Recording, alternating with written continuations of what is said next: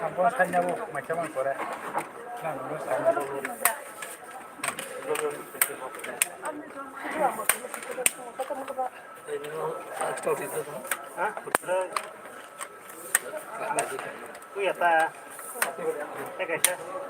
cái tổng nó tổng cái gì này nhà xếp tôi xem nó có nặng tôi nhỉ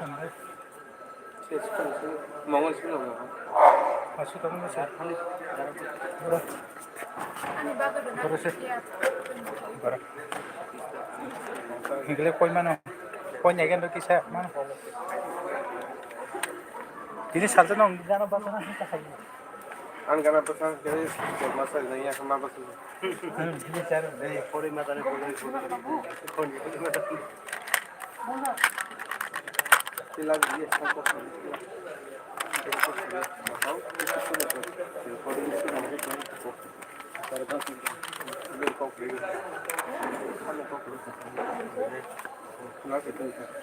Ele pilih nak nanti kira. sekarang aja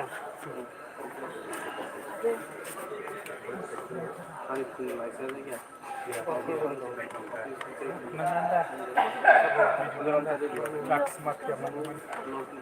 Aku dah pakai pabrik. ini sering main Ani sekolah nanti. Anjang sini sekolah nanti. Macam Lu kata tak? Yang dah hanya sekolah ni nanti kita pakai kata perlu saja tak. Kesendia. Hah? Nanda. Nom tikai dinda dah. Tikai dinda dah. Ani kisah. namanya apa aja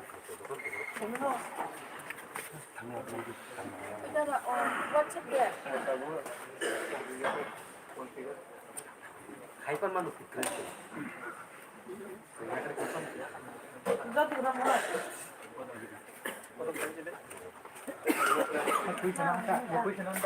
সবার পরবর্তী কর্মসূচি হলো government resolution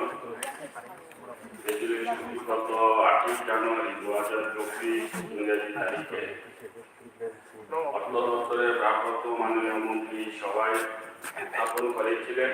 প্রস্তাবিত resolution বিষয়বস্তু হলো in accordance with clause 1 of Article 252 of the Constitution of India, this Assembly hereby resolves that the Parliament be conferred in to repeal the Public Debate Act 1944 and enhance the Homeland Security Act. এখন উত্থাপিত রেজুলেশনের উপর আলোচনা শুরু হবে। আলোচনা শেষে resolution ফুটে দেব।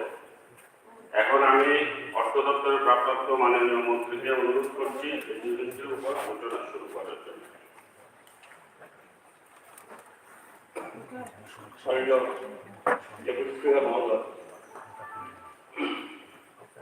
Public Debt Act 1944 বাতিল এবং সরকারি সিকিউরিটি অ্যাক্ট 2006 এর সংশোধনের মূল লক্ষ্য হল রাজ্যগুলির পাবলিক ডেট নিয়ন্ত্রণের জন্য এবং এর সাথে সম্পর্কিত বা আনুষঙ্গিক সমস্ত বিষয়গুলির জন্য সমগ্র ভারতে একটি অভিন্ন আইন প্রণয়ন করা। ভারত সরকার ব্যবসা করার সহযোগিতা, নাগরিকদের জীবনযাত্রার সহযোগিতা এবং সমাজের বিভিন্ন অংশের জন্য সুশাসনের প্রচারের জন্য অনেক উদ্যোগ নিয়েছে। অপ্রচলিত আইন বাতিল এবং পুনরায় কার্যকর করার জন্য প্রাক সাংবিধানিক আইনগুলির পর্যালোচনা এই উদ্যোগের একটি গুরুত্বপূর্ণ অংশ। তদনুসারে পাবলিক ডেট অ্যাক্ট 1944 বাতিলের প্রস্তাব বিবেচনাধীন রয়েছে। ভারতীয় রিজার্ভ ব্যাংক কর্তৃক সরকারি সিকিউরিটিজ এবং এর ব্যবস্থাপনা সংক্রান্ত আইনকে একীভূত সংশোধন করার লক্ষ্যে ভারত সরকার 2006 সালে গভর্নমেন্ট সিকিউরিটিজ অ্যাক্ট 2006 প্রণয়ন করে। এই আইন কেন্দ্র সরকার বা রাজ্য সরকার দ্বারা এই আইন শুরু হওয়ার আগে বা পরে তৈরি এবং জারি করা সমস্ত সরকারি সিকিউরিটি ক্ষেত্রে প্রযোজ্য। এই আইনে আরো বলা হয়েছে যে পাবলিক ডেট অ্যাক্ট 1944 সরকারি সিকিউরিটিগুলিতে প্রযোজ্য হওয়া বন্ধ করে দেবে। যেসব ক্ষেত্রে সরকারি সিকিউরিটি অ্যাক্ট 2006 প্রযোজ্য এবং এই আইন দ্বারা যে সমস্ত বিষয় বিধান করা হয়েছে সেগুলি চলবে। তা সত্ত্বেও পাবলিক অ্যাক্ট 1944 বলবৎ ছিল। পাবলিক অ্যাক্ট 1944 বাতিল করার বিষয়টি ভারতীয় রিজার্ভ ব্যাংকের সাথে পরামর্শ করে পরীক্ষা করা হয়েছে এবং দেখা গেছে যে রাজ্য সরকার কর্তৃক জারি করা কিছু সিকিউরিটির আইটেমগুলি এই আইনের অধীনে ভারতীয় রিজার্ভ ব্যাংকের বইগুলিতে এখনো বকেয়া রয়েছে। তাই পাবলিক অ্যাক্ট 1944 বাতিল করার জন্য আইনের এই ধরনের বিধানগুলিকে সরকারি সিকিউরিটিজ বিল সংশোধন আনার মাধ্যমে সরকারি সিকিউরিটি অ্যাক্ট 2006 এর অধীনে অন্তর্ভুক্ত করে কার্যকর করা প্রয়োজন হতে পারে। অধিকন্তু পাবলিক অ্যাক্ট 1904 এর বিষয়বস্তু রাজ্য তালিকা অন্তর্ভুক্ত, তাই সংবিধানের অনুচ্ছেদ 252 এর অধীন বিধি অনুযায়ী বিধান অনুযায়ী সরকারি সিকিউরিটি অ্যাক্ট 2006 এর প্রয়োজনীয় সংশোধন করা প্রয়োজন।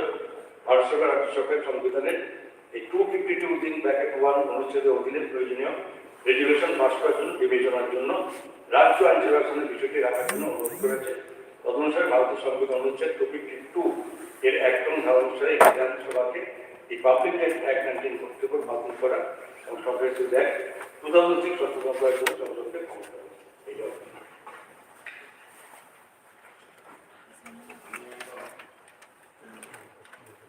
আমি এখন অর্থদপ্তরের ভারপ্রাপ্ত মাননীয় মন্ত্রী কর্তৃক উত্থাপিত রেজলিউশনটি ফুটে দিচ্ছি। রেজলিউশনটি হল in accordance with clause 1 of article 252 of the Constitution of India is assembly hereby resolved that the Parliament is empowered to repeal the Public Debate Act 1944 and amend the Government Security Act 2006. যারা এই প্রস্তাবের পক্ষে আছেন তারা হা বলবেন, যারা এই প্রস্তাবের বিপক্ষে আছেন তারা না বলবেন। আমি মনে করি যারা হা বলেছেন তারাই সর্বসম্মতিক্রমে বিল পাস। অতএব রেজলিউশনটি সবাই কর্তৃক গৃহীত হবে।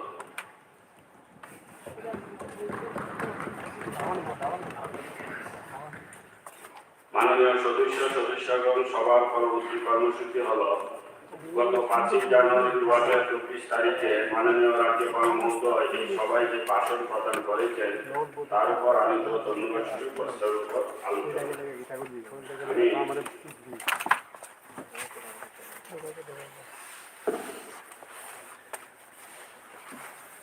এই আলোচনায় অংশগ্রহণ করার জন্য মাননীয় শ্রী অভিষেক দেবরায়কে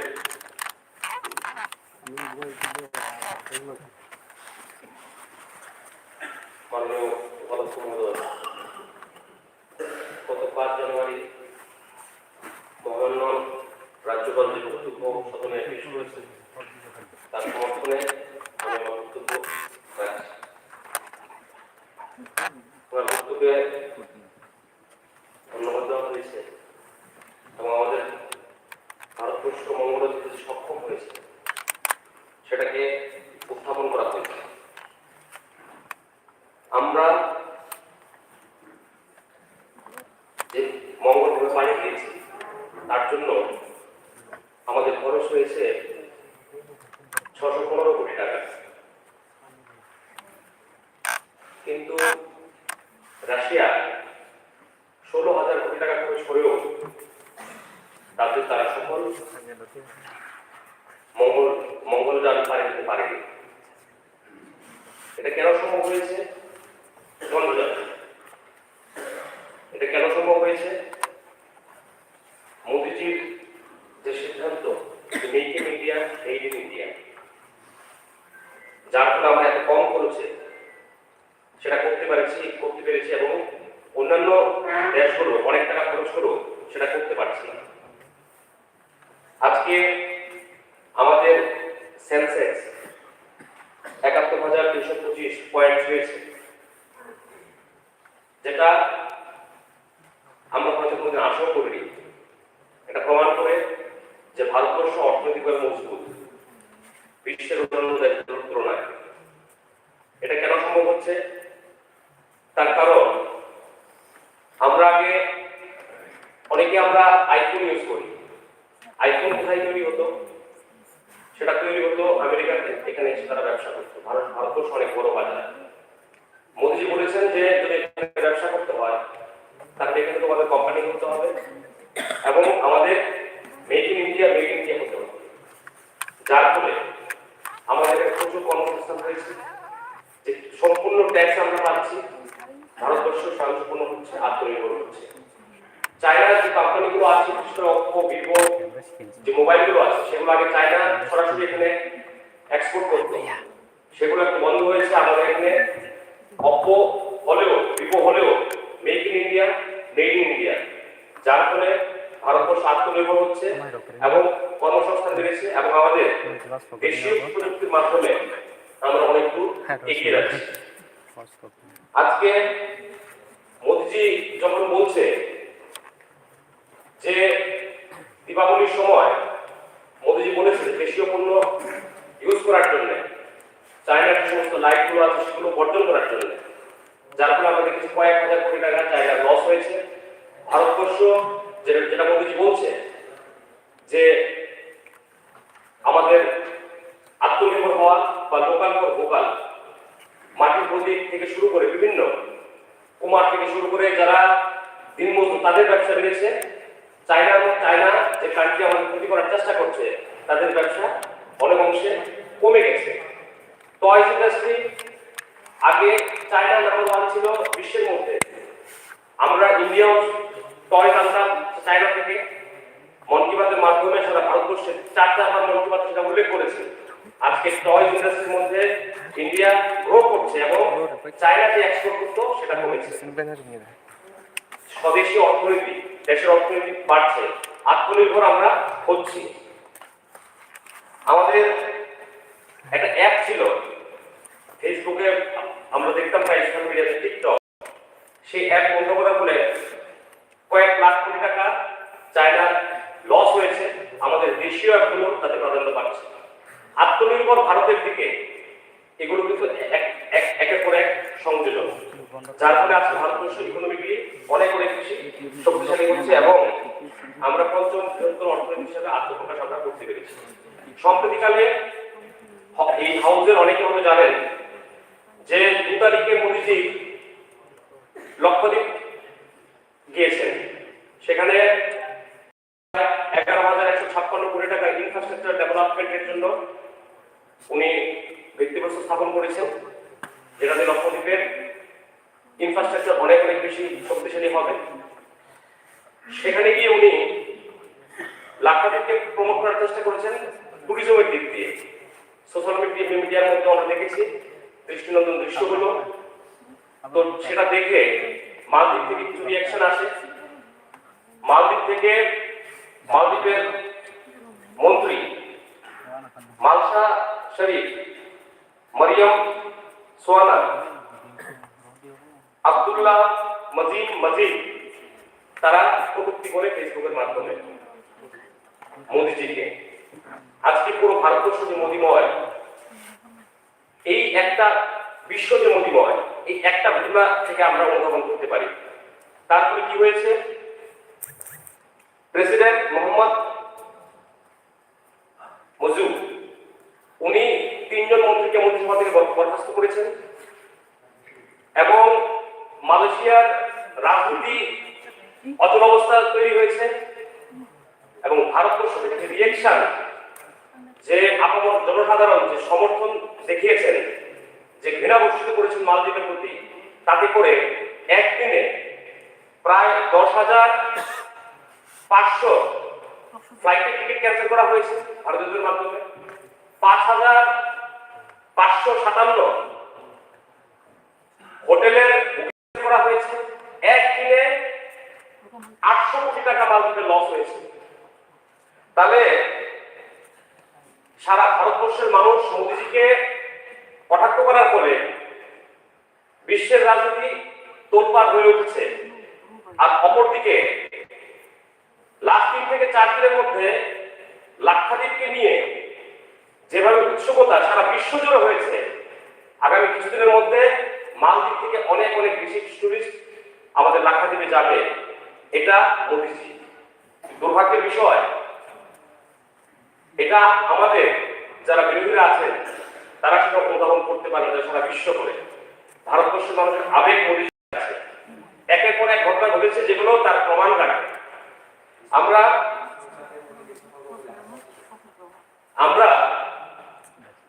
যদি ট্যুরিজমের দিক দিয়ে দেখি, মাতা ত্রিপুরেশ্বরী 91 এক ফিট, আমাদের আমি যে কনস্টিটিউয়েন্সি থেকে এসেছি সেখানে একটি অবস্থিত।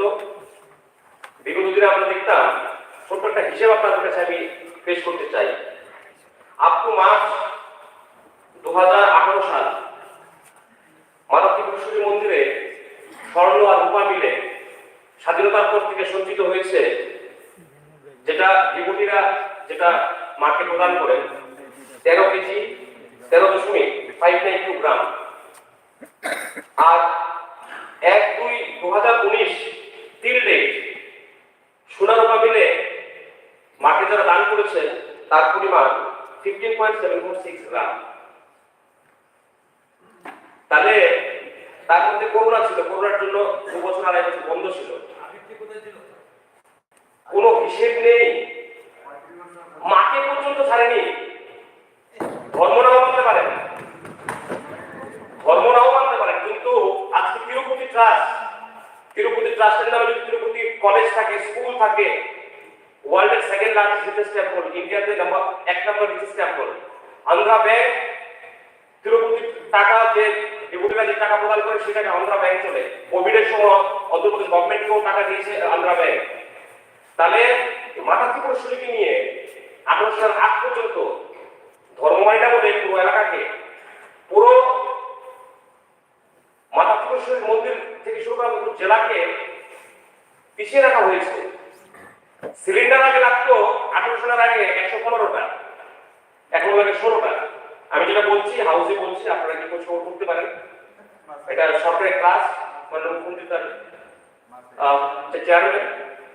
তাহলে মাসে সেটা লাগতো, আর বর্তমানে 16টা সিলিন্ডার লাগে। ফুল বেলপাতার নাম করে, প্লিজ বলতে দিন, মানে আমাদের ফুল বেলপাতার নাম করে 20-22 লক্ষ টাকা নিয়ে যাওয়া হতো। 18 সালের আগে কোন রকম হিসেব ছিল না, কোন রেজিস্টার নেই। মাতা ত্রিপুরেশ্বরী মন্দিরকে সেভাবে কোনো ভাবাও হয়নি। আজকে তিরুপতি যদি অন্ধ্রপ্রদেশকে ফিট করতে পারে মাতা ত্রিপুরেশ্বরী মার আশীর্বাদে, এবং আমরা যদি সঠিকভাবে মা ত্রিপুরেশ্বরীর জিনিসগুলো খেয়াল রাখতাম, তাহলে হয়তো মাতা ত্রিপুরেশ্বরী ত্রিপুরা রাজ্যকে ফিট করার মতো ক্যাপাসিটি অলরেডি আছে, কিন্তু দিশার অভাবে সেটা হয়নি। 18 সালের আগে কি পরিস্থিতি ছিল আর বর্তমানে কি পরিস্থিতি হয়েছে, প্রশাসনের মাধ্যমে মা মন্দির সেজে উঠছে।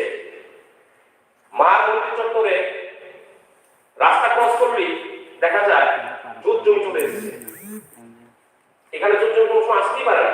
সেটেলমেন্টের রেকর্ড কেটে সেগুলো কিভাবে করা হয়েছে আমরা সেগুলো চেষ্টা করছি, সেগুলো পুরনো কিভাবে সেগুলো উদ্ধার করা যায়। আর মাঠ চত্বরে অন্য কোনো জায়গায় থাকতে পারে না। এরকম ভাবে মা ত্রিপুরেশ্বরীকে নিয়ে দেবত্ব সম্পত্তিকে বিভিন্ন ভাবে দখল করা হয়েছে। এবং মা ত্রিপুরেশ্বরীর আপনারা জানলে অবাক হবেন, মিউনিসিপ্যালিটির গার্বেজ, এটা রাস্তার জায়গা, মার ফুল বেলপাতাগুলো মিউনিসিপ্যালিটি গার্বেজের সাথে 18 সাল আগে হতো।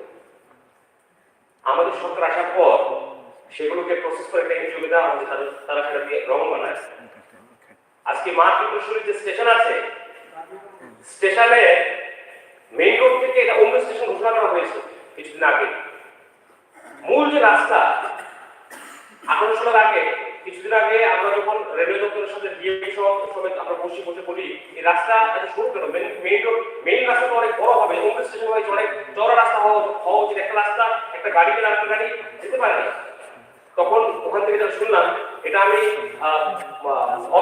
আমি বলছি, আমি সত্যতা কতটা জানি না, বাট ওই অফিসার যেটা বলেছে 18 সালের আগে রেলওয়ে চেয়েছিল জায়গা দখল করে রাস্তাটাকে ওয়াইডিং করা, কিন্তু তৎকালীন যিনি এমএলএ ছিলেন উনি তৎকালীন বলেছিলেন যে যদি এটা করতে যায় তাহলে মানুষ এখন বিরক্ত হবে জায়গা একবার করতে গেলে, যেটা আফটার ইলেকশন হবে। তারপর চেষ্টা হয়নি, আমি পলিংয়ের কিছু সেটা আনার চেষ্টা করেছি। আজকে আমাদের উদয়পুরের উপর দিয়ে যেতে হয়, মন্দিরে গেলে যখনই আমাদের অনেক সিনিয়র আমার চিত্রদুল্য মানুষ জিতেনবাবু উনি বলেছেন যে যখনই কেউ জীবনে আসে মাতাপুর মন্দিরে যায় ওরা এডমিট করে, কিন্তু এই জায়গার ডেভেলপমেন্টের জন্য কিন্তু কিছু করার ছিল না, কিছু হয়নি বলবো না। রাজস্বী হল হয়েছিল, তৎকালীন ল্যাব গভর্নমেন্টের সহ নজরুল গ্রন্থাগার হয়েছে, তার বাইরে উদয়পুরে কি হয়েছে, এত প্রাচীন শহর, পুরনো শহর।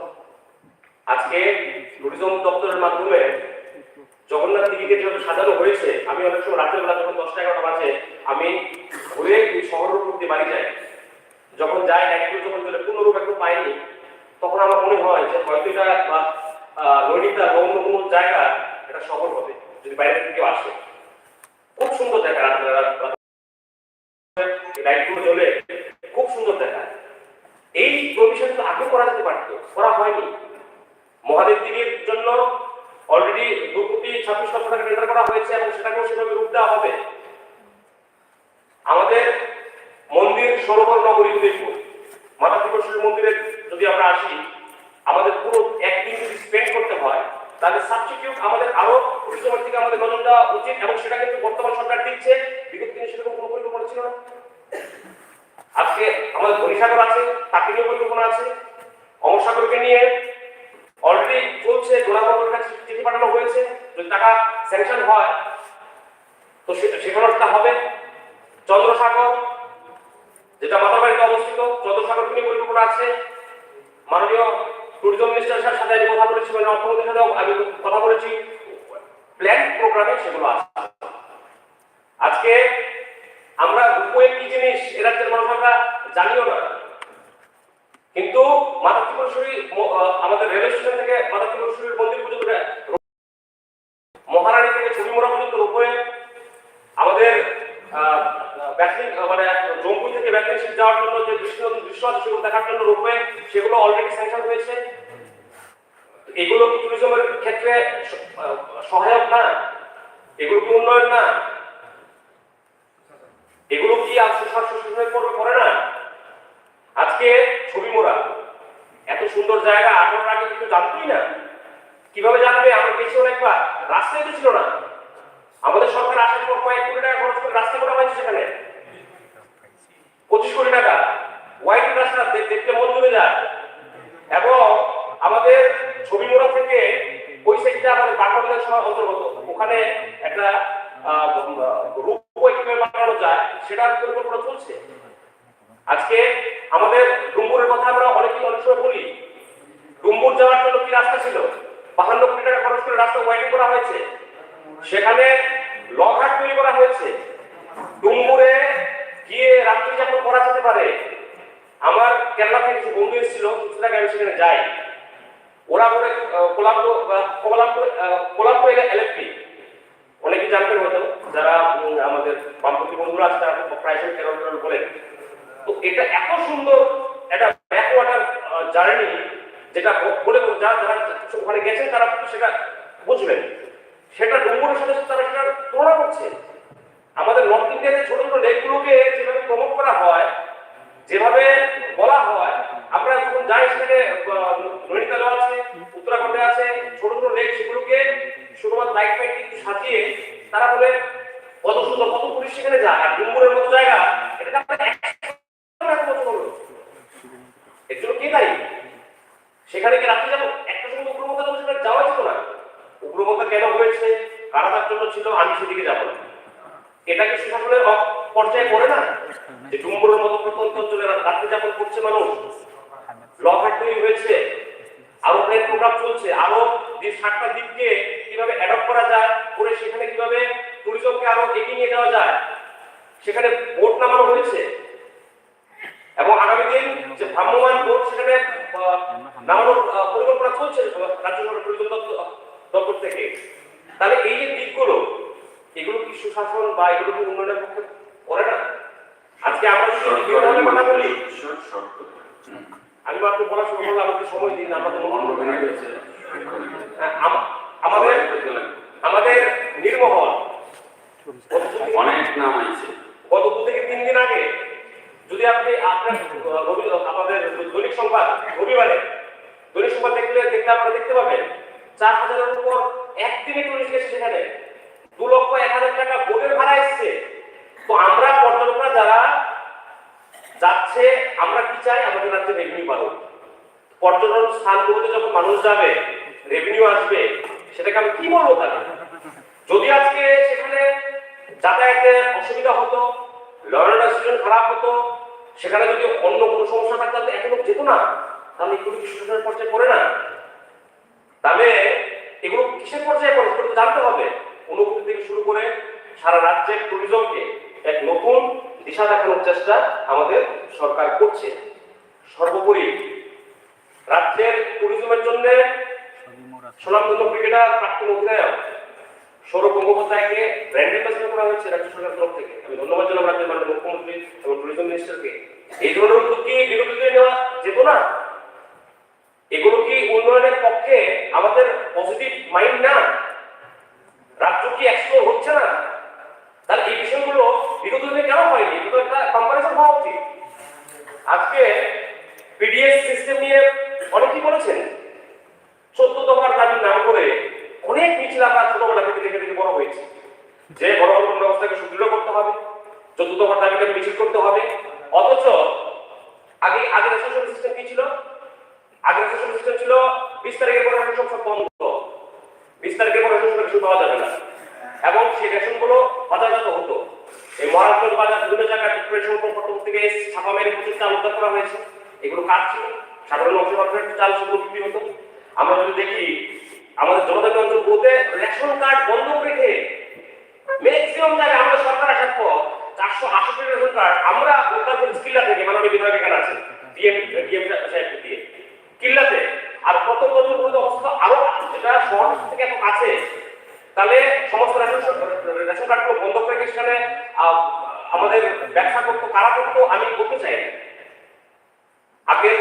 আগের যিনি আমাদের মুখ্যমন্ত্রী ছিলেন, উনি যেটা বলেছিলেন যে নিচু স্তরের যারা আছে তারা, আমরা সরকার থেকে গেছিলাম তাদের জন্য, ওই সব যারা তৈরি হয়েছে বিগত 25 বছরে ওই সমস্ত যারা মানুষ আছে তাদের কথা আমি বলছি। আর একটা বিষয়, বর্তমানে কি রেশন ব্যবস্থা?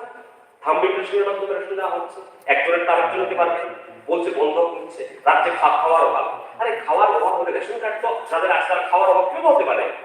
রেশন কার্ড আমরা আমাদের ত্রিপুরা রাজ্যে প্রত্যেকটা হাউজকে রেশন কার্ড দেওয়ার কাজ আমাদের ছিল না, আপনাদের ছিল। তারপরেও যেগুলো বাদ থেকে আমরা চেষ্টা করেছি, হয়তো একটু যেন বাদ গেলেও থাকতে পারে, সেগুলো আমাদের জন্য নয়, এবং আমরা চেষ্টা করছি সেগুলো। একজন থাম্বিল রেশন কি আরেকজন সেখানে রেশন করতে পারবে না। One nation one ration card চালু করা হয়েছে। আর মাসের 31 তারিখ গেলে আপনি আপনার ন্যায্য মাল আপনারা পাবেন। আপনি যদি উদয়পুরের বাসিন্দা হন, আপনি আগরতলা এসে আপনি রেশন করতে পারবেন ওয়ান নেশন ওয়ান রেশন কার্ডের মধ্যে। এটা কি স্বচ্ছতা না? এটা কি সুশাসন না? আগে রেশন সব ডিলার যারা ছিল তাদের ধমকানি চমকানি যদি দেখা যেত, তাহলে আমরা গ্রামের ছেলে গ্রাম থেকে বড় হয়েছি, দেখেছি এরকম অনেক রেশন শপ যেখানে কি হতো, কথা বলার কোনো স্কোপ ছিল না, সাধারণ মানুষের মুখ করার কোনো অধিকার ছিল না। তারপর আমরা যদি বলি বর্তমানে আমরা কি পাচ্ছি রেশনের মাধ্যমে? চাল পাচ্ছি, চিনি পাচ্ছি, সরষের তেল পাচ্ছি, ডাল পাচ্ছি, মশলা পাচ্ছি, চা পাতা অনেক রেশন শপে দেওয়া হচ্ছে, আটা, কেরোসিন। গণবন্টন ব্যবস্থাকে আরো কিভাবে সুদৃঢ় করা যায়, আমাদের সরকারের সেটা প্রয়াস। আরেকটা জিনিস, আমাদের 67,000 গো রেশন কার্ড আইডেন্টিফাই করা হয়েছিল আমাদের সরকারের পর। 5 কোটি টাকা প্রতি বছর, প্রতি মাসে টাকাগুলো কোথায় যেত? একটা সিন্ডিকেট ছিল, রেশন শপের ডিলার পরবর্তী সময় তমুক সেগুলো ডিস্ট্রিবিউট করতো, সেগুলোকে ব্লক করে সেখানে মানুষের মধ্যে দিয়ে দেওয়ার কাজ হয়েছে। এগুলো কি সুযোগের মধ্যে পড়ে না? আমি যদি সমাজ কল্যাণ দপ্তর সম্পর্কে বলা হচ্ছে ভাতা সম্পর্কে, সত্যি কথা বলে সত্যি কর্মকর্তা খুব ভালো বক্তা, ওনার বক্তব্য আমি শুনেছি, ভালো লাগে, বক্তা হিসেবে ভালো। কিন্তু বন্ধ হয়েছে সঠিক, কাদের বন্ধ হয়েছে? আমাদের সরকার আসার পর সার্ভে হয়েছে, যারা ভাতা প্রাপক তাদের কাগজপত্র জমা দেওয়া। এরকম অনেক ধনী ব্যক্তি পাওয়া গেছে, আমি তমুক জায়গার নেতা, আমার বউ গৃহ পরিচালকের ভাতা পাচ্ছে, বিধবা না হলেও বিধবা ভাতা পাচ্ছে, লোকলজ্জার ভয় করা যায়নি, গিয়ে সেগুলো জমা দেয়নি। একটা ছোট্ট পার্সেন্টেজ বাদ গেছে যারা বিত্তশালী যাদের দরকার নেই ওই সমস্ত মানুষগুলো বাদ গেছে। পাশাপাশি মিশন বাৎসল্য বলে একটা স্কিম চলছে, সেই স্কিম কি এই পজিটিভ দিকগুলো কোনোদিনও করবে না। যাদের মা বাবা নেই, যাদের মা আছে বাবা নেই, বা বাবা আছে মা নেই, তাদেরকে সমাজ কল্যাণ দপ্তরের মাধ্যমে 4,000 টাকা করে দেওয়া হয়। মাননীয় মন্ত্রী মহোদয়ের সাথে কথা বলেছে, আমাদের জেলাতে পুরো সার্ভে আমরা করেছি, সেখানে আমরা একজন বাছিনি যে এই যে গরিব এই মেয়েটা তার মা বাবা নেই, সে বিজেপি করে কংগ্রেস করে কোন দল করে, আমরা বেছেছি কি যারা অসহায় তাদের লিস্ট আমরা তৈরি করেছি এবং সেটা দেওয়ার জন্য আমরা কথা বলেছি কয়েক দফায়। এভাবে গণবন্টন ব্যবস্থা নিয়ে আমাদের সমাজ কল্যাণ দপ্তর থেকে অনেক কথা বলা হয়েছে। ভাতা নিয়ে রাজনগর পত্রিকা প্রকাশিত হয়েছে, ছেলেকে নিয়ে বানিয়ে ভাতা মরে গেছে যখন আমাদের ডাইরেক্ট ট্রান্সফার শুরু হয়নি, মৃত ব্যক্তির নামে ভাতা উঠেছে, সেগুলো পেপারে এসছে, দৈনিক সংবাদে এসছে। তাহলে এগুলো কি বলবে? বর্তমানে যুগে যেটা চলছে এটা সুশাসন না, তো ওটা কি ছিল? সুশাসনের কথা সুশাসন চলছে না, এটা কারা বলছে? দুঃশাসন। এটা কি মারা যায় নাকি? আমি যদি বলি আপনাকে কর্তব্য পরায়ণতা, এটা কে শিখিয়েছে? মোদীজি আমাদের শিখিয়েছে। কিভাবে শিখিয়েছে মোদীজি আমাদের? আমাদের মা বাবা জন্ম দিয়েছে, তো আমাকে বাইক কিনে দিতে হবে, মা বাবার এটা করা উচিত। আমরা একটা সরকার আমাকে দিতে হবে। 70 বছর রাজনীতিতে মৌলিক অধিকার সম্পর্কে যথেষ্ট সচেতন হয়েছে, কি লাগবে, কিন্তু ইন রিটার্ন কি দিতে হবে আমাদের? মা বাবার মতো ডিউটি কি? সমাজের প্রতি আমাদের ডিউটি। আজকে আমরা সানলাইট দিচ্ছি, সূর্যের আলো দিচ্ছি, যেখানে সূর্যের আলো সূর্য ওঠে না সেখানে তারা বুঝে সূর্যের আলো করবো কি? এই পৃথিবীকে স্বচ্ছ রাখতে হবে। কে বলেছে? মোদীজি বলেছে, গণ আন্দোলনের রূপ নিয়েছে। এই যে বিকশিত ভারত যাত্রা চলছে, 50 জন উন্মুক্ত ছিল, 50 জন উন্মুক্ত ছিল না। আজকে আমাদের সরকার চলে যাচ্ছে বাড়ি বাড়ি, আপনার কোন কোন স্কিম আপনার অ্যাডমিনিস্ট্রেট না, সেগুলো আপনার লিস্ট দিন। সেগুলো panchayat office, block office, DM office, রাজ্য সরকার, কেন্দ্রীয় সরকারের কাছে যাবে। আগামী কিছুদিনের মধ্যে সেগুলো তারা পাবে। আরেকটা বিষয় বলে আমি শেষ করবো। আরেকটা বিষয় বলে আমি শেষ করে দিচ্ছি। প্রধানমন্ত্রী জন্মদিন, আমি অবাক, এত বড় একটা স্কিম লঞ্চ হয়েছে প্রধানমন্ত্রী, আমাদের এই হাউসে একজন এই বিষয় নিয়ে বললো না। প্রিমিটিভ গ্রুপে যারা আছেন তাদের জন্য 24,000 কোটি টাকার উপরে প্রধানমন্ত্রী সেটা লঞ্চ করেছে।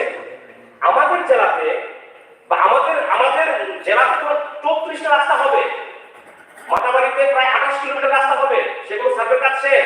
তাতে কি হবে? আমাদের প্রধানমন্ত্রী জন্মদিনে মাল্টিপারপাস সেন্টার হবে জনজাতি অঞ্চলগুলোতে, সেখানে কোথায় হবে? যতনবাড়ি টিয়ারে 14টা হবে, হাতুপাড়া মানে মাতাবাড়িতে সেখানে 12টা হবে, অমরপুর টিয়ারে 12টা হবে, এবং সাউথে হবে 17টা। সাউথ গুলোতে মিলে 500টা মাল্টিপারপাস সেন্টার হবে। সেখানে কি হবে? সেই সেন্টারগুলোতে সাব সেন্টার থাকবে, যেখানে এএনএম এর মাধ্যমে ভালো স্বাস্থ্য পরিষেবা কিভাবে দেওয়া যায় সেখানে মাল্টিপারপাস ট্রেনিং হল থাকবে। সেখানে আমাদের রিয়াল জনগোষ্ঠী যারা উৎপাদিত যে ফসলগুলো আছে বা যে সমস্ত জিনিসগুলো আছে সেগুলো বিক্রি করার জন্য স্টল থাকবে। মোবাইল টাওয়ার দেওয়া হবে, যেখানে মোবাইল টাওয়ার নেই সেটা তো শুধু রিয়াল জনগোষ্ঠী পাবে না। যেরকম হাতিপাড়া যদি আমরা রাস্তা তৈরি করি, 10 কিলোমিটার রাস্তা হয়, সেখানে যেতে গেলে রিয়াল জনগোষ্ঠী যেতে গেলে সামনে কারা আছে? সামনে আমাদের দেবরমা গোষ্ঠী আছে, আমাদের জমাতিয়া গোষ্ঠী আছে, বাঙালিরা আছে। আলটিমেটলি টোটাল 1300 কোটি টাকা অঞ্চলে খরচ হবে ইনফ্রাস্ট্রাকচার ডেভেলপমেন্ট, মোবাইল ব্যাংক থেকে শুরু করে সার্বিক 11টা পয়েন্টের উপর জনপ্রতিনিধিদের কাজ শুরু করা। আমাদের মাথাবাড়ি কাছে একটাও এনসি ছিল না। পরবর্তী অফিসার ডাকিয়ে আমি ব্যক্তিগত নিজে গিয়ে 8 রাস্তা আমি হেঁটেছি, সেগুলোকে আমাদের সার্ভে করা হয়েছে। লাস্ট পয়েন্ট, একটা কথা বলছিলেন আমাদের এলওপি রেজুলেটর যে আমাদের মুখ্যমন্ত্রী আমাদের যে মডেল ভিলেজ, আমাদের রেগা আমাদের রেগা যে পরিমাণ আমাদের শ্রম দিবস আমরা কাজ করাতে পারি, তার ক্ষেত্রে আমাদের মেটেরিয়ালের কাজ করে 212 রকমের কাজ সেটাতে করা যায়। যেরকম এবার আমাদের জেলাতে সবচেয়ে হাইয়েস্ট রেগার মেটেরিয়াল বেরিয়েছে মাথাবাড়ি, 9 কোটি টাকা রেগার প্রশাসন থেকে আমরা কাজ করেছি। সেগুলো কি কাজ? গ্রামীণ road, CC road, box culvert, side ওয়াল, সেখানে ডুকসিন মালসা দুটো প্রত্যন্ত গ্রাম আছে। এই দুই গ্রামের সাথে সংযোগ স্থাপনে অনেক কাজ আমরা করেছি। কিন্তু আমার এটার প্রসেস কি? এটা ডিএম যিনি ডিএম আছে উনি সেটা দেন, বিএসসি বা পঞ্চায়েত সমিতির মাধ্যমে রেজিস্ট্রেশন দিতে হবে, তারপর সেটা স্যাংশন দিয়ে দিবে। কোনো মন্ত্রীর কাছে তার জন্য যেতে হবে না। কিন্তু দুর্ভাগ্যের বিষয়, আমার ভাই পাঠান আছে কিনা আমি জানি না, ওমপিতে 5 কোটি টাকা খরচ করতে করতে পারিনি ইনিশিয়েশনের অভাবে।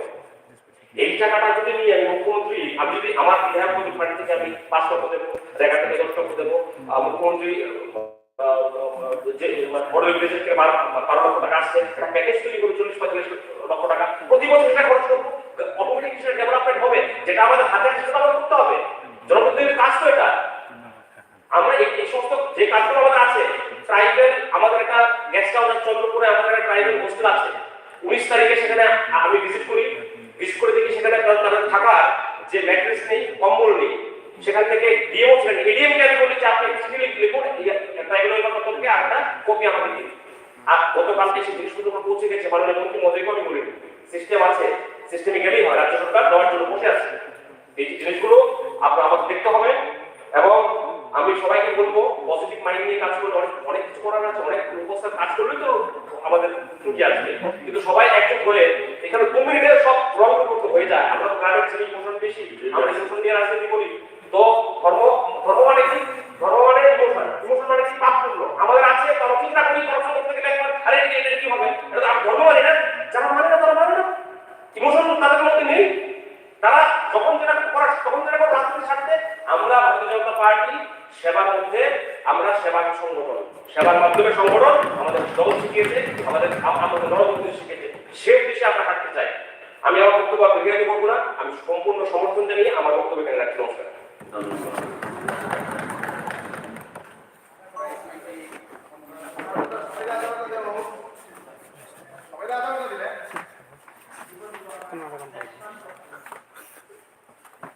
মাননীয় সদস্য শ্রী বিনয় ভূষণ দাস।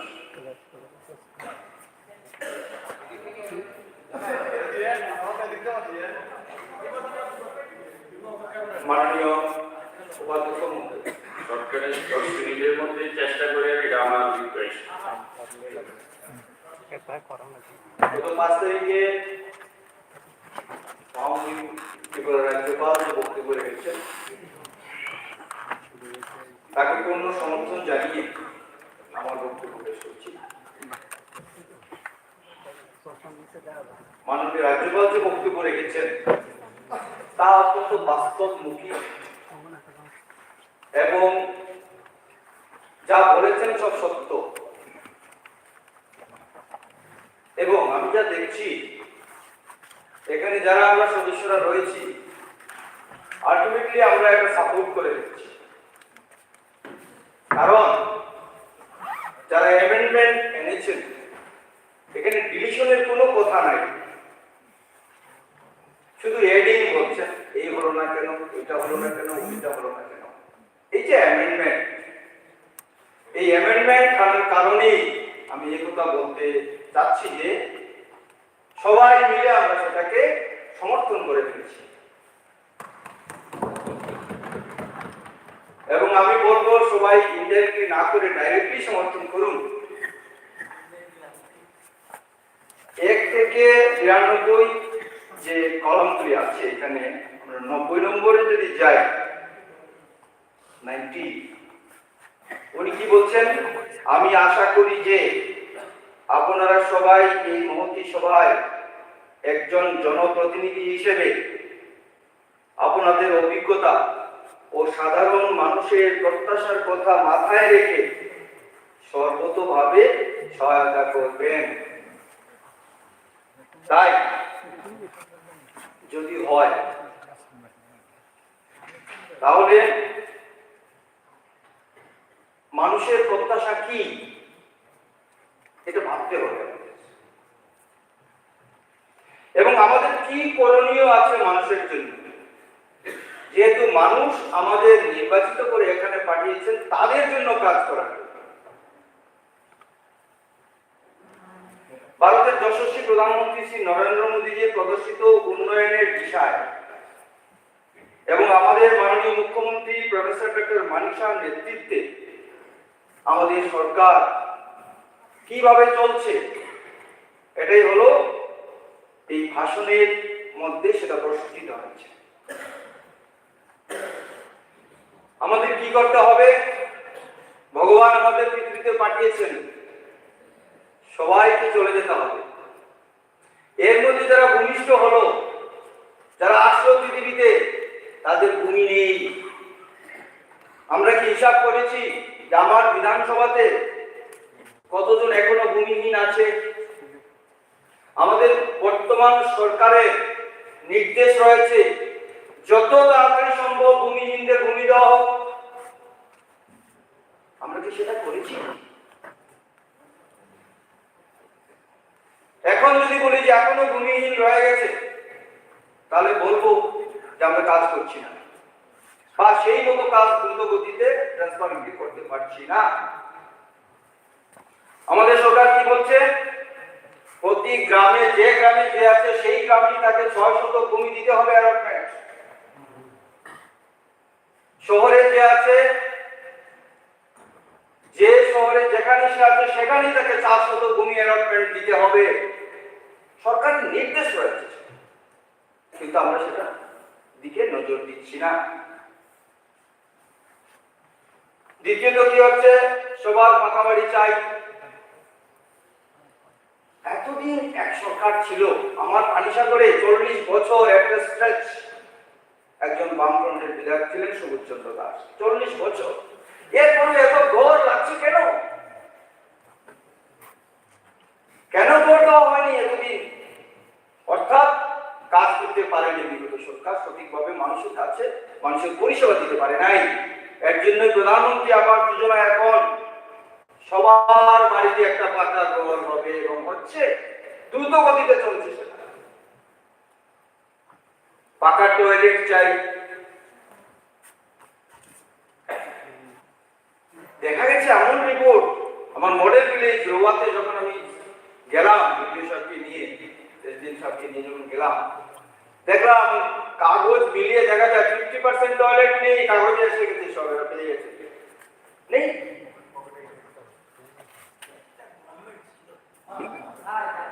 এটা দুঃখজনক, এরকম যাতে না হয় এটার প্রতি আমাদের দৃষ্টি দেওয়া উচিত। ইলেকট্রিক কানেকশন কেন আমাদের দিতে হলো? প্রায় 100% ইলেকট্রিক কানেকশন হয়ে গেছে এখন, কিভাবে হলো সেটা? হ্যাঁ, আমরা বলি না যে ডিস্টার্ব হচ্ছে না, ডিস্টার্ব হতে পারে। এমনও দেখা গেছে 10 দিন ধরে কোনো কানেকশন নেই, ডিসকানেক্ট হয়ে গেছে। দেখা গেছে খোঁজ নিয়ে উনি কমপ্লেইনই করেন নাই। আমি বাস্তব কথা বলছি, আমি যখন গেলাম সেখানে গিয়ে বললো, হ্যাঁ স্যার আমরা তো জানি না সেটা এরকম হয়ে গেছে। কেন? আপনাদের তো প্রয়োজন খোঁজ রাখা, আপনারা দেখবেন তো। আমরা বলি সেরকম। পানীয় জল 75% পাইপ লাইনের জল, বিশুদ্ধ পানীয় জল পৌঁছে যাচ্ছে, পৌঁছে গেছে 25%, এর মধ্যে শেষ হয়ে যাবে। প্রচুর টাকা এসেছে, জলের জন্য অভাব নাই। সময় তো লাগবে, সময় তো দিতেই হবে। আপনারা তো কমপ্লেন করবেন, ভালো। আপনারা যদি বিরোধী বেঞ্চ যদি প্রতিবাদ না করেন, সংশোধন কিভাবে হবে? এটা হওয়ার দরকার। কিন্তু নেগেটিভ থেকে পজিটিভিটি দিকে আসতে হবে। যেমন আমি গতকালও বলেছি, আমাদের অনিমেষটাকে বলেছি, বিরোধী দল আপনি তো ভালো বলেন, কারণ আপনার নেগেটিভ থেকে আপনি পজিটিভে আসছেন। যেমন সঞ্জয় অনেক ত্রিপুরা, আমার অনারেবল মেম্বার, গতকালকে যে বক্তব্য রয়েছে মন দিয়ে শুনছিলাম, কি সুন্দরভাবে বলছেন সবকা সাথ সবকা বিকাশ, সবার মঙ্গল, সবার মঙ্গলের জন্য সবাই মিলেমিশে কাজ করা প্রয়োজন বলেছিলেন। খুব ভালো লেগেছে।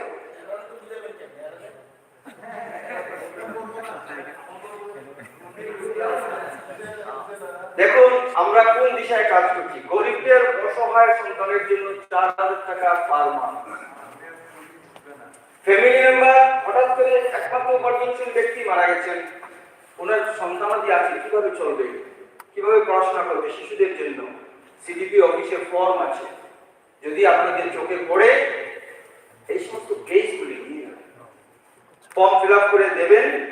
4000 টাকা প্রতি মাসে সেই ফেসিলিটি দেওয়া হবে। একদম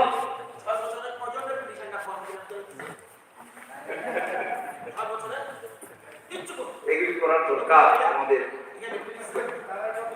আমি একদম ছোট ছোট জিনিস যেগুলি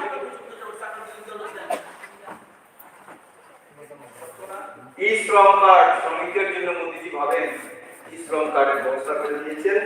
নির্মাণ শ্রমিক কল্যাণ পর্ষদ বিওসি ওয়ার্কার্স ওয়েলফেয়ার বোর্ড, যারা রাজমিস্ত্রি, কাঠ মিস্ত্রি, গ্রিল মিস্ত্রি, রং মিস্ত্রি যারা কাজ করে তাদের নির্মাণ শ্রমিক বলা হয়। এই বিওসি ওয়ার্কার্স ওয়েলফেয়ার বোর্ডে আমি দীর্ঘদিন চেয়ারম্যান ছিলাম। আমরা কি করেছি জানেন? নির্মাণ শ্রমিকের রেজিস্ট্রেশনের কাজ এখনো কিন্তু চলছে। আমার অনুরোধ থাকবে, কেউ যাতে একজন নির্মাণ শ্রমিককেও না ছাড়েন যে তার রেজিস্ট্রেশন হয়নি। স্টুডেন্টদের ছেলেমেয়ের পড়াশোনার জন্য ক্লাস 1 এ 1800 টাকা থেকে কলেজ পর্যন্ত 20,000 টাকা পার ইয়ার আমার বোর্ড থেকে দেওয়া হবে। বাবা যায়, শুধু একটা রেজিস্ট্রেশন প্রয়োজন। তার মেয়ের বিয়ের সময় 50,000 টাকা দেওয়া হচ্ছে। এগুলি জানার দরকার, এগুলি নিয়ে কাজ করার দরকার। ওনার ট্রিটমেন্টের জন্য, নির্মাণ শ্রমিকের ট্রিটমেন্টের জন্য আয়ুষ্মান কার্ড 5 লক্ষ টাকা আমাদের বোর্ড থেকে সেটা দিবে, সেটা দিচ্ছে, হেলথ ডিপার্টমেন্ট নয়। আমাদের বোর্ড থেকে 5 লাখ টাকা চিকিৎসার জন্য দিচ্ছে। তারপর উনি যখন রিটায়ারমেন্টে চলে যাবেন, সামাজিক ভাতা সব বিল আমরা পাস করেছি। আশা করি ওনার মারা গেলে পরে ক্রিমেশনের জন্য 10,000 টাকা দেওয়া হবে। উনি মারা যান, একমাত্র উপার্জনশীল ব্যক্তি, তার ফ্যামিলি চলছে না, 2 লক্ষ টাকা দেওয়া হবে। অ্যাক্সিডেন্টে মারা গেলে 4 লক্ষ টাকা দেওয়া। অনেক আর অনেক কিছু আছে। নির্মাণ শ্রমিক এত বড় বিল্ডিং তৈরি করে তার ঘর নাই। প্রধানমন্ত্রী আবাস যোজনায় যে ঘর দেওয়া হচ্ছে সংকুলন হচ্ছে না, ফ্যামিলি মেম্বার বেশি, 3.5% ইন্টারেস্টে তাকে লোন দেওয়া হবে। বাকি 6.5% যেটা হাউস বিল্ডিং লোনের আমাদের বোর্ড সেটা বিয়ার করবে। আমাদের অনারেবল মিনিস্টার রয়েছে। আমরা সব সময় শুধু একদম নিচে যারা একদম গরিব, অন্তোদয় পর্যন্ত আমরা ধ্যান দিচ্ছি, খেয়াল রাখছি। মোদীজি এটা আমাদের নির্দেশ দিচ্ছেন, যেটা চালাচ্ছেন, সেই দিশাতেই আমরা চলছি। সামাজিক ভাতা, সোশ্যাল পেনশন 700 টাকা দিতেন, তাও ক্যাশ। মাসিমা, আপনার জন্য 700 টাকা ভাতা এসেছে। আমি তো দূর থেকে এসেছি, পেট্রোলের খরচ আছে না, 200 টাকা রেখে দিই। মাসিমা তো খুশি, 500 টাকা পেয়েছেন। তারপর নাতিরা দেখেছে, দেখে বলছে, ঠাম্মা এটা কি, তুমি 500 টাকা কোথায় পেয়েছো, আমাকে দিয়ে দাও। এরকম হতো। এখন ডাইরেক্ট অ্যাকাউন্টে 2,000 টাকা ঢুকে যাচ্ছে। 700 থেকে 2,000 অ্যাকাউন্টে চলে যাচ্ছে, কেউ খবরই পাচ্ছে না। উনি সময় মতো সেটা উদ্যোগ করে কাজে ব্যবহার করছেন।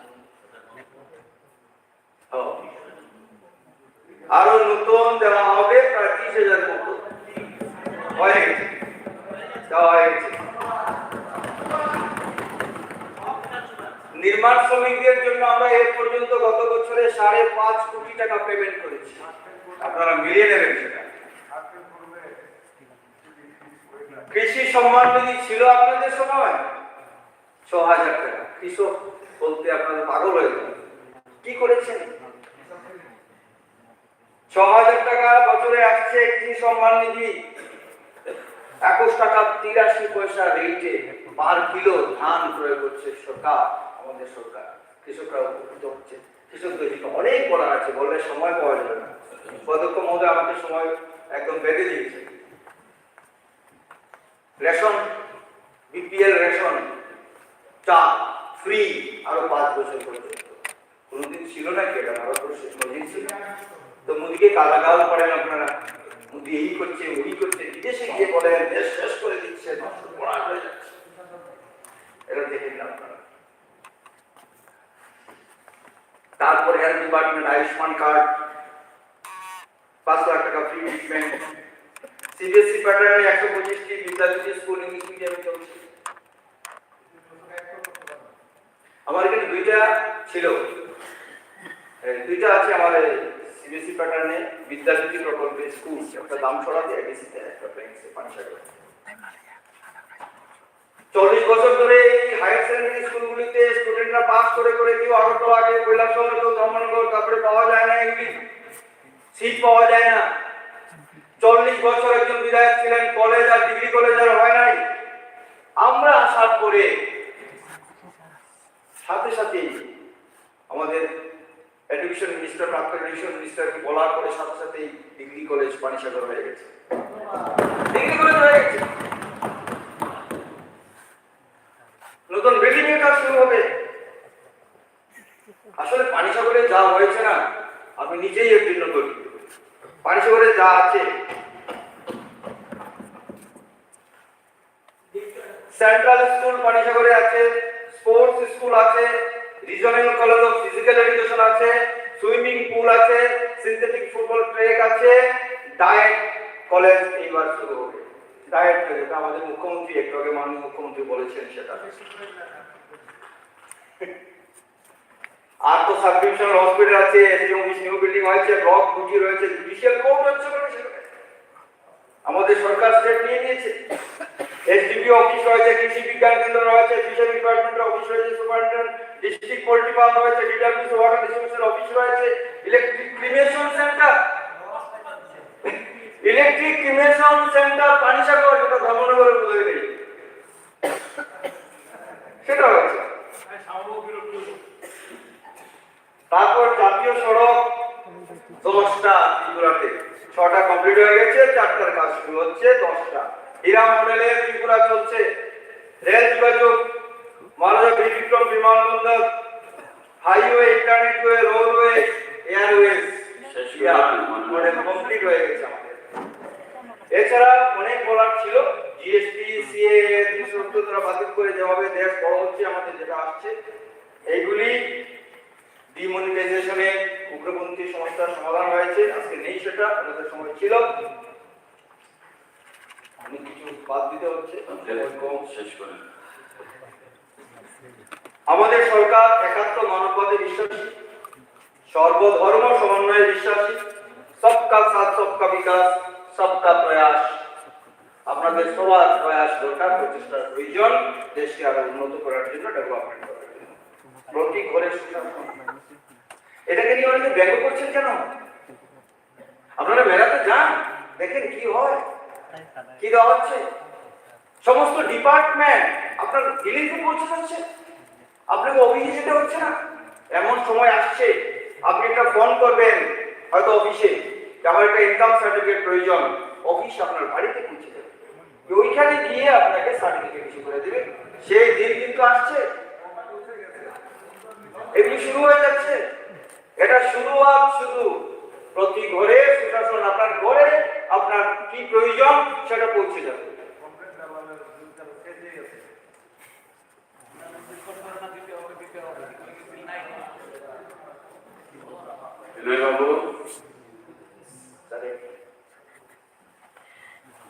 আমাদের সংকল্প বিকশিত ভারত। আজ ভারত চাঁদে পৌঁছে গেছে, চন্দ্রায়ন 3 সূর্যের কাছেও পৌঁছে গেছে।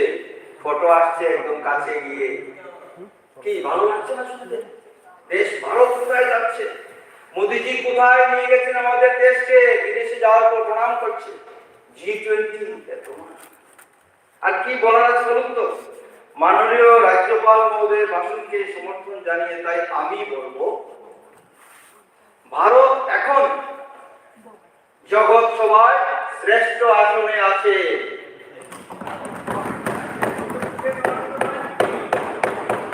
বন্দে মাতরম, ভারত মাতা কি জয়। ধন্যবাদ। আমি মাননীয় সদস্য রঞ্জিত বর্মাকে বলব।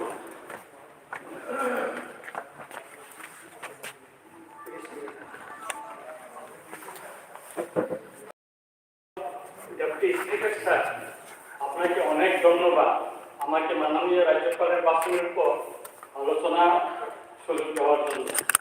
প্রথমে সবাইকে শিক্ষাকালে থাকা তাই করুণা। মাননীয় ডেপুটি স্পিকার স্যার, এক ত্রিপুরা শ্রেষ্ঠ ত্রিপুরা এবং ঘরে ঘরে সুশাসন, এই স্লোগানটি শুনতে আমার খুব ভালো লাগে। কিন্তু 92 প্যারা মাননীয় রাজ্যপালের ভাষণে এই সুশাসন এখন কি বাদ করেছে তা আমি একটু পরে আলোচনা করব। তার আগে গত আমাদের বিরোধী দলনেতা যে ভাষণটা দিয়েছেন এবং যে সংশোধনীতে এনেছেন সেটাকে সমর্থন করে আমি বলতে চাই। তার আগে একটি বিশেষ গুরুত্বপূর্ণ বিষয় আমি আলোচনা করব, তা হচ্ছে গত 7ই জানুয়ারি এই প্রতিবাদী ফোরামে মাননীয় পাতালপিনা Jamatia chairperson minister of state, তারপরে এখানে অশোক স্তম্ভ লাগে উনি একটা চিঠি লিখেছেন। তারপরে এই যে উনি পেট ব্যবহার করেন, অশোক স্তম্ভ পেট ব্যবহার করছেন, উনি কোনো নির্বাচিত সদস্য না, উনি কোনো নির্বাচিত সদস্য না। ওনার গাড়ির মাঝখানে ন্যাশনাল ফ্ল্যাগ লাগানো হয়েছে। ওএসডি একজন ওএসডি উনি নিয়োগ করেছেন, উনি হচ্ছেন ক্যাপ্টেন জেএস রাফে।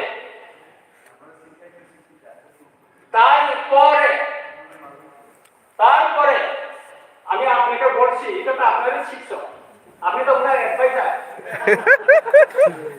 তারপর ওনার টিআরপিসিতে মাননীয় ডেপুটি স্পিকার স্যার ওনার যে টিআরপিসিতে বেতন দিতে পারছে না, সেখানে আন্দোলন চলছে, বেতন দিতে হবে। আর উনি ইংরেজি নববর্ষে সেই কম্পিতে গিয়ে দেশ দিয়েছে, খুব রিস্ক দেশ দিয়েছে সেখানে। আর ওইদিকে ওনার অফিসে কর্মচারীরা বেতন না পেয়ে আন্দোলন করছে। আমি আপনার মাধ্যমে মাননীয় মুখ্যমন্ত্রীকে জিজ্ঞেস করতে চাই যে একজন টিআরপিসি চেয়ারম্যান এবং যিনি নির্বাচিত বিধানসভার সদস্য না, তিনি অশোক স্তম্ভ লাগিয়ে তিনি পেট করতে পারেন কিনা, বিষয়টা আমি মাননীয় মুখ্যমন্ত্রীর কাছ থেকে জানতে চাই।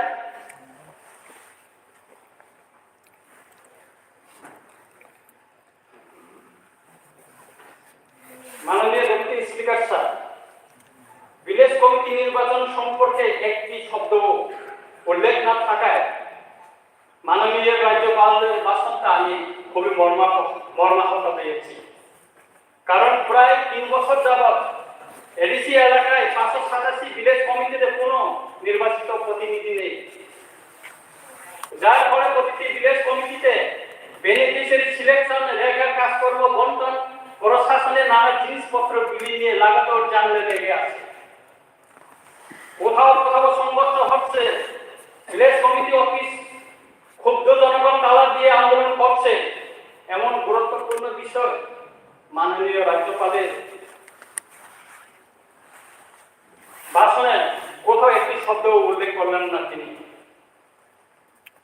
বরং তিনি যেটা গণতন্ত্র যে ব্যবস্থা সেটাকে কার্যকরী করার জন্য কোন পদক্ষেপ না নিয়ে বরং নীরবে তিনি গণতান্ত্রিক ব্যবস্থাকে সমর্থন করে গেলেন ওনার ভাষণে। তাই মাননীয় রাজ্যপালের ভাষণকে কোনোভাবে সমর্থন করতে পারছি না মাননীয় ডেপুটি স্পিকার স্যার।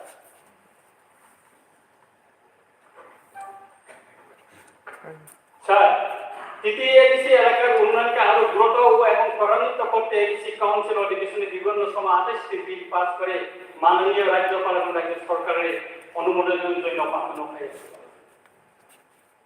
এমন কিছু গুরুত্বপূর্ণ বিল রয়েছে গত 9-10 বছর বেশি হয়ে গেছে এই বিলগুলি অনুমোদন পায়নি।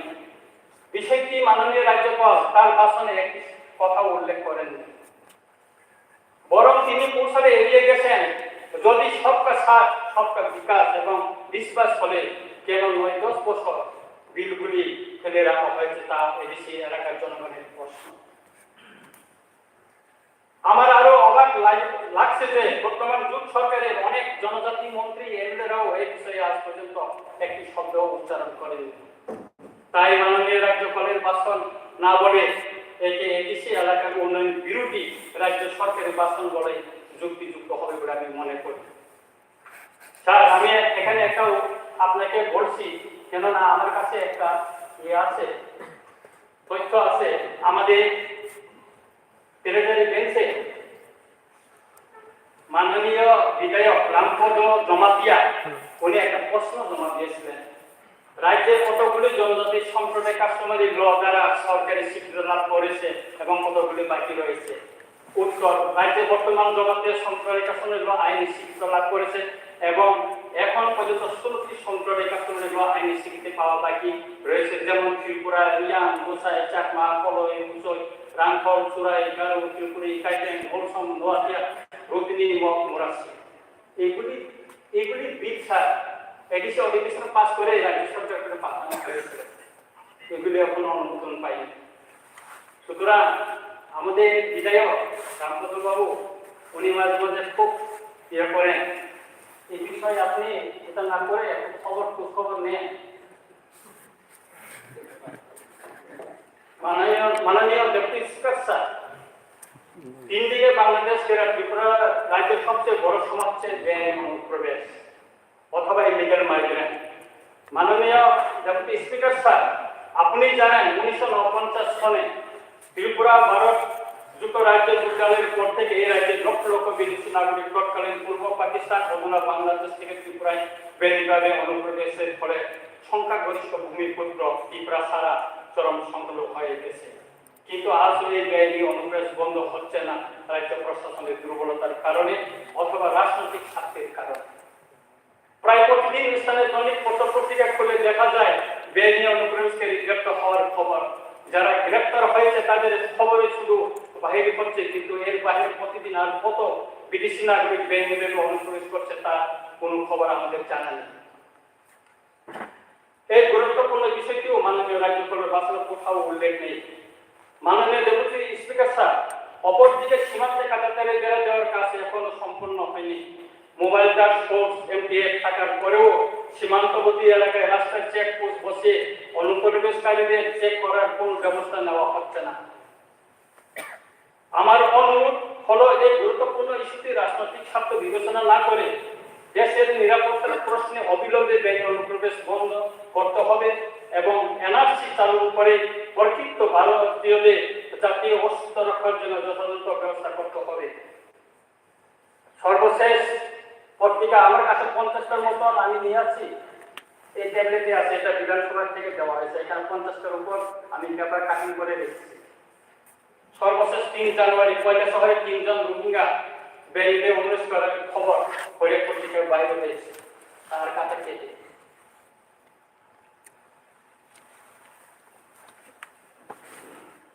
মাননীয় ডেপুটি স্পিকার স্যার, শিক্ষা হচ্ছে জীবনের আলো। শিক্ষা না থাকলে আমরা অন্ধকারে জীবনযাপন সমান বলে মনে করি। তাই 2018 সনের বিধানসভা নির্বাচন আগে বর্তমানে বিজেপি এবং আইপিএফ জোট সরকারের নেতা নেত্রী এবং কেন্দ্রীয় মন্ত্রী সহ দলের পর্যবেক্ষকরা প্রতিশ্রুতি দিয়েছিল, যদি বিজেপি আইপিএফ জোট সরকার ক্ষমতায় আসে তাহলে প্রতিটি বিধানসভা কেন্দ্রে একটি করে ডিগ্রি কলেজ স্থাপন করা হবে বলে। কিন্তু 5 বছর পেরিয়ে 6 বছর পূর্ণ হতে মাত্র 2 মাস বাকি রয়েছে। এবিসি এলাকা অথবা এসটি রিজার্ভ বিধানসভা কেন্দ্রে একটিও কোনো ডিগ্রি কলেজ হয়। আমার তো রামচন্দ্রঘাট বিধানসভা কেন্দ্রে 6টি দ্বাদশ শ্রেণীর বিদ্যালয় রয়েছে। ক্লাস 12 পাস করার পর ওই 6টি স্কুলের ছাত্রছাত্রীরা ডিগ্রি করার জন্য হয় পাইতে যেতে হয় নতুবা আগরতলায় আসতে হয়। তাছাড়া ভর্তি নিয়ে নানা সমস্যা, গরিব ছাত্রছাত্রীরা ঘর ভাড়া করে পড়াশোনা করা খুবই কষ্ট হচ্ছে। তাই আমার দাবি রামচন্দ্রঘাট বিধানসভা কেন্দ্রে একটি ডিগ্রি কলেজ করার বিষয়টি মাননীয় মুখ্যমন্ত্রী গুরুত্ব সহকারে বিবেচনার জন্য অনুরোধ রইল।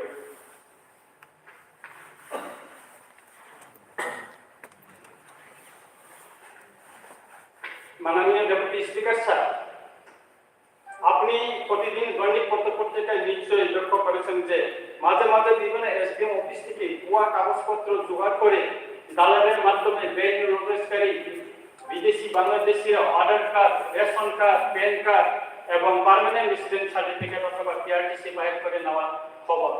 শুধু পত্রিকার খবর বাহির হলে আমরা কিছুটা জানতে পারি কি হচ্ছে এসডিএম অফিসগুলিতে।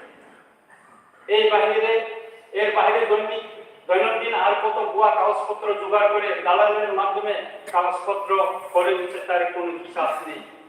এসডিএম অফিসের কিছু সরকারি কর্মচারীর সহযোগিতায় এমন তা হচ্ছে বলে জনগণের অভিযোগপত্র পত্রিকায় লেখা হচ্ছে। এই গুরুত্বপূর্ণ বিষয়টিও মাননীয় রাষ্ট্রপতির ভাষণের কোনো উল্লেখ নেই। মাননীয় স্পিকার স্যার, আমার অনুরোধ হলো মাননীয় মুখ্যমন্ত্রীর নিকট বিষয়টি গুরুত্ব হিসেবে বিবেচনা করে যথাযথ ব্যবস্থা নেওয়া, কারণ এর সঙ্গে দেশের নিরাপত্তা এবং জনগণের ভাগ্য নির্ধারণের ক্ষেত্রে রাজনীতি এবং সামাজিক সমস্যা বাড়াতে পারে।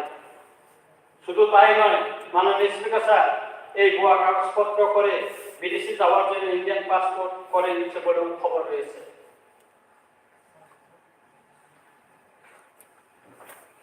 মাননীয় ডেপুটি স্পিকার স্যার, আগরতলা শহরের দূর দূরান্ত গ্রাম পাহাড় থেকে বহু জনজাতি বেকার যুবক এবং মা বোনরা শাকসবজি বিক্রির জন্য আসে, কিন্তু তাদের জন্য স্থায়ী কোনো মার্কেট সেট নেই অথবা জায়গা নেই, তাই রাস্তার পাশে বসে তাদেরকে শাকসবজি বিক্রি করতে হচ্ছে। আগরতলা শহরে জনজাতি শাকসবজি বিক্রেতাদের এই সমস্যার কথা মাননীয় রাজ্যপাল তার ভাষণে উল্লেখ করেনি। মাননীয় স্পিকার স্যার, আমার দাবি হচ্ছে আগরতলা শহরে অন্তত কয়েকটি স্থানে জনজাতি বেকার যুবক এবং মা বোনদের শাকসবজি বিক্রির জন্য স্থায়ী ওপেন মার্কেট সেট করে দেওয়া হোক। বিশেষ করে ভেটচমনি, বনমালীপুর, অভয়নগর বাজার, নন্দনগর, অরুন্ধতী নগরের মিশন কম্পাউন্ড এলাকায় যদি শাকসবজি বিক্রির জন্য ওপেন মার্কেট সেট করে দেওয়া হয়, তাহলে জনজাতি বেকার যুবক এবং মা বোনদের শাকসবজি বিক্রির জন্য একটি স্থায়ী ঠিকানা হবে। বিষয়টি যেহেতু মাননীয় রাজ্যপালের ভাষণে উল্লেখ নেই, তাই রাজ্য সরকারকে গুরুত্ব সহকারে বিবেচনা করে যথাযথ ব্যবস্থা নেওয়ার জন্য অনুরোধ রইল। মাননীয় ডেপুটি স্পিকার স্যার, আপনি জানেন 1988 সনে এবং 1993 সনে বিএনপি এবং এনডিএর সঙ্গে কেন্দ্রীয় এবং রাজ্য সরকারের দুটি শান্তি চুক্তি হয়েছে। বিএনপি চুক্তি আজ প্রায় 36 বছর হয়ে গেছে, অপরদিকে রাজ্য সরকারের সঙ্গে এনডিএর শান্তি চুক্তি 31 বছর হয়েছে। দুঃখের কথা হলো এই দুটি শান্তি চুক্তির অধিকাংশ শর্ত এখনো পূরণ করা হয়নি অথবা রূপায়ণ করা হয়নি। মাননীয় স্পিকার স্যার, বিষয়টি গুরুত্বপূর্ণ হলেও মাননীয় রাজ্যপালের ভাষণে প্রথম স্থান পায়নি একটি শব্দ। স্যার, 1988 সালে বিএনপি চুক্তির শর্ত হিসেবে দলের জেলা শিকারীবাড়িতে একটি রেডিও স্টেশন করার কথা রয়েছে, কাজও হয়েছে, কিন্তু 60% কাজ করে আর হচ্ছে না, ফলে শান্তি চুক্তির শর্ত আজও পূরণ করা হয়নি অথবা অবহেলাই রয়ে যাবে। তেমনি উপজাতিদের বেআইনি হস্তান্তর জমি ফেরত দেওয়ার কথা বিএনপি চুক্তিতে রয়েছে, সে কাজ আজও 50% পর্যন্ত হয়নি।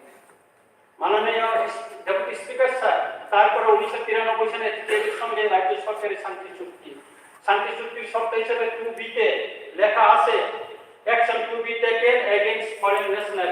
আমি চুক্তির কপিও এখানে নিয়ে এসেছি, যদি প্রয়োজন হয় আমি ইয়ে করতে পারবো। এখানে কপি আমি নিয়ে এসেছি, এখানে আমার কাছে দুইটা চুক্তি কপি আছে। মাননীয় স্পিকার স্যার, কিন্তু আজ পর্যন্ত শান্তি চুক্তির এই শর্ত পূরণের জন্য রাজ্য সরকার কোনো পদক্ষেপ নিয়েছে বলে চোখে পড়ছে না। তেমনি শান্তি চুক্তির 2E-তে উল্লেখ রয়েছে introduction of inner line permit. এই শর্ত পূরণ করার জন্য রাজ্য সরকার কেন্দ্রীয় সরকারের নিকট কোনো প্রপোজাল পাঠিয়েছে কিনা তাও আমরা জানি না। এইভাবে আরো অনেক গুরুত্বপূর্ণ শর্তগুলি এখনো পূরণ করা হয়নি। মাননীয় স্পিকার স্যার, আমার দাবি হচ্ছে যেহেতু সশস্ত্র বিদ্রোহী গোষ্ঠীর সঙ্গে রাজ্য এবং কেন্দ্রীয় সরকার দীর্ঘ আলোচনার মাধ্যমে শান্তি চুক্তি স্বাক্ষর করেছে এবং শর্তগুলি পূরণ করার জন্য লিখিত প্রতিশ্রুতি দিয়েছে, তাই আমার অনুরোধ হচ্ছে অবিলম্বে এই শান্তি চুক্তির শর্তগুলি পূরণ করা হোক। শুধু তাই নয়, আসাম চুক্তি রাজ্য ত্রিপুরাতেও এনআরসি চালু করে অবিলম্বে শান্তি চুক্তির শর্ত হিসেবে বেআইনি অনুপ্রবেশকারী বিদেশি নাগরিকদের শনাক্ত করার কাজ শুরু করা হোক। মাননীয় স্পিকার স্যার,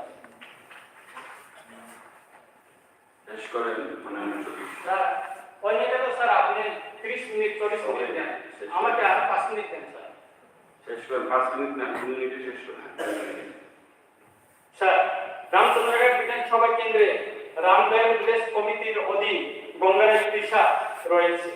সারা বছর এই নদীতে জল থাকে। এলাকার মানুষের দাবি হচ্ছে একটি সুইচ গেট করে নদীর জল আটকে শত শত কৃষি জমিতে ধান চাষ করা। বিষয়টি আমি দিশাবিহীন এবং প্রায় প্রতিটি ডিস্ট্রিক্ট মিটিংয়ে তুলেছি। কাজের কাজ কিছু হয়নি। এলাকাবাসীর তরফ থেকেও আমার ফরওয়ার্ডিং নিয়ে মাননীয় উপজাতি প্রধানমন্ত্রী সহ কৃষি দপ্তরের কর্মকর্তাদের নিকট বহু দরখাস্ত করেছে বলে আমাকে জানিয়েছেন। বিষয়টি কেউ কোনো গুরুত্ব দিচ্ছে না। তাই মাননীয় মুখ্যমন্ত্রী এবং কৃষিমন্ত্রীর নিকট আমার অনুরোধ হলো বিষয়টি গুরুত্ব সহকারে বিবেচনা করার জন্য। স্যার, বাইজারবাড়ি পুলিশ আউটপোস্টকে ফুল প্লেজ পুলিশ স্টেশন ঘোষণা প্রায় 5 মাসের অধিক সময় পেরিয়ে গেছে। একসঙ্গে আরো কয়েকটি যে আউটপোস্টগুলিকে ফুল প্লেজ পুলিশ স্টেশন ঘোষণা করা হয়েছে ইতিমধ্যে মাননীয় মুখ্যমন্ত্রীর হাত ধরে উদ্বোধন হয়ে গেছে। সম্প্রতি মাননীয় মুখ্যমন্ত্রী রামচন্দ্রঘাট বিধানসভা কেন্দ্র পরিদর্শনে গেলে আমার অনুরোধে তিনি বাজারবাড়ি আউটপোস্টে যান এবং সমস্যার কথা শুনেন। শুধু একটি এনওসির জন্য এই আউটপোস্টটি ফুল প্লেজের পুলিশ স্টেশন উদ্বোধন করা যাচ্ছে না। আমি স্বাস্থ্য দপ্তরের ডাইরেক্টর থেকে পুলিশ ডিসি এসপি এবং মাননীয় মুখ্যমন্ত্রী বিষয়টিকে সমাধানের জন্য অনুরোধ করে চিঠি লিখেছি। চিঠির কপি আমার এখানে আছে। চিঠি আমি কপিগুলি নিয়ে আসি এখানে, এগুলি অনেক কপি নিয়ে আসছি। এখানে আমার কাছে কপিগুলি আছে। তাই আমার অনুরোধ হচ্ছে মাননীয় মুখ্যমন্ত্রীর নিকট বিষয়টি গুরুত্ব সহকারে দেখেন এবং অবিলম্বে এনওসি দিয়ে এগুলি ব্যবস্থা করার জন্য। স্যার, আমার বক্তব্য আপনার কথা মতো শেষ করতেছি। মাননীয় বিরোধী দলনেতা শ্রী অনিমেষ দেবনাথ হাতে এক প্রশ্নের জবাবে 9/1/2024 তারিখে উত্তর দেওয়া হয়েছে। তাতে দেখা গেছে ট্রাইবাল ওয়েলফেয়ার ডিপার্টমেন্টের প্রচুর টাকা পড়ে রয়েছে। আমি কপিতে নিয়েছি।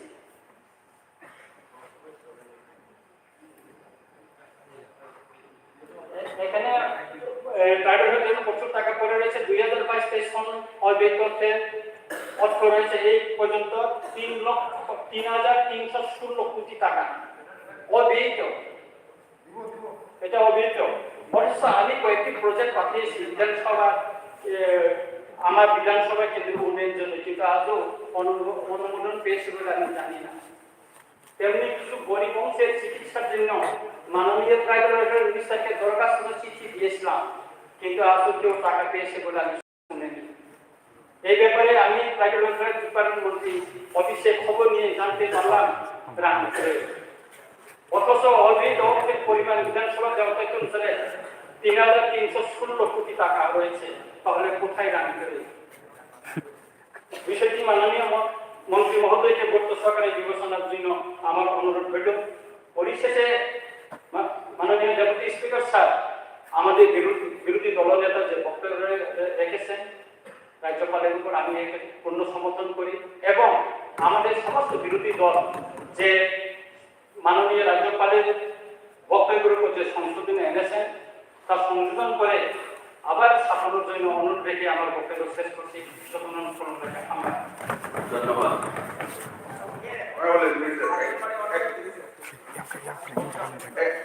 এক মিনিট, যেহেতু আমাদের যে বিষয়টা উনি যেহেতু কাশ্মীরের উঠেছেন, 1 মিনিট আপনার কাছে আমি সময় দিয়ে দিচ্ছি। বিষয়টা হচ্ছে কি, কাস্টমারিজ ল এডিসি থেকে পাস করে আনতে হয়, রাজ্য থেকে পাঠাতে হয়, রাজ্য থেকে পাঠানোর পর ওরা সংশোধন করে সংবিধানের মধ্যে পাঠিয়ে দিলে পর আবার বিদেশি মদত পুষ্পকে একটা ধর্মীয় ওখানে ওনারা আবার ওখানে ঢুকিয়ে দিয়ে দেন। আসল জাতিদের যে চেরাতরিতে থেকে উজ্জ্বল রেখে আবার পাঠিয়ে দেয়। তার এখান থেকে আবার সংশোধন জনজাতিরা ওকে স্বীকার করে না, তারা বাসলে করে তার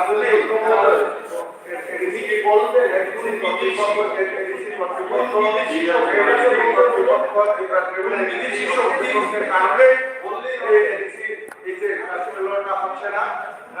তার জন্য ওনাদেরকে আমি মাননীয় সদস্য সুবিধায় করব। ঠিক আছে, ওকে ওকে সদস্য ঠিক আছে। স্যার, উনি আমার প্রশ্নের উত্তর দেওয়ার কে আছে? না না মন্ত্রী, ঠিক আছে আপনি নিজেকে মন্ত্রী, উনি কি মন্ত্রী?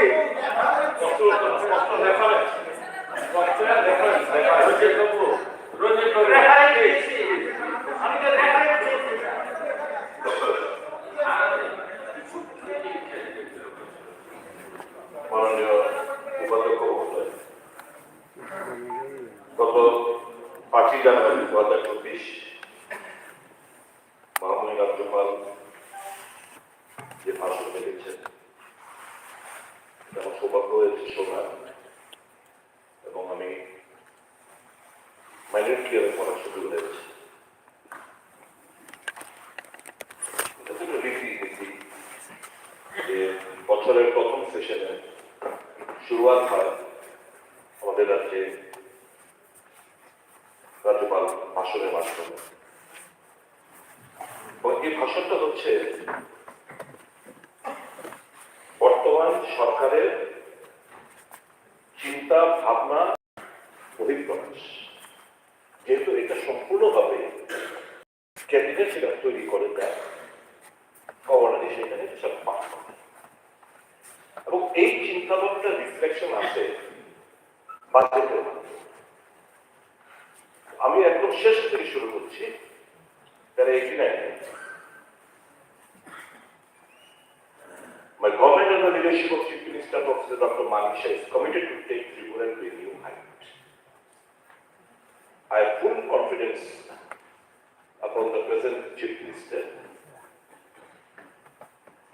that Tripura is bound to reach its height, its desired level. And we in the opposition, we are the watchdog of the Constitution. Wherever lacunas exist, এগুলোকে আমরা উত্থাপন করি not to criticize or not to oppose. আমরা এগুলো তুলে ধরার চেষ্টা করি যাতে করে সরকার এইগুলোর উপর ওয়ার্কআউট করে, এবং ওই কনস্ট্রাকটিভ অপোজিশনের ভূমিকায় আমরা অবতীর্ণ হয়ে তাদের দৃষ্টিতে নেই, যাতে করে তারা পরবর্তী সময়ে রিফ্লেকশনের সময়, বাজেটের সময় যেন এগুলো তারা মাথার মধ্যে রেখে বাজেটটা তৈরি করে। My relationship, personal relationship with the Chief Minister is very good, and we know each other since long. So, our উদ্দেশ্য থাকবে, বক্তব্য থাকবে, don't take anything personal. Even if it is a criticism, please don't take it personal, because I have a high esteem regards to it.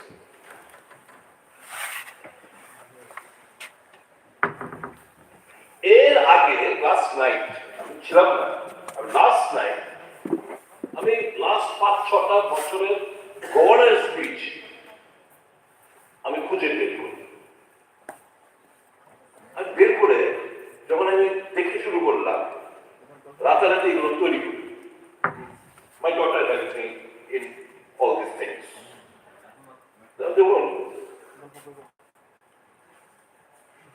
গত যিনি governor ছিলেন, আমি কয়েকটার মধ্যে অনেকগুলো, আমি 91টা তৈরি করেছি, আমি জাস্ট 5-7টা পড়ব। রাজ্যের জনজাতি সাংস্কৃতিক ঐতিহ্যের ধারা অব্যাহত রাখার লক্ষ্যে জনজাতি শিল্পীরা যাতে চিরচরিত বাদ্যযন্ত্র ক্রয় করতে পারেন সেজন্য এককালীন আর্থিক সহায়তার কথা ঘোষণা করা হয়েছিল রাজ্য সরকার। নানা বাদ্যযন্ত্র ক্রয় করার জন্য 30 লক্ষ টাকা বরাদ্দ রাখা হয়েছিল রাজ্য বাজেটে। জাতীয় আন্তর্জাতিক স্তরে পুরস্কার প্রাপকদের সম্বর্ধনা দেওয়ার জন্য 20 লক্ষ টাকা বরাদ্দ রাখা হয়। মোট 50 লক্ষ টাকা থেকে বাকি করার সময় অর্থ খরচ হয়েছে, বাকি অর্থরাশি কোথায় এটা আমরা জানতে চাই। রাজ্য সরকার ত্রিপুরা পুলিশের নতুন মুখ্যালয় নির্মাণের জন্য 20 কোটি টাকা বরাদ্দ করেছিল। 2 বছর আগে টাকা বরাদ্দ হলেও এই নির্মাণ কাজ শুরু হয়। মুম্বাই টাটা মেমোরিয়াল হাসপাতাল যেসব রোগী এবং তাদের আত্মীয় স্বজন চিকিৎসার জন্য যান, তাদের থাকার সুবিধার জন্য হাসপাতালে কাছাকাছি মুম্বাইয়ের খালঘর এলাকায় একটি নতুন ত্রিভুবন ভবন স্থাপন করার সিদ্ধান্ত নিয়েছিল রাজ্য সরকার। সেটা চূড়ান্তভাবে ব্যর্থ। মুখ্যমন্ত্রী পুষ্পোদ্যম প্রকল্প, এই নামে সরকার একটি প্রকল্প চালু করেছিল। এই প্রকল্পের 229 হেক্টর উন্মুক্ত জমি ফুল চাষের আওতায় আনা হবে এবং 2023 সালের মধ্যে ফুল চাষিরা যাতে 100 কোটি টাকা আয় করতে পারে সেই লক্ষ্যে প্রকল্পটি হাতে নেওয়া হয়েছিল বর্তমান বিজেপি আইএসপি জোট সরকার। এই প্রকল্প এখন কার্যকরী। এরকম করে আপনি জানেন এগুলোর কথা বলা হয়েছিল, আপনি জানেন এমসের কথা বলা হয়েছিল, এই সমস্ত গভর্নমেন্টকে কিন্তু বলা হয়েছে, কিন্তু এখনো এটা কোথায় কি হয়েছে nobody knows. It sounds so nice. When you go through the book, it really sounds so nice. যে আমার রাজ্যে ট্যুরিজম হাব হবে, আমার রাজ্যে এডুকেশন হাব হবে, আমার রাজ্যে হেলথ হাব হবে, মেডিকেল ট্যুরিজম প্রমোট হবে। It sounds so nice, কিন্তু বাস্তবের সঙ্গে এগুলো রিফ্লেকশন আসে না। মাননীয় অধ্যক্ষ মহোদয়,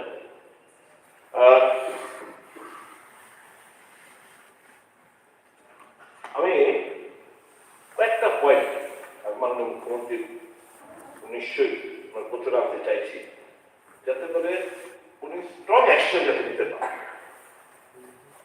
আজকে খবরের কাগজে বেরিয়েছে, আপনারা দেখেছেন হয়তো, ত্রিপুরা ইউনিভার্সিটি একটা অ্যাড দিয়েছিল 56টি অ্যাসিস্ট্যান্ট প্রফেসরের পোস্টের জন্য 26টি সাবজেক্টের উপর জুলাই 15, 2023।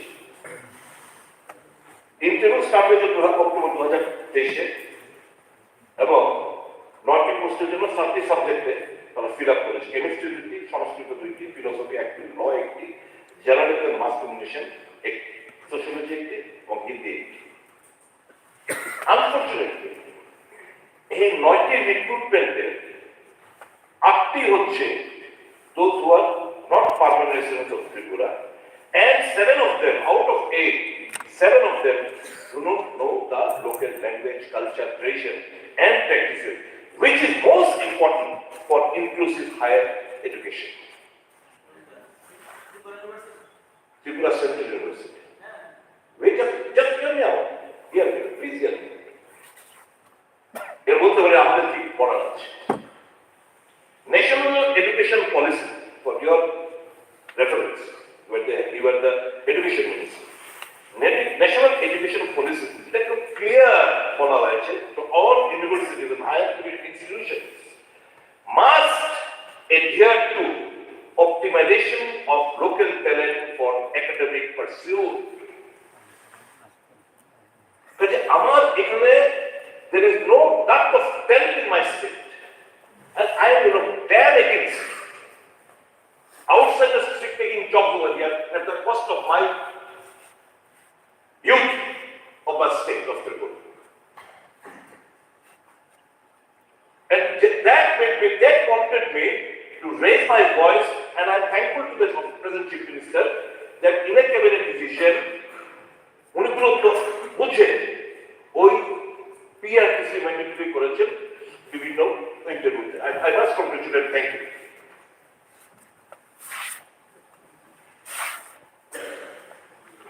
এই যে ইন্টারভিউতে sizeable number of local candidates were called,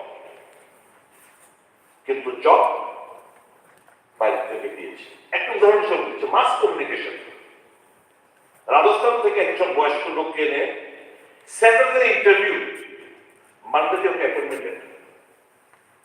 এই জয়েন হয় স্যাটারডে ইন্টারভিউ হয়েছে, আর সে সোমবার দিন জয়েন করে ফেলল।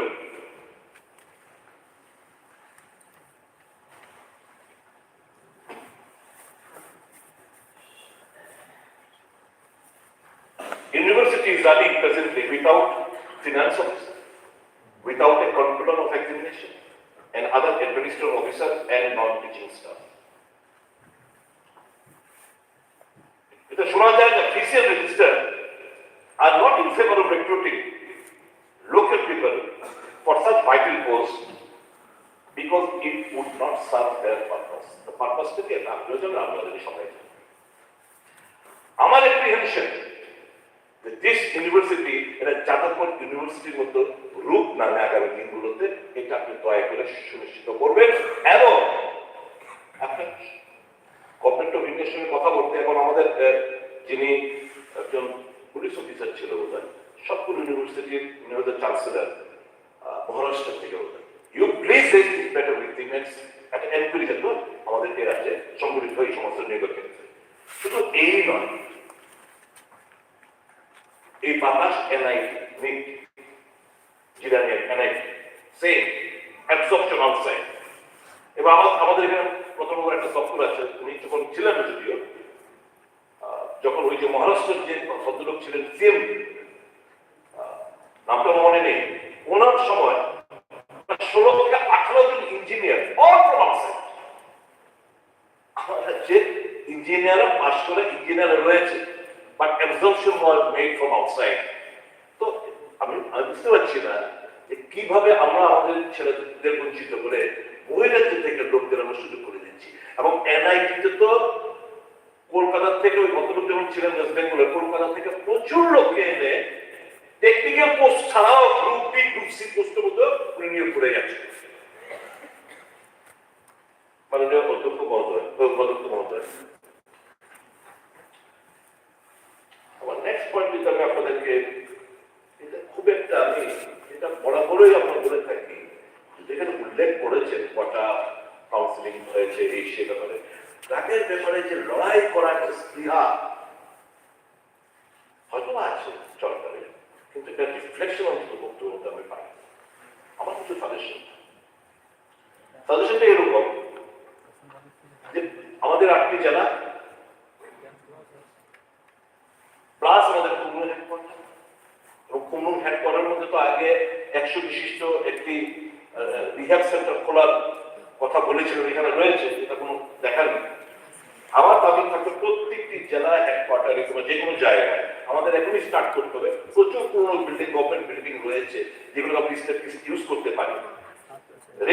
Rehabilitation centre with treatment facilities district, recruit doctors, recruit paramedical staff locally, এবং with sufficient security personnel and arrange basic diagnostic facility within the center. আমরা একটা বিভিন্ন club, NGO, public representative of panchayat level, আমরা তাদেরকে involve করে একটা massive একটা কয়েক মাস ব্যাপী এই ড্রাগ ইউজারদের বিরুদ্ধে তাদের রিহ্যাবিলিটেশন সেন্টারে নিয়ে পৌঁছে দেওয়ার জন্য ফুললি যারা কিওর না হয় সেটা আমরা করতে পারি। অধিকাংশ ক্ষেত্রে দেখা যায় ড্রাগ পেটটা তারা বিক্রি করে, আর যারা কনজিউম করে তাদের কাছে পুলিশ গিয়ে ধরপাকড় করে, এবং কিন্তু আমরা কিংপিনদের আমরা কাছে আমরা বুঝতে পারি না। Because of various reasons known to you, known to us, and known to the police also. এখন ওই সমস্ত ড্রাগগুলো যখন হাসপাতাল রেফার হয়, ডক্টর তাদের একটা লম্বা একটা মেডিসিনের পুলিশের কাছে দিয়ে দেয়, পুলিশ আবার ফরওয়ার্ড করে তার ফ্যামিলি মেম্বারের কাছে।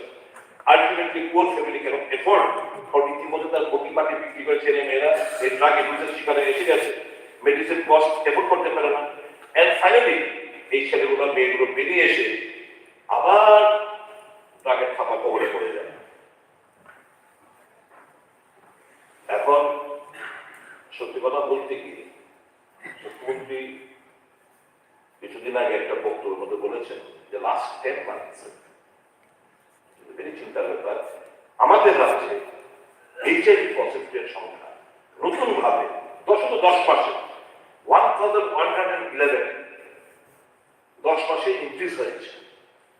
দ্যাট মিনস পার ডে 5 জন করে এইচআইভি পজিটিভ পেশেন্ট ছাত্র-ছাত্রী যুবক তারা এইচআইভি পজিটিভ হচ্ছে because of injectable drug usage. It is a big concern. Now we have to save our youth, our students from this menace. আমার অবিলম্বে যুদ্ধের সব অ্যাপার্ট এটা একটা যুদ্ধকারী ব্যবস্থা নিয়ে এটার বিরুদ্ধে কি করা যায়, we are there to help you.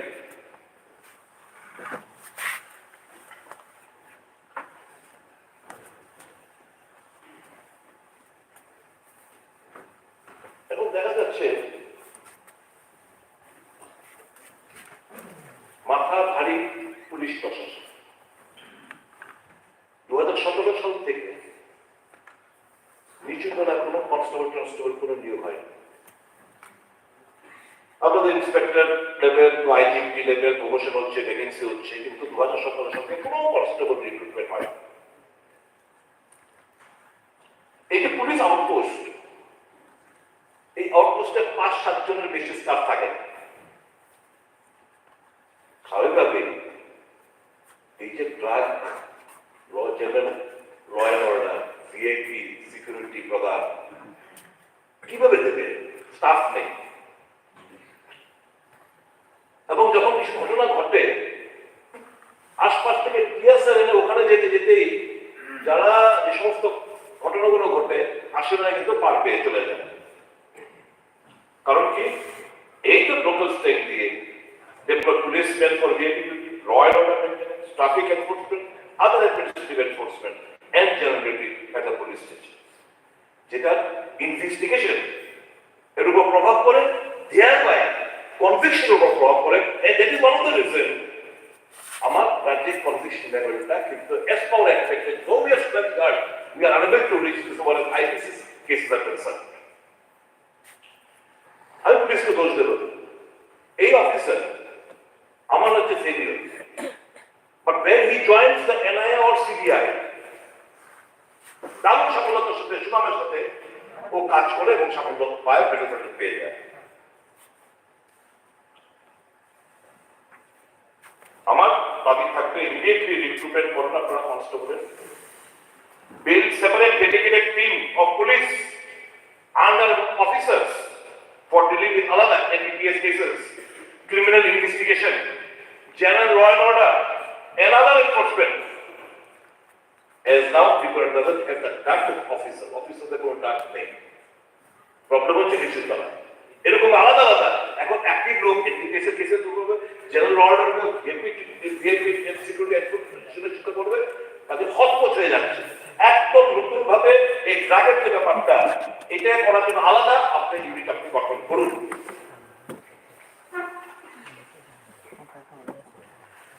Traffic police tracking করতে পারবে, আমাদের ক্ষেত্রে আমাদের ভেহিকেল ইনক্রিজ হচ্ছে, কনজেশন হচ্ছে, মোটর ভেহিকেল অফেন্স হচ্ছে, ন্যাশনাল হাইওয়ে গুলোতে ডিস্ট্রিক্ট রোড, আগরতলা মিউনিসিপ্যালিটির বাইরে যেগুলো আছে সেগুলোকে এনফোর্সমেন্ট করার জন্য সাফিসিয়েন্ট পুলিশ ট্রাফিক প্রেজেন্স থাকবে। আর আমার একটা প্রস্তাব থাকবে, আমাদের 8টা ডিস্ট্রিক্ট, গডসে আপনি যদি ফান্ড না থাকে, আমরা বিধায়ক এলাকাতে সবাই মিলে ফান্ড আমরা দরকার হলো নোবেল কজ কি, সেটা রাস্তার মধ্যে বিভিন্ন জায়গায় ডিস্ট্রিক্টের মধ্যে, ধরুন কোথাও উদয়পুর, একটা সাউথ, একটা আমবাসার সেক্টর, একটা ধর্মনগর সেক্টর, একটা ওই যে ন্যাশনাল হাইওয়ে যেখানে অ্যাক্সিডেন্ট বেশি হয়, ওখানে অত্যাধুনিক অ্যাম্বুলেন্স। আমাদের এখন কি হয়, পেশেন্ট করে রয়েছে, ফায়ার ব্রিগেডের খবর দিয়ে আমার কথা হচ্ছে, ফায়ার ব্রিগেড যারা ট্রেনিং প্রাপ্ত এরা এরা কি জানে এই পেশেন্টটা কোথায় ধরবে, মানে অ্যাক্সিডেন্টের সম্মুখীন হয়েছে, কোথায় থেকে আমি লিফট করবো। আমি দেখেছি একটা ঘটনা, লিফট করে তাদেরকে ফায়ার ব্রিগেডের পিছনে ফেলে কিভাবে আসবে, তো obviously time is loss. So now in those various crucial cases, display board, toll free number, such and such, immediately without losing time, those ambulances who will be with technicians and doctors থাকবে, তাদের কোনো duty নেই, তারা শুধু এই health accident গুলো প্রতিদিন হচ্ছে। এই অ্যাম্বুলেন্স গুলো বিভিন্ন জায়গায় আপনারা ব্যবস্থাপনা রাখুন, যাতে করে আমরা একে এই ভেতরে লাইফ সেভিং ব্যবস্থা রেখে তাকে যেন আমরা ইমিডিয়েটলি মেইন রেফারেল হসপিটাল তার যানটাকে যেন বাঁচাতে পারে, সে ব্যবস্থা আপনি করবেন বলে আমার বিশ্বাস। এগুলো আমার suggestion, I hope it will be reflected in the budget. Health.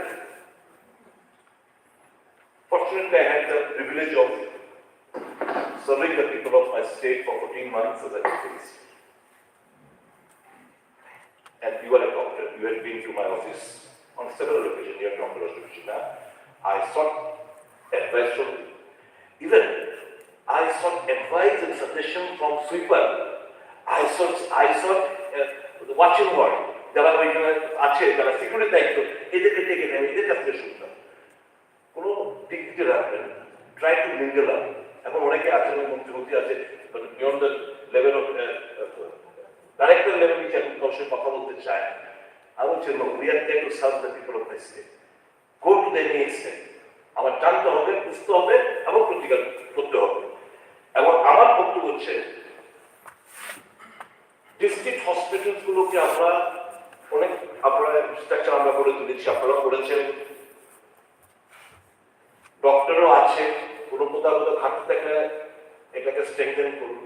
কিন্তু দেখতে পাচ্ছি district hospital, referral hospital, IgM থেকে জিবি আবার এইচএমসি তে রোগী পাঠাচ্ছে।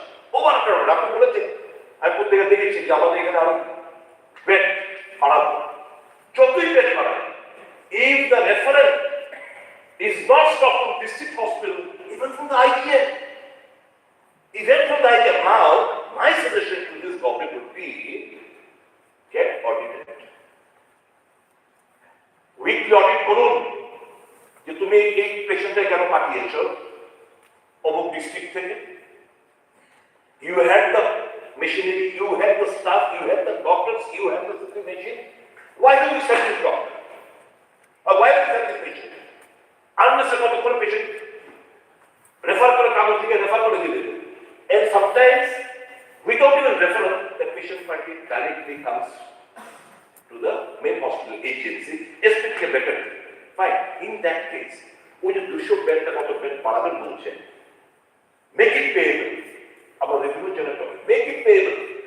If without the referral of district hospital or sub-regional hospital, if a patient comes for better treatment to GP from AKMC, then they will be payable. That means a private OPD, you can start a private OPD over there. We can generate revenue from there. No harm. There are many government hospitals where this system exists. তাহলে দেখবেন এই যে রাশটা সেটা কমবে।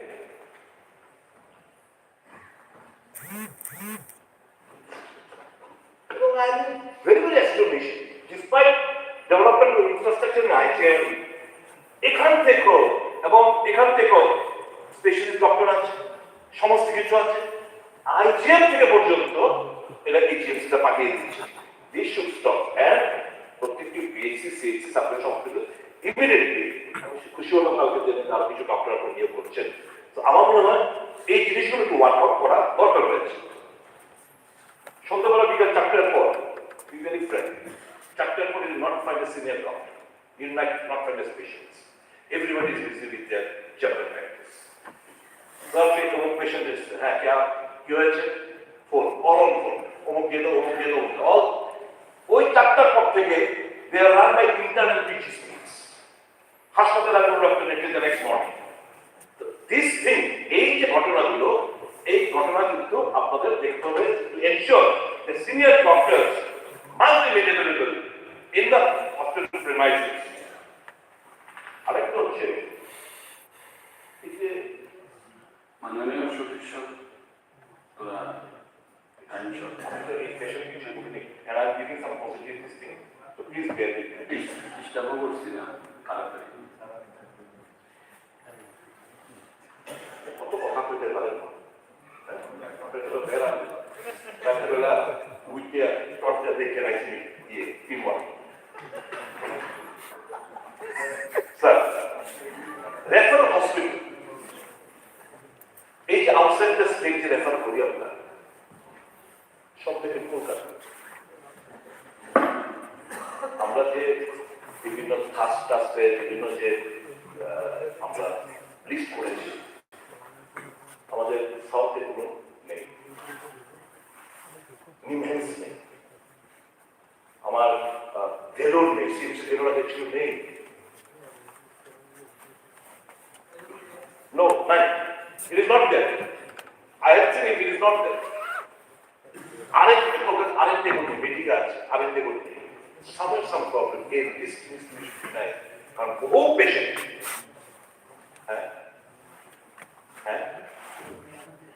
এই রিস্কটাকে আপনারা rectify করবেন। এটা নিয়ে প্রচুর ঝামেলা হচ্ছে এবং দেখবেন কিছু ডক্টরও রয়েছে মনিটরিং এর অভাবে হাসপাতালের পেশেন্ট বাইরে নিয়ে গিয়ে প্রাইভেট নার্সিং হোমে অপারেশন করছে। This does not speak well of the system. This does not speak well of those doctors who are supposed to give treatment, who are supposed to operate on them in the hospital. Instead of that, they are taking them outside and operating and looting those innocent patients. আমার অনুরোধ থাকবে এই জিনিসগুলো আপনি দয়া করে দেখবেন। PWD বড় বড় কন্ট্রাক্ট প্রজেক্ট ম্যানেজমেন্ট ইউনিটস নামে বড় বড় contract inflection recommendation tender finalising document করার আগে কিছু টার্গেটেড কোম্পানি বহিরাজ্যে টার্গেটেড কোম্পানিজকে মাথার মধ্যে রেখে টেন্ডার ক্রস করে এরকমভাবে তৈরি করা হয় যাতে নির্দিষ্ট কোম্পানিগুলো ছাড়া কেউ বিড করতে না পারে। প্রায় 2000 কোটি টাকার উপর টেন্ডার ফ্লোট হয়েছে through PWD and smart city projects in the last this financial year, and 95% of what's awarded to outside funds. বহিরাজ্যের কোম্পানিগুলোকে ফান্ডগুলোকে দেওয়া হয়েছে। Problem is high rate. এখানকার আলটিমেটলি এই ফান্ডগুলো এখানকার কন্ট্রাক্টর সাবমিট করে, আর এখানকার কন্ট্রাক্টররা নতুন শিডিউলের রেট একই রেট 4-5% ব্যবহার করতে রাজি তারা, করার পরেও তারা মুনাফা নেয়। আর এখানে 30%, 40% শিডিউল রেট কাজ পেয়ে যাচ্ছে। তো লস প্যাটার্ন হচ্ছে সাইফারিং অফ ওয়েলথ অফ, যেটা আমার পকেট থেকে আপনার থেকে আমার রাজ্যে খোলার কথা, it is being drained out just the state to various farm. Please take a note of that. এবং I tell you one thing, I'm not going to speak out over here, but I'll be allowed to this in this department is with you. I will let you know later. Because I believe it is not in your knowledge. Something is going on behind your knowledge, I believe that. So I will make you alert on this thing after some time. Ensure that the local contractors get jobs. That will save our government exchequers. মাননীয় উপাধ্যক্ষ মহোদয়, আর কেন হচ্ছে সমস্যা কথা তুলে ধরছে করবেন আপনারা। এবার এখন যে ছেলেমেয়েরা জন্ম হচ্ছে না, আর বিরাট পার্সেন্টেজ আপনি স্ট্যাটিস্টিক্স নিয়ে দেখবেন অটিজমের শিকার, তাদেরকে স্পেশালি এবার চাই বলে, কিন্তু তাদের মূল হচ্ছে অটিজম স্বাভাবিক না করা, স্পেশালি গিফটেড। আমাদের এখানে কোন অটিজম স্কুল বাচ্চাদের জন্য স্কুল, তার যে এই স্কুলে যারা শিক্ষক শিক্ষিকা শিক্ষা প্রদান করবেন সেরকম কোনো কিছু নেই, ইনফ্রাস্ট্রাকচার নেই। প্লিজ বিফোর আই রিকোয়েস্ট ওই সমস্ত মা বাবাদের তরফ থেকে এটা আমাকে বলা হয়েছে, প্লিজ ভেন্টিলেট আপনি যতটা জায়গা আপনি বলছেন। লোকায়ুক্ত হিউম্যান রাইটস কমিশন আমাদের রাজ্যে আছে, আমরা কেন পালিয়ে নিচ্ছি না? বিভিন্ন জায়গায় মানবাধিকার লঙ্ঘিত হয়েছে, হিউম্যান রাইটস কমিশন কোথায়? লোকায়ুক্ত আমি বারংবার, আমি লেফট ফ্রন্ট জমানায় আমি মতন বাবু আমার বারংবার বলে আসছি, এই সরকারের দৃষ্টি আকর্ষণ করেছে যে এই যে প্রেজেন্ট লোকায়ুক্ত দাঁত নেই, লোক নেই, কিছু করার ক্ষমতা নেই। You want to fight out the corruption, লোকায়ুক্তকে এম্পাওয়ারমেন্ট করবে। Lokayukta empowerment so motto corruption news, so many register, take cognizance and মামলা নিয়ে এসে তদন্ত করতে হবে। এটাকে অ্যামেন্ডমেন্ট আনতে হবে কর্ণাটকের মতো। You bring the Karnataka model in the state of Tripura. কর্ণাটকের মডেলটা কিন্তু বিজেপি গভর্নমেন্ট এনেছিল, তাহলে ওইটা ফলো করে এখানে আনুন, দেখবেন we can fight out corruption. Because আমাদের অনেকের ইগনোরেন্সে a section of babus they are looking like anything. মাননীয় মুখ্যমন্ত্রী আপনার প্রচুর আনতে চাই, ভুলে গেছে হয়তো ব্যস্ততার কারণে।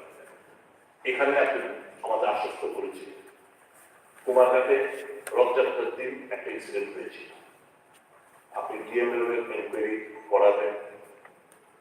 ডিএমএল এর এনকোয়ারি রিপোর্ট কিভাবে আছে আমরা কেউ জানতে পারি, আমরা কি ভুলে গেলাম ওই ঘটনাটা? দয়া করে সেটা, এবং কারা এখানে জড়িত, কার কথা উল্টো হতে গেছে, রুট চেঞ্জ হয়েছে, এটা খুঁজে বের করে প্রয়োজনীয় ব্যবস্থা নিন।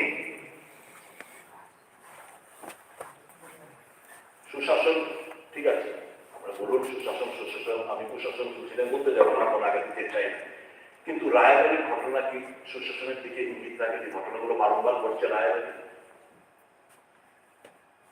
মানব পাচার হচ্ছে, আমাদের ত্রিপুরার না ওখান থেকে দেশের ধারে এতগুলো লোককে তুলে নিয়ে গেল, মানব পাচার না আমরা ঘুরেছিলাম। লজ্জাস্কর একটু একটু সেলফ ইন্ট্রোস্পেকশন করতে হবে আমাদের। শিশু বৃত্তি একটা দুটো বেশ করে 2-3টে ঘটনা ঘটেছে, খিদের অভাবে ওই সোনাগুলো বহু মেলাঘর থাকতে বোধ হয় মা মেয়ে এরা আত্মহত্যা করেছে। সুসাইডের সংখ্যা দিনকে দিন বেড়ে যাচ্ছে। আমাদের দাবি কতবার বলেছি আপনার কাছে, এই যে অকাল বর্ষণে দুবার কৃষক এবং চাষিদের সহায়তা প্রদান করুন, ফিনান্সিয়াল হেল্প রেন্ডার করুন, নাথিং হ্যাজ ইয়েট বিন ডান। আমাকে বিল থাকবে আপনাদের কাছে। আপনি বলেছিলেন জাস্টিস এলিপাল থেকে একটা রিপোর্ট বের করবে 10,323 ম্যাটার। রিপোর্টটা করতে কেউ কথা জানা না, দয়া করে আপনার কাছে আমার অনুরোধ থাকবে এলিপালের রিপোর্টটা প্লেস করুন আর 10,323 এদেরকে দেয়ার সাবঅর্ডিনাস কিভাবে তাদেরকে কি করা যায়। আমি খুব খুশি হয়েছি, আমার একটা বিশাল করে আমার টেকনিক্যাল বন্ধুটি অনেক সাউন্ড নিয়ে একটা বক্তব্য রেখেছে। পাশাপাশি আমি বলবো তার পয়েন্ট করে দিয়ে যাচ্ছি করে দিচ্ছি। নন বায়োডিগ্রেডেবল, আপনি এখানে প্লাস্টিকের কথা বলেছেন, fine, single plastic bag. Non biodegradable substance flex wash, এটা পছন্দ করে না ফ্লেক্স। আমি যদি এই ফ্লেক্সের কাজটা আমি একটা নলেজে দিচ্ছি, তাহলে আমার যে ওই যে বেকার আর্টিস্ট প্রচুর পরিবার দেখতে, লেটস স্টার্ট আবার পুরোনো জায়গায় ফিরে আসি। আমরা ক্লিন ত্রিপুরা, আমরা গ্লোবাল ওয়ার্মিং কথা বলি, আর ফ্লেক্স যথেচ্ছ ভাবে ব্যবহার করছি। This is spoiling our soil. আমাদের মাটির নিচে জল যাচ্ছে না, one of the main reason is আমরা বেধারভাবে এই ফ্লেক্স গুলো ব্যবহার করছি। Please stop usages of this flex which is non-degradable substance. আমি জাস্ট আপনার নলেজ নিয়ে যাচ্ছি। সাউন্ড পলিউশন, মাইক থেকে কথা বলেছি, বাজি পটকা, কি বিকট হৃদয়কে ওঠে ভাব ভাব করে আওয়াজ, বিয়ে শাদী পুজো ইলেকশনের জিত। আর হচ্ছে জব এক্সপিরিয়েন্স, দেখুন কত টাকা এই আমি যেখানে বলছি দাঁড়িয়ে এখানে 5-7-8 লাখ টাকা আদায় করছে। বহু আস্তে আপনার বসাকে নেব করে কোনো চাকরি কোনো ইয়ে নাই, কিছু জায়গায় থেকে ইন্টারভিউ নিয়ে রাখছে। আমি বলে দেখো জাস্ট নলেজে দিয়ে দিচ্ছি, প্রায় 365 panchayat executive officer group C non gazetted under RT panchayat department, প্রায় 365টি পদে, ফায়ার সার্ভিস, স্পোর্টস, বিভিন্ন দপ্তরে ইন্টারভিউ নিয়ে রেখেছে। কোনো কিছু অফার টফার ছাড়া হচ্ছে, কেন সেটা হবে? মাননীয় মুখ্যমন্ত্রী জানেন, এটার পার্টির পার্সেল আমি ছিলাম। আগেকার মুখ্যমন্ত্রী, প্রাক্তন মুখ্যমন্ত্রী আমাদের বিপ্লব কুমার দেব 31 জুলাই 2018 আয়োজন লিখেছে, যেটা আমাদের আশ্বস্ত করেছিল, নতুন বাবু প্রতিষ্ঠান দিয়েছিল, আমার মনে আছে পরমজিৎ বাবু, আমি মেবার চক্রকে আমরা প্রতিষ্ঠান দিয়েছিলাম কি ওই যে রেগুলারাইজেশনের ব্যাপার, যে সরকারি কর্মচারীদের 10 বছর চাকরি করার পর রেগুলারাইজেশন যে হবে, এই যে সার্কুলারটা, এটা 31 জুলাই 2018 বিদ্রোহ হয়ে গেছে। এবং আমাকে কি বলেছিল, নেই হাম বেহতর লাएंगे, हम और ट्रांसपेरेंट तरीके से लाएंगे और 10 साल में हम थोड़ा सा और कम करेंगे। কিন্তু আজকে অবধি এই অর্ডার আর বেরোলো না। আমি এক্সপেক্ট করবো আমার যে স্বপ্ন আমরা দেখছি ত্রিপুরার নিউ হাইটস, এটা নিয়ে যাওয়ার জন্য ওই প্রায় 40,000-এর কাছাকাছি যারা কন্টিনজেন্ট টিআরডব্লিউ রয়েছে কেশওয়েল, তাদের দিকে লক্ষ্য রেখে আপনি এই জিনিসটা আবার পুনরায় আপনারা চালু করুন। ইতিমধ্যে বহুজন কিন্তু রিটায়ারমেন্টে চলে যাচ্ছে।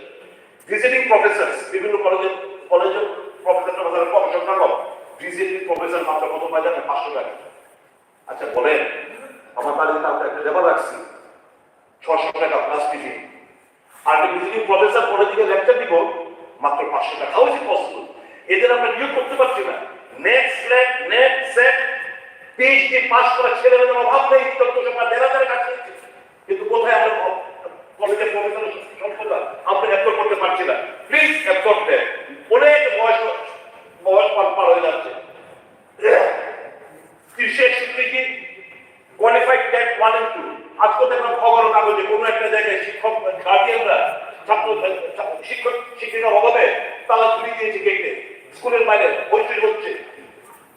আমার শিক্ষক শিক্ষিকা 361 টেট 1 and টেট 2 পাস করে বসে রয়েছে, কোনো তাদেরকে নিয়োগ করতে পারছি না। লাস্ট চাকরি আমি জাস্ট আপনার মনোযোগ দিচ্ছি, লাস্ট 4 বছরে উচ্চ বিদ্যালয়ে প্রায় 17,000 স্টুডেন্ট কমে গেছে। সিনিয়র বেসিক স্তরে প্রায় 30,000 স্টুডেন্ট কমে গেছে 4 বছরে। প্রাথমিক স্তরে প্রায় 30,000 কমে গেছে।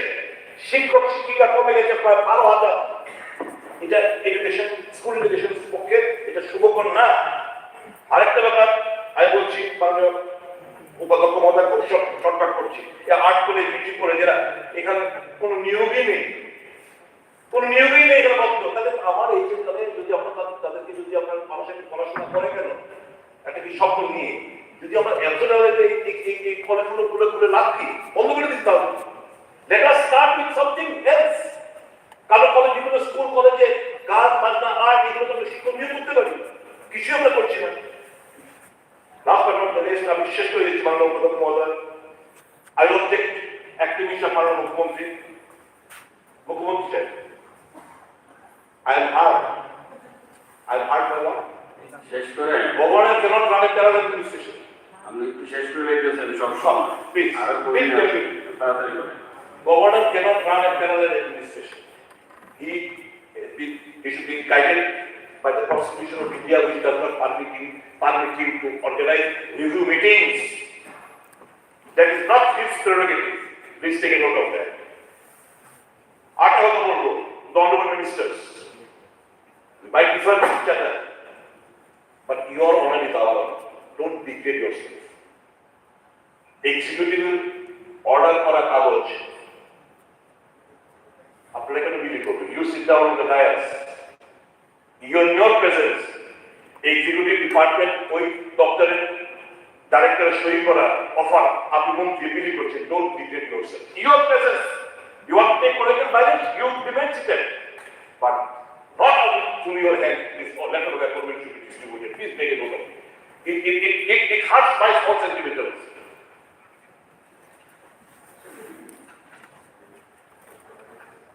Property tax, electricity bill, ফাট করে এত মাসুল বৃদ্ধি করে দিলেন এবং কোনো ধরনের সার্ভে ছাড়া প্রপার্টি ট্যাক্স এটা একটু রিভিউ করা দরকার বলে মনে হচ্ছে।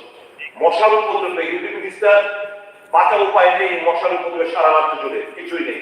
Last but not the least, আবার শেষ করতে এটা লাস্ট পয়েন্টের করে শেষ করে দিই।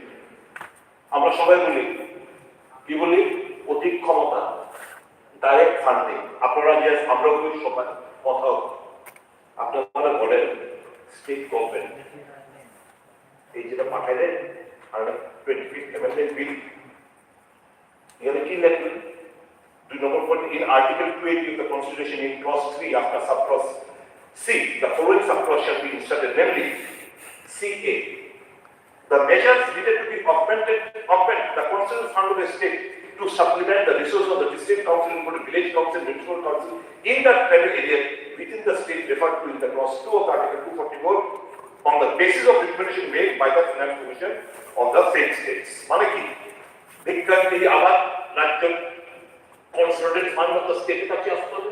তার মানে ADC people has to get from again from the consolidated fund to the government. না তাহলে না আমার তাহলে না provision is there. No, please, provision is there. The direct from the consolidated fund of the Union of India. Why do you not do that? Why does it not be inserted? আমরা কিভাবে pass করলাম? এরা এটা state government পাঠাইছে, হয়তো তারা জানে না, এখন পাইছে, এখন জানে। যখন পাঠাইছেন এটা স্টেট গভর্নমেন্ট পাঠাইছে, তখন আমরা তো আপনারা তো কোন আমরা ডাইরেক্ট ফান্ড থেকে পক্ষপাতী, তার ডাইরেক্ট ফান্ডের প্রভিশন দেবে। কন্ট্রোল ফান্ড যদি স্টেটের দিকে হয় তাদের ফান্ডিং করতে রইল, তার মানে আমরা আবার আমরা করতেছি তাদেরকে আবার come with the making power to the government of Tripura for consent fund of Tripura. তো এটাই হচ্ছে মুশকিল। যে যাই হোক আমার দাবি থাকবে 126th অ্যামেন্ডমেন্ট বিল যেন খুব দ্রুত তার সাথে পাস করানো হয়। আর লাইটার রুমটা বিশেষ করতে চাই, আমি আরেকটা জিনিস খুব খুশি হয়েছি, এখানে ফরেন্সিক ল্যাবে একটা লাইটার রুমটা বিশেষ করতে চাই। ফরেন্সিক ল্যাবে লাইট ডিটেক্টর টেস্ট হবে, এটা স্টার্ট হোক রতনবাবুর দিয়ে। এই যে ভাষণ টাষণ যে দেয় আপনারা না, রতনবাবু যদি শুয়ায় করবো কষ্ট করবো সব যা করতেছেন তার বিপরীত করবেন। আমরা খুব খুশি, সাধুবাদ জানাই যে লাইট ডিটেক্টর মেশিন আগামী দিন রতনবাবুর দিকে আরম্ভ করে ট্রেজারি ব্রাঞ্চের সকলকে যারা মন্ত্রিসভা পরিচালনা করতেছে, যারা বড় বড় ভাষণ দিতেছে তাদেরকে লাইট ডিটেক্টর টেস্টের আওতা মোদানার জন্য আমি প্রস্তাব রেখা। আমি আমার এই যে খবরের উপর যে আলোচনা বিরোধী দলের যারা সদস্যরা এখানে অ্যামেন্ডমেন্ট এনেছেন, সংশোধনে এনেছেন, এগুলোকে সমর্থন জানিয়ে আমি আমার আলোচনা এখানে শেষ করছি। I believe, I want to hurt your sentiment. I believe as a constructive opposition, I have raised some viewpoints of mine to you, and I believe that the reflection will come in due course of time. That is during the other session. Thank you. माननीय deputy speaker sir, तो जो local challenge होता है university गुरा university local challenge যে বলছে না, এটা আমার অন্তত থাকতে পারে। এটা দেখেন আমারও তো জানা মতে ইউনিভার্সিটি No, একদম I agree. There very much I মানে মানে ডেপুটি স্পিকার স্যার, এক মিনিট। মাননীয় সিনিয়র বিধায়ক সুদীপ্তা বর্মন একটা রি-ইলেকশন এর কথা বলছিলেন। যেহেতু এটা আমার দপ্তরে পড়ে, আমি সবার জন্য অবগতির জন্য হয়তো এই বইটাতে ছিল না। অলরেডি আমাদের এখানে সরকারি রি-ইলেকশন ট্রিটমেন্ট ফ্যাসিলিটি যেটা নরসিংগড়ে রয়েছে সাইকেট্রিক হসপিটাল, সেটাতে শুরু হয়েছে এবং কুমলুকে যেটা শুরু করার কথা ছিল সেটা অলরেডি কমপ্লিট। এই ফাইন্যান্সিয়াল ইয়ারে সেটা ওপেনিং হয়ে যাবে। এছাড়াও 200 বেডের একটা হসপিটাল সিপাহীজলাতে, 200 বেডের একটা সিপাহীজলাতে নতুন হসপিটালের জন্য প্রপোজাল গিয়েছে, সেটাও খুব শীঘ্রই কাজ শুরু হবে। আরো দুটা, একটা দক্ষিণ জেলা, একটা গোমতী জেলা, অলরেডি সমস্ত পেপার কমপ্লিট। সেটা একটা লাইসেন্স সেন্ট্রাল থেকে আসছে, সেটা আসলেই শীঘ্রই সেটা 1-2 মাসের মধ্যে শুরু হয়ে যাবে। আরো 4টা জেলাতে 100 বেডের করে সেটার জন্য প্রপোজাল পাঠানো হয়। ঠিক আছে, ওকে। মাননীয় সদস্য অশোক মিত্র।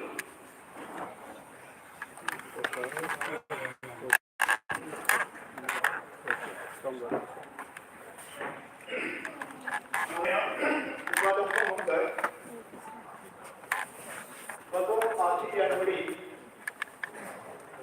মাননীয় রাজ্যপাল এখানে লিখিত ভাষণ দিয়েছেন।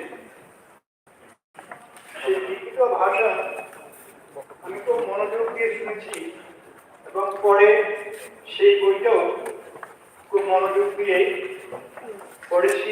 99টা প্যারায় রাজ্য সরকার কেন্দ্রীয় সরকারের কাজের যে তথ্য দিয়েছেন সেই তথ্যগুলো অবহিত হয়েছে। কিন্তু আমি যেটা ঘাটতি মনে করছি যে আমাদের রাজ্যে কিছু মৌলিক বিষয় যেটা এখানে উল্লেখিত হয়নি, সেগুলিকে উল্লেখ করার জন্য কিছু আমি সংশোধনী জমা দিয়েছি এবং সমস্ত বিরোধী দলের পক্ষ থেকে অনেকেই সংশোধনী জমা দিয়েছি। যে রিপোর্টটা এখানে পেশ করেছেন মাননীয় রাজ্যপাল, সেখানে গুণগত শিক্ষার বিষয়টি উল্লেখ করেছে। আমি এই বিষয়টি আনতে চাইছি এই জন্যই, আমি দীর্ঘদিন শিক্ষকতায় যুক্ত ছিলাম। গুণগত শিক্ষার বিষয়টা নিয়ে ভেবেছি, নিজের অভিজ্ঞতা আছে, সেই জন্যই আমি এই গুণগত শিক্ষার যে বর্তমান পরিস্থিতিটা কি, এখানে শুধু কাগজে বললাম, রিপোর্টে লিখলাম, 3টি বেসরকারি আমি বিশ্ববিদ্যালয়ে আনলাম কিংবা 3টি ডিগ্রি কলেজ খুললাম, 25টি বিদ্যার্থী প্রকল্প আমি দিয়ে দিলাম, বা দেওয়ার সিদ্ধান্ত নিলাম, এর মধ্যে কিন্তু সীমাবদ্ধ নেই। গুণগত শিক্ষার বিষয়টা বেসিক লেভেলে দেখতে হবে। আমাদের প্রাইমারি এডুকেশনটা কেমন আছে, আমাদের সেকেন্ডারি এডুকেশনটা কেমন আছে, আমাদের হায়ার সেকেন্ডারি এডুকেশনটা কেমন আছে, কলেজগুলো কেমন চলছে, এর নিরিখে তাকে আমার নির্ধারণ করতে হবে। আমি আমার বিধানসভা কেন্দ্রে আমি আমার যে বিদ্যালয়গুলো আছে, যেহেতু সেখানে আমি চাকরি করেছি, শিক্ষকতা করেছি, নির্বাচিত হয়েছি সেই বিশ্বমুখ বিধানসভা কেন্দ্র থেকে অনেক বিদ্যালয়ে আমি পরিদর্শন যাই। বিদ্যালয়গুলিতে গিয়ে আমি যা দেখতে পাচ্ছি, সেখানে শিক্ষার কোনো পরিকাঠামো নেই। ব্যাপক শিক্ষকের অভাব রয়েছে, শিক্ষা যে বিদ্যালয়গুলি তার পরিকাঠামোর অভাব রয়েছে, বিভিন্ন যে ত্রুটিগুলি রয়েছে, ঘাটতিগুলি রয়েছে।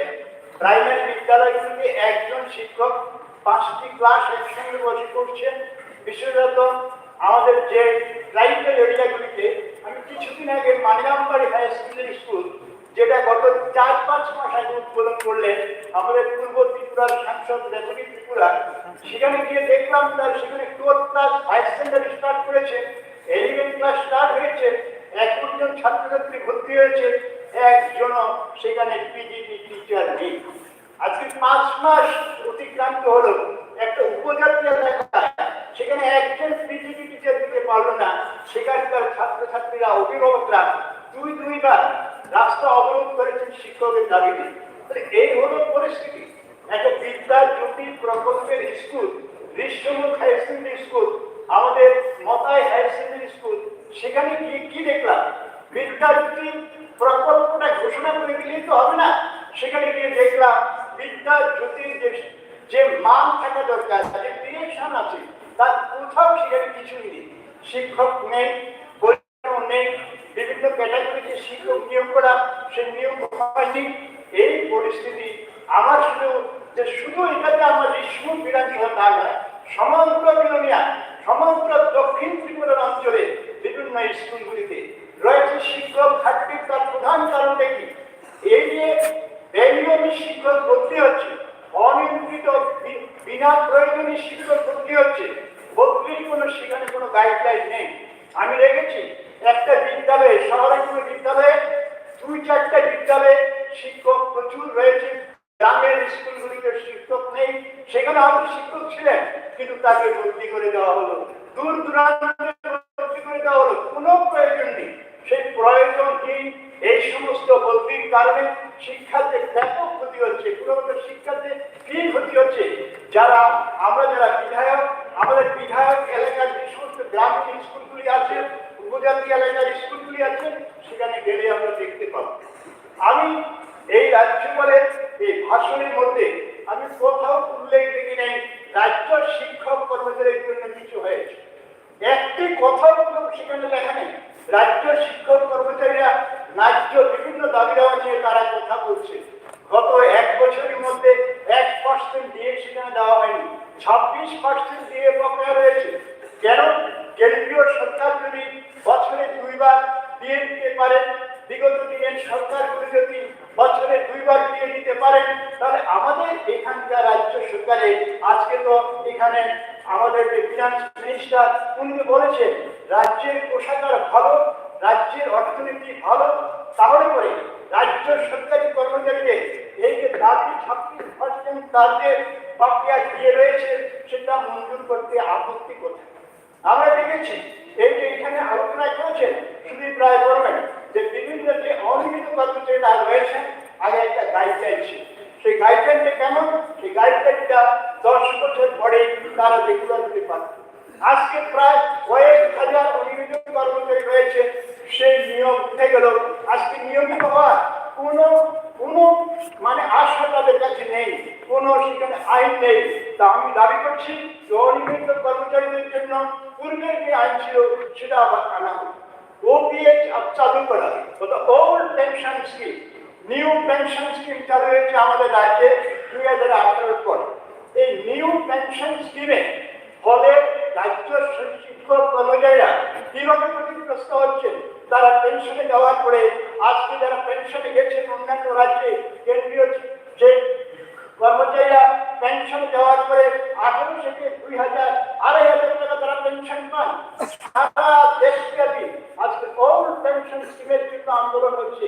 আমি গত বাজেট অধিবেশনে দাবি করেছিলাম যে ওল্ড পেনশন স্কিম আবার আমাদের রাজ্যে চালু করা হবে। প্রমোশনের ক্ষেত্রে যে একক প্রমোশন দেওয়া হয়েছে তাতে কিছু জটিলতা হয়েছে। আমি গত সেই বাজেট অধিবেশনে বলেছিলাম যে একক প্রমোশনটা একটা, সেখানে কি বলবো, এটা কি জিনিস কি বুঝতে পারছি না। আমি পুরোনো স্কেলেই থাকবো, স্কেলটি কিছুটা পরিবর্তন হলে পরে আবার যদি আমি পেনশনে চলে যাই, এর মধ্যে সুপ্রিম কোর্টের সেখানে বিচার রয়েছে, সেই বিচারাধীন অবস্থায় যদি আমি পেনশনে চলে যাই 2 বছর 3 বছর অনেকে চলে গেছে, আবার পূর্বের পোস্টে পূর্বের স্কেল দিয়ে তাকে আজকে রিটায়ারমেন্টে যেতে হচ্ছে। সুতরাং একক প্রমোশনের এই জটিলতাটা এখান থেকে দূর করা হবে। স্বাস্থ্য ক্ষেত্র নিয়ে অনেক কথা বলা হয়েছে। এখানে সুদীপবাবু বলেছেন যে স্বাস্থ্য ক্ষেত্রে উনি কিছু প্রবর্তন দিয়েছেন। আমাদের আইজিএম হসপিটাল বা বিভিন্ন হসপিটালের সিট সংখ্যা বাড়ানো হচ্ছে, এখানে কিছু বিশেষ সুযোগ সুবিধা দেওয়ার ব্যবস্থা হচ্ছে, রিপোর্টে এসেছে। মেডিকেল শিক্ষার কিছু উন্নতি হচ্ছে, মেডিকেল শিক্ষার জন্য রাজ্য সরকার কিছু ব্যবস্থা রেখেছেন। নার্সিং ট্রেনিং থেকে বিভিন্ন যে প্যারামেডিক্যাল ট্রেনিং কোর্স করার জন্য বিভিন্ন ব্যবস্থা রেখেছেন। কিন্তু সবচেয়ে যে জিনিসটা, যে ন্যূনতম স্বাস্থ্য পাওয়ার যে অধিকার মানুষের, গ্রামীণ স্বাস্থ্য কেন্দ্রগুলোর কি অবস্থা? আমার বিধানসভা কেন্দ্রে 5টি সেই স্বাস্থ্য কেন্দ্র আছে। সেই স্বাস্থ্য কেন্দ্রগুলিকে গিয়ে আমি যেটা দেখলাম, একজন ডাক্তার দিয়ে 2 জন নার্স দিয়ে স্বাস্থ্য কেন্দ্রগুলি চলছে। স্বাভাবিকভাবে 15 জন 20 জন সেখানে যদি রোগী ভর্তি হয় তাদের উপায় কি থাকে, অবস্থা কি? প্রতিটি স্বাস্থ্য কেন্দ্র ঢুকছে এইভাবে। স্বাভাবিকভাবে স্বাস্থ্য কেন্দ্রগুলিকে যদি আরো শক্তিশালী করতে হয়, ডাক্তার নিয়োগ করতে হবে, নার্স নিয়োগ করতে হবে, বিভিন্ন যে সমস্ত পরীক্ষা নিরীক্ষা সেগুলো রেফারেল হাসপাতাল, সেই আমাদের বিভাগীয় হাসপাতাল কিংবা বিভিন্ন যে আমাদের বিশ্বরূপ হাসপাতাল, এগুলির মধ্যে সেই ব্যবস্থাগুলো নিয়ে যেতে হবে। এক্সরে থেকে আমাদের বিভিন্ন যে পদ্ধতিগুলি আছে সেই নিরূপণ করা, সেগুলো সেই সুযোগ সুবিধা সেখানে নিতে হবে। এখানে আমাদের যে কৃষি মন্ত্রী উনি ওনার যে রিপোর্ট আমি যেটা দেখলাম আমাদের রাজ্যপালের ভাষণের মধ্যে এসেছে, সেই রিপোর্টের মধ্যে কৃষি ব্যবস্থার ব্যাপক উন্নতি হয়েছে বলেছে। কিন্তু কৃষি ব্যবস্থা আমার যে বিধানসভা কেন্দ্র, আমার বিধানসভা কেন্দ্রে 3টি ফলের বাগান আছে, বিশাল বিশাল ফলের বাগান। সেই ফলের বাগানগুলো গত 5 বছরে ধ্বংস হয়ে গেছে, অন্ধকার জঙ্গলে পরিণত হয়েছে। প্রায় 200 কানি 300 কানি এক একটি ফলের বাগান। আমাদের পূর্ব সরাসরিতে বাসপটুয়াতে রতনপুরে 3টি বড় বড় বাগান আছে, সেই বাগানগুলো ধ্বংস হয়ে গেছে, জঙ্গল হয়ে গেছে। আমি সেই কোশ্চেন করেছিলাম, কোশ্চেনটা অ্যালাউ করা হয় নাই। কি অবস্থা, তাতে কি করার অভিপ্রায় রয়েছে, কোনো সেখানে উত্তর পেলাম না। পাম ওয়েল তৈরি করার জন্য সিদ্ধান্ত নিয়েছেন 700 হেক্টর পাম ওয়েল বাগান করবেন, কিন্তু আমার বিশ্ববিদ্যালয়ে বিশাল পাম ওয়েলের সেই গাছ রয়েছে, এখনো 400-500টা সেই পাম ওয়েলের গাছ রয়েছে, বিরাট ক্ষেত্র, সমস্ত ধ্বংস হয়ে যাচ্ছে। পাম ওয়েল রক্ষণাবেক্ষণের জন্য একজন স্টাফ নেই, সেই সমস্ত বাগিচাগুলো সেই পাবলিক কেটে নিয়ে যাচ্ছে গাছ, সেখানে দখল হয়ে যাচ্ছে বাগানের জায়গা। এই পরিস্থিতিতে বাস্তবের সঙ্গে রিপোর্টে মিল নেই, এই কথাটাই আমি এখানে বলতে চাইছি। জল মিশন সম্পর্কে এখানে কথা বলা হয়েছে যে জল মিশন বাড়ি বাড়িতে জল দেওয়ার সিদ্ধান্ত হয়েছে, বাড়ি বাড়ি পাইপলাইন হয়েছে, কিন্তু সেখানে জলের কানেকশন নেই। স্বাভাবিকভাবে জলের কানেকশনের জন্য যে ওয়াটার রিসোর্স আরো শক্তিশালী করা দরকার। একটা ওয়াটার রিসোর্স থেকে দেখা গেল যে আমি 500 বাড়িতে জলের কানেকশন দিলাম, কিন্তু জল দেখা গেল যে কোনো বাড়িতে যায়। স্বাভাবিকভাবে সেই জলের রিসোর্স বাড়াতে হবে, টিউবওয়েল বাড়াতে হবে। এই বিষয়গুলিকে দেখার জন্য আমি এখানে প্রস্তাব রাখছি। এখানে আজাদিকে অমৃত 75টা অমৃত সাগর এই বর্ষে আমাদের প্রতিটা জেলাতে 75টা যে অমৃত সাগর করা হয়ে গেছে বলেছেন, করেছে। কিন্তু আমি দক্ষিণ জেলায় আমার বিধানসভা কেন্দ্রে আমি বিডিওকে জিজ্ঞেস করেছিলাম যে এইখানে অমৃত সাগর কোথায় আছে। উনি বললেন যে আমার দোয়া প্রবেশের পিছনে আমি গিয়ে দেখলাম সেটা পুরনো একটা বিশাল লেক। সেই লেকটাকে একটু খাতলা বানিয়ে একটা সাইনবোর্ড দিয়ে সেটা উদ্বোধন হয়েছে, কিন্তু পাথরটা কোথায় হবে? তা দক্ষিণের একটা দোয়াকে যদি একটা হয়, এখন যদি দেখা যায় যে পুরানো কোনো জলাশয়কে লেককে এবং সাইনবোর্ড দিয়ে দিয়ে অঙ্কিত সাগর হয়েছে কিনা আমি জানি না, কিন্তু আমার ব্লগে আমি যেটা দেখেছি যে একটি মাত্র অঙ্কিত সাগর, সেখানে জল বিষয়ে যেটা বলা হয়েছে জল সংরক্ষণে আজাদিকা অমৃত মহোৎসবে একটি মাত্র আমি সেখানে দেখেছি। যোগাযোগ ব্যবস্থা, সে যোগাযোগ ব্যবস্থা আমি বলবো যে যোগাযোগ ব্যবস্থার জন্য অনেক কথা বলেছি। এখানে ন্যাশনাল হাইওয়ের কথা বলেছে যে এতটা হয়েছে, এই হয়েছে, সেই হয়েছে, কিন্তু গ্রামীণ যে ব্যবস্থাটা, প্রধানমন্ত্রীর যে সড়ক যোজনা, আমার এই শিবক বিধানসভা কেন্দ্রে প্রচুর গ্রামীণ সড়ক আছে। আমি জানি না অন্য বিধানসভা ক্ষেত্রে বলতে কিরকম, প্রকৃতি সেই গ্রামীণ সড়ক আজকে ব্যস্ত হয়ে গেছে। কোথাও গাড়ি চলার মতন সেখানে সুযোগ নেই, সমস্ত ভেঙে চলে গেছে। তার সংস্কারে তাকে কিছু করার জন্য কোনো অভিপ্রায় নেই। গত 5-6 বছরের মধ্যে আমি দেখেছি। আমি আরেকটি বিষয় কিন্তু উল্লেখ করবো যে আমাদের যে 10,323 যে শিক্ষকরা ছিলেন গত 18 সালের নির্বাচনের পূর্বে, আপনারাই প্রতিশ্রুতি দিয়েছিলেন তাদেরকে যে তার যে কোনো ভাবে হোক তাদেরকে কিছু করা হবে, কিন্তু বর্তমানে আইনের কারণে বিভিন্ন কারণে আপনারাই বলছেন আমরা চেষ্টা করেছি কিছু করতে পারলাম না। কিন্তু আজকে এই যে মানুষগুলো, এই যে 7,000 এখন রয়েছে, তারা কোথায় যাবে, কি পরিস্থিতি যাবে? সুতরাং যে কোনো ভাবে তাদেরকে নিযুক্ত করার জন্য একটা উদ্যোগ আপনারা নিন। আমাদের যে সর্বশিক্ষা, যে সমস্ত শিক্ষক শিক্ষিকা রয়েছেন তাদের নিয়মিতকরণের জন্য কোর্ট রায় দিয়েছেন, কিন্তু সেই কোর্টের রায়কে অন্যভাবে ঘুরিয়ে দিয়ে সেখানে 3 ক্যাটাগরি সে সর্বশিক্ষার শিক্ষকদের জন্য সিদ্ধান্ত নেওয়া হয়েছে। নিয়মিত হয়েছে খুব কম, যারা ট্যাক্স কোয়ালিফাইড হয়েছেন, যারা বিএড পেয়েছেন কিন্তু সে ট্যাক্স কোয়ালিফাইড হতে পারেনি, সুতরাং সে নিয়মিত হয়নি। আরেক শ্রেণী যারা বিএড নেই, তাদের বিএড করার মতো বয়স নেই, সব বিষয় নিয়ে তাদের জন্য আরেকটা স্কেল। এছাড়া রয়েছে সেই সর্বশিক্ষার অশিক্ষিত কর্মচারীরা, স্বাভাবিকভাবে তাদের সম্পর্কে একটা সিদ্ধান্ত নেওয়ার প্রয়োজন আছে। শিক্ষা ক্ষেত্রে তাদের ভূমিকা রয়েছে। বর্তমানে গ্রামীণ স্কুলগুলিতে সর্বশিক্ষার শিক্ষকরা যারা আছেন তারাই একমাত্র অবলম্বন, সুতরাং তাদের উপর নির্ভর করে অনেকগুলো স্কুল চলছে। স্বাভাবিকভাবে তাদের সম্পর্ক এখানে ভাবা দরকার। আমি আরেকটি কথাই বলবো যে এখানে এসে আমি অনেক বয়সে বিধায়ক হয়েছি, যদিও নতুন বিধায়ক, কিন্তু এখানে এসে যে বিষয়গুলো আমি দেখছি যে এখানে যেন মনে হচ্ছে একটু অসহিষ্ণুতা পরিবেশ মাঝে মাঝে দেখা যায়।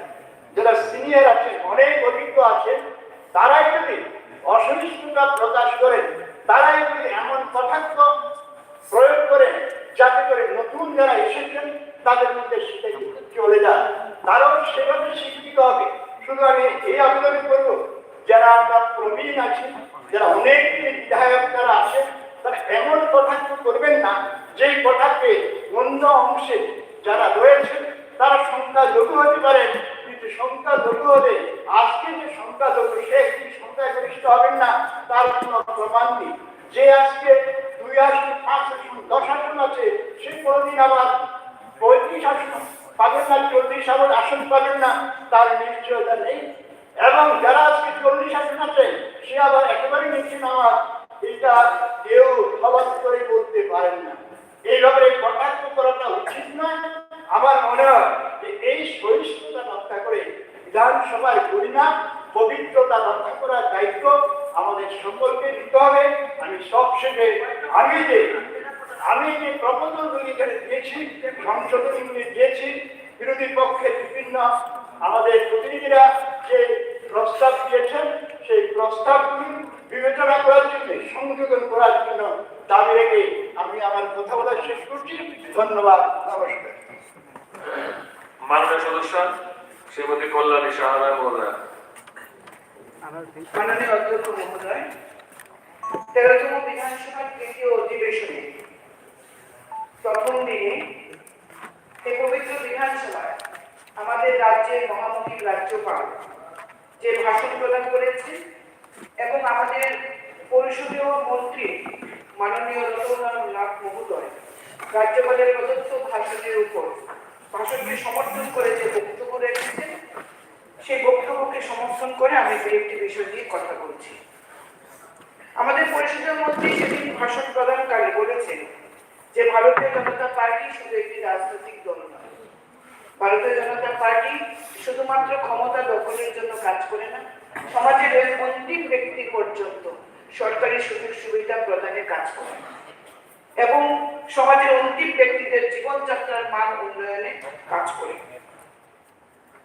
মাননীয় অধ্যক্ষ মহোদয়, ভারতীয় জনতা পার্টি একটি রাষ্ট্রবাদী পার্টি, রাষ্ট্রহিতে কাজ করে, রাষ্ট্র নির্মাণে কাজ করে এবং ভারতীয় জনতা পার্টি একটি বিচারধারা ভারত মাকে অখণ্ড রাখার জন্য এই পার্টির যারা প্রতিষ্ঠাতা সদস্য ডক্টর শ্যামাপ্রসাদ মুখার্জি এবং দীনদয়াল উপাধ্যায় আত্মবলিদান দিয়েছিলেন। প্রাক্তন প্রধানমন্ত্রী অটল বিহারী বাজপেয়ীও বলেছিলেন, भारत कोई भूमि का टुकड़ा नहीं है, ये जीता जागता राष्ट्र पुरुष है। ये बंधन की धरती है, ये अभिनंदन की धरती है। ये अर्पण की भूमि है, ये तर्पण की भूमि है। इसकी नदी नदी हमारे लिए गंगा है, इसकी कंकर कंकर हमारे लिए शंकर है। हम जिएंगे तो इस भारत के लिए, हम मरेंगे तो इस भारत के लिए, और मरने का बाद भी गंगा जल में बहते हुए हमारे अस्थियों को कोई कान लगाकर सुनेगा तो एक ही आवाज आएगी, भारत माता की जय।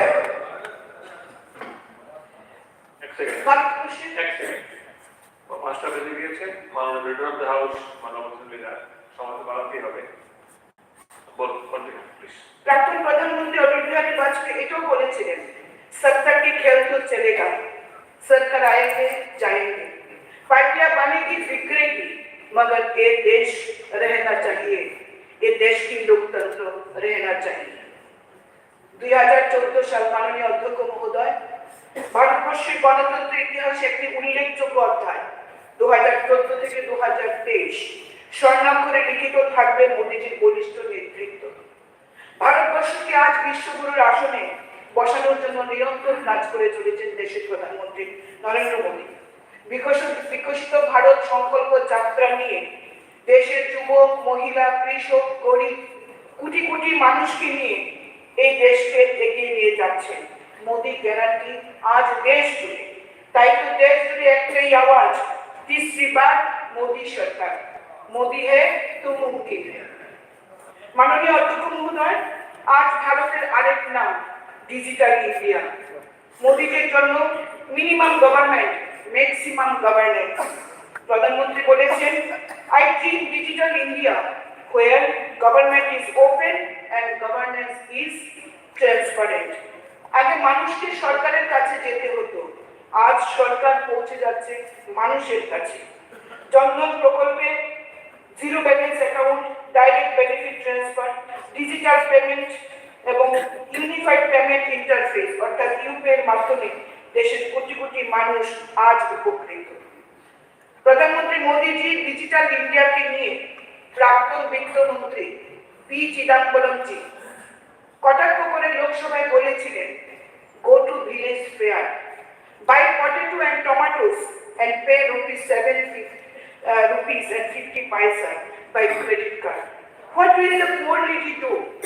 Does she have pure spaceship there? Is it connected to an electricity source? Is there Wi-Fi? Is internet working there? What kind of a false picture you are representing? প্রধানমন্ত্রী মোদীকে কটাক্ষ করে সেটা বলেছিলেন। আজকে রিজার্ভ ব্যাংক অফ ইন্ডিয়া কি announcement দিচ্ছে? Reserve bank of India বলছেন,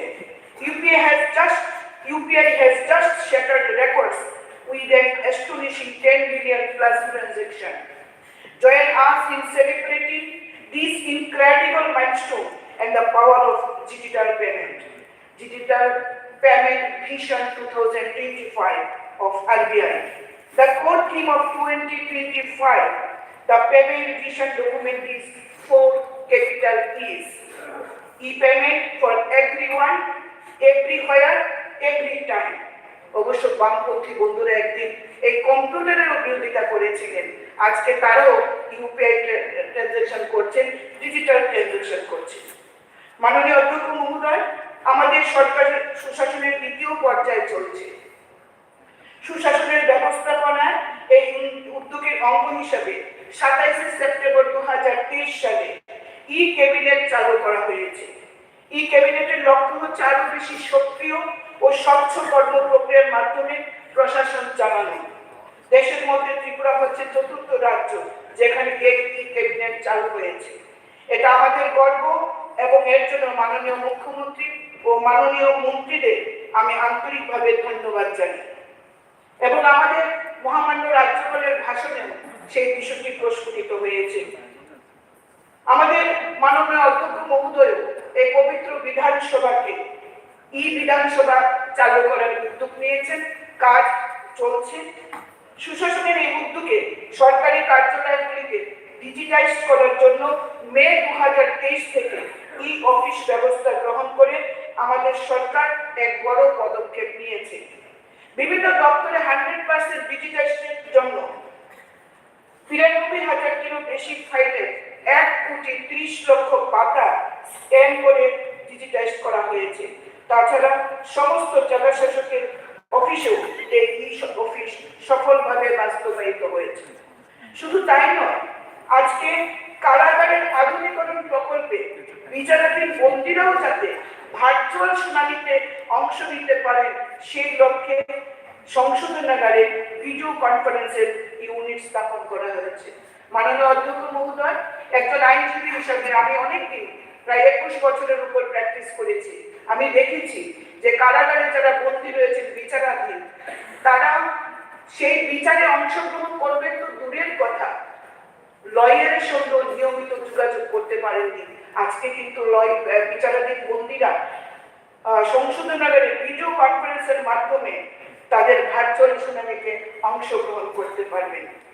আজকে 2023-24 অর্থ বছরে ত্রিপুরা ভিক্টিম কম্পেনসেশন স্কিমের আওতায় 31 জন সুবিধাভোগীকে 82.70 লক্ষ টাকা দেওয়া হয়েছে। Tripura compensation scheme for women victim survival of sexual assault and other crime 2018 এর আওতায় 19 জন সুবিধাভোগীকে 89 লক্ষ টাকার ক্ষতিপূরণ দেওয়া হয়েছে। মাননীয় অধ্যক্ষ মহোদয়, আজকে আরো অনেক বক্তারা রয়েছেন, তবে একটি বিষয় আমি বলতে চাই যে আমাদের সরকার, আমাদের বিরোধী দলের বন্ধুরা রয়েছেন, বিশেষ করে বিক্রমতার বন্ধুরা রয়েছে, আমি তারাও করেছেন এবং they are very good in performance in the house. তো আমি সবার অবগতির জন্য জানাই যে আমাদের সরকার রাজ্যে জনজাতিদের উন্নয়নের দায়বদ্ধ। এই উদ্দেশ্যে গত 15 নভেম্বর 2023 রাজ্যভিত্তিক জনজাতি গৌরব দিবসে honourable chief minister tribal development mission নামে নতুন এক প্রকল্পের সূচনা করেছে। এর মাধ্যমে রাজ্যের জনজাতিদের শিক্ষা, স্বাস্থ্য, পুষ্টি, স্বাস্থ্যবিধি, পানীয় জল এবং জীবন মান উন্নয়নে জোর দেওয়া হবে। এই প্রকল্পে 30 কোটি টাকা বরাদ্দ করা হয়েছে। 2023-24 অর্থ বছরে প্রধানমন্ত্রী আদর্শ গ্রাম যোজনায় 198টি ভিলেজের উন্নয়ন পরিকল্পনার জন্য মোট 40.35 লক্ষ টাকা অনুমোদন দেওয়া হয়েছে। স্পেশাল ইকোনমিক ডেভেলপমেন্ট প্যাকেজে বিশ্ব bank Tripura rural economic growth and sustainable delivery প্রজেক্টে 1,400 কোটি টাকা অনুমোদন দিয়েছে। 2023-24 অর্থ বছরে 50 শয্যা বিশিষ্ট 4টি এসটি হোস্টেল, 100 শয্যা বিশিষ্ট একটি এসটি হোস্টেল, এসপিরেশন ব্লকে 15টি অঙ্গনওয়াড়ি কেন্দ্র, 3টি মার্কেট স্টল, একটি মাল্টিপারপাস কমিউনিটি হল, এসটি হোস্টেলে আবাসিকদের জন্য কয়ার ম্যাট্রেস কম্বল, 10টি এসটি হোস্টেলে পাইলট ভিত্তিতে water treatment plant, iron removal plant বসানো ইত্যাদি কাজের জন্য ভারত সরকারের জনজাতি বিষয়ক মন্ত্রক 18.46 কোটি টাকা অনুমোদন করেছে। তাছাড়া আমাদের সরকার নবম ও দশম শ্রেণীর 15,017 জন জনজাতি ছাত্রছাত্রী, ষষ্ঠ থেকে অষ্টম শ্রেণীর 16,006 জন জনজাতি ছাত্রছাত্রীদের প্রি ম্যাট্রিক স্কলারশিপ এবং 37,226 জন জনজাতি ছাত্রীদের পোস্ট মেট্রিক স্কলারশিপ প্রদান করেছে। 100 জন জনজাতি সুবিধাভোগীদের পাওয়ার টিলার, 90 জন সুবিধাভোগীদের অটোরিকশা দেওয়া হয়েছে। এককালীন আর্থিক সুবিধা প্রদান করতে 320 জন জনজাতি ছাত্রছাত্রীরা উপকৃত হয়েছে। 2023 সালে 10,082 জন জনজাতি ছাত্রছাত্রীদের 413টি কেন্দ্রের মাধ্যমে মূল বিষয়গুলোর উপর বিশেষ কোচিং দেওয়া হয়েছে। চিফ মিনিস্টার আবাস মিশনে 17,820 জন সুবিধাভোগীর 1,166 হেক্টর জমিকে রাবার চাষের আওতায় আনা হয়েছে। প্রধানমন্ত্রী বন্ধন যোজনায় 25টি নতুন বন্ধন বিকাশ কেন্দ্র স্থাপনের অনুমোদন মিলেছে। 2023-24 অর্থ বছরে রাজ্য সরকারের জনজাতি কল্যাণ দপ্তর সহ 15টি দপ্তর থেকে ত্রিপুরা উপজাতি এলাকায় স্বশাসিত জেলা পরিষদকে মোট 509 কোটি টাকা দেওয়া হয়েছে। আমরা গ্রেটার ত্রিপুরা নয়, আমরা বেটার ত্রিপুরা চাই। এই ত্রিপুরাকে উন্নত ত্রিপুরা, শ্রেষ্ঠ ত্রিপুরা হিসেবে করতে। মাননীয় অধ্যক্ষ মহোদয়, আরেকটু কথা বলি, আমি আমার আলোচনা এখানেই শেষ করব।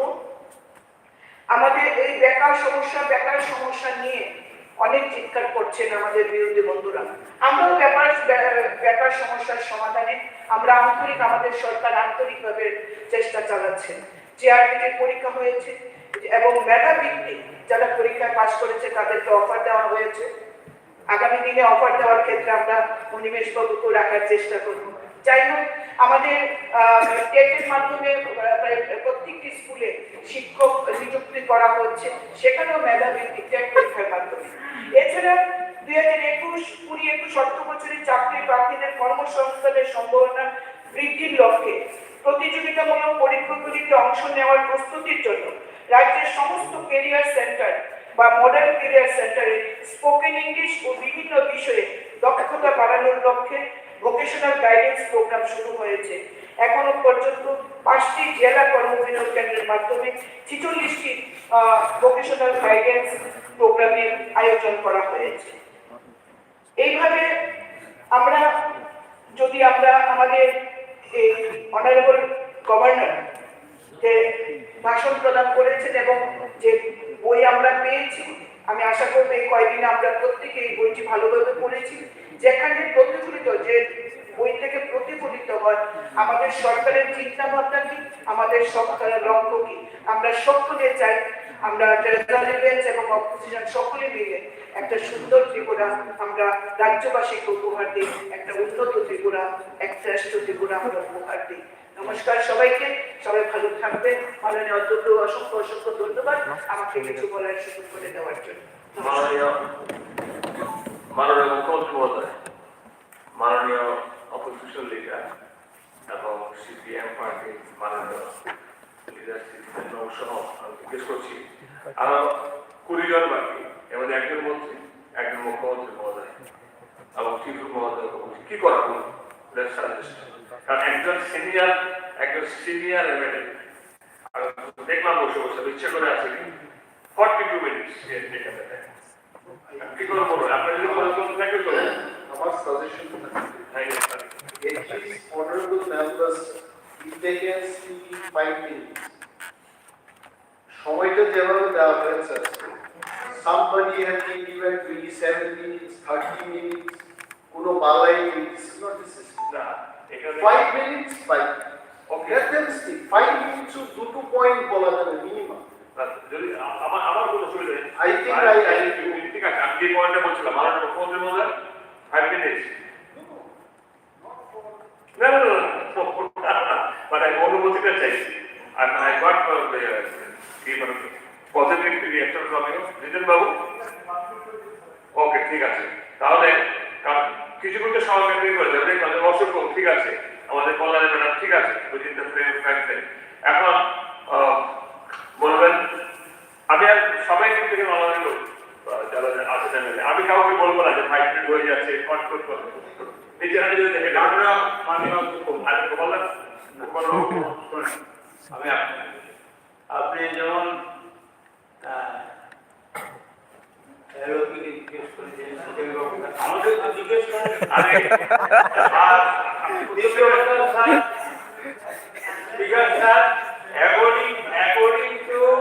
according to the rules, আমরা অ্যামেন্ডমেন্ট দিয়েছি, যারা অ্যামেন্ডমেন্ট দিয়েছে get the more priority.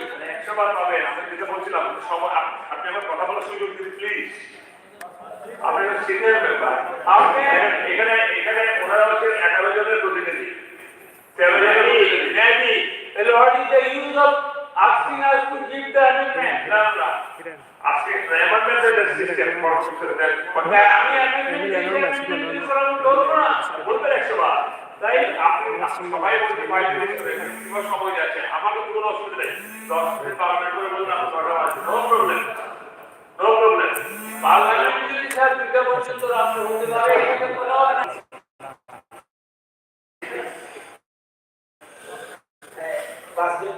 ও যখন সিনিয়র মেম্বারকে কি করলো ওনার আচ্ছা আপনি বলুন ওনাদের পার্টি নাম্বার 3 না টোটাল 20 জন সিএম সাহেব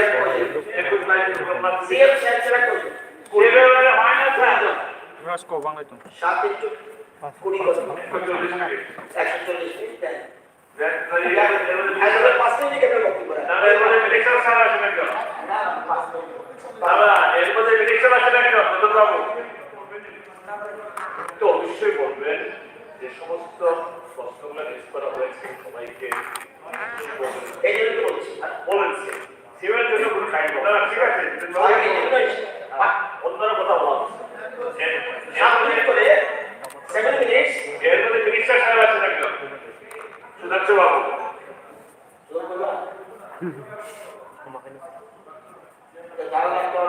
ওকে ফাইন 7 করে ওকে ওকে আমার ফার্স্ট বলার পরে একটু আমি দিতাম না একটা 42 মিনিট হয়ে গেছে সময় আমি শুনলাম একটা senior member nobody of them now পরিষদের বিষয় I am asking you what about to one বাবু হ্যাঁ 7 মিনিট ওই মধ্যে মানবেন পারবে মানবেন কিনা মানতে হবে সবাই সিদ্ধান্ত মানবে না ওকে ওই দাঁড়াবে মধ্যে মানবে ওকে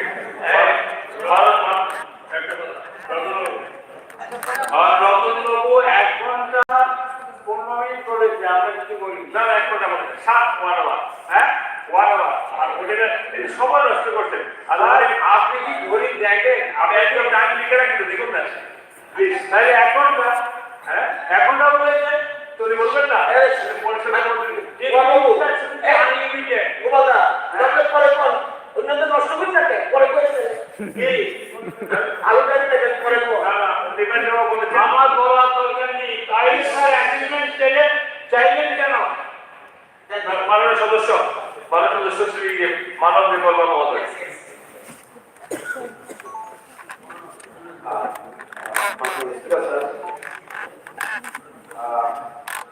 Unano direng digital tai neirani khas tai hamai apalo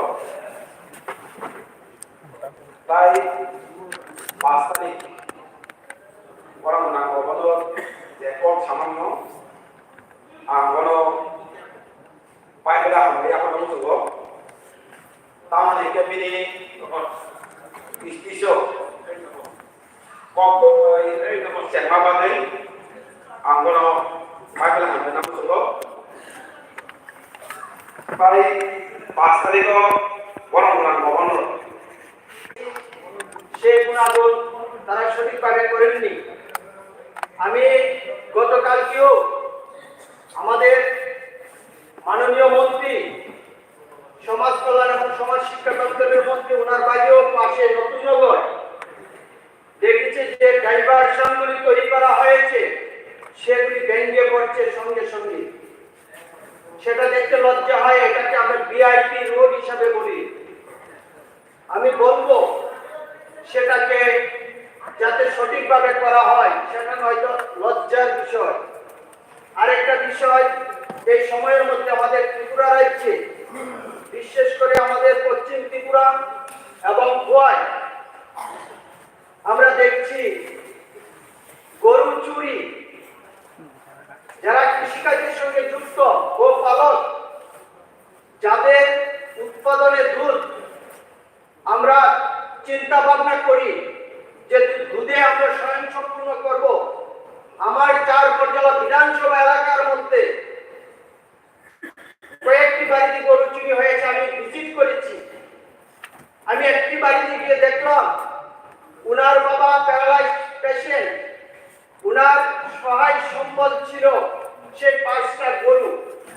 সেই 5টা গরুকে চুরি করে নিয়ে যায়। এই চুরি যে হচ্ছে সেটা কিভাবে হচ্ছে, কারা করছে, তার সঙ্গে কারা যুক্ত, আমি বারবার পুলিশ প্রশাসনের সঙ্গে আমি কথা বলেছি, কিন্তু তার সদুত্তর তারা দিতে পারেননি। আজ পর্যন্ত একটা গরু চুরি হওয়া গরুকে উদ্ধার করতে পারেননি। আমি বাধ্য হয়েছিলাম সেদিন থানার দ্বারস্থ হতে। আমি নিজে গিয়ে ডেপুটেশন দিয়েছিলাম। সেই জায়গার মধ্যে আমরা যে সুশাসন বলছি, আমরা কি সেটাকে মেনে নিতে পারবো? আমি যেটাকে নিয়ে সহায় সম্বল হিসাবে আমাদের গ্রাম অঞ্চলে আমরা বেঁচে থাকার চিন্তা করি, সেটাকে নিয়ে যাচ্ছে। এই রাজ্যের মধ্যে নেশার বারবারান্ত, সেই নেশার গ্রস্ত যুবকদেরকে কাজে লাগিয়ে একটা শ্রেণী সেই গরুগুলিকে অন্যত্র পাচার করার চেষ্টা করছে। পশুপালন, আমরা যারা গোপালক আছি, আমরা দেখেছি বিভিন্ন সময়ে, বিগত সময়ে যে সময় ভিত্তিক টিকাকরণ করা হতো।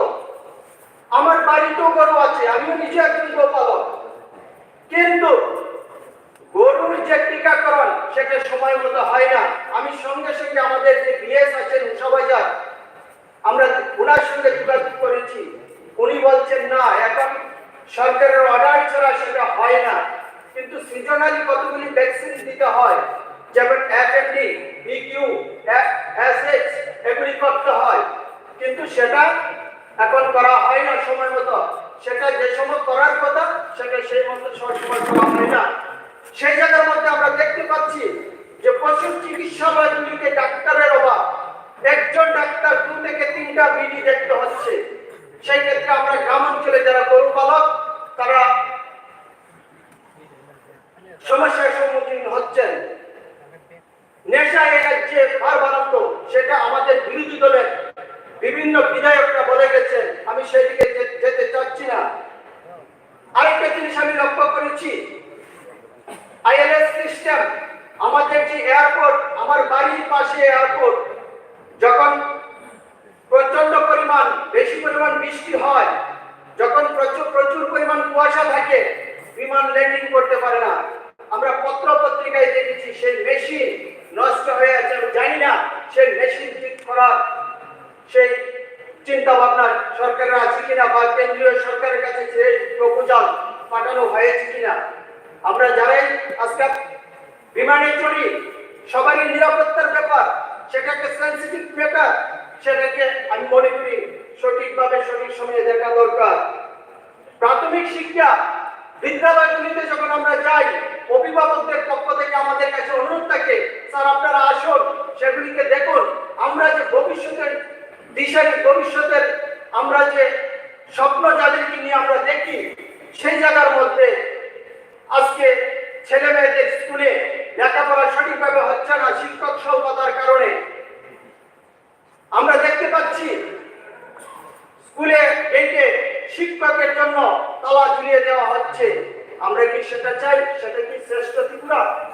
এটা কি সুশাসন বলে? স্বাস্থ্য ব্যবস্থা, আমরা দেখছি স্বাস্থ্য ব্যবস্থার ব্যাপারে আমাদের বিরোধী বেঞ্চে তারা বলেছে, আমি সেটাকে বলে আর বারবারান্ত করতে চাই। আমি গতকালকেও এই বিধানসভা অধিবেশনের পরে আমি গিয়েছিলাম জিবি হসপিটালে, 2-3টি পেশেন্টকে আমি দেখে এসেছি। উনি স্ট্রোক করেছেন, ওনার অপারেশন হবে, ওনার ডেট করেছে 10 দিন পরে। সেটা কি করে সম্ভব? তার ব্লাড মাথার মধ্যে ক্লট হয়ে আছে। এভাবে যদি লম্বা লম্বা ডেট পড়ে, আমি অতি সত্বর সেটাকে মাননীয় বিধায়ক এই জায়গার মধ্যে বলেছে আর ডেভেলপমেন্ট করুন, এবং প্রয়োজনীয়তা রয়েছে সেই জায়গার মধ্যে ডাক্তারের অভাব, নার্সের অভাব এবং প্যারামেডিক্সের অভাব। আয়ুষ্মান, আমরা 2 জন বিধায়ক, আমি এবং শৈলেন্দ্রনাথ জিবি হসপিটালে গিয়েছিলাম বিগত 1 মাস আগে রোগী দেখার জন্য। আয়ুষ্মানের কার্ডের কোন রকম সুবিধা তারা পাচ্ছেন না, ওষুধ পাচ্ছেন না, তারা অন্যায় ঘোরাফেরা করছেন। আমরা সেই বিভাগের সঙ্গে কথা বলার চেষ্টা করেছি, কিন্তু তারাও কোনো সদুত্তর দিতে পারেননি। আমরা সেই সময় মুখ্যমন্ত্রীকে, মাননীয় মুখ্যমন্ত্রী, স্বাস্থ্য দপ্তরের মন্ত্রী, ওনাকেও আমরা চিঠি দিয়েছি, আমরা এখনো অবধি তার কোনো সদুত্তর পাইনি। জল জীবন মিশন যে কথাটা বারে বারে এসছে, আমরা দেখেছি পাইপ লাগানো হয়েছে, ট্যাপ দেওয়া হয়েছে, কিন্তু জল আসেনি। এমনও বাড়ি আছে, অনেক বাড়িতে এখনো যায়নি। একটা গ্রামে যদি 50টা বাড়ি থাকে, তার মধ্যে 2-4-5টা বাড়ি বাছাই করে যায়নি। সেই দৃষ্টান্ত রয়েছে। সেটাকে আমরা বলবো যে শ্রেষ্ঠ হয়ে গেছি আমরা? আমরা কিছুদিন আগে আমরা শুনতে পেলাম যে আমরা মৎস্য চাষী, ডুম্বর জলাশয়, যে ডুম্বর জলাশয়কে নাকি বেসরকারি হাতে তুলে দেওয়ার চেষ্টা করছে হাজার হাজার মৎস্য চাষী, যারা তাদের সেই জলাশয় থেকে চাষ করে, মাছ চাষ করে জীবিকা নির্বাহ করতেন। তারা কোথায় যাবেন? আমি পরিশেষে যে কথাটা বলে শেষ করতে চাই, শেষ করে নেব। ঠিক আছে, শেষ করে নিচ্ছি। আমি আমার পক্ষ থেকে এবং আমার বিরোধী বেঞ্চের পক্ষ থেকে যে সংশোধনী আমরা মহামান্য রাজ্যপালের ভাষণের উপরে এনেছিলাম, তা সমর্থন করছি এবং তাকে সংযোজন করার জন্য, নতুনভাবে ছাপানোর জন্য আমি অনুরোধ করছি। Thank you sir. মাননীয় সদস্য শ্রী বিন্দু দেবনাথ মহোদয়। মাননীয় অধ্যক্ষ মহোদয়, আপনাকে হৃদয়ের অন্তঃস্থল থেকে ধন্যবাদ। শেষ মুহূর্তে হলেও আমাকে সোনপুর এলাকা থেকে যারা নির্বাচিত করে পাঠিয়েছেন তাদের জন্য সামান্য কথাটুকু বলার জন্য অন্তত সময়টা দিয়েছেন। পাশাপাশি আমি ধন্যবাদ জানাবো মহামান্য রাজ্যপাল মহোদয়কে, যে ত্রিপুরা রাজ্য সহ সারা ভারতবর্ষের যেভাবে উনি উন্নয়নের বর্ণনা আমাদের এই হাউসের মধ্যে গত 5ই জানুয়ারি আমাদের রাজ্যপালের ভাষণের মাধ্যমে বর্ণনা করেছেন। পাশাপাশি আমাদের পরিষদীয় দলের মন্ত্রী যেভাবে 1 ঘন্টা ভাষণ দিয়েছিলেন, যে আলোচনা করেছেন, এই আলোচনাকে আমি সম্পূর্ণভাবে সমর্থন জানাই। আমি যে বিধানসভা থেকে এসেছি আপনারা সবাই জানেন, প্রায় 2 দশক ধরে আমাদের প্রাক্তন মুখ্যমন্ত্রী এই এলাকা। দুঃখ হয় যে এলাকা থেকে আমরা এসেছি, গত উপনির্বাচন এবং নির্বাচনের সময় আমাদের এখানে আমাদের বেঞ্চ এবং পাশাপাশি আমাদের বিরোধী যারা আছেন ওনারাও এখানে প্রচারে গিয়েছেন। অবস্থাটা তাদের স্বচক্ষে দেখে এসেছেন উনি আমাদের জন্য, আমাদের ধনপুরবাসীর জন্য কি করে এসেছেন। তো সেই বর্ণনাটা যদি আমি করতে যাই, আজকে হয়তোবা আমাদের এলাকাতে যারা আমাদের জনগণ রয়েছে তারা বলবেন যে প্রথমবার অন্তত আমাদের ধনপুর বিধানসভার জন্য ধনপুরের কোনো ব্যক্তি কথা বললেন। এটার জন্য আমি আপনাকে আবারও ধন্যবাদ জানাবো। আপনি কার কথা বলছেন? কার কথা বলছিলেন আপনি? সবাই জানেন প্রাক্তন মুখ্যমন্ত্রী আমাদের ধনপুরের বিধায়ক ছিলেন মানিক সরকার মহোদয়। 20 বছরের মুখ্যমন্ত্রী উনি ছিলেন।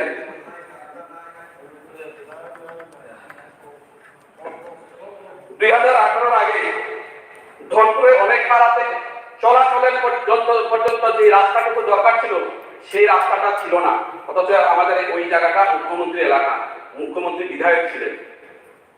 ছিল না পানীয় জলের ব্যবস্থা। পাহাড়ে মায়েরা ধরুন 1.5-2 কিলোমিটার দূর থেকে মাথায় করে কলসি এবং কাঁধে কলসি নিয়ে জল আনতে হতো। তখনকার সেই করুণ চিত্র যদি আমরা তুলে ধরি, এখানে অনেকের চোখের জল এসে পড়ে। মোহনপুর আদি ব্লক অন্তর্গত ঝরঝরিয়াতে আমাদের মন্ত্রী মহোদয় ওখানে গিয়েছেন। এখনো বাসের একটা সাঁকুর মাধ্যমে পারাপার হতে হয়। তো এটা দুর্ভাগ্য নয় কি? আমরা আমাদের ৭৭ বছর হয়েছে, দেশ স্বাধীন হয়েছে, অথচ একটা সাঁকু পর্যন্ত করে দিতে পারলো না। উনি আবার বলেন উনি স্বর্ণযুগের মুখ্যমন্ত্রী ছিলেন। ওনার নিজ কথায় সমস্ত এডিসি এলাকা এমন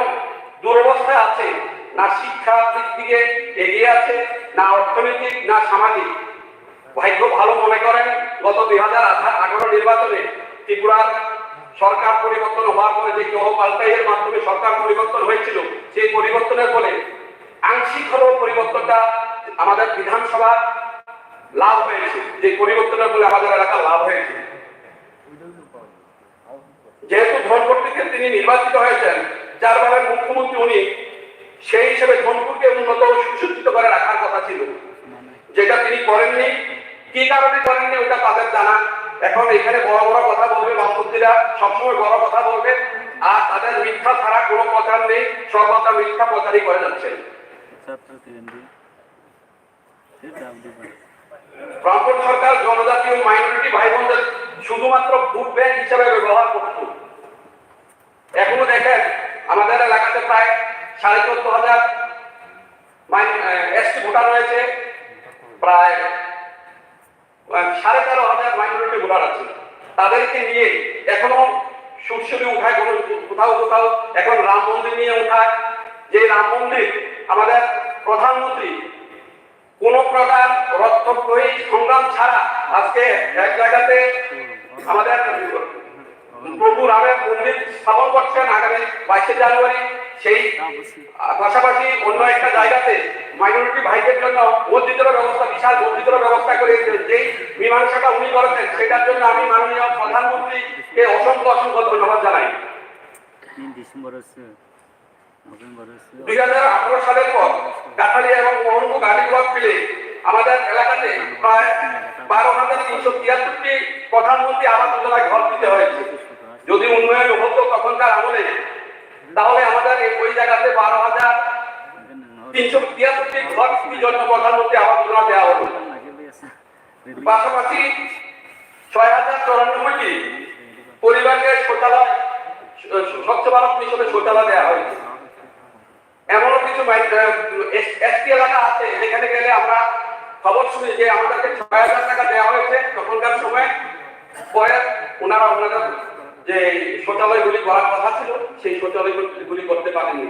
তো ওই কারণে আবারও আমাদের সরকার আসার পর তাদেরকে শৌচালয়ের ব্যবস্থা করে দিতে হয়। মায়েদের জন্য উজ্জ্বলা যোজনা আমাদের এলাকাতে যখন ওনাদের সরকার ছিল, উজ্জ্বলা যোজনা ওনারা কাউ থেকে 1700-1800 টাকা উঠিয়ে তারপর উজ্জ্বলা যোজনা ফ্রি গ্যাস দিচ্ছে। কিন্তু বর্তমান সরকার আসার পরে মায়েদের জন্য বিনা অর্থে ফ্রি উজ্জ্বলা যোজনা গ্যাসের ব্যবস্থা করেছেন।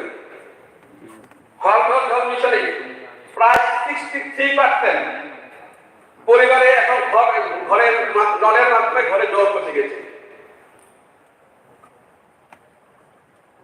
আমাদের জনজাতি, মাইনরিটি এবং সাধারণ এলাকার মানুষের জন্য 3টি বিদ্যাজ্যোতি স্কুল স্থাপন করা হয়েছে। এর মধ্যে আমাদের উত্তর কৈলাসগাঁও জনজাতি এলাকায় আমাদের এডিসিতে, পাশাপাশি মাইনরিটি এলাকা দক্ষিণ বাহাদুরে এবং সাধারণ এলাকা কাঠালিয়াতে 3টি দ্বাদশ শ্রেণী বিদ্যালয় ঘোষণা করা হয়েছে। ঠিক আছে,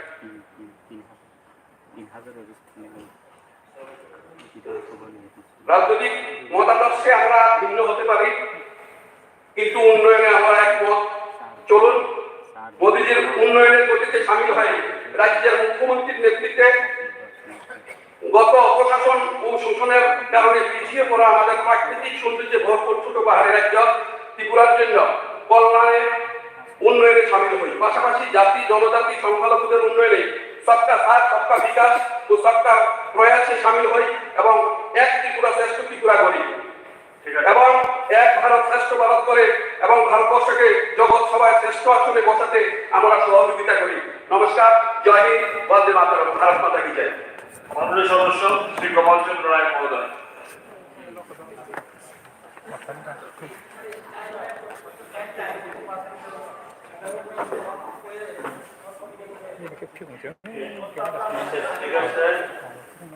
Leader of the House, Honorable Leader of the House, Leader of the LOP, and senior members, ministers, and brothers and sisters. At first, আমি নতুন বছরের সবাইকে আন্তরিক শ্রদ্ধা শুভেচ্ছা জানাচ্ছি। আমি দীর্ঘায়ু করবো না। আমি আজকে যেতেছিলাম একটা মিটিংয়ে, প্রাইম মিনিস্টার চিফ মিনিস্টার এক্সেলেন্সের সামনে আমি দেখলাম যে আইজিএম হসপিটাল ভালো মুখ্যমন্ত্রীর মাননীয় মুখ্যমন্ত্রীর বিষয়ে মানুষের একটা সত্য ধারণা আছে, কিন্তু আমি চাই সেটা যাতে বাস্তব, কারণ পরে আসবো যদিও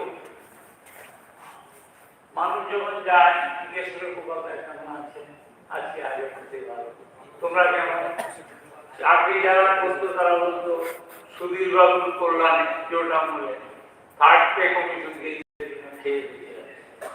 সুতরাং সুধীর বাবু আজও বেঁচে আছে।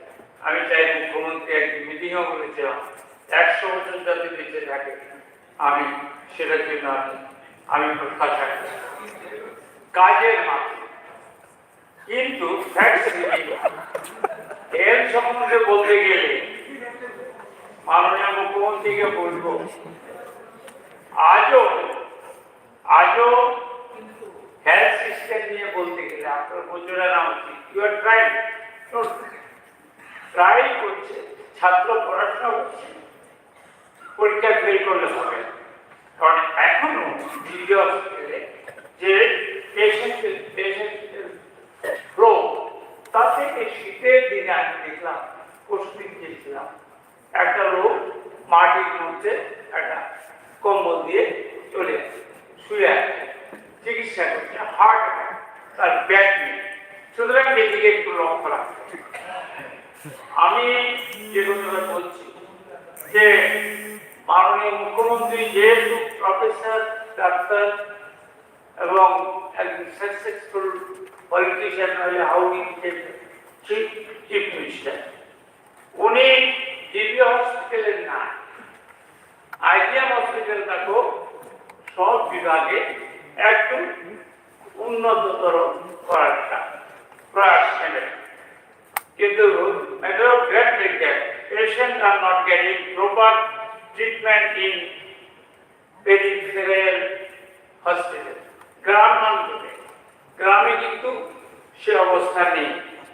কারণ আমি বলবো মাননীয় মুখ্যমন্ত্রী, আমি দৃষ্টি আকর্ষণ করছি, 2022-23 আমাদের যে বাজেট ছিল সেই অনুপাতে TTADC-তে যে টাকা দেওয়া হয়েছে, আজকে 23-24 আমাদের প্রায় 27,000 কোটি টাকা, কিন্তু সেই পরিমাণে পার্সেন্টেজের টাকা এডিসিকে দেওয়া হচ্ছে। একদিন অনিমেষ বাবুর সঙ্গে কথা হচ্ছে, উনি বলছিল যে বেতন দেওয়ার টাকা। সুতরাং মুখ্যমন্ত্রী দৃষ্টি আকর্ষণ কেন করছেন,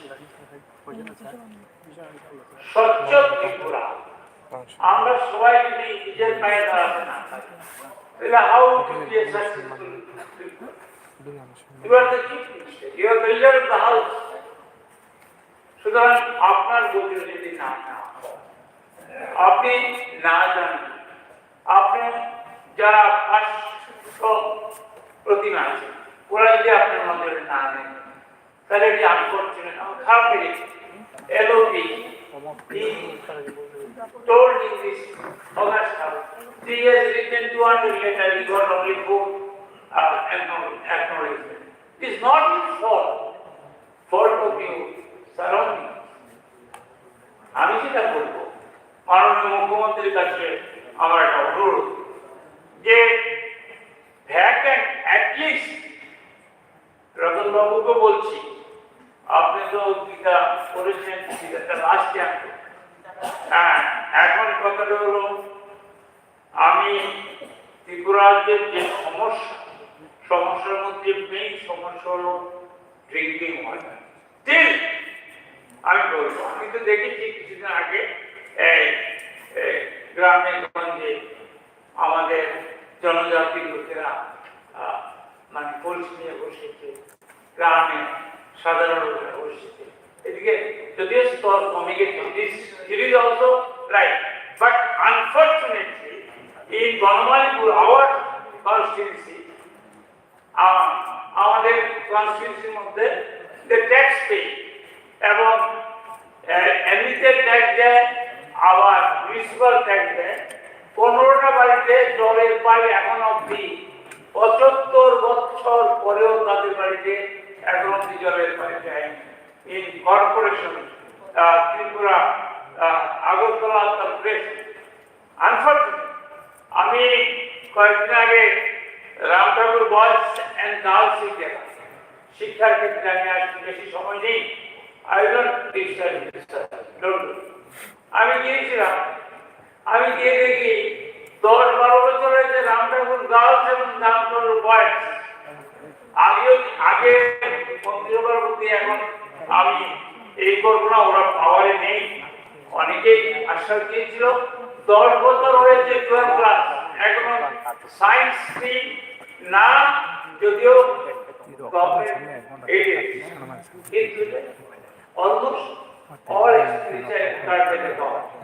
এখানে সায়েন্স স্ট্রিম নিয়ে গান্ধর্ব গার্লস, এখান থেকে 3 মারলে গার্লস স্কুলে পড়বে, গান্ধর্ব boys. I am bringing to the knowledge of the Honorable Chief Minister. উনি এখন এডুকেশনও আছে। এই যদি আগরতলা কর্পোরেশন এরিয়াতে যদি স্কুলে 12 ক্লাসে সায়েন্স না থাকে, মানুষ তো থাকে। Second thing, regarding some administrative problem also is going on in the health department. I should not mention, I will not hurt you.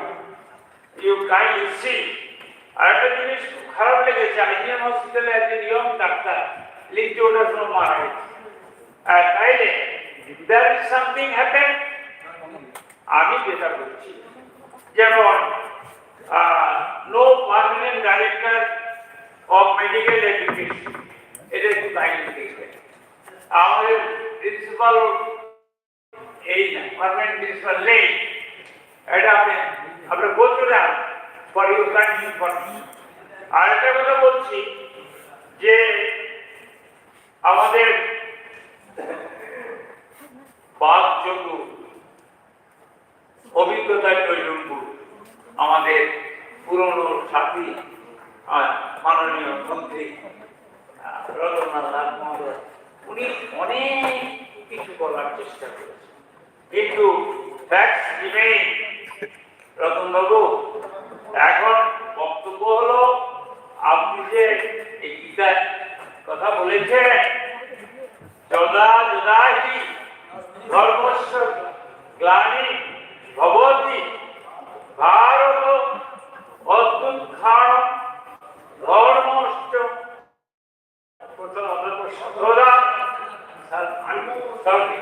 ভালো জানি না আমি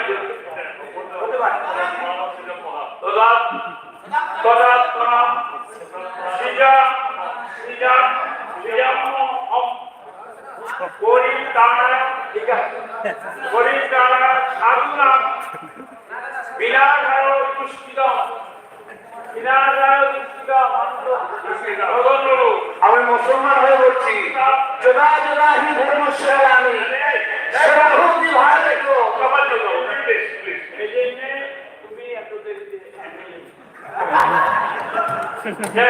আমি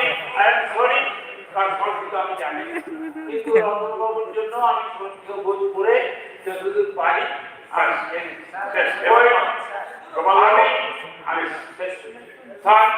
আমি আপনাকে একটা এখানে যে বার্নিং যে কোশ্চেনগুলি আছে, পুরো 10 মিনিট আপনার প্রশ্ন দেন।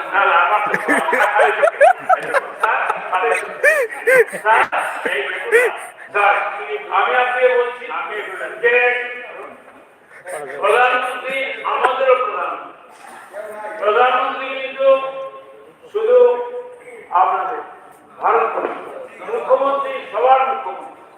আমার ভালো লেগেছে যে এখানে যে আমাদের রাজ্যপাল মহোদয় যে আপনারা লিখে দিয়েছেন যেটা সেটা শেষের দিক থেকে আমি বলছি কেন যে উনি বলেছেন সবাই মিলে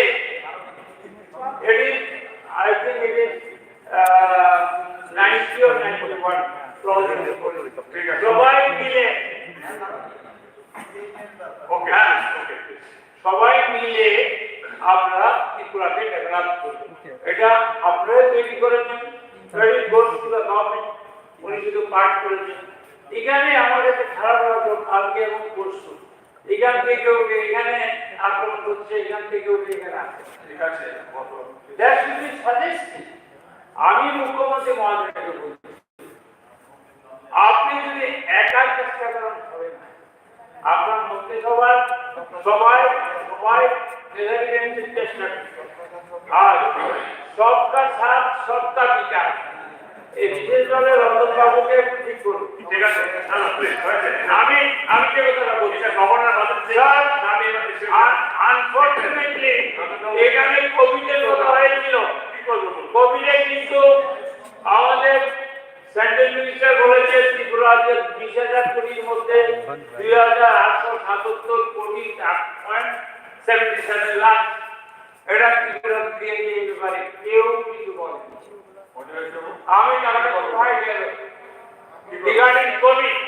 আজকে দেখলাম কোভিড 12তে গিয়ে ত্রিপুরাতে 12 জন হয়েছে। ঠিক আছে, আপনার তো বেকার 14.3%। আনফরচুনেট নর্থ ইস্টের মধ্যে সবচেয়ে হাইস্ট। আমি এখন দেখলাম, আমি তো থেমে আছি আর যতদূর অ্যাটেনশন নষ্ট করবেন না। ডিজিটাল পেমেন্ট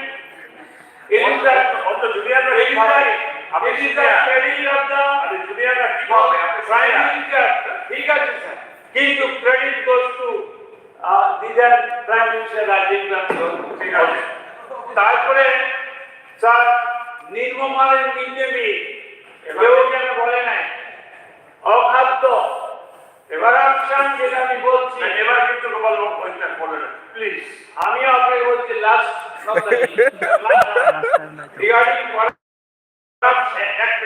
আমি যে সমস্ত টিসিএস অফিসারগুলি করাপশন করেছিল আগে তারা প্রমোশন পায়।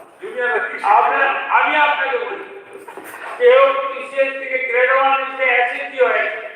আমার জানা মতো মিনি বাস কিনার, টাউন বাস কিনার 105 কোটি টাকার যিনি কনভিক্টেড, উনি আসাম নট কনভিক্টেড, ইজ অ্যাকিউজ, ওনাকে প্রমোশন দিতে আমি নামটা বললাম না, রতনবাবু অসন্তুষ্ট হবে প্লিজ। আজকে ওনাকে প্রমোশন দেওয়া হয়েছে, কিন্তু ওনার এগেইনস্টে কিন্তু প্রসিডিং চলছে। সুতরাং এগেইনস্ট করাপশন আমি মাননীয় মুখ্যমন্ত্রীকে বলবো, আপনি কিন্তু আপনাকে আমি কিন্তু 50 বছর চিনি। You are against this all this illegal things. Please take step according. ঠিক আছে, এবার ওকে।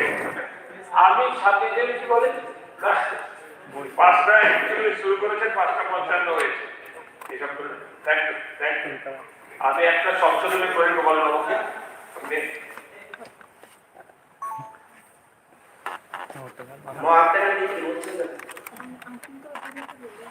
I find a solace in the Bhagavad Gita that I miss even this sermon on the mount where disappointed appointment stares me in the face, and also I see not one ray of light.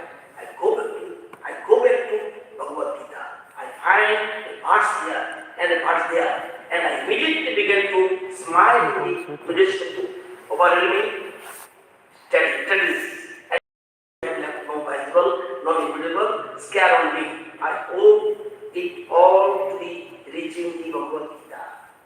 Bhagavad Gita যখনই কষ্ট পাবে এটাকে পড়বে। এই জন্য শুনুন, এই জন্য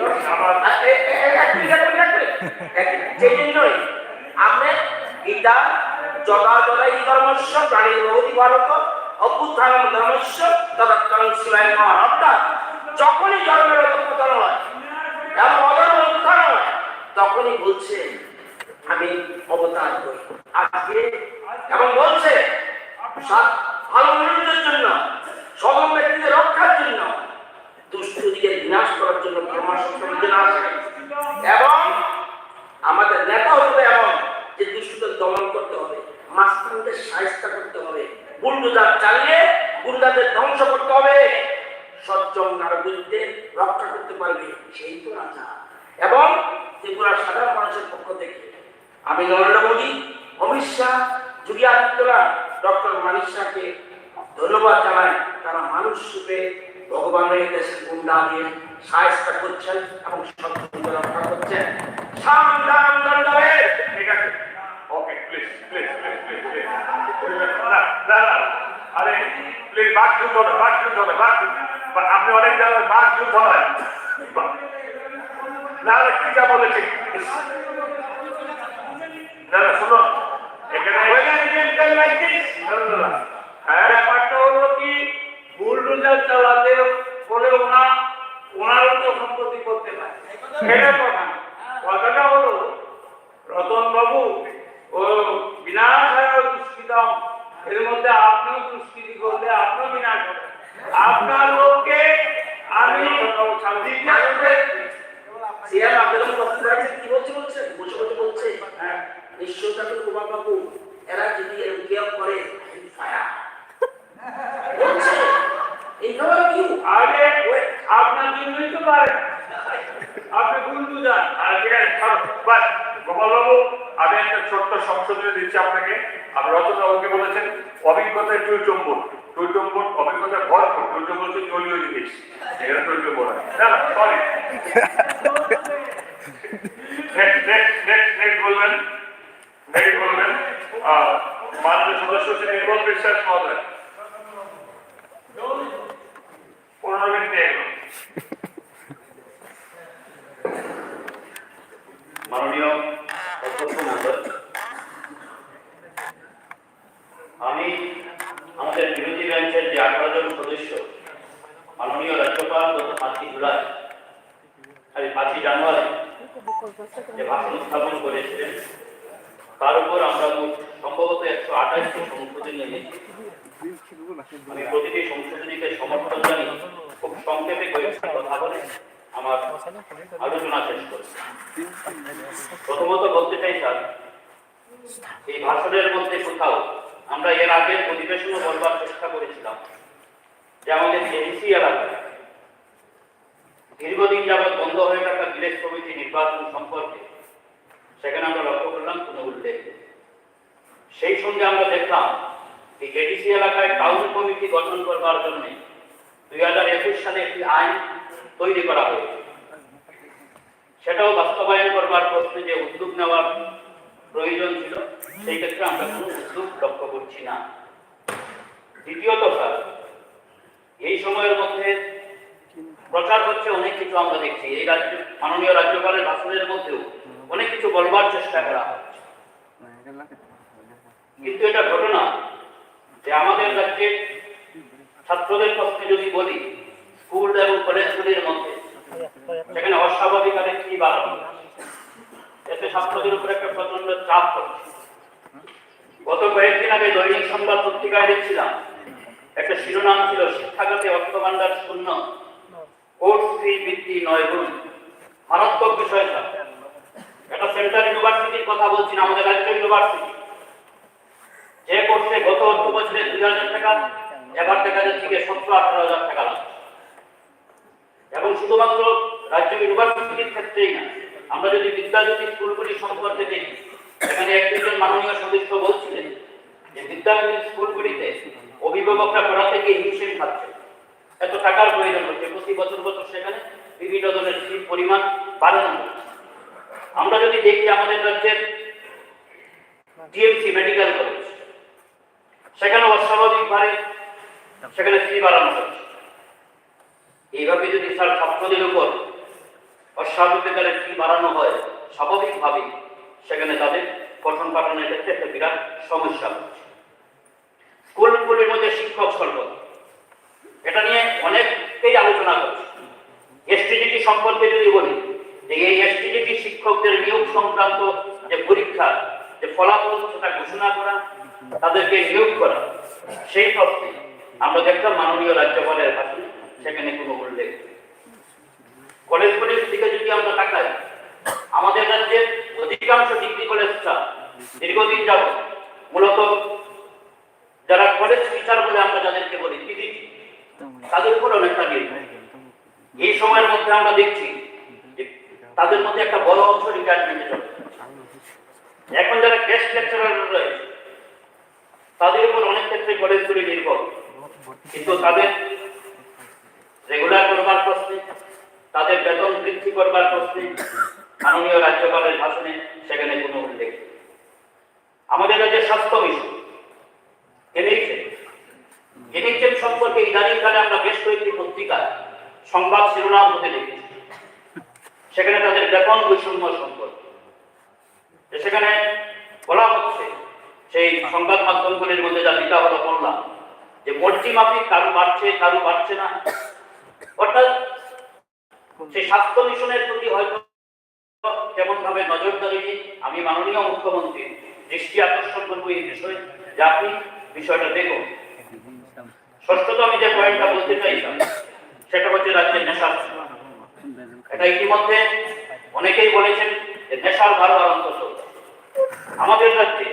আমরা যদি দেখি আজ থেকে 7 বছর আগে যে পরিমাণ এইচআইভি পজিটিভ ছিল, আজকের দিনে তার 10 থেকে 12 গুণ বেড়েছে, মারাত্মক ভাবে বেড়ে যাচ্ছে।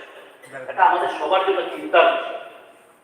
এই বিষয়ে রাজ্য সরকারকে আরো কঠোরভাবে প্রয়োজনীয় ভূমিকা গ্রহণ করা। এই প্রশ্ন দেখলাম সেখানে মাননীয় রাজ্যপালের ভাষণে কোনো উল্লেখ নেই। আমরা মনে করি বিষয়গুলি যুক্ত করা দরকার। বিদ্যুতের প্রশ্নে স্যার, রাজ্যে আমাদের বিদ্যুৎ উৎপাদন এই অধিবেশনের মধ্যে যে তথ্য আমরা পেয়েছি দেখলাম, সেখানে 727 থেকে 762 মেগাওয়াট সেখানে আমাদের উৎপাদন রয়েছে। আমাদের চাহিদা কত? 200 থেকে 270 মেগাওয়াট।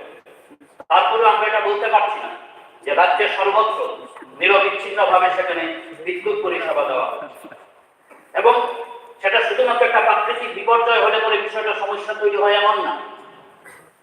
সেখানে ডিপার্টমেন্টের সঙ্গে যখন আমরা কথা বলি, কোনো এলাকায় 4 দিন 5 দিন হয়ে যায়, তারা বলছেন ম্যান পাওয়ারের অভাব, কর্মী সংকট দপ্তরের মধ্যে তারা বলছেন পুরানো যন্ত্রপাতি সেখানে ব্যবহার করা হচ্ছে। এই বিষয়গুলিও সেখানে দেখা দরকার, বিশেষ করে ম্যান পাওয়ার বাড়ানো, সেখানে পুরানো যন্ত্রপাতি যেগুলি দিয়ে চলছে কাজ হচ্ছে না এই সময়, সেখানে নতুন যন্ত্রপাতি ক্রয় করা, এই সমস্ত বিষয়গুলি সম্পর্কে গুরুত্ব দিয়ে দেখতে হবে। স্যার, অনিয়মিত কর্মচারী আমাদের রাজ্যে একটা বিরাট সংখ্যা, সম্ভবত সংখ্যাটা প্রায় 45,000। পূর্বতন সরকারের বিরোধিতা করে থাকেন আপনারা কথায় কথায় বিভিন্ন বিষয়। এখানে শুনছিলাম ট্রেজারি বেঞ্চের বন্ধুরা যখন আলোচনা করেন, প্রায় সবাই প্রতিটা কথাই সেখানে 18 সালের আগের সঙ্গে তুলনা করছেন। ঠিক আছে, 18 সালের আগে সব কাজ হয়েছে তো তোমরা বলতে পারছি, কিন্তু আজকের সময়ে দাঁড়িয়ে যদি আমরা বলি, মাননীয় সদস্য সুদীপবাবু বলছিলেন যে 31শে জুলাই 2018 সাল যে বিজ্ঞপ্তিটা জারি হয়েছিল, পূর্বতন সরকারের সময় 10 বছর হলে পরে রেগুলার করা। আজকে 2018 সালের পর থেকে এখন পর্যন্ত সেই বিষয়টা স্থগিত হয়ে গেছে। মাননীয় মুখ্যমন্ত্রীর দৃষ্টি আকর্ষণ করে বলবো, আমাদের রাজ্যের একটা বিরাট সংখ্যক মানুষ সেখানে তারা অনিয়মিত কর্মচারী প্রায় 45,000। তাদের বিষয়টা আপনি নিজে দেখুন, যেন তাদের যে নির্দিষ্ট সময় হয়ে যাওয়ার পর তারা রেগুলার হতে পারে। অনেকে ইতিমধ্যে 15-16 বছর হয়েছে। স্যার, আমি আলোচনা বেশি বাড়াতে চাই না। এখানে পর্যটন সম্পর্কে অনেক কথা বলা হয়েছে, কিন্তু একটা ঘটনা যে আমাদের রাজ্যে অনেকগুলি পর্যটন কেন্দ্রের কিছুটা মানোন্নয়ন হয়েছে, আবার অনেকগুলি পর্যটন কেন্দ্র সেইভাবে যত্ন নিয়ে দেখা হচ্ছে। আমি খোয়াই জেলার কথা যদি বলি, আমাদের খোয়াই জেলায় কেমন বড় ধরনের কোনো পর্যটন কেন্দ্র নেই, কিন্তু পূর্বতন সরকারের সময় আমাদের খোয়াই শহর এলাকা তার পার্শ্ববর্তী এলাকার মধ্যে 2টি পর্যটন কেন্দ্র গড়ে তোলা হয়েছিল, বনবিথি এবং জঙ্গল। আজকে 6 বছর যাবৎ অযত্নে অবহেলায় এগুলি প্রায় বন্ধ হয়ে গেছে। আমি অনুরোধ করবো দপ্তরের মাননীয় মন্ত্রীর নিকট, বিষয়গুলি দেখুন।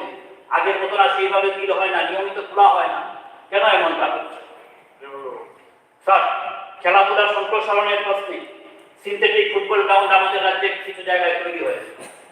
আমি অত্যন্ত আনন্দিত যে আমাদের কুয়াই শহরের প্রান্তেও একটা মাঠে নির্মাণ কাজ শুরু হয়েছে। কিন্তু আজকে প্রায় 3 বছর হয়ে যায় কাজের কোনো অগ্রগতি নেই, মাঝপথের সংখ্যা। বিষয়টা মাননীয় মন্ত্রী মহোদয় দেখতে শেষ করছি স্যার, আমি একটা কথা বলি।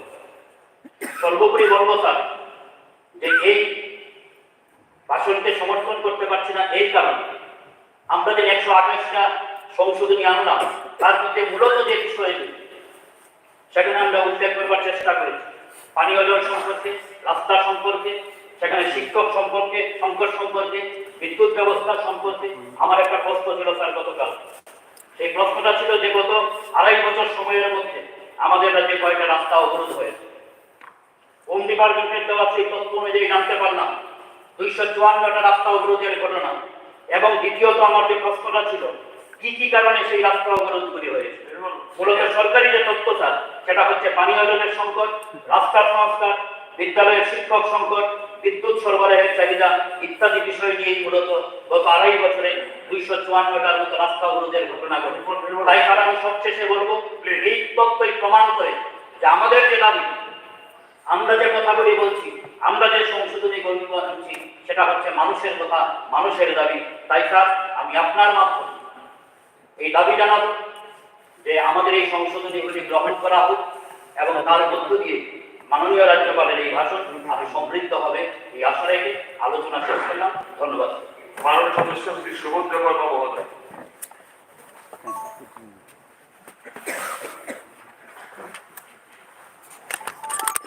माननीय स्पीकर महोदय,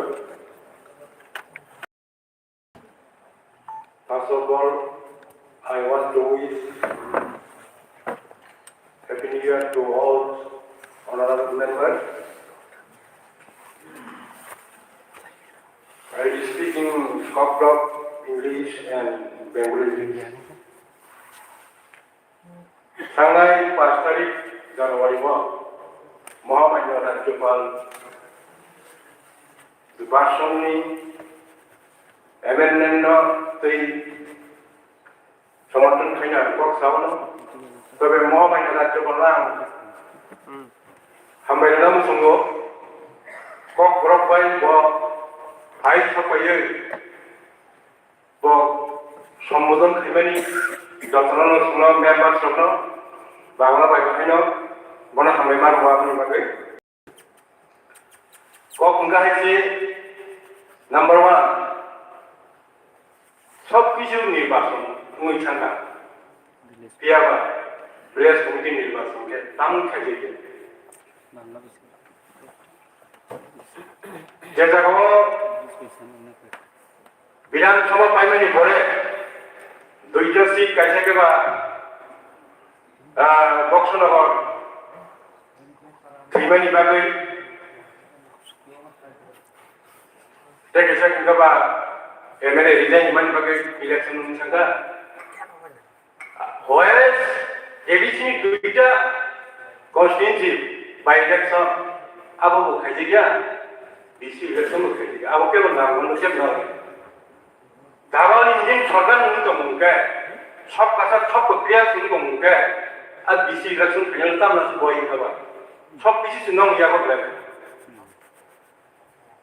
और बीसी इलेक्शन खाएंगे बागै तब था ओई बाबू करी है तो मार बाबू ग्रामे कौन वो एडीसी एरिया इलेक्शन खाए जे गवर्नमेंट खबर देसा गनाय बन पाइ संगाय तब नि बागै बीसी इलेक्शन खाएगा हमका आं सरकारनो अनुरोध खायो ताकि बीसी इलेक्शन खाइजान उनथों तब उनके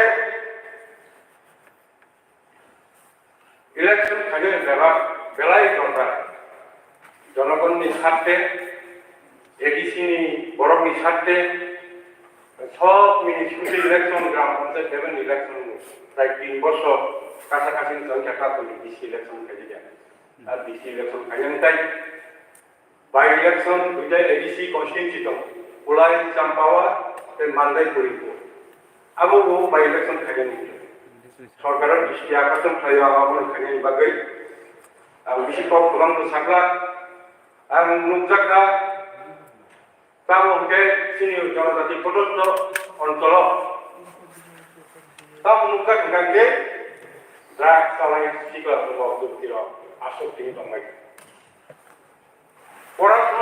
खामानि हिसाबाव बरमाखौ कमिसनआ जे दुआर पराशुना गाय खामानि करि खामानि आबो कमिसनआ दामनि बागै इनके बुआबो फारसागि सेबनो प्रसादुतिर अरजन थांयावै ड्राग चालाय बाय खामानि आगे आ शिलंग परिफोर सुलुंमानि आं रुमेट डक नागार सारखाना गनो रि सुंलाय इंजेक्शन नालाय उनका आबो स्टाबर रिवर्स नो फाइसो ड्राग चालाय in those days 92 93 जो तब एमन बाकी ड्राग की प्रॉब्लम बारी होगा अब लोग के नहीं बेलाय कारण ड्राग से क्षेत्र में नहीं होगा अवस्था बहुत दुनिया ताम जली ताम मन कुछ खबर के ड्राग पे चला ऐसा है कि जब ये पढ़ो तो अंदर काम के सके के तब ऐसे में पॉजिटिव बात है अगर खाकर पर एमन बाकी ड्राग का आप सुनिए ड्राग में क्या वो सामान बड़िनो और ड्रग सिंह बरनोतरा आसो किलो कबे ना निकाके सब डिविजनल वाइज 100 आसो विशिष्ट अमाके रिलेशन सेंटर तो कोई बरना একটা डॉक्टर कंसल्ट है कोई बरना একটা तनिमानी बंगना बंग हेल्थ को बात खाइबा के गले चलाय आं कंसर्न डिपार्टमेंट हेल्थ डिपार्टमेंट ना खालामो संग आपे बरे गुरुत्व उद्योग सार्बिक सार्बिक में साथे त्रिपुरा राज्य में भविष्य में जात्राय हमारे के सेंटर प्रोग्राम बंगना इकोबार के उसूलना करे आपने कैसे को education is one of the important department तुम जतन साउ एजुकेशन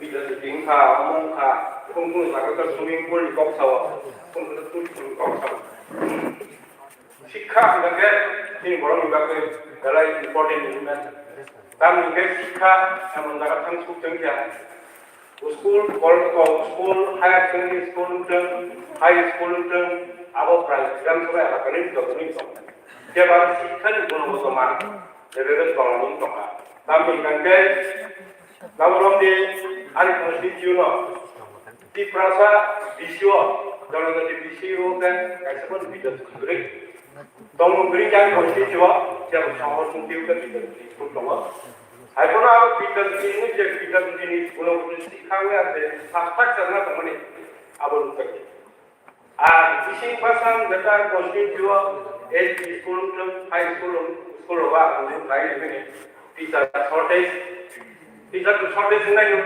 डॉक्टर टीचर देश आवनी अमन मानी पड़े शॉर्टेज नहीं ओके टीचर शॉर्टेज सुनता को स्कूल थांग नहीं स्कूल रूम शॉर्टेज बड़ा क्लास 8 पर्यंत ओके तब हम 6टा दिन तो नहीं बोलते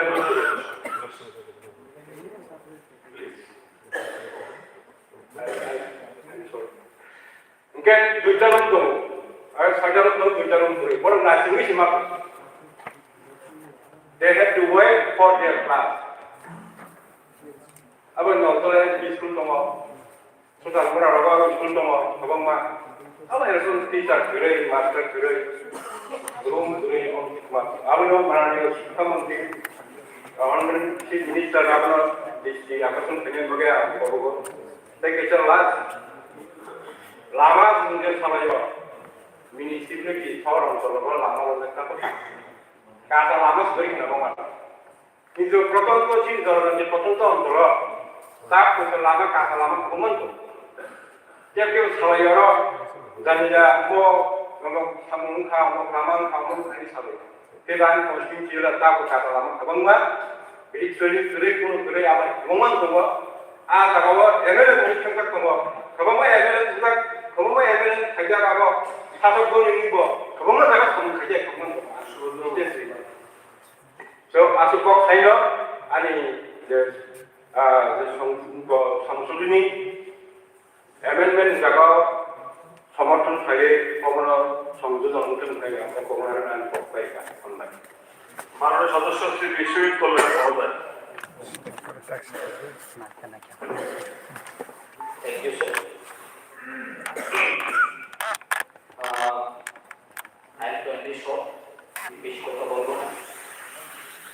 সবাইকে ধন্যবাদ। গত রাজ্যপালের ভাষণকে আমি বিরোধিতা করব না,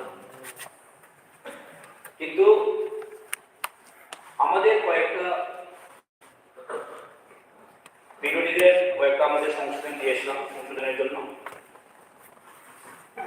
তার সমর্থনে আমি কিছু কথা বলবো। এখানে আমি পেলাম সবাই বলেছেন সুশাসন এবং অন্তিম ব্যক্তির কাছে বসে।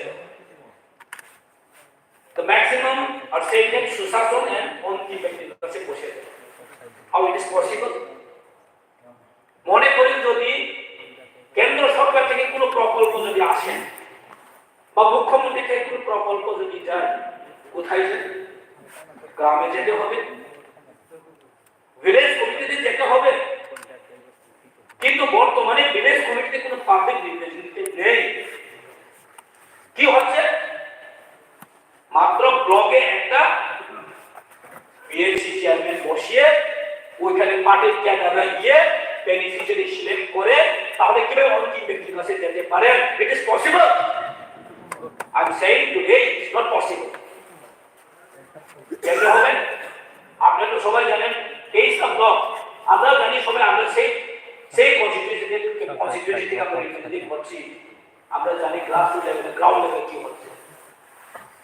গ্রাউন্ড লেভেল কি হচ্ছে আপনাদের মার্চের কোনা যারা পাঠিয়েছেন, আমি অ্যাপ্রিশিয়েট করি, কেন্দ্র সরকারকে আমি অ্যাপ্রিশিয়েট করি, রাজ্য সরকার যতগুলো করছে কোটি কোটি টাকা ফান্ড পাঠাচ্ছে, কিন্তু এই ফান্ডগুলো কি কাজে লাগছে না লাগছে না কে জানে বলুন?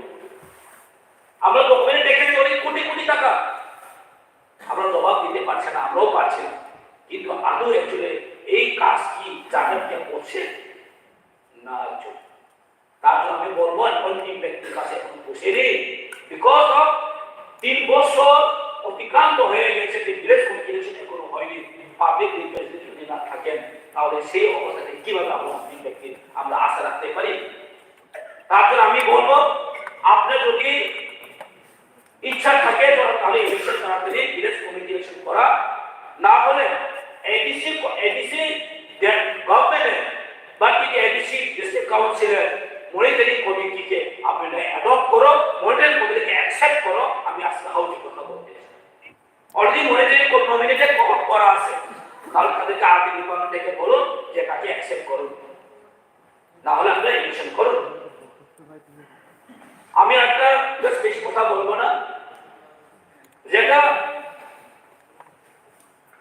আমরা অনেক দেখেছি, অনেক বড় বড় বিল্ডিং করার জন্য কোটি কোটি টাকা বাজেট করা হচ্ছে, অনেক ডেভেলপমেন্ট হয়েছে, ত্রিপুরার জন্য অনেক ডেভেলপমেন্ট হয়েছে, এখন কোটি কোটি টাকা এখন বেড়ে গেছেন বাজেটের মধ্যে। আমি একজন ত্রিপুরার নাগরিক হিসেবে, কিন্তু আমি কনফিউজ যে জম্পুইজলা সাব ডিভিশন কি ত্রিপুরার বাইরে?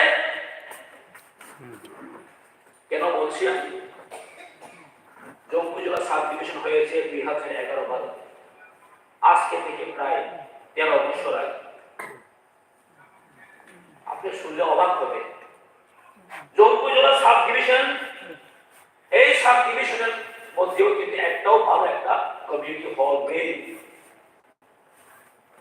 আমি জাস্ট ন্যূনতম যেটা বলতে চেয়েছিলাম, জাস্ট কমিউনিটি হল, একটা ভালো কমিউনিটি হল নেই। গেস্ট হাউস, ভালো একটা গেস্ট হাউস নেই। জম্পুইজলা সাব ডিভিশনে একটা কলেজ নেই, যে 24টা কলেজ আছে সারা ত্রিপুরা রাজ্যের মধ্যে, অল্প কেন জম্পুইজলা বাদে বাকিটা জায়গায় সব কলেজ আছে। কেন হবে না? আমাদের জম্পুইজলা সাব ডিভিশন কি অফার করেছে? আমাদের ছেলেমেয়েরা কি কলেজে পড়ার অধিকার নেই? আজকে জম্পুইজলা হসপিটাল কেন সাব ডিভিশন হসপিটাল হচ্ছে না? জম্পুইজলা সাব ডিভিশনের মধ্যে একটা ভালো সাব ডিভিশন হসপিটাল বসানো যায়, কারণ এটা শুধু জম্পুইজলা সাব ডিভিশন নয়, এটা সাউথ এবং আমাদের জম্পুইজলা সাব ডিভিশনের মধ্যে দুটা কনস্টিটিউয়েন্সি আছে, গোলাঘাটি এবং ঠাকুরজলা, পাশে আমাদের আছে কিলা বাপমা, যেটা আমাদের রামপদশায়। এটা প্রতি এটা নেয়া নয়, নেয়া ওয়ান লেক পেশেন্ট আসে ওখানে একটা ভালো হসপিটাল খুললে কি অসুবিধা আছে? কিন্তু আমরা দেখেছি প্রত্যেকবার সবাই যায় তাহলে কি বলে জম্মুতে একটা ভালো একটা সাব ডিভিশন হসপিটাল হবে, কিন্তু আজ পর্যন্ত কোথায়? আমাদের এনসি স্যার প্রাক্তন মন্ত্রী উনি যখন মন্ত্রী থাকাকালীন সময় উনি কথা দিয়েছেন এবং আমাদের প্রাক্তন হেলথ মিনিস্টার উনিও কথা দিয়েছেন, কিন্তু আজ পর্যন্ত এখনো হলো না। কেন? সাব ডিভিশন হয়েছে, একটা সাব ট্রেজারি নয়। 1000 টাকা আমাদের কাজ করলেও কন্ট্রাক্টরে কাজ করলেও বিশাল মধ্যে এসে এই টাকাটা নিতে হবে। সাব ট্রেজারি নেই, সাব জুডিশিয়াল অংশ নেই, সাব জুডিশিয়ালও নেই। তাহলে আমরা কিভাবে বলতে পারে যে সুশাসন? এখন আমরা কিভাবে বলতে পারে যে সবকা সাথ সবকা বিকাশ? তো আমরা তো স্বাভাবিক গ্রেটার ইকুইভ্যালেন্ট সেপারেশন যাবেই না। আমি বলতে চাই আমাদের মুখ্যমন্ত্রীকে যে এটা জম্মু জেলার সাব ডিভিশনের যতগুলো লেগিং আছে এটাকে কিভাবে একটু নজরে দেওয়া হলো। আমি লাস্ট টাইমে আমাদের মাননীয় মন্ত্রী কৃষি মন্ত্রীকেও আমি বলেছি যে আমাদের জম্মু জেলা বাজারে একমাত্র জম্মু জেলা সাব ডিভিশনের মধ্যে যে রেগুলেটেড মার্কেট আছে, ওইখানে একটা প্রায় 1 কিলোমিটার মতো রাস্তা আছে। এটা এমবিসিসি এজেন্সির কাছে রাস্তা। বৃষ্টি আসার সময় পুরো জলে একদম ফ্লাড হয়ে যাবে, কোনো ব্যবস্থা নেই। আমি আগে একটা বিডব্লিউ অফিসে গেলাম, ওরা বলে এটা আমাদের কাছে না স্যার, এটা এমবিসিসির কাছে। এমবিসিসিকে ফোন করেছিলাম, তারাও স্যার আছে বলে আজ পর্যন্ত কোনো দেখা নেই। তো এটা যদি হয়ে থাকে তো সরকারের কিছু কর্তব্য আছে, আমরা কি বলে এটা করতে হবে?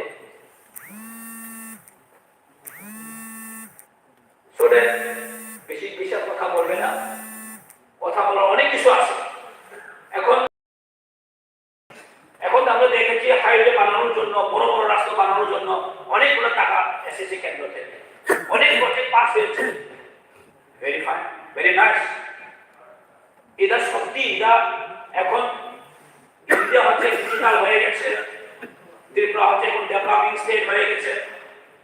It's very good. রাস্তাও বড় বড় হয়ে গেছে, এটাও ঠিক, আমিও দেখেছি। কিন্তু গ্রামীণ রাস্তাতে কিভাবে মেরামত করা যায় এখনো কিন্তু এখন কোনো গভর্নেন্স আমি দেখিনি, যেটা এমবিসির মতো এজেন্সি নিয়ে বসে রয়েছে মাননীয় সদস্য। আর বিএমজিএসওয়াই মতো এজেন্সি রাস্তায় নিয়ে বসে আছে, সিটির মতো অনেক রাস্তা আছে। 15 বছর আগে একবার রাস্তা নির্মাণ করে গেছেন, এখনো এসে রিপেয়ারিং হয় না। যেমন আমার এরিয়াতে কয়েকটা রাস্তা আছে, যেমন আমাদের চম্পনগর থেকে ওইটা শান্তিকালে এই আসলে আসে না, 15 বছর হয়ে গেছে, পুরো রাস্তা ভাঙা একদম। তো এরকম এজেন্সি দিয়ে কাজ করিয়ে এখন দেখা নেই, ফোন করলেও কেউ পাত্তা নেই। আর স্টেট গভর্নমেন্টের কোনো হস্তক্ষেপ যদি না থাকে তাহলে আমরা কার কাছে যাবো? তো তার জন্য একটা আমি বলতে চাই যে এই গভর্নরের যে স্পিচে যে আমরা ইউনিয়ন বেঞ্চরা যতগুলা যে অ্যামেন্ডমেন্ট এনেছি তাকে সংযোজন করে পুনরায় আবার একটা পেশ করে আমরা খুব খুশি হবে। এটা আমাদের একটা অনুরোধ থাকবে। Thank you. মাননীয় সদস্য শ্রী রামু দাস মহোদয়।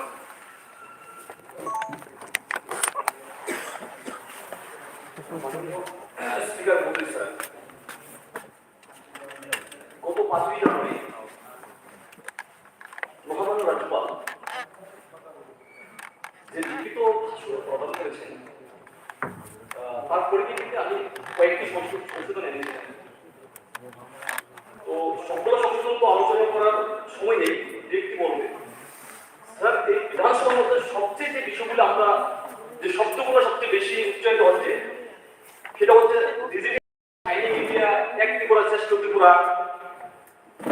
সুশাসন, এগুলো সবচেয়ে বেশি শোনা যাচ্ছে স্যার।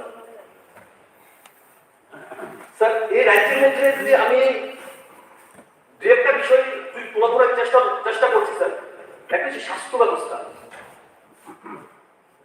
স্যার আমরা সবাই জানি আমাদের রেফারেল হাসপাতাল জিবির পরে যে রেফারেল হাসপাতাল সেটা নাম আছে আইজিএম হাসপাতাল। স্যার এই আইজিএম হাসপাতালে স্যার বিকাল 1টার পরে সিটি স্ক্যান এবং সোনোগ্রাফি করা হয় না, রাত 10টার পরে এক্সরে করা হয় না। এই জায়গার মধ্যে একটা রেফারেল হাসপাতাল শহর কেন্দ্রে আগরতলা সিটির মধ্যে যে কোনো সময় পেশেন্ট আসে, তবে তার যদি সঠিকভাবে চিকিৎসা টেস্ট না করে ডাক্তাররা কিভাবে তার চিকিৎসা করবে? শুধু তাই না, দুর্ঘটনা কবলিত কোনো রোগী যদি আসে তার এগুলো সিটি স্ক্যান না করে সোনোগ্রাফি না করে তার কিভাবে চিকিৎসা করা হবে? এই একটি শব্দ তো রাজ্যপাল ভাষণে উল্লেখ নেই স্যার। সেই জায়গার মধ্যে স্যার আমি দেখেছি এখানে এত সুন্দর পরিকাঠামো রাজ্যের মধ্যে বিগত সরকার করে গেছেন স্বাস্থ্য খাতে। স্যার মুখ্যমন্ত্রী চিঠি দিয়েছিলেন যারা যে শূন্যপদ গুলা, যে ডাক্তাররা তো স্যার ব্যাকে থাকেন আমরা জানি, কিন্তু একজন অ্যাপয়েন্টমেন্ট ডাক্তার আর একজন কন্ট্রাকচুয়াল ডাক্তার মধ্যে পার্থক্য আছে স্যার। কিন্তু ডাক্তারের চিঠি ডাক্তাররা 1200 এখানে এমবিবিএস ডাক্তার চিঠি দিয়েছিল মুখ্যমন্ত্রীকে 2022 সালের ডিসেম্বর মাসে। কোথায় স্যার? সামান্য গতকালের এখন সামনে কিছু পোস্ট বেরিয়েছে স্যার। এই হচ্ছে স্বাস্থ্য ব্যবস্থা। আমি যদি শিক্ষা খাতে একটু আসি স্যার, আমাদের যে ডিগ্রি কলেজগুলো, এই ডিগ্রি কলেজগুলোর মধ্যে স্যার প্রফেসর রেজিস্ট্রেন্ট প্রফেসর খুবই সফল, গেস্ট লেকচারার দিয়ে স্যার কলেজগুলো চলছে। তাদের যে গেস্ট লেকচারারদের যে স্যালারি দেওয়া হয় তাদের তো মন মানসিকতা ঠিক থাকবে না। কারণ যে গেস্ট লেকচারার তার ডিগ্রি কলেজে যাবে, যে বাইকটা চলিয়ে তার 100 টাকা পেট্রোলের খরচ আছে, তাকে 500 টাকা অনাদান দেওয়া হবে। স্যার আমরা বাড়িতে যখন শ্রমিকরা কাজ করে তাদের মজুরি কত, তার কি করে মানসিকতা ঠিক থাকবে? তারা নেট সেট পিএইচডি করা, তাদের কথা এই সরকার কিছু উল্লেখ নেই। 2 বারে 40 জন করে 40 জন 80 জন প্রফেসর নিয়োগ করেছে। স্যার মাস্টার ডিগ্রি কলেজে 80 জন প্রফেসর কি হবে? বিশাল শূন্যপদ, প্রায় 1000 মতন নেট সেট পিএইচডি করা যুবক যুবতী আছে রাজ্যের মধ্যে। তাদের কথা তো ভাবতে হবে, তারা তো রাজ্যের মানুষ, এই স্বাধীন ভারতবর্ষের নাগরিক, তারা কোথায় যাবে? স্যার সে কথা আমি বলছি স্যার। 2021 সালে এসটিপিটি পরীক্ষা নেওয়া হয় 2021 সালে। 2024 সাল চলছে, এখন তাদেরকে নিয়োগপত্র দিচ্ছে না। এটা কি একটি পুরো চেষ্টা ত্রিপুরা আমরা বলতে পারি? কোথায় স্যার? টোটালি বন্ধ চাকরির দরজা। যেগুলো আছে সেগুলো দিচ্ছে না। আমরা তো বলছি না নতুন নিয়োগ দিতে বলুন, আরে যারা রিটায়ারমেন্টে যাচ্ছে, যে পোস্টগুলো করা যাচ্ছে তাদের থেকে দেন, এগুলো তো হচ্ছে না স্যার। সেই জায়গাটা দিয়ে স্যার আমরা লক্ষ্য করতে পারছি স্যার, আজকে যে গভর্নমেন্ট এডেড স্কুল বা আনএডেড স্কুলগুলা 6 বছর হয়েছে স্যার। এই রাজ্যের মধ্যে অনেকগুলো আছে।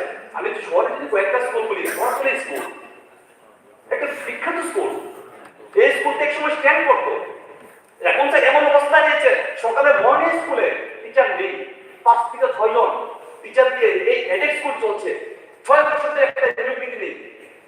নেতাজি সুভাষচন্দ্র সতীচন্দ্র স্কুল, অর্থনী স্কুল, এগুলো এডেড স্কুল, এগুলো মধ্যে নিয়োগ নীতি নেই, বন্ধ 6 বছর ধরে।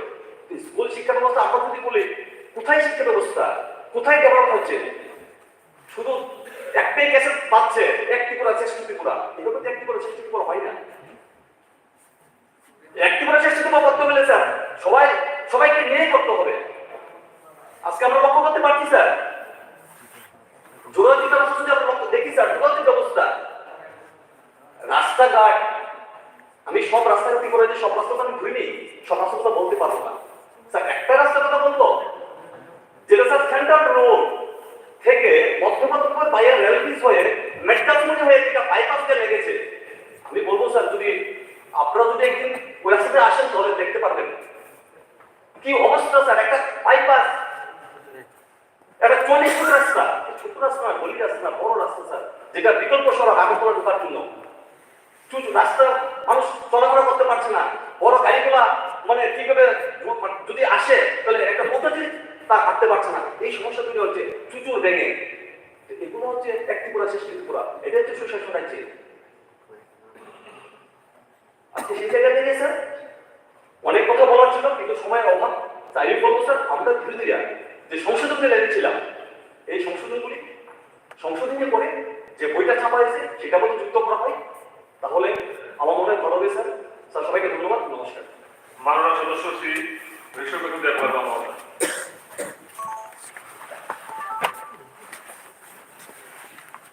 সবাইকে নববর্ষের আন্তরিক এবং শুভেচ্ছা। গত 5 জানুয়ারি 2024 মহামান্য রাজ্যপাল আমাদের অ্যাসেম্বলিতে যে ভাষণ লিখেছে সেই ভাষণে অ্যামেন্ডমেন্ট মৌসুমে আমাদের বিরোধী যে বিধায়করা অ্যামেন্ডমেন্ট এনেছে সেটাকে সমর্থন জানিয়ে আমি কিছু বক্তব্য পেশ করতে যাচ্ছি।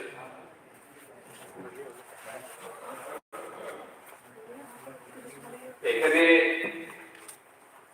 যে গভর্নমেন্টের মাননীয় রাজ্যপালের যে অ্যাড্রেস,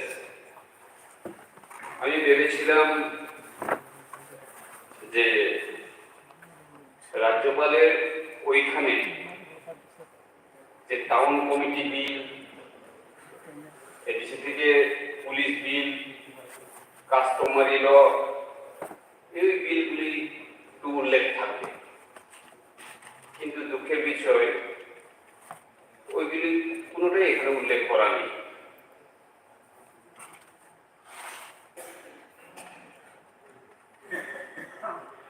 এতগুলো বিল থাকা সত্ত্বেও কেন আমাদের রাজ্যপাল ওই বিলগুলি সম্পর্কে কিছু বলেননি এটা আমি জানি না। তার সঙ্গে আমি এক্সপেক্ট করেছিলাম যে আমাদের টিকেডিসি গভর্নমেন্ট ওরা গ্রেটার ত্রিপুরাল্যান্ড অথবা সেপারেট স্টেটের জন্য যে রেজুলিউশন পাস করে মহামান্য রাজ্যপালের কাছে এবং ফেডারেল ওয়েলফেয়ার ডিপার্টমেন্টে পাঠানো হয়েছে সেই বিষয়ে কোনো উল্লেখ নেই। আজকে এই পবিত্র বিধানসভায় দাঁড়িয়ে আমি এটাই বলতে চাই, যখন আমি 2018 সালের বিধায়ক ছিলাম তখনও আমি ত্রিপুরাল্যান্ডের কথা বলেছি এবং আজকেও যেহেতু ভারতের সংবিধানের 2-3 ধারায় উল্লেখ আছে যে সেপারেট স্টেটের জন্য আমরা কথা বলতে পারি এবং ডিমান্ড রাখতে পারি। আমাদের ত্রিপুরা রাজ্যে বিজেপি এবং আইপিএফ জোট সরকার এখনো চলছে, এখনো আমাদের একজন মাননীয় বিধায়ক তথা মন্ত্রী আমাদের শুক্লাচরণ মহাদিয়া আইপিএফ যারা সেপারেট স্টেটের জন্য ডিমান্ড করছে। আমরাও ত্রিপুরামথা হয়ে আজকে এই পবিত্র বিধানসভায় ত্রিপুরাল্যান্ড এবং গ্রেটার ত্রিপুরাল্যান্ডের জন্য এই মহামান্য রাজ্যপালের যে ভাষণের বইয়ে ইনক্লুড করার জন্য দাবি জানাচ্ছি এবং এই গ্রেটার ত্রিপুরাল্যান্ডের বিষয়টা আগামী বিধানসভাগুলিতে আমরা যদি প্রাইভেট মেম্বার্স রেজুলিউশনে চান্স পাই তাহলে অবশ্যই এই বিষয়টা আনবো এবং লাস্ট বিধানসভাতে আমাদের মাননীয় সদস্য একজন এনেছিলেন প্রাইভেট মেম্বার্স রেজুলিউশনে গ্রেটার ত্রিপুরাল্যান্ডের ব্যাপারটা, কিন্তু তখনও আমাদেরকে চান্স দেওয়া হয়নি। খুবই দুঃখের ব্যাপার, এখানে ইকুইলিটি মেনটেন করা হচ্ছে না। সুশাসনের কথা বলছে কিন্তু সুশাসনের মধ্যেও অনেকগুলি বিষয় আমরা আমাদের নজরে আসছে। আমি একটা উদাহরণ দিতে যাব। গত 1 সপ্তাহ আগে আমাদের বিধানসভা শুরু হওয়ার আগে একজন পুলিশ অফিসার শ্যামশঙ্কর রিয়াং, উনাকে নন্দননগরে একজন রিক্সা ড্রাইভার এমনভাবে করেছে, এমনভাবে ওনাকে পিটিয়েছে লাঠি দিয়ে। উনি এফআইআর করেছে, উনার পোস্ট হচ্ছে যাত্রাপুর পুলিশ স্টেশন, উনি ছুটিতে এসেছেন ক্রিসমাসের জন্য, উনি ইন্সপেক্টর। আজ পর্যন্ত ওই দোষীদের কোন পদক্ষেপ এবং ওই দোষীদের আজ পর্যন্ত অ্যারেস্ট করা অথবা ডিটেইন করার কিছুই পদক্ষেপ নেওয়া হচ্ছে না। এটাই কি সুশাসন? এটাই কি ত্রিপুরা রাজ্যের সুশাসন? আমি মাননীয় মুখ্যমন্ত্রীকে অবগত করতে চাই এই বিষয়ে, যে আপনি এই বিষয়টা সিরিয়াসলি নিন। কারণ আপনারা এবং আমরা সবাই বলি উই আর ইন্ডিয়ান, আমরা হিন্দুস্তানি, আমরা ভারতবর্ষে বাস করি। এই গণতন্ত্র দেশের মধ্যে সবার অধিকার আছে যার যার ধর্মীয় পালন করার, এটা কবে থাকবে। কিন্তু এইভাবে একজনকে পুলিশ অফিসারকে, যদি একজন পুলিশ অফিসারের যদি ওইভাবে লাঞ্ছনা হয়, তাহলে আমাদের সাধারণ জনগণ কোথায় থাকবে? এটাই আমাদের খুবই কষ্ট লাগে ওইসব বিষয়ে যদি আমরা আলাপ আলোচনা করি। সুশাসনের নামে অনেক কিছু হচ্ছে, আমরা দেখি এসডিএম এর মাধ্যমে বিভিন্ন জায়গায় অ্যাডমিনিস্ট্রেটিভ ক্যাম্প করে এসটি সিটিজেনশিপ অথবা পিআরটিসি বন্টন করা হচ্ছে। হ্যাঁ, খুব ভালো, কিন্তু আমরা চাই সুশাসনকে আরো সামনে এগিয়ে নিয়ে জনগণের ঘরে যদি আমরা নিয়ে যেতে পারি তাহলে আরো ভালো হবে। আমি মাননীয় মুখ্যমন্ত্রীকে চিঠিও দিয়েছিলাম সুশাসন এবং সবকা সাথ সবকা বিকাশ এই মন্ত্রকে নিয়ে আসুন না আরো আমাদের এই সুশাসনকে আরো সামনে এগিয়ে নিয়ে। আমি যে চিঠি মুখ্যমন্ত্রীকে দিয়েছিলাম সেটা হচ্ছে আমার এরিয়াতে দুটি ব্লক, হেজামারা ব্লক এবং লেপুঙ্গা ব্লক, যেটা মোহনপুরের আন্ডারে পড়ে, মোহনপুর হেজামারা ব্লক এবং লেপুঙ্গা ব্লক, দুটি ব্লককে নিয়ে একটা এসডিএম অফিস করার জন্য আমি মুখ্যমন্ত্রীকে চিঠি দিয়েছিলাম।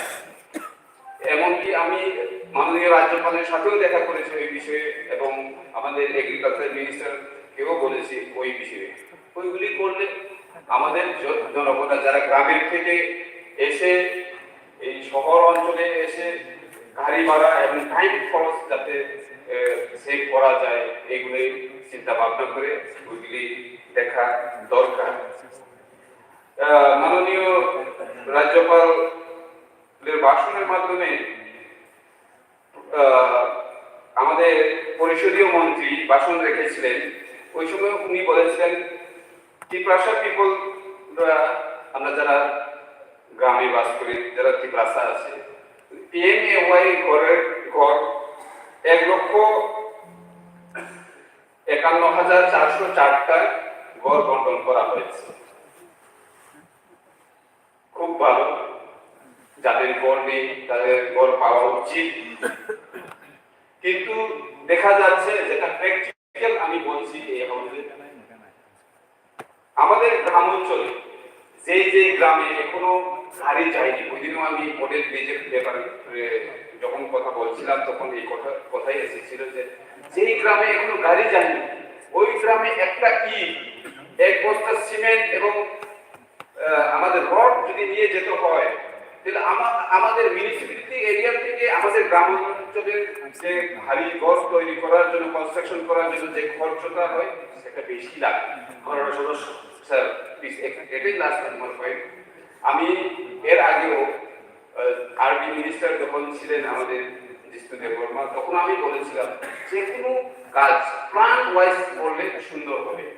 যদি আমাদের আরডি রুরাল এরিয়ার যে ঘরটা হবে তার জন্য আলাদা স্টেট, জানি এটা সেন্ট্রাল স্কিম, কিন্তু আমরা সেখানে স্টেট গভর্নমেন্টের যে পার্সেন্টেজ, স্টেট গভর্নমেন্টের যে অংশটা সেটাকে একটু বাড়িয়ে আমরা যদি গ্রামের ওই বাড়িঘরটাকে করা যায়, তাহলে এই 1,30,000 টাকা দিয়ে তো একটা ঘর হয় না, আমরা সেটা জানি।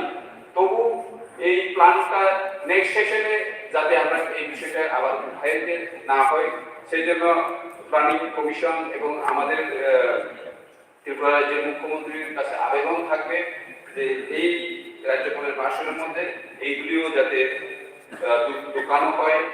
কারণ আমরা দেখি যে ঘর বানানোর যে খরচ সেটা আমাদের আরবান এরিয়া থেকে রুরাল এরিয়াতে আরো বেশি টাকার প্রয়োজন হয়। এগুলি এই রাজ্যপালের ভাষণের মধ্যে ইনক্লুড করা হোক, সেটা আমি চাই। আরো ছিল, অনেক কিছু ছিল, কিন্তু আমাদেরকে এভাবে দেওয়া হয়েছে যে 10 মিনিটের মধ্যে 7 মিনিটের মধ্যে কিভাবে বলবো, কিন্তু প্রথম দিক থেকে আধা ঘন্টা 1 ঘন্টা করে সবাই সময় নিয়ে নিয়েছে স্যার, সবাই নির্বাচিত। তবু আমি যেটা বলেছিলাম এগুলো যাতে করা হয়। সবাইকে নমস্কার, থ্যাংক ইউ, ধন্যবাদ। মাননীয় সদস্য শ্রীমতী নন্দিতা রিয়া মহোদয়া।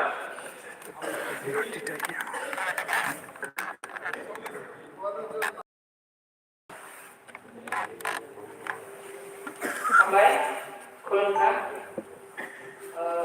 বরং স্পিকার তিনি জনাব জনাবাগে 13তম লেজিসলেটিভ অ্যাসেম্বলি di Forte আপনি যত যারা ট্রেজারি ব্যাংক তোমায় যারা লিডার অপোজিশন যত MLA 저부터 또 하우스도 동아야노 일라노 해피 뉴 이어 थांनाय 1 জানুয়ারি राज्यपालनि स्पीच 1 आवर स्पीच होनावे तेनियो बिरुदी ब्रांचनि अमेंडमेंट नोटि नाम कয়েকটা বক্স হানায় জরা কমনি বাকি কয়েকটা পয়েন্ট আছে রাজ্যনি কক কানসানা থাকলিয়া তামকে জরা কমনি বাকি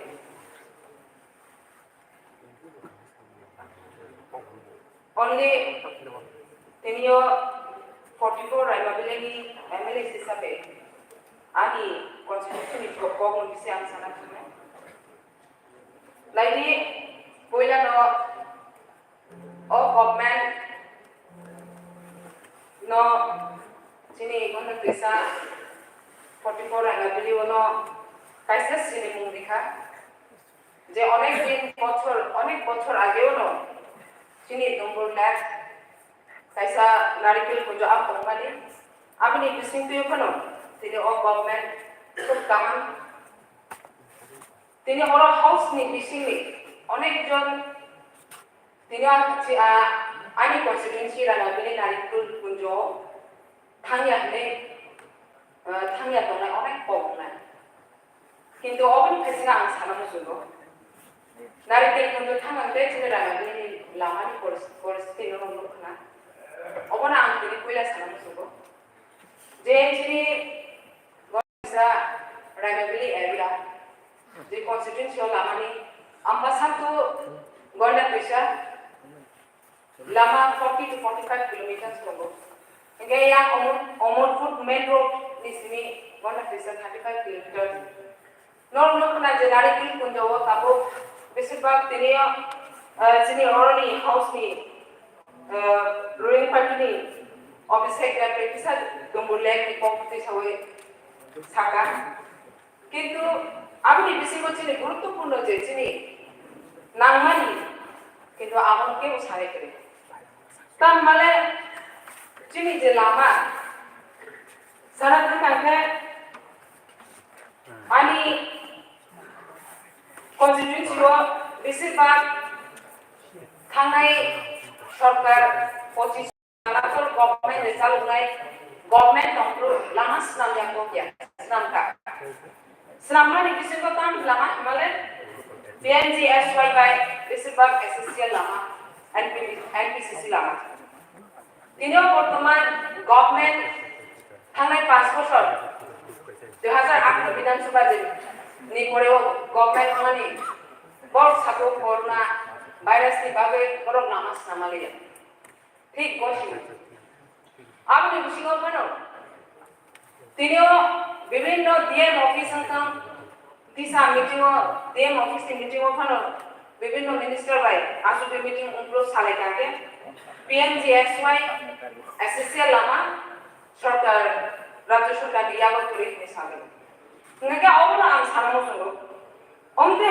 ni bagi sabule dai nana, gos Rajya Sarkar ni ya sakangkai, central government ni gos sah, nggak ani, asal Dubai bro jadi lama tonghui berduri hai, ani orang PMGXY SSC lama more than 15 15 tani bisi lama tunggu. Abang ni bisi ko 100 kilometer ni bisi. Jangan constituency ni bisi. Enggak abang tini wo lama saya ni bagai. Nora protek bocor nukna na. Sini kontak bisa besar bang tanhe lama abang. Lama tui karen. Om tinggal kena connectivity sini. Jara sini pahar oncolo tongnai sini. Jeng Tripura boro, cukup sorol sahas boro, joto orang tongnai nol hausu tongnai nol kubo onek jon treasury bank thani kubo sengkuna. Jeng Tripura boro sini nangmani jeng nayo, tui lama power current o tinta. Hingga apa ni bisungo connectivity tinta ni bisungo o je lama turing kangkai, jeng tui nangni bo. Tui power, tui mesin pelanggan ini kan, aro lama tui ini baru kan dia. Jadi jaga current tui, aro tui mesin, nol di DWS ni hoje mesin kebang sanction khai itu no, rig mesin pelanggan ini kan, aro current nanggu, plus lama nanggu ni kan dia. Government reward ini sawo, nol rig lakh kuti budget section ini simi, kenai kayu, orang ini speaker महोदय ने खूब भी वो खनाका कबांगना दिनों तीन दिन बात सुनो वो खनाका कबांगना नो डेवलपमेंट की क्षेत्र को सामने किंतु अथचो ताऊ बस आनी अनेक टा जगह वो गंगानगर कैसा इलेक्ट्रिक पावर अनेक टा जगह ताको लिस्ट ने कहते सामने या যেমন পল্টনজয় পাড়া সিদ্ধন পাড়া রাজগণ পাড়া বাটা পাড়া দন্তি পাড়া Kartik Kumar para onek banget gongganagor constituency ni bising ko tabu jalo abo karing sogia ko onek ta jaga utong same amte hailo lama to bangma jaga sogia ko tong ingake aro tini sana nayo o je road tui electricity omono je jaga tini PMGXY lama je onek sogai wate tabo thane do chorobo wate nikal wate umplo ration mai lama yangai Ratan Nagar hai Dobirat hai Dolopoti hai Borobro Girachandra hai boro ration mai jana ne অসুবিধা হলো যিনি sub division magistrate ছাকাঙ্গে তমানে বড় কয়েকটা এই বসাই দিব লুয়ে দিব এরপরে কাকে লাভ সাবনি যে আরো রান্ত হয় বড় বেশি হাইনি বাগা আম গভর্নমেন্ট অমনো মাননীয় স্পিকার মহোদয় নির্দেশিতে আম যারা ওল ডিপার্টমেন্ট যে তুই ফাংলনা আম Shriram সুবো অমো তিনটানো lama tui karena bisa mau khairan bagi. Enggak apa itu kisah sabne, tahu kisah sekarang. Jadi MLA itu kisah sarak PMAY household.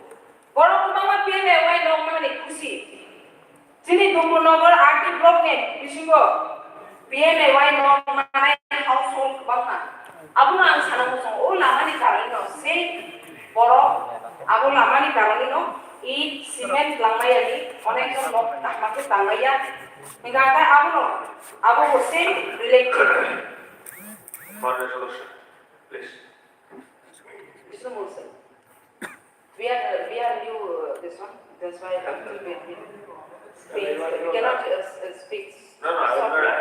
I will try, I'm sir. not denying that you have to go. But please take time, sir. Nangkai kisah ko jadi hospital. Sastro emergency itu tuh nanggung mani. Aku tuh tuh salai lo kausu. Tini orang jadi kontak bisa. Ani kontak bisa ni andero. Raima beli ni andero. Tinta, jarka, omotong. Tamne PSC center PSC kayak je tongani apni bisingo onek staff kom staff tilio workshop le hai atta bisi bai kaisa hospital apni bisingo matro 2 John doctor দুইজনের doctor কাছে ছুটি থাকা আঙ্কায় তাই কেসে duty আঙ্কে patient 8টা বেশি না হয় কাইসা hospital PSC hospital वो बाहर के मुकाबला फैले उन सुबह डॉक्टर ने सगा के डॉक्टर बाहर के अंकाबा फैले मैडम किसा ओमन इतनी को डिपार्टमेंट में किसा हेल्प फाइल डॉक्टर नीचे रिक्वेस्ट मांग रही निगाने गंगानगर से गंगानगर कैसा इतने हासल গ্রামাঞ্চলে বড় চিনি বেশিরভাগ নাকি ম্যালেরিয়া গন্ডা ছড়া থাকে পত্রিকা নাই প্রত্যেক বছর ম্যালেরিয়া ডায়রিয়া আবার সব সময় খাও এই আমি বাকি পিঙ্গাঙ্গা আমি এটা হসপিটাল বো আমাকে ডক্টর করে কাইসে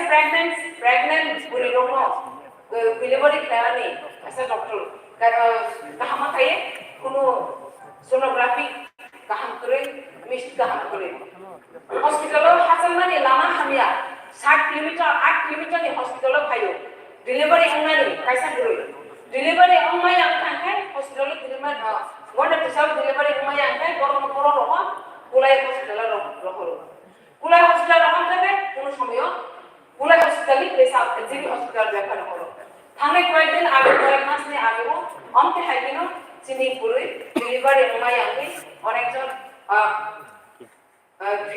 পিসাবে ঘুমাবে কিনে দিত আইনে মানে মাননীয় স্পিকার মহোদয় অমরব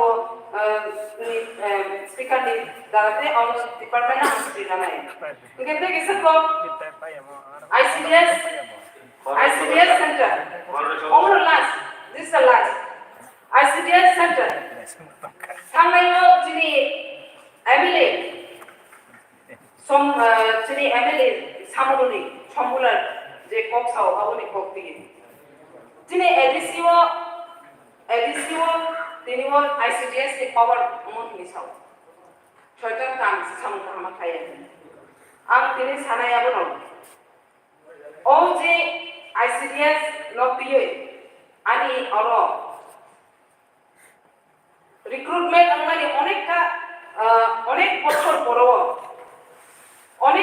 পর তিনিও আরো ইন্টারভিউ মানে ওয়ার্কার প্লাস হেল্পার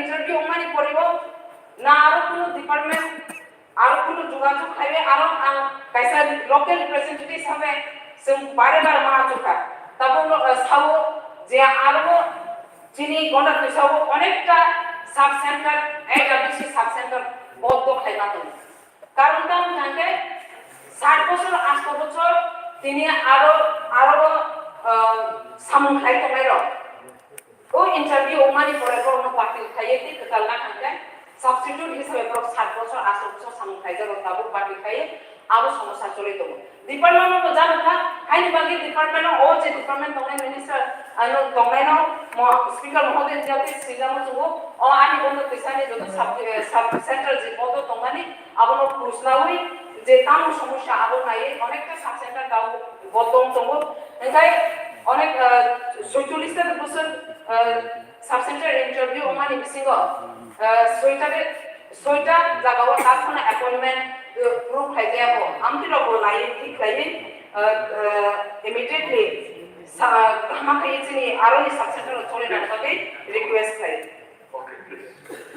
ওকে ও কক জরা কমবা সানাততে ঘুমা দো জরা মা যতন যে অ্যামেন্ডমেন্ট বিল নিবিসিব জরা কমবা সানানে কিসব সাবানালিয়া যে সামানি ন বিদে দল নি এই যে চিনি অ্যামেন্ডমেন্ট থেকে মানে ওর जो খাইনা নিবাগে আর কক দিয়ে আমি কক কোন পরীক্ষা দিতে না মাননীয় সদস্য শ্রী নয়ন সরকার মহোদয়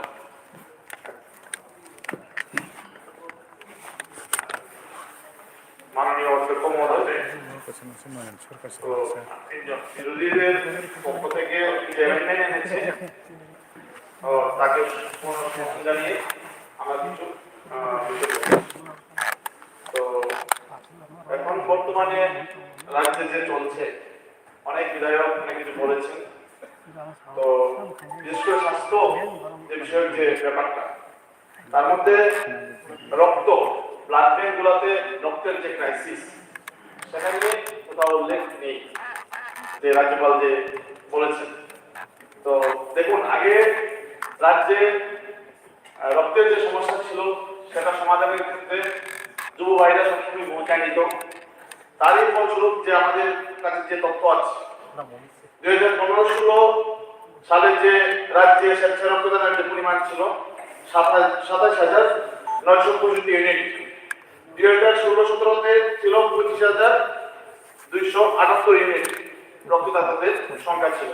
কিন্তু 2020-21 যে রক্তদাতাদের যে স্বেচ্ছায় রক্তদানের পরিমাণ সেটা হয়ে দাঁড়ালো 16,380 ইউনিট, মানে অনেক কমে গেছে। স্বাভাবিক রক্তের যে চাহিদা অনুযায়ী রক্তের স্বল্পতা তো রাজ্যে দেখা দিবি। আমরা যারা এখানে অনেকে বিধায়কের কাছে মুহূর্তে আছেন, আপনারা জানেন, আপনাদের কাছে অনেকেই ফোন করে যে রক্ত লাগবে দাদা, রক্তের ব্যবস্থা করে দিন, এই গ্রুপ সেই গ্রুপ, রক্তের জন্য ফোন করে আমরাও ম্যানেজ করতে পারি না। অনেক যুবকদেরকে বলি যে তোমাদের কি রক্ত আছে, গ্রুপ আছে, তোমরা কি রক্ত দাও। কিন্তু আগে তো রাজ্যে এরকম ছিল না। যারা রক্তদান শিবিরে রক্তদান করতো তাদেরকে একটা কার্ড দেওয়া হতো স্বাস্থ্য দপ্তর থেকে, সেই কার্ড নিয়ে ব্লাড ব্যাংকে দিলেই রক্ত পেয়ে যেত। কিন্তু বর্তমানে ডোনার দিয়ে সমস্যার সমাধান হচ্ছে না। কারণ কেন? রক্ত যে গ্রাহিতা তার যে রক্তের গ্রুপ, সেই গ্রুপ হতে হবে। বি নেগেটিভ হলে বি নেগেটিভ দিতে হবে, এ পজিটিভ হলে এ পজিটিভ দিতে হবে। সেটা হচ্ছে রাজ্যের রক্তের এই অবস্থা। এটা কেন হচ্ছে? এটার জন্য দায়ী কারা? এটাকে মানতে হবে, এই আহ্বান বলতে হবে। কারণ আমরা দেখেছি আগে যুব ভাইরা রাজ্যের প্রত্যন্ত জায়গাতে বিভিন্ন জায়গায় রক্তদান শিবির করত। এই রক্তদান শিবিরে করেই এই রাজ্যের যে চিত্রটা, এটা কোনো আমার মুখের বলা তথ্য নেই। আপনাদের এখানে অনেকে হইতে শুরু করে দেয়। এখানে বিধানসভায় দেওয়া তথ্য, প্রশ্নের উত্তর ভিত্তিতে 22/3/2022 বিধানসভায় দেওয়া তথ্য, এবং ইকোনমিক রিভিউ অফ ত্রিপুরা 2022 যে বইটা আপনারা ছাপিয়েছিলেন, সেই বইয়ের তথ্য কিন্তু তথ্য ছাড়া কথা বললে কাজ হবে না, আপনারাই বলেন। তো স্বাভাবিক এই রক্তদাতাদের সংখ্যা কেন কমেছে? বিভিন্ন রক্তদান শিবিরে আক্রমণ, সেটার জন্য আপনি কি পদক্ষেপ নিয়েছেন? রাজ্যের রামনগরে একটা স্কুলে রক্তদান শিবির করছে, রক্তদান শিবির আক্রমণ। বিলুনিয়ায় 2টা জায়গাতে রক্তদান শিবির আক্রমণ, উদয়পুরে আক্রমণ, কোয়ে আক্রমণ, একাধিকবার আক্রমণ, কমলপুরে রক্তদান শিবির আক্রমণ। এই রক্তদান যারা করছেন সেই রক্ত সে নিজেও জানে না সেই রক্ত কার শরীরে যাচ্ছে। কি সিপিএম বলুন, কি বিজেপি বলুন, কি কংগ্রেস বলুন, সবাই শরীরে যাচ্ছে। যারা রক্ত দিচ্ছে তারা চিন্তা করে না যে সেই রক্তটা কোন ধর্মের লোকের শরীরে যাবে, কোন জাতির শরীরে যাবে, কোন পার্টির শরীরে যাবে। কিন্তু যারা আক্রমণ করছে তারা একটা শ্রেণী, সমাজের সবাই চিহ্নিত। এখানে বলতে পারেন কি প্রমাণ আছে তোমার কাছে? আমরা করেছি। দেখুন, আজকে যে শীত চলছে, শীতের যে সিজন, এটাকে আমাদের তাপমাত্রা দিয়ে মেপে বলতে হবে না, আমরা অনুভব করতে পারি। রাজ্যে কারা রক্তদান শিবির আক্রমণ করে সবাই জানেন। আপনাদের কাছে বলবেন তথ্য দিন, কিন্তু আক্রমণের কেস হচ্ছে, মামলা হচ্ছে। কিন্তু এই জায়গাতে দাঁড়িয়ে রক্তদান শিবিরের এই আক্রমণের ফলে রক্তের যে সংকট তৈরি হয়েছে সেই বিষয়ে সেই আক্রমণ কমাবার ব্যাপারে কোনো উদ্যোগ রাজ্য সরকার আছে কিনা সেই ব্যাপারে কোনো উল্লেখ নেই। তো দ্বিতীয় বিষয় হচ্ছে যে নেশার ব্যাপারে অনেক বলেছেন। নেশার যে তথ্য, আগে 2015-16 আগে যে এই নেশার কবলে পড়ে এইচআইভি যে বাড়ছে, ইনজেক্ট করে, সেটা আগে কি রেটিং ছিল? 2015-16 টেস্টে 1.2%, 2016-17 3.8%, 2017-18 4.3%। এটা ওই আমলে ছিল, আমাদের আমলে। এখন কি হচ্ছে দেখুন, কত গুণ বেড়েছে। 2020-21 9.1%, 2021-22 10.2%। কেন বাড়ছে? তাই কারা? স্বীকার করতে হবে অবশ্যই। তো এই যে নেশা বাড়ন্ত প্রশাসন উদ্যোগ আমরা দেখছি না, ঠিক আছে, কিছু গাঞ্জা সিজ করছে, কিছু এনডিপিএস অ্যাক্ট লাগিয়ে কিছু অ্যারেস্ট করছে, সেটা দিয়ে তো হচ্ছে না। কিন্তু প্রত্যেকটা বাজার বন্দরে কারা ব্যবসা করছে চিহ্নিত, কিন্তু সবাই জানে, কিন্তু মুখে বললে তাদের উপরে আক্রমণ করে দেবে কারা করছে এরকম। সেই জন্য সবাইকে ভূমিকা নিতে হবে। রাজ্যটা নেশার কবলে পড়ে ছাত্রদের ধ্বংস হয়ে যাচ্ছে, সেক্ষেত্রে কোনো উদ্যোগ দেখছি না।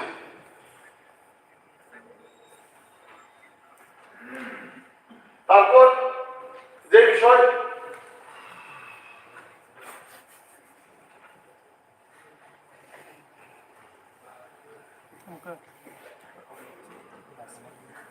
এইচআইভি যে টেস্টের বলে যে রিপোর্ট আসছে, 2014-তে এক বছরের রোগীর সংখ্যা পেয়েছে 220 জন, 15-তে 258, কিন্তু 21-22-এ 605, 22-23-এ 845, 22-23 সালে। এটা কেন বাড়ছে সেটা বলতে হবে। কি উদ্যোগ আমরা দেখছি না, ইনজেক্ট করে করে ছেলেরা মরে যাচ্ছে, মারা যাচ্ছে, কোনো উদ্যোগ দিচ্ছে না। তো নেশা থেকে বেরিয়ে আসার জন্য সবাইকে উদ্যোগ দিতে হবে।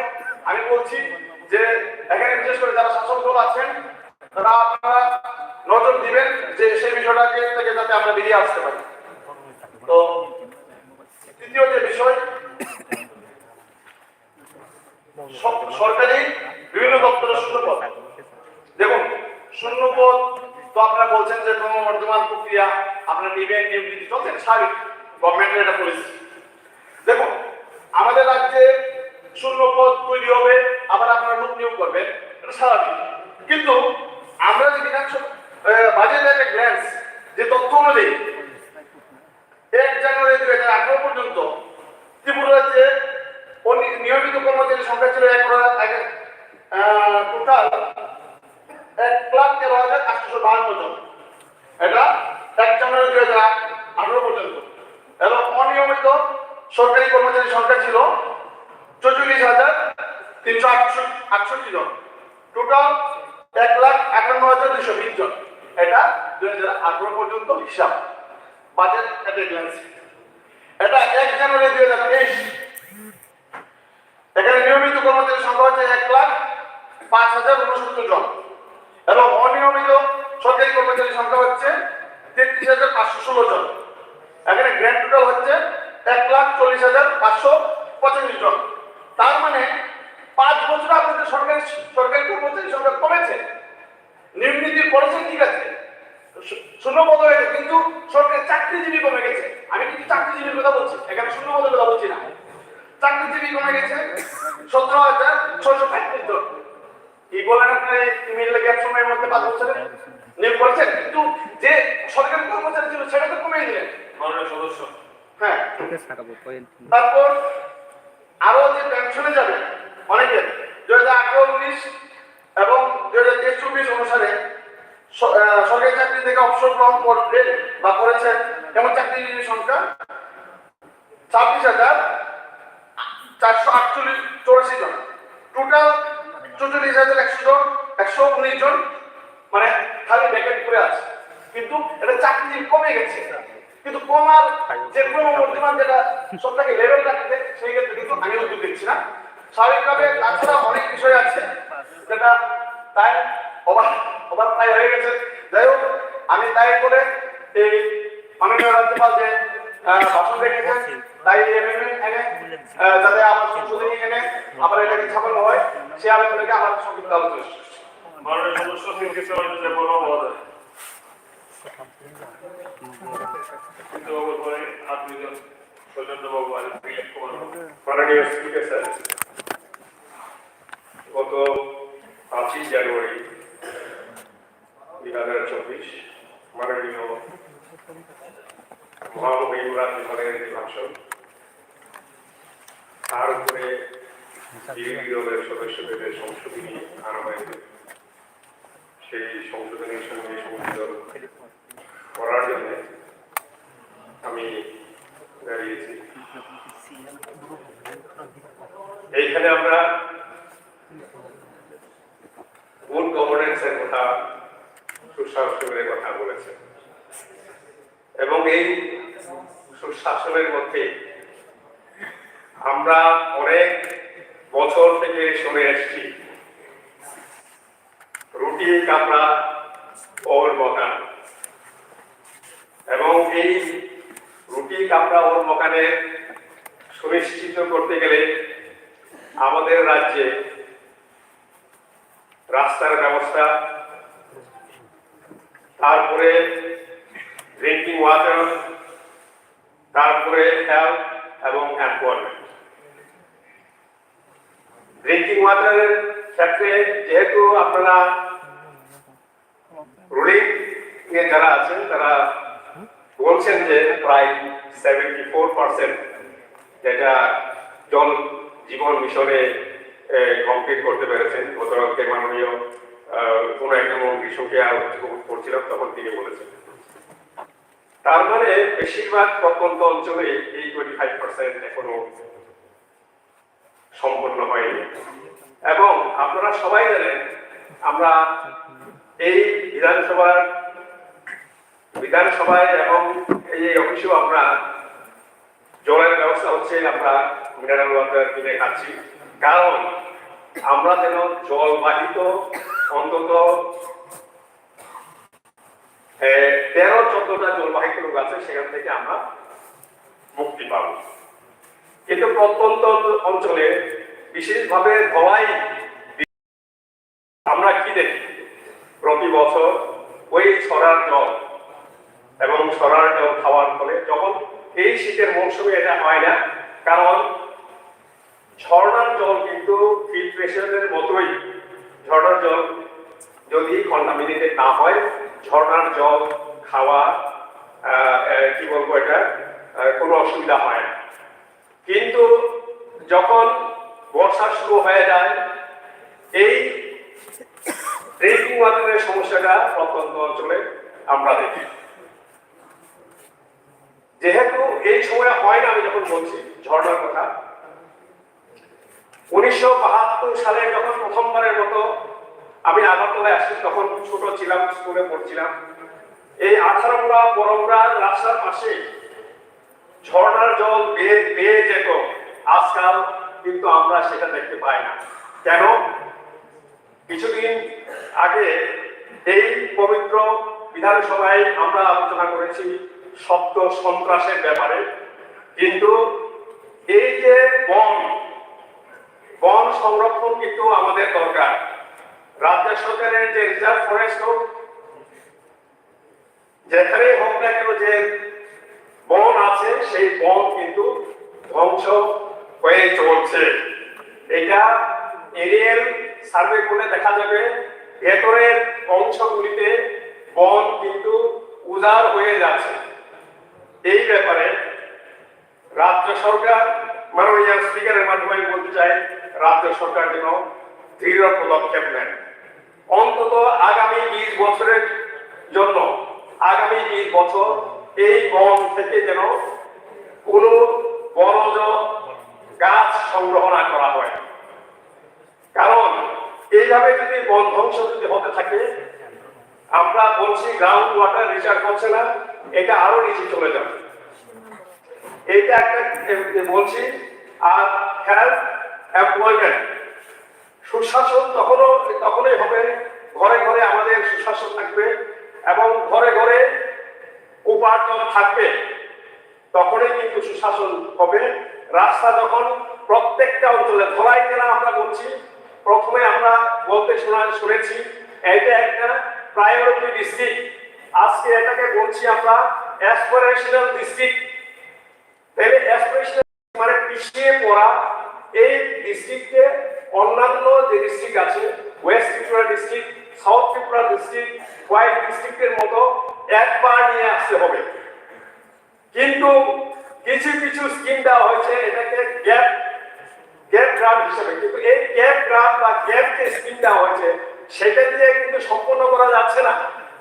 তাহলে এই জেলাকে উঠিয়ে আনতে গেলে এখানে রাস্তা ব্যবস্থা, জলের ব্যবস্থা, স্বাস্থ্যের ব্যবস্থা যদি করতে হয়, তাহলে এটার জন্য special package government of India থেকে বর্তমান সরকার আনার জন্য ব্যবস্থা করুন।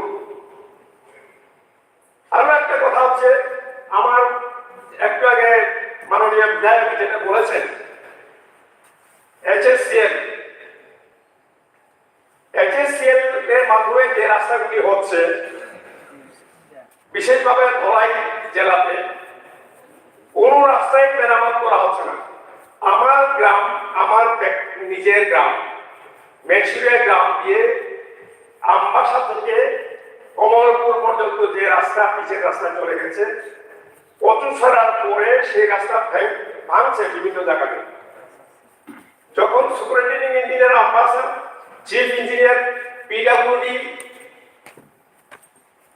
সেক্রেটারি পিডব্লিউডি, ওনাদের সঙ্গে আমি কথা বলেছি, বলছেন HSCL গভর্নমেন্ট অফ ত্রিপুরা এবং গভর্নমেন্ট অফ ইন্ডিয়া এই যে ত্রিপার্টাইট যে একটা এগ্রিমেন্ট আছে, সেই এগ্রিমেন্ট অনুযায়ী HSCL ত্রিপুরাতে কাজ করছে। এবং যেহেতু একটা HSCL এর রাস্তা যেটা পঁচুসরা থেকে কমল করে যাচ্ছে আমার গ্রাম হয়ে, এবং উড়াই ডিস্ট্রিক্ট হসপিটাল থেকে কাশিয়াছড়া থেকে যেটা যাচ্ছে, ওরা কোনো কাজ করছে না। ডিএম অফিস থেকে কি বলে একটা গন্ডাছড়া রোড পর্যন্ত এগুলি কোনো কাজ হচ্ছে না। তাহলে এই ত্রিপার্টাইট এগ্রিমেন্টের কি অর্থ আছে? যদি রাজ্য সরকার HSCL কে যদি কন্ট্রোল করতে না পারে, এই এগ্রিমেন্ট ভেঙে দেওয়া হোক। এবং কমলপুরে যে রাস্তার কথা আমি বলছি, এটাকে মেরামত করে এবারের মতো মেরামত করে দিয়ে তারপরে স্টেট পিডব্লিউডি সেটাকে টেক ওভার করবে, না হলে করবে না। যদি রাস্তা ভেঙেও থাকে, স্টেট পিডব্লিউডি শেষবারের মতো HSCL যদি মেনটেন করে যদি না দেয়, ওরা করবে না। তো এই যে অচল অবস্থা, স্টেট গভর্নমেন্ট HSCL কে কন্ট্রোল করতে পারছে না, এটা মাননীয় স্পিকারের মাধ্যমে মাননীয় মুখ্যমন্ত্রীর কাছে আমি আবেদন করতে চাই, এটা যেন দেখা হয়। TTABC-তে 1194 কিলোমিটার রাস্তা আছে, তার মধ্যে 900 করে রাস্তা হচ্ছে বিগ সরি।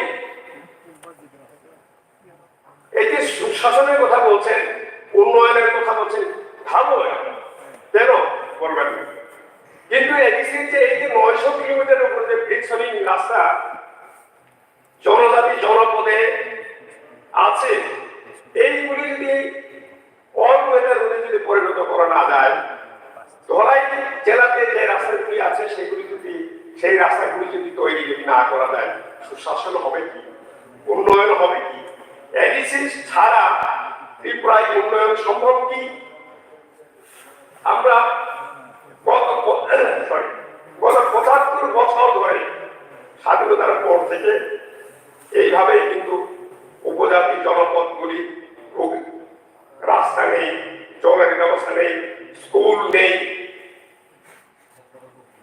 এডিসি এলাকার যে স্কুলগুলি আছে, আমি মাননীয় জনজাতি মন্ত্রী ট্রাইবাল মিনিস্টারের সঙ্গে আলোচনা করছিলাম। এক একটা স্কুলে অনেক জায়গাতে 9 জন করে স্টুডেন্ট আছে, 15 জন করে স্টুডেন্ট আছে, মাননীয় সদস্য। এই স্কুলগুলিকে কোনো জায়গাতে ক্লাব করে একত্র করে যদি এক জায়গাতে আনা যায়, রেসিডেন্সিয়াল স্কুল যদি করা যায়, তাহলে বর্তমানে যা শিক্ষকের সংখ্যা আছে সেই শিক্ষক দিয়ে এই স্কুলগুলি চালানো যাবে। উনি এই প্রস্তাব প্রশংসা করেছেন, কিন্তু আমার এই যে মাননীয় রাজ্যপালের যে আসন, এই আসনে যেহেতু এইগুলি উল্লেখিত হয় নাই, এইগুলি যেন সংশোধন করা হয়। এবং সর্বশেষে এটাই বলতে চাই যে কমপ্রক ভাষার জন্য যে স্ক্রিপ্টের কথা আমরা গত দিনে বলেছি, একটা অ্যামেন্ডমেন্ট বিল রোমান স্ক্রিপ্টে রাজ্যপালের কাছে, রাজ্য সরকারের কাছে পাঠানো হয়েছিল 2000 সন। ওইদিকে যদি আমরা যদি ইয়ে করি, আজকে 2024 বছর ধরে রাজ্য সরকারের ঘরে আছে বা রাজ্যপালের কাছে আছে। এই যে এতদিন যে এটাকে ঘুমিয়ে রাখা হলো, এবং বর্তমান রাজ্য সরকার 6 বছর পরবর্তী আর বললাম না, এইটাকে এই যে 5000 স্টুডেন্টের কথা গতকালকে আমরা বলেছি, পরপর 2 দিন আমাদের মাননীয় এমপি বলেছেন, এই যে এই যে বিলটা 24 বছর ধরে, তাহলে আমরা কি ভাববো? এই কারণে যে আমাদের উন্নয়নের জন্য, সম্ভব উন্নয়নের জন্য আমরা দেখছি এইভাবে যদি আমরা চলতে থাকি, আমরা নিশ্চিহ্ন হয়ে যাব, আমাদের এক্সিস্টেন্স থাকবে না। এইভাবে ভাষার উপরে আমরা যেটা দাবি করব সেটা অনেকে অনেকভাবে বলবেন, এটা দাবি করলে এটা বলবেন, কিন্তু আমাদের যে দাবিগুলোকে কেউ কর্ণপাত করবেন না। এই কারণেই, এই সব কারণেই আমাদের কি বলবো অ্যাক্টিসের এবং সার্ভাইভালের কারণে সংবিধানের 3 ধারা অনুযায়ী আমরা গ্রেটার ইকুইভ্যালেন্স চাইছি এবং সংবিধানের এই ধারা আমরা এই কারণে আমরা দাবি করছি। তাই মাননীয় মহামহিম রাজ্যপালের ভাষণ, সেই সংশোধনী যে আমরা আনছি সেখানে যেন সংযোজন করা হোক। মাননীয় অধ্যক্ষকে অসংখ্য ধন্যবাদ সময় দেওয়ার জন্য। নমস্কার। মাননীয় সদস্য শৈলেন্দ্র চন্দ্র রাজ মহোদয়।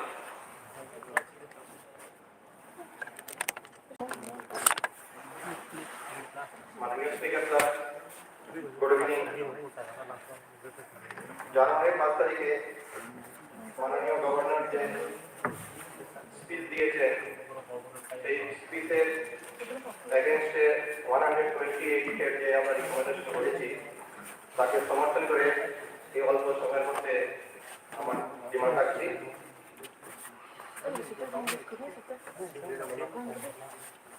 এগ্রিকালচার সেক্টর নিয়ে মহামান্য রাজ্যপাল মেনশন করেছেন agriculture is the dominating sector, it's contributing 36% of the GDP.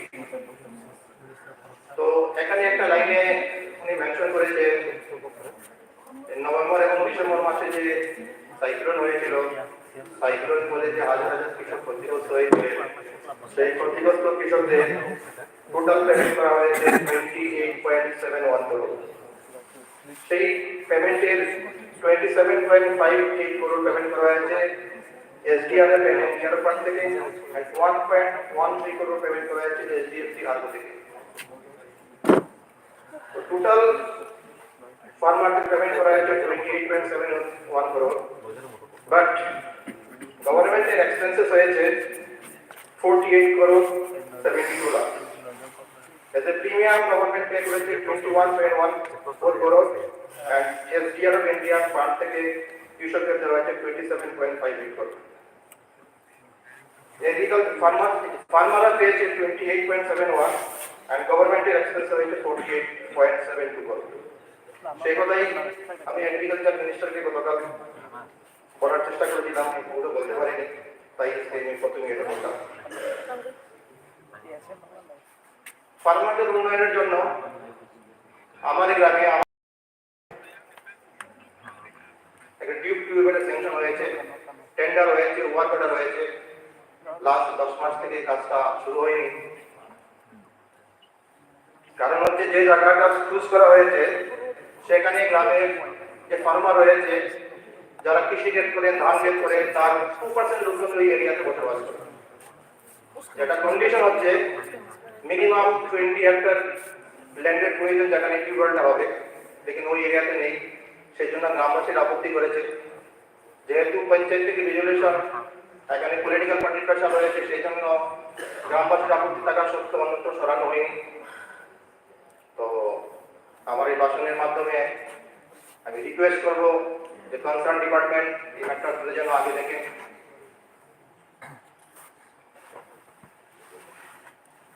এখন বলছি পানীয় জল নিয়ে, যেহেতু সময় কম, বেশি বলতে পারবো না। পার্থ দাস, ওয়ার্ড নম্বর 1, কুপ্তাকালী গ্রাম পঞ্চায়েত।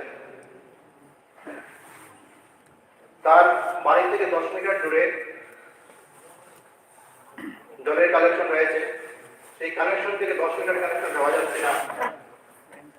লাস্ট 6 মাস থেকে অনেক করেসপন্ডেন্স হয়েছে গভর্নমেন্টের সঙ্গে। সে কমপ্লেন করেছে এসডিওকে। এসডিও সাহেব যখন করতে পারেননি তখন উনি জানিয়েছেন বিডিওকে। বিডিও যখন করতে পারেননি তখন সিএম হেল্পলাইন সেন্টারে কমপ্লেন করা হয়েছে। তারপরেও বলবেন যখন সমস্যার সমাধান, চিফ ইঞ্জিনিয়ার ডিডব্লিউসি আরকে জানানো হয়েছে। লাস্ট 22 ডিসেম্বর অন্য একটা ইস্যু নিয়ে ডিএমএর সঙ্গে জেলা শাসকের সঙ্গে মিটিং হয়েছিল। জেলা শাসককে আমি ম্যাটারটা জানিয়েছি। উনি বলেছেন যদি চিফ ইঞ্জিনিয়ার ম্যাটারটা সলভ না করে তারপর ওনাকে জানাতে, তখন উনি ম্যাটারটা নিয়ে এটা হচ্ছে সবকা সাথ সবকা বিকাশের এবং সুশাসনের পার্ট 2 এক্সাম্পল। আমার বাড়ি থেকে 50 মিটার দূরে জলের কানেকশন রয়েছে। পাম্প হাউস রয়েছে 200 মিটার দূরে, আমার বাড়িতে এখন পর্যন্ত কানেকশন দেওয়া হয়নি।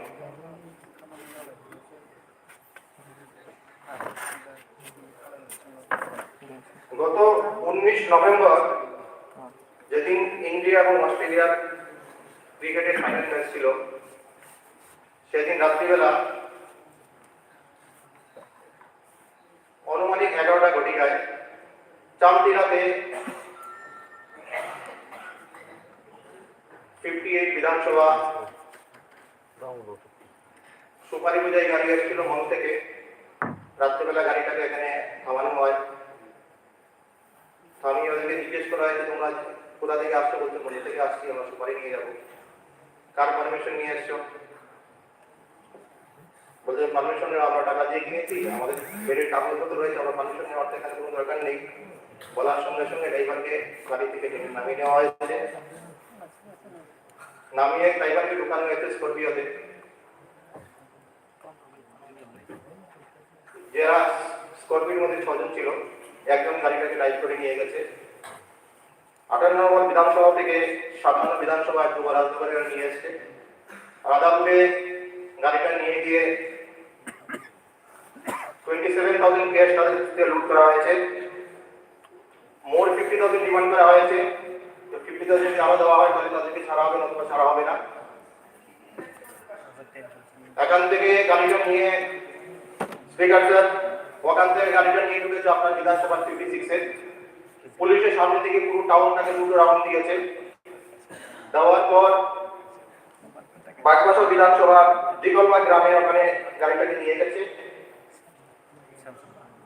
একজন যে রয়েছিল গাড়ির মধ্যে তাকে নামিয়ে স্কর্পিওর মধ্যে লক করে রাখা হয়েছিল। তাকে গাড়িটাকে অন্যত্র নিয়ে গিয়ে 85 ব্যাগ যেখানে সুপারি ছিল গাড়ির মধ্যে 38 ব্যাগ আনলোড করা হয়েছে, অন্যত্র কোথায় লুকিয়ে রাখা হয়েছে। ওখান থেকে নিয়ে গেছে কদমতলা বিধানসভাতে। ওদেরকে প্রচন্ডভাবে মারধর করেছে এবং বলেছে আমাদের পলিটিক্যাল হাত রয়েছে অনেক উপরে, আমরা সাংবাদিকতার কাজের সঙ্গে যুক্ত রয়েছি। যদি তোমরা এই ম্যাটারটা পুলিশকে রিপোর্ট করো, থানায় কেস করো, তাহলে তোমাদের নামে তোমাদের এগেইনস্ট অ্যাকশন হবে।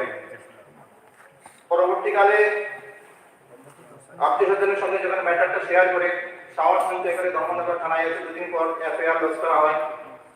যেহেতু ম্যাটারটা হয়েছিল পানিসাগর থানার আন্ডারে, ধর্মনগর থানা থেকে ম্যাটারটাকে রেফার করা হয় পানিসাগরে। পানিসাগর থানাতে আমি ম্যাটারটা জানতে পারি যখন ইসলামউদ্দিন সাহেব আমাকে ফোন করেছেন, এরকমভাবে আমার বিধানসভার লোকজনকে সুপারি লুটপাট করা হয়েছে, তাদেরকে মারধর করা হয়েছে এবং থানাতে কমপ্লেন করার পর যখন থানায় তাদেরকে ডেকে চড়া যেতে ভয় পাচ্ছে, আপনি যদি আমার সঙ্গে যান তাহলে বেটার হবে।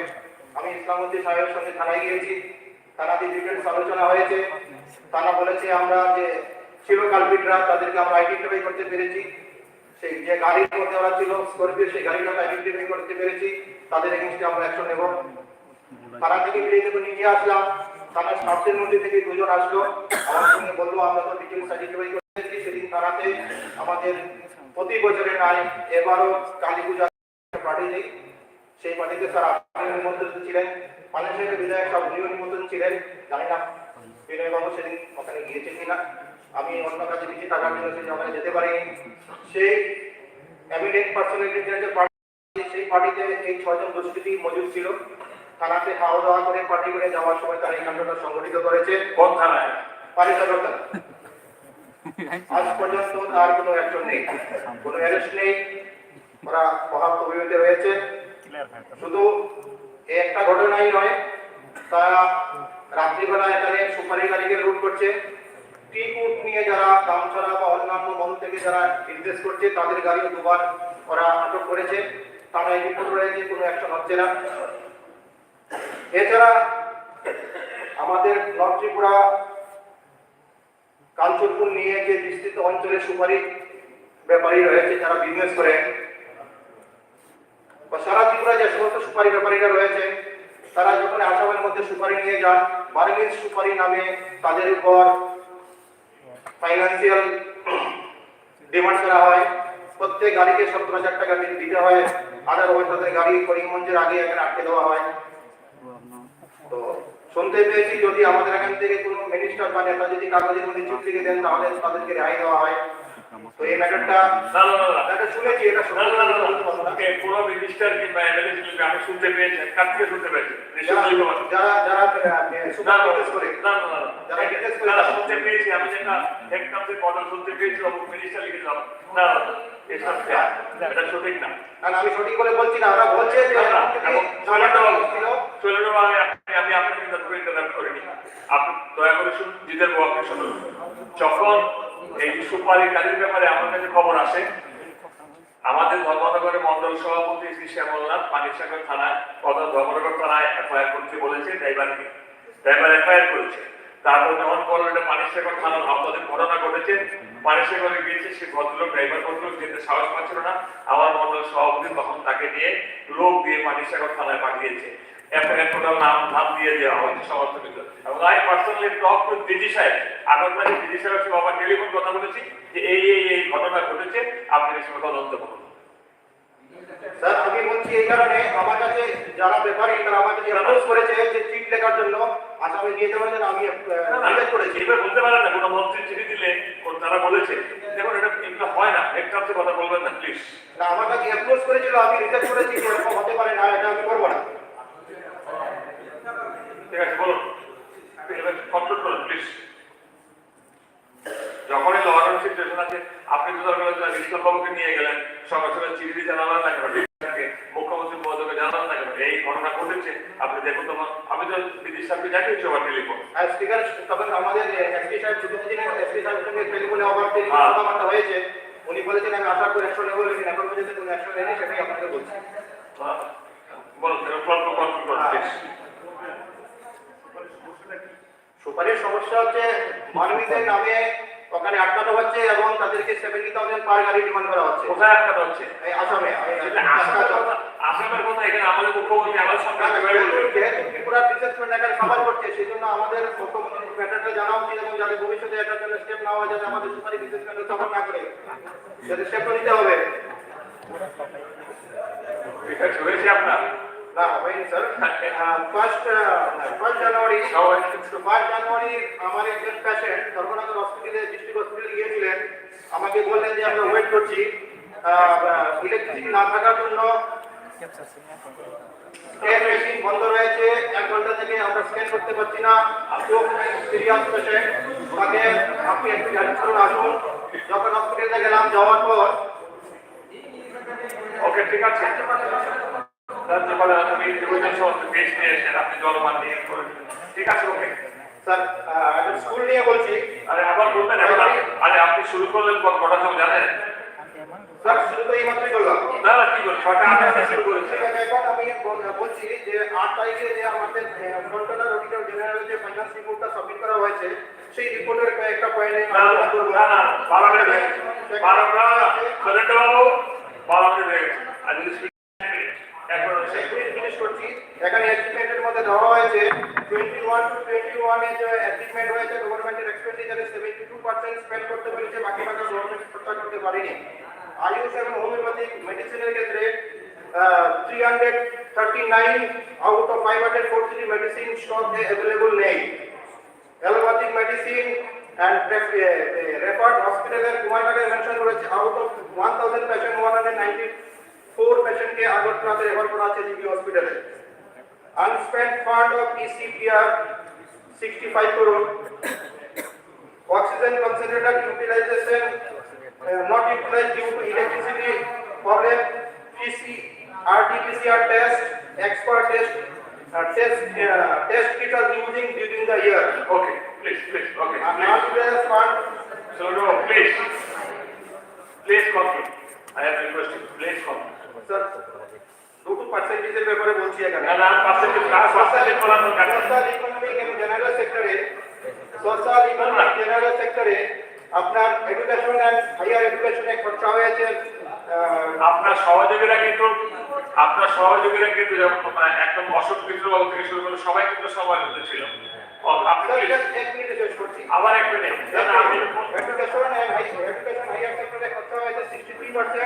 স্কুল এডুকেশনে খরচা হয়েছে 76%, এডুকেশন সোশ্যালে খরচা হয়েছে 77%, এলিমেন্টারি এডুকেশন হয়েছে 70%। আবার কাজের ভাষণ দেবেন, ঠিক আছে?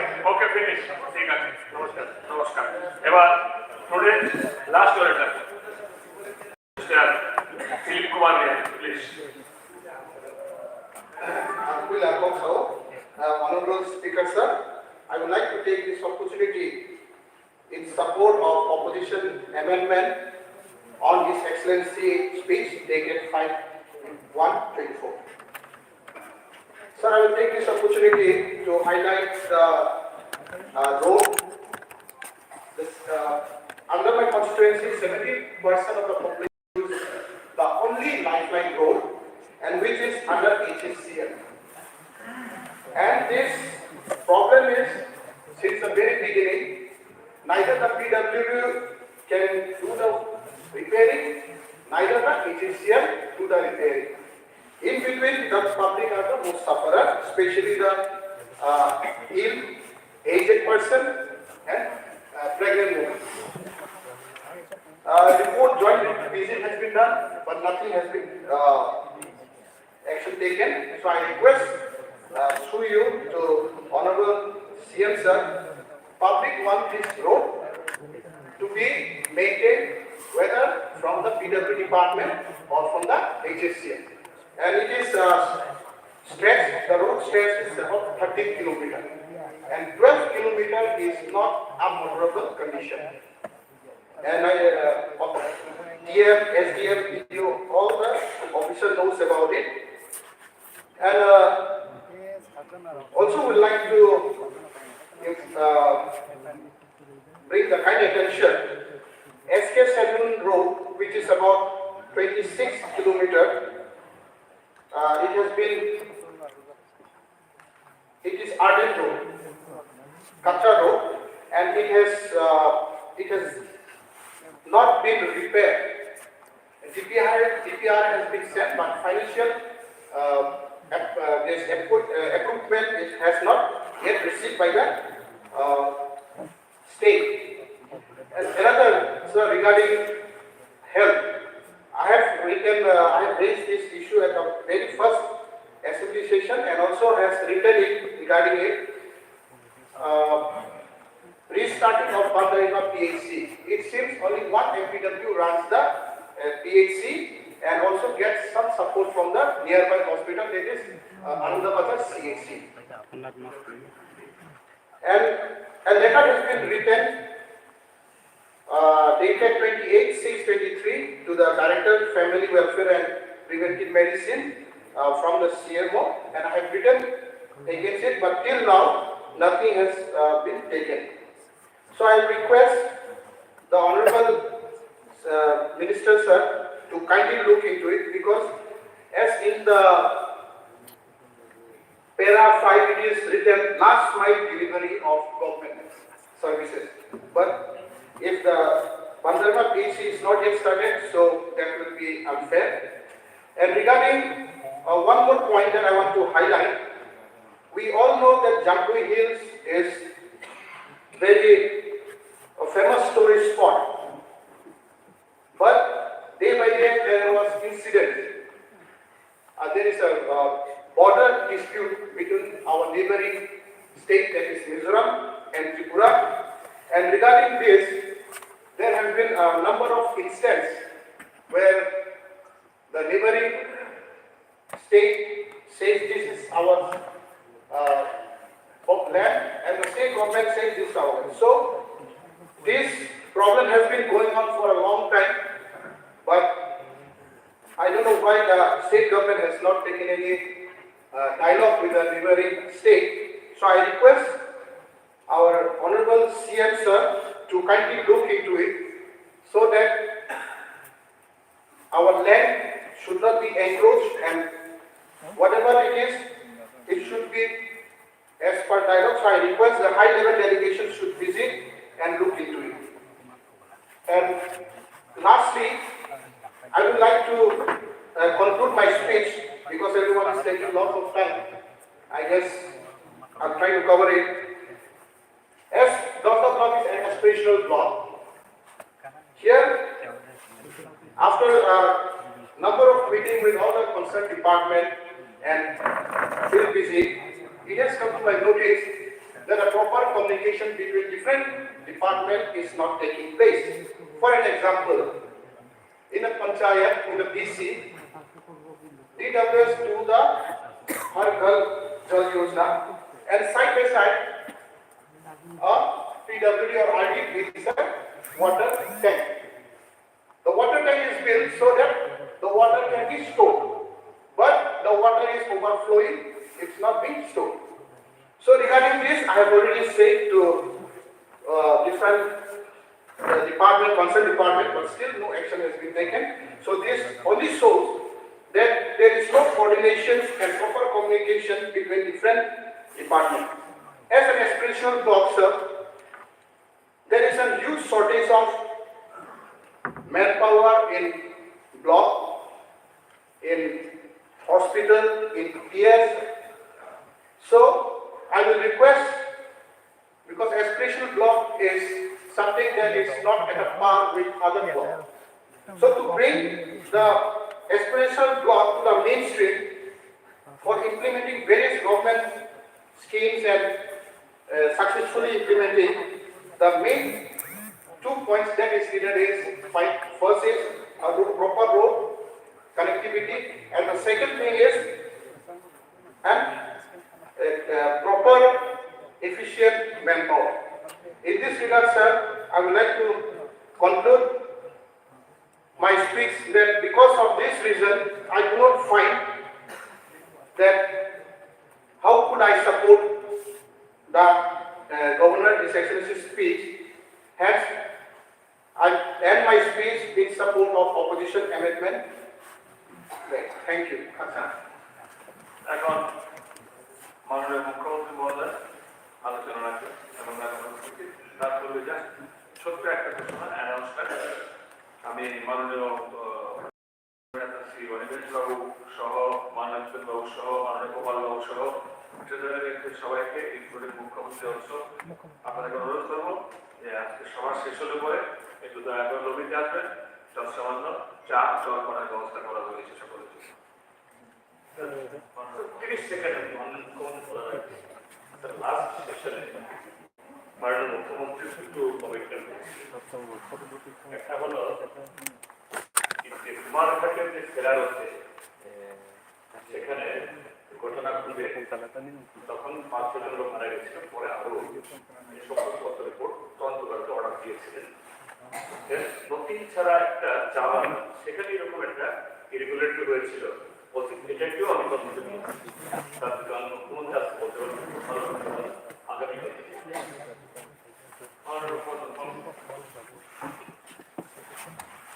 সর্বপ্রথম সবাইকে জানাচ্ছি মাননীয় অধ্যক্ষ মহোদয় এবং বিধানসভার মাননীয় সদস্যদের। আমরা ত্রয়োদশ রাজ্য বিধানসভার অধিবেশনে প্রথম দিন অর্থাৎ 5 জানুয়ারি হিজ এক্সেলেন্সি মাননীয় রাজ্যপাল মহোদয় যে মূল্যবান বক্তব্য এই সভায় পেশ করেন, সেই বক্তব্যকে আমি পূর্ণ সমর্থন করছি। খুব অল্প সময়ের মধ্যে হলেও উনি ত্রিপুরার যে উন্নয়ন অত্যন্ত সুন্দরভাবে তার রূপরেখা সবার সামনে তুলে ধরেছে। তার জন্য আমি মাননীয় রাজ্যপাল মহোদয়কে আন্তরিক ধন্যবাদ। মাননীয় রাজ্যপাল মহোদয়ের ভাষণে একটা জিনিস আমার খুব ভালো লাগে, সেটা হচ্ছে যে রাজ্যের জনজাতি, তপশিলি জাতি, সংখ্যালঘু ও অন্যান্য যারা অনগ্রসর, লাইটম্যান লাস্ট মাইলের কথা বলছেন, সেসব লোকদের বিষয়ে অনগ্রসর জাতিদের সামগ্রিক উন্নয়ন, মহিলা সশক্তিকরণ, কৃষকদের আয় বৃদ্ধি, রাজ্যের যুবক যুবতীদের কর্মসংস্থান, পর্যটন এবং সার্বিক উন্নয়নের প্রধান বিষয়গুলো প্রাধান্য পেয়েছে। এবং এটা তো সত্যি, আমরা সবাই জানি। আমরা এটাও জানি যখন বাইরের থেকে মানুষ আসে, আমরা দেখে আমাদের সাথে যখন যোগাযোগ করে, নিশ্চয় আপনাদের সাথে যোগাযোগ করে, এখানে বিরোধিতার জন্য বিরোধী না, কিন্তু এটা কিন্তু ফিল করতে হবে। যারে এই ত্রিপুরা এরকম হয়ে গেছে, আমি তো 3 বছর আগে এখানে এসেছিলাম, 5 বছর আগে আমি এসেছিলাম, 10 বছর আগে এসেছিলাম। এই ত্রিপুরা কি হয়ে গেল? রাস্তাঘাট, পানীয় জল, সমস্ত জায়গায় মানুষ দেখছে। তো এই সামগ্রিক যে বিষয়টা, ওনার যে বক্তব্য এখানে রেখেছেন, সেটা কিন্তু প্রস্ফুটিত হয়েছে। প্রধানমন্ত্রী নরেন্দ্র মোদীর ভীষণ লক্ষ্য হচ্ছে 2047, আমরা সবাই জানি, এবং সেই রূপরেখাকে আমরা অনুসরণ করছি।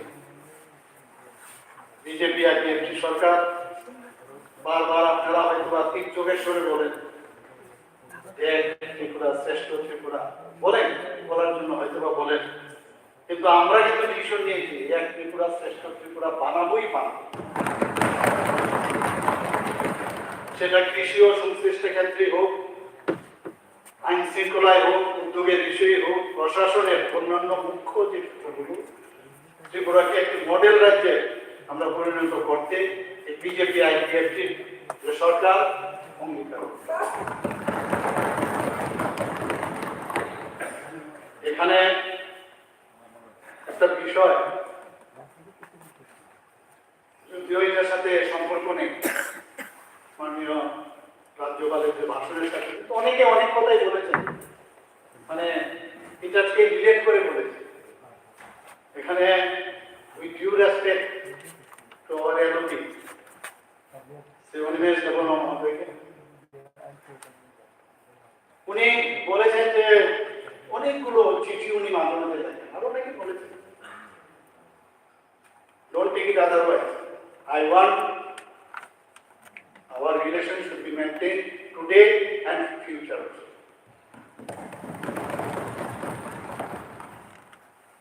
আপনি চিঠি দিয়েছেন, অনেকগুলো চিঠির উত্তর দিয়েছে, 4-5টা, আবার কয়েকটা দেয়নি। যখন আপনাকে আমি নিজে ডাইরেক্ট একটা চিঠি দিলাম, একটা বিষয় আপনি জানেন, এই চিঠিটা আপনাকে দেওয়ার অর্থ একটা, মানে বিধানসভার একজন মাননীয় অপোজিশন লিডার উনি আমার কাছে জানতে চেয়েছেন, আমি ওনাকে চিঠি দিলাম, খালি দেওয়ার সাথে সাথে দেখলাম এই চিঠি হোয়াটসঅ্যাপে সোশ্যাল মিডিয়াতে বেরিয়ে গেল, breach of trust and breach of relation. আমি মনে করি, আমি আপনাকে বলছি, প্লিজ প্লিজ আমাকে শেষ করতেছি, আপনি বলবেন, আমি এটা আপনাকে বলেছি অভিযোগ, যে কথাগুলো আসছে এতে কি হয় আমি এখন চিন্তা করব, এবং সাংঘাতিকভাবে ভাইরাল হয়েছে বিষয়গুলো, দরকার ছিল না। আপনি আমাকে চিঠি লিখেছেন, আপনি আমি চিঠি দিয়েছি, ভাইরাল হবে কি করে? আমি শ্রদ্ধেয় মানিক সরকার মহোদয়, যিনি আমাদের প্রাক্তন মুখ্যমন্ত্রী, উনি 4-5 বার আমাকে চিঠি দিয়েছেন, উত্তর দিয়েছি, কিন্তু কোনোদিন তো ভাইরাল করেনি। আমি এই কথাটা কিন্তু আপনাকে বলেছি, কেন এটা হবে? আমার কাজ না, and whatever letter I have given to you, it is nothing private. Not letter, but I have given the answer. My answer has been viral. Your answer, I have given you the answer. I can tell from my account. I can tell you No, you now. have not done. You have not done. From my account, I have not done. Also, From your account you have not done, but from your supporter, they have viral. How you can go to them? This is my question. Now, always I am fair. If you give me any question to give the answer, whether it will be viral or not, this is very important. That's why they are now scared of. You know it. For that there was some অনেক জায়গায় অনেক কিছু হয়েছে, এই বিষয় নিয়ে আপনি জানেন, কুসুমিত্র লোক পর্যন্ত আমাকে আমার পুরানো হয়েছে। দেখুন, আমি বলছি আগে, আমি রিলেশন আপনার সাথে মেনটেন করতে চাই, এবং সেটা থাকবেও, এটা আমি আপনাকে বলছি, কিন্তু এটা হওয়াটা breach of relation, breach of trust কেন হবে? আপনার হাতে দিয়েছি, অন্য জায়গায় কেন যাবে? কোথায় যাবে? আমার এখান থেকে তো আমি এটা আছে বিশ্বাস করেন না করেন, এই কারণে আমি বলছি আপনি চিঠি দিলে আমার এমন মনে হয় যে চিঠির উত্তর যে দেবো সেটা তো ভাইরাল হয়ে গেলে তো, কারণ একজন মানে এলওবি শ্রদ্ধেয় উনি আমাকে চিঠি লিখছেন, মুখ্যমন্ত্রী উত্তর দিচ্ছেন, এবং এর আগে প্রাক্তন মুখ্যমন্ত্রী এর মধ্যে উনি আমাকে চিঠি দিয়েছেন, উত্তর দিয়েছেন। সেটা তো হয় না। আমরা তো বড়দের থেকে শিখি, তাদের যদি এরকম হয় একটা উত্তেজনার সৃষ্টি হয়েছিল, সেটা সেই চিঠি নিয়ে উত্তেজনার সৃষ্টি হয়েছে। আমি ফ্যাক্টস যেটা আমি সেটা আপনাকে দিয়েছি, আমি তো মিথ্যে কথা বলিনি। I have not twisted out, আমি কিন্তু টুইস্টেড আউট করিনি সেটা। আপনি আপনি মনে আছে নিশ্চয়ই, আমি বলেছিও। কিন্তু কথাটা হচ্ছে এইটা যে আমরা শিখবো এখান থেকে গণতন্ত্রের পীঠস্থান এইরকম জায়গার মধ্যে এভরিডে সবকিছু জানি, এটা সম্ভব না। আমি কদিনে এখানে শ্রদ্ধেয় দিতেন বাবু এখানে আছেন, প্রাক্তন এমপি, আমি নিজে ওনাকে দেখেছি, আমি দেখতাম এত সুন্দরভাবে পার্লামেন্টে উনি বক্তব্য রাখতেন, আমরা গর্বে মানে বুকটা ফুলে উঠতো যে ত্রিপুরার কোনো লোক ওখানে সুন্দর বলছেন। কিন্তু আমি অনুরোধ করব যদি এই ধরনের কোনো প্রাইভেট লেটার থাকে প্লিজ আপনার অফিসিয়ালদের বলবেন কনফিডেন্সিয়াল এন্ড প্রাইভেট। আমি আমি আমি করিনি, আমি এই কথা বলছি কনফিডেন্সিয়াল যদি হয় এইরকম লেখা থাকে। মানে স্পিকার মহোদয়, he has not done, I tell you, but by any means it has been leaked and you are the custodian, the responsibility will be yours. মানে এটা করলে কারণ দেখুন এটাকে নিয়ে আপনারা জানেন কত কুশপুত্তলিকা ইত্যাদি ইত্যাদি কত কিছু আননেসারি। আমি জিতেন বাবুকে কালকে আমি খুব খুশি হয়েছিলাম যখন বললেন একটা প্রশ্ন যখন উনি করলেন একটা বিষয়ে যখন বললেন মুখ্যমন্ত্রী যে আপনাকে আমি হেল্প করবো, আমি খুব খুশি হয়েছিলাম। ওমা দেখলাম আগুনের মধ্যে ঘি দিলেন, কিরকম অববুদ্ধ। এই যে পলিটিক্স, এত ধরনের পলিটিক্স আমরা যদি এভাবে দেখে থাকি তাহলে পরিবর্তনের কথা বলি, কবে পরিবর্তন আসবে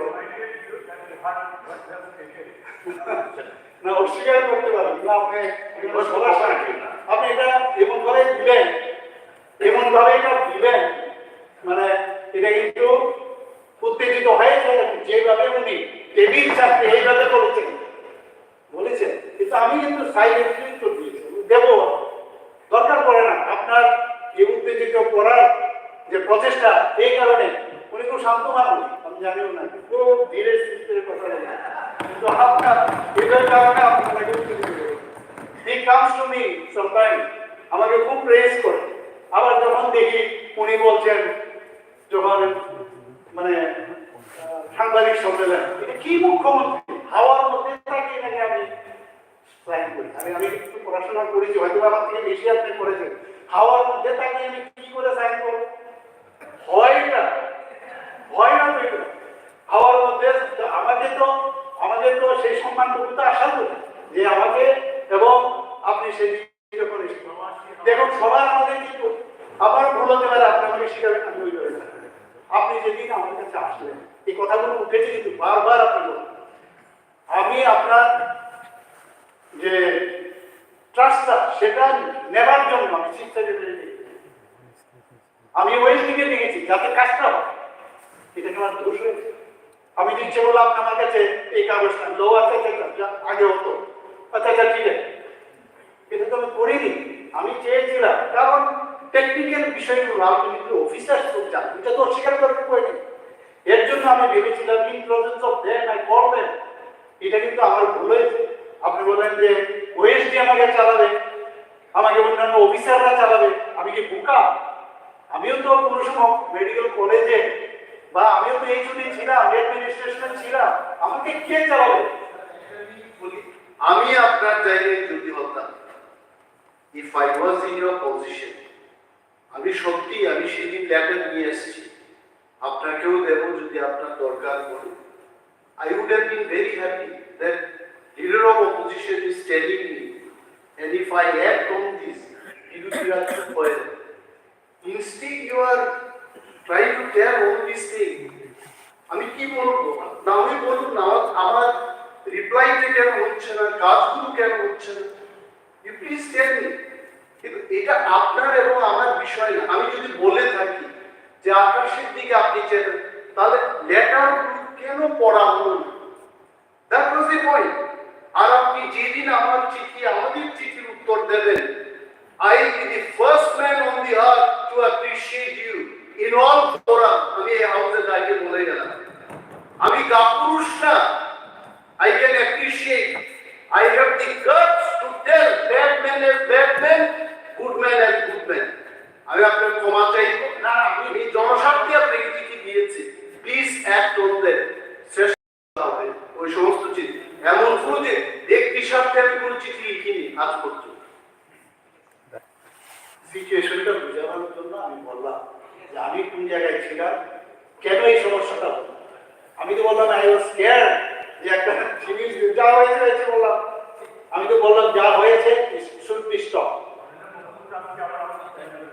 হ্যাঁ না, উত্তর তো দিতে হবে। আপনি বললেন যে উত্তর দিতে, সবাই তো আশা করে সব উত্তর তো সম্ভব না, কিন্তু যে কয়েকটা প্রশ্ন করেছেন সেগুলোর উত্তর। আমাদের মাননীয় এলওপি মহোদয় একটা জায়গায় বলেছেন যে আমাদের যে এসসি এসটি রিজার্ভেশনের যে 100% ভ্রষ্টা, সেটা নাকি ঠিকভাবে ফলো হয়। এবং আমি আপনাকে বলছি যে আমাদের ট্রাইবাল ওয়েলফেয়ার ডিপার্টমেন্ট এবং ছাড়া, রেড পয়েন্ট ভ্রষ্টা ছাড়া কোনো অবস্থায় সেটা হয়নি, হবেও না। এতটুকু আপনি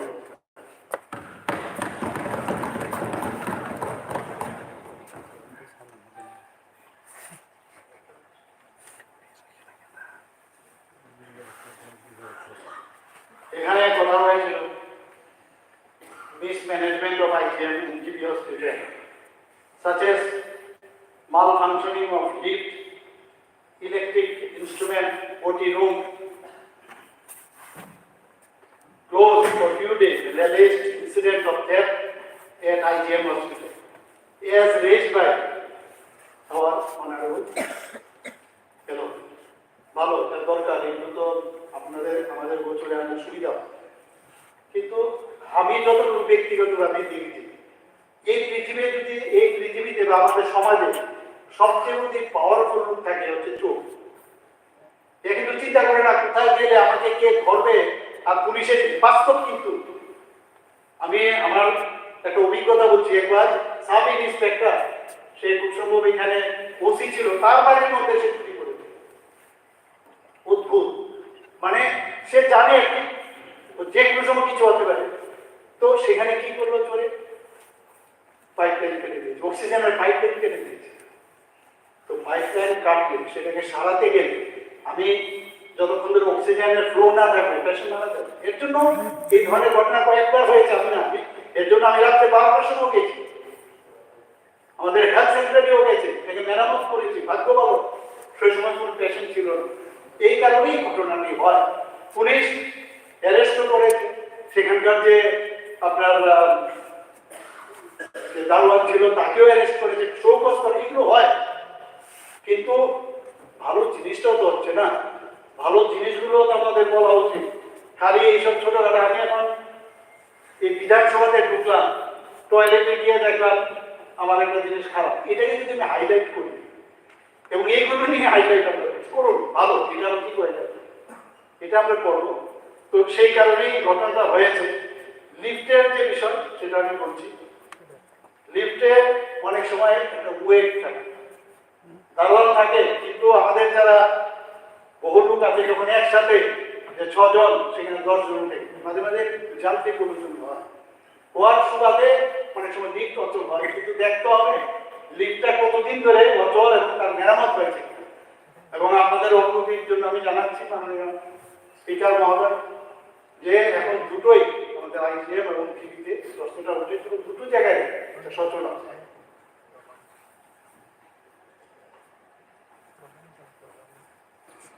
এখানে একটা প্রশ্ন উঠেছে যে গ্রুপ সি এবং গ্রুপ ডি কর্মচারীদের বেতনের ব্যাপারে।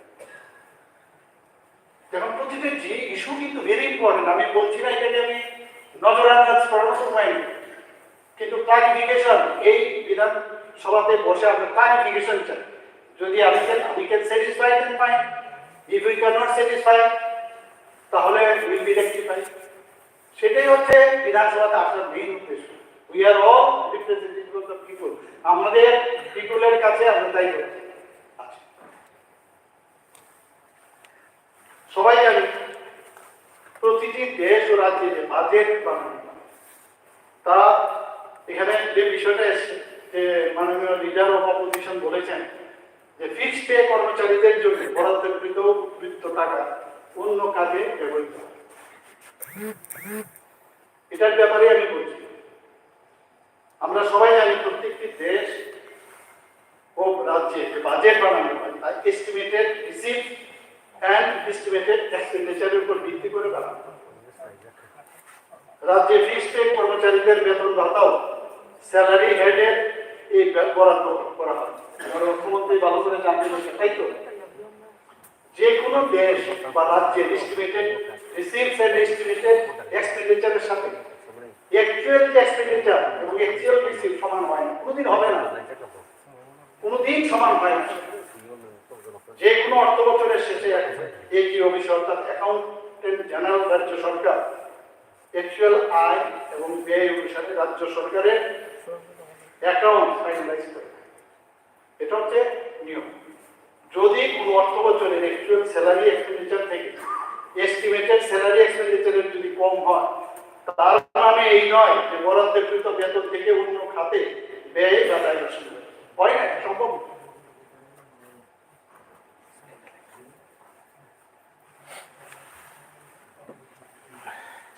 সমগ্র শিক্ষা নিয়ে অনেকেই বলেছেন, সবার নাম আমি বলবো না, ভালো সমগ্র শিক্ষা নিয়ে আমরাও চিন্তিত, সবাই মিলে চিন্তিত। দেখুন, extension of different benefits to the teachers of সমগ্র শিক্ষা such as DA, rebate, allowances, etc. not being given. সমগ্র শিক্ষার শিক্ষক শিক্ষিকাদের সুযোগ সুবিধা প্রদানে রাজ্য সরকার 30/9/21 একটি প্রকল্প তৈরি করে। এক নম্বর হচ্ছে সর্বশিক্ষার যে সমস্ত শিক্ষক শিক্ষিকা এই ত্রিপুরা টিচার্স এলিজিবিলিটি টেস্ট উত্তীর্ণ হয়েছে তাদেরকে সম্পূর্ণ সুযোগ সুবিধা দিয়ে নিয়োজিত করা হয়েছে। যে সমস্ত শিক্ষক শিক্ষিকা 3/9/2001 ইংরেজি তারিখ থেকে শুরু করে 23/8/2010 ইংরেজি তারিখের আগে সময়কালে national council for teachers education NCTE নির্দেশিত ন্যূনতম যোগ্যতা সহ চাকরিতে যোগদান করেছেন তাদের নিয়মিত পে স্কেল দেওয়া হয়েছে। তাদের ক্ষেত্রে ত্রিপুরা টিচার্স এলিজিবিলিটি টেস্ট অর্থাৎ টিটেট পাস করার প্রয়োজন নেই। যে সমস্ত শিক্ষক শিক্ষিকাদের ন্যূনতম শিক্ষাগত ও পেশাগত যোগ্যতা রয়েছে কিন্তু টিটেট উত্তীর্ণ হতে পারেন তাদেরকে নিয়মিত শিক্ষকদের পদে শিক্ষকদের মতো পে স্কেল দেওয়া হয়েছে এবং তৎসঙ্গে বার্ষিক 3% ইনক্রিমেন্ট এবং ইনক্রিমেন্টের সংস্থান রাখা হয়েছে এবং টিটেট উত্তীর্ণ হলে তারা নিয়মিত হবে। যে সমস্ত শিক্ষক শিক্ষিকাদের ন্যূনতম শিক্ষাগত যোগ্যতা রয়েছে কিন্তু পেশাগত যোগ্যতা অর্থাৎ diploma in elementary education DLED বা bachelor of education BEd degree নেই তাদের DLED শিক্ষণ নেওয়ার সুযোগ দেওয়া হয়েছে। যে সমস্ত শিক্ষিকাদের উচ্চ মাধ্যমিক স্তরে ন্যূনতম শিক্ষাগত যোগ্যতা নেই তাদেরকে national institute of open schooling NIOS এর মাধ্যমে ন্যূনতম শিক্ষাগত যোগ্যতা দ্যাট ইজ 12 পাস উইথ 50% আর 45% হচ্ছে রিজার্ভ ক্যাটাগরি সেটা যদি অর্জনের সুযোগ তাদের দেওয়া হয়েছে। এই ন্যূনতম শিক্ষাগত যোগ্যতা অর্জনের পর তাদের পেশাগত যোগ্যতা অর্জন করা এবং পরবর্তীকালে টিটেট উত্তীর্ণ হওয়ার সংস্থান হবে। এগুলো লাগবে, এছাড়া হবে না, দেওয়া যাবে না, কোর্টে চলে যেতে হবে। এখন পর্যন্ত 107 জন শিক্ষক শিক্ষিকাকে সম্পূর্ণ সুযোগ সুবিধা দিয়ে নিয়মিত করা হয়েছে। 214 জন প্রাথমিক শিক্ষক শিক্ষিকা এবং 2408 জন উচ্চ প্রাথমিক শিক্ষক শিক্ষিকাকে নিয়মিত বেতন পে স্কেল দেওয়া হয়েছে, কিন্তু নিয়মিত করা হয়। এখানে অনেক মাননীয় সদস্যরা বলেছেন অবস্থাটা দেখতে হবে, যে আসল ঘটনাটা কি জানতে হবে। আমরা তো দিতে চাইছি, কিন্তু এইসব টেকনিক্যাল বিষয় যদি ক্লিয়ার না হয় কোনো অবস্থা আপনিও পারবেন না, দিতে পারবেন না। যে সমস্ত শিক্ষক শিক্ষিকাগণকে এখন পর্যন্ত নিয়মিত করা হয়নি তাদেরকে নির্ধারিত যোগ্যতা একটা আছে, যোগ্যতা অর্জন করার পর তারপর নিয়মিত করার সুযোগ দেওয়া হয়। লিভের বিষয়ে উত্থাপন করায় সর্বশিক্ষা নিযুক্ত শিক্ষক শিক্ষিকাদের যে সমস্ত ছুটি ছাটা দেওয়া হয় তা ভিন্ন। ক্যাজুয়াল লিভ বছরে 12 দিন, স্পেশাল লিভ বছরে 10 দিন, সেটা আনলিভের পরিপ্রেক্ষিতে। ম্যাটারনিটি লিভ 180, প্যাটারনিটি লিভ 7 দিন, কমিউনিটেড লিভ অন মেডিকেল গ্রাউন্ড বছরে 5 দিন, এক্সট্রা অর্ডিনারি লিভ বছরে 20 দিন, গ্যারান্টি লিভ 21 দিন, চাইল্ড কেয়ার লিভ এখনো এটার বিবেচনা। তো সেই জিনিসগুলো আমরা তো আরে এরা তো আমাদেরই সব ছেলে মেয়ে, আমরা কেন চাইবো ডিফারেন্ট করবো? সুশাসনের যা যা দরকার মাননীয় প্রধানমন্ত্রীজি যা যা বলেছেন আমরা এক বন্ধুও এর থেকে লড়বেন। প্রধানমন্ত্রীজি যেভাবে সারা বছর পরিশ্রম করে, আপনারাও দেখেছেন আমাদের সমস্ত মন্ত্রিমন্ডল থেকে আরম্ভ করে জনপ্রতিনিধি আমরা পরিশ্রম করছি, এরকম না এস করার কোনো অসুবিধা নেই। আগে তো এস দেখেছি আমরা, বহু উপায় নেই। আমরা চেষ্টা করছি, যেটা আমার অনেক মাননীয় বিধায়ক বলেছেন যে আমরা চলুন আমরা সবাই মিলে একসাথে আমরা কাজ করি, এবং নিশ্চয়ই এটা করতে হবে। তবেই আমরা আগামী দিন একটা মডেল স্টেট হিসাবে শুধু নর্থ ইস্টার্ন রিজিয়ন সারা ভারতবর্ষের মধ্যে আমরা দেখাতে পারবো। অনেক বিষয়ে আমরা কিন্তু এখন টপে আছি, বলবো অনেক যদি সময় পাই, কারণ সবাই একজোস্টেড। জানি না, আমি বারবার বলার পরে আমাদের সবাই চিনেন একজন ব্যক্তি, আমাদের মিনিস্টার, পার্লামেন্টের মিনিস্টার, উনাকে আমি বলেছি যে আমার তো অনেক দেরি হয়ে গেছে, একটু করুন। আমি সব জায়গায় গেলে লাস্টে করি আর সব বলে বেড়েছে। যাই হোক, এখানেও বিধানসভাতে একই অবস্থা, কিছু অসুবিধা নেই, চলছে। এখানে আপনি কালকে খুব ভালো লাগলো মিউজিক কলেজ বা অন্যান্য কলেজের আমরা কে মিউজিক নিয়ে, মিউজিক ভালোবাসে না কি আছে, এবং আমার ছেলে মেয়েদের মিউজিক শেখাবো না এরকম কোন লোক আছে কি? আমরা যেটা পাইনি আমাদের ছেলে মেয়েদের, আমরা চাইছি এদের মিউজিক শেখাবে, বলছেন টিচার নেই, টিচার নেই। বর্তমান বিদ্যালয়ে মধ্যশিক্ষা অধিকারের অধীনে পিজিটি সঙ্গীত শিক্ষকের মোট অনুমোদিত পদের সংখ্যা হল 5। তার মধ্যে টিচার্স রিক্রুটমেন্ট বোর্ড TRBE এর মাধ্যমে 10টি পদ পূরণ করা হয়েছে। তাছাড়াও বর্তমানে বিদ্যালয় মধ্যশিক্ষা অধিকারের অধীনে বিদ্যালয়গুলিতে পিজিটি সঙ্গীত শিক্ষক নিয়োগের জন্য দপ্তর ইতিমধ্যে রাজ্য অর্থ দপ্তরে 396টি নতুন শূন্য পদ সৃষ্টির জন্য একটি প্রস্তাব পাঠায়, এবং অর্থ দপ্তরের মাননীয় মন্ত্রী আছেন, আমি ওনাকে বলবো তাড়াতাড়ি এটা অনুমোদনের ব্যবস্থা করুন, যাতে আমরা স্যাটিসফাই করতে পারি। You will not be satisfied, all will be satisfied. It is not your cup of tea. I think so. You have to see whether we are serious or not. We are serious, but there should not be any war in between us. ঠিক আছে, কথা চলবে, এসব চলবে। এখানে প্রাক্তন মন্ত্রী এবং আমাদের কলেজেই উনি যখন আসলেন মন্ত্রী হওয়ার সুযোগ পেলেন, বহুত বছর ধরে 5 বছর ধরে উনি 5 বছর না 6 বছর ছিলেন, এমএলএ ছিলেন, অ্যাডভাইজারি দিয়ে গেছেন। খুব ভালো লাগলো, প্রচুর অ্যাডভাইজারি দিয়ে। তো সেই অ্যাডভাইজারি গুলো আমি দেখবো, নেই আবার অ্যাডভাইজারি দিয়ে চলে গেছে। হ্যাঁ, সবসময় করে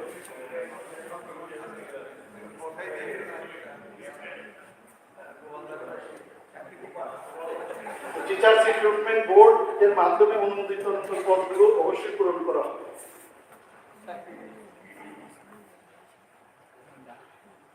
এটা বিষয়টা খুব গুরুত্ব। আমার খুব ভালো লেগেছে আপনি এই বিষয়টা সম্ভব। That time I was absent in the first half. I heard that you have given this one regarding TRPC. আর এই TSR 6 জন TSR কর্মীকে বরখাস্ত করার বিষয়ে আপনি কথাটা লিখেছেন। দেখুন Tripura civil service conduct rules যেটা আছে 1988 সেটা লঙ্ঘন করার কারণে 6 জন TSR কর্মীকে নির্ধারিত সীমার উপর অপ্রকাশিত লেনদেনের জন্য পাওয়া হয়েছে। এই 6 জন কর্মীর বিরুদ্ধে বিভাগীয় তদন্ত শুরু করা হয়েছে এবং যথাযথ পদ্ধতি অনুসরণ করে তাদের সবাইকে চাকরি থেকে বরখাস্তের মাধ্যমে শাস্তি দেওয়া হয়। এই কারণেই করা হয়। বাকি যারা আছে পুলিশের ডিসিপ্লিন ফোর্স তারা কি করেছে এই পুরো ডিটেলস নিশ্চয়ই ফলো করেছে ওরা।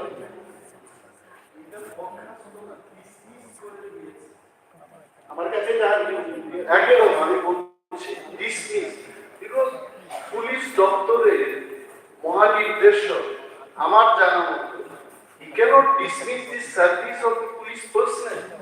সরকার ডিসমিস করতে পারে, দপ্তরের কোনো অধিকর্তা সেটা করতে পারে না। সো মাই পয়েন্ট ইজ আমাদের এই ফোর্সের যে অতিরিক্ত আমার কাছে তার রিপোর্ট এসছে একটু দেখুন, একটু ভিতরে গিয়ে দেখুন। ডিসমিসটা আপনার অনুমতি ছাড়া হয় না। না এখন কথা হচ্ছে ঠিক আছে আমি এটা দেখব, কিন্তু Tripura civil service conduct rules 1988 তৈরি হয়েছে। এখন কি আছে এটা ডিসমিস করার ক্ষমতা আছে কিনা এটা যতক্ষণ ধরে না দেখ আছে কিনা আমার ল আমি তো নিশ্চয়ই ল থেকে ব্যাটিং নিয়েই তারপর আমি কি কারণে হয়েছে সেটা আপনাকে জানি। তদন্তের সময় ব্যক্তিদের ব্যাংক স্টেটমেন্টে মোট 2.5 কোটি টাকার বেশি ক্রেডিট লেনদেন দেখা গেছে। এর মধ্যে 1.30 কোটি টাকা যেটা অপ্রতিবেদিত কি বাংলা মুশকিল হয় অপ্রতিবেদিত মানে হিসাব। 6 জন কর্মী বিভিন্ন উৎস থেকে এই ধরনের যে অপ্রতিবেদিত আর্থিক লেনদেনের 750টিরও বেশি উদাহরণ। পরিষেবা বিধিগুলোর এই ধরনের এই যে আপনারা যে বললেন চারিদিকে গাঁজা থেকে আরম্ভ করে যে ট্যাবলেট ইত্যাদি ইত্যাদি নেশা সামগ্রী এগুলো তো নিশ্চয়ই বলা আছে। এর জন্যই তো আমাদের চলছে, আমরা একদিনে পাবো না তো, এগুলো চলছে আমাদের এবং এটা করবোই করতেই হবে। আমাদের মাননীয় হোম মিনিস্টার আমাদের ভারতবর্ষে অমিত শাহজি বলছে $0 এখানে বলা হয়েছে। অনেকে বলেছেন যে মেইন লোককে ধরতে পারছেন না, মেইন লোককে ধরতে যখন ধরা পড়বে তখন আপনি ছাড় পাবেন না, এতটুকু আপনি বলতে পারেন। একদম ক্লিয়ার কাট বলে দিয়েছে মাননীয় প্রধানমন্ত্রী এবার বলে দিয়েছে কোনো অবস্থায় যে হোক তাকে ছাড়া সেটা আমরা করবো। এখানে কোন রকম মিথ্যার আশ্রয় নেই, মিথ্যা বলাটা মহাপাপ আমরা সবাই জানি। কিন্তু বুয়েবেল সাহেবের অনেকে আছে এই মিথ্যা বলে বলে বলে বলে সত্য মানিয়ে নেয়। অনেকের মধ্যে এই রোগটা আছে, আমরা চাইছি এই রোগ থেকে মুক্ত হওয়ার জন্য। এর জন্য কোনো ইনগ্রিডিয়েন্টও নেই। তো এই যে বিষয় তাতে করে পুলিশের উপর একটি বড় নেতিবাচক প্রভাব ফেলবে, যা একটা সুশৃঙ্খল বাহিনীর জন্য এটা ঠিক। এর জন্য এটা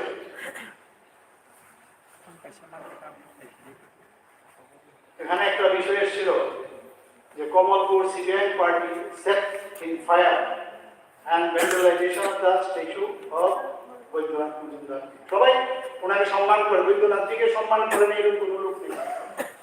আমরা সবসময় রেসপেক্ট করি,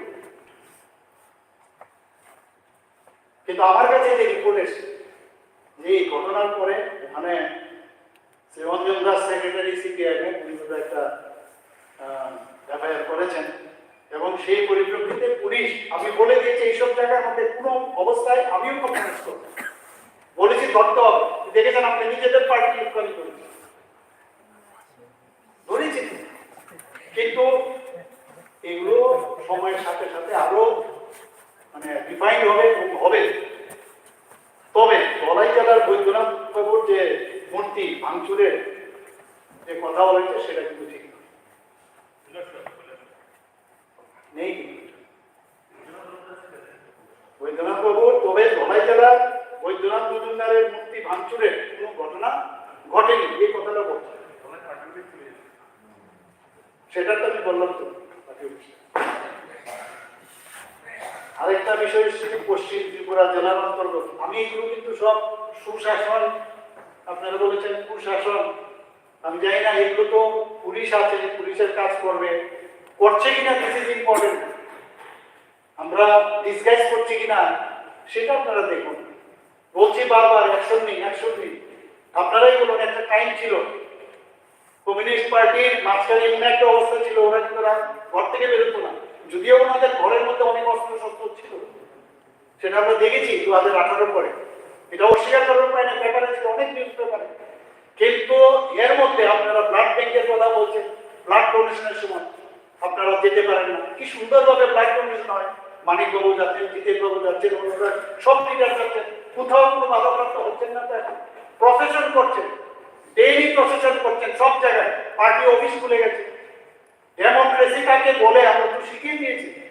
2023-এর যে ইলেকশন, আপনি বলুন 2023-এর যে ইলেকশন, এর আগে আমরা নির্বাচনে ছাপ্পা ভোট এটা হচ্ছে মিথ্যা বলতে বলতে অভ্যেস হয়ে গেছে। কি করবো, মিথ্যা বলা। এবার আমি বললাম কোন জায়গায় যদি এরকম হয়ে থাকে আমরা এই জায়গায় যাবো না, যদিও সাইন্টিফিক অনেকে বহুত বুঝতে এবং এইগুলো নিয়ে গেছে।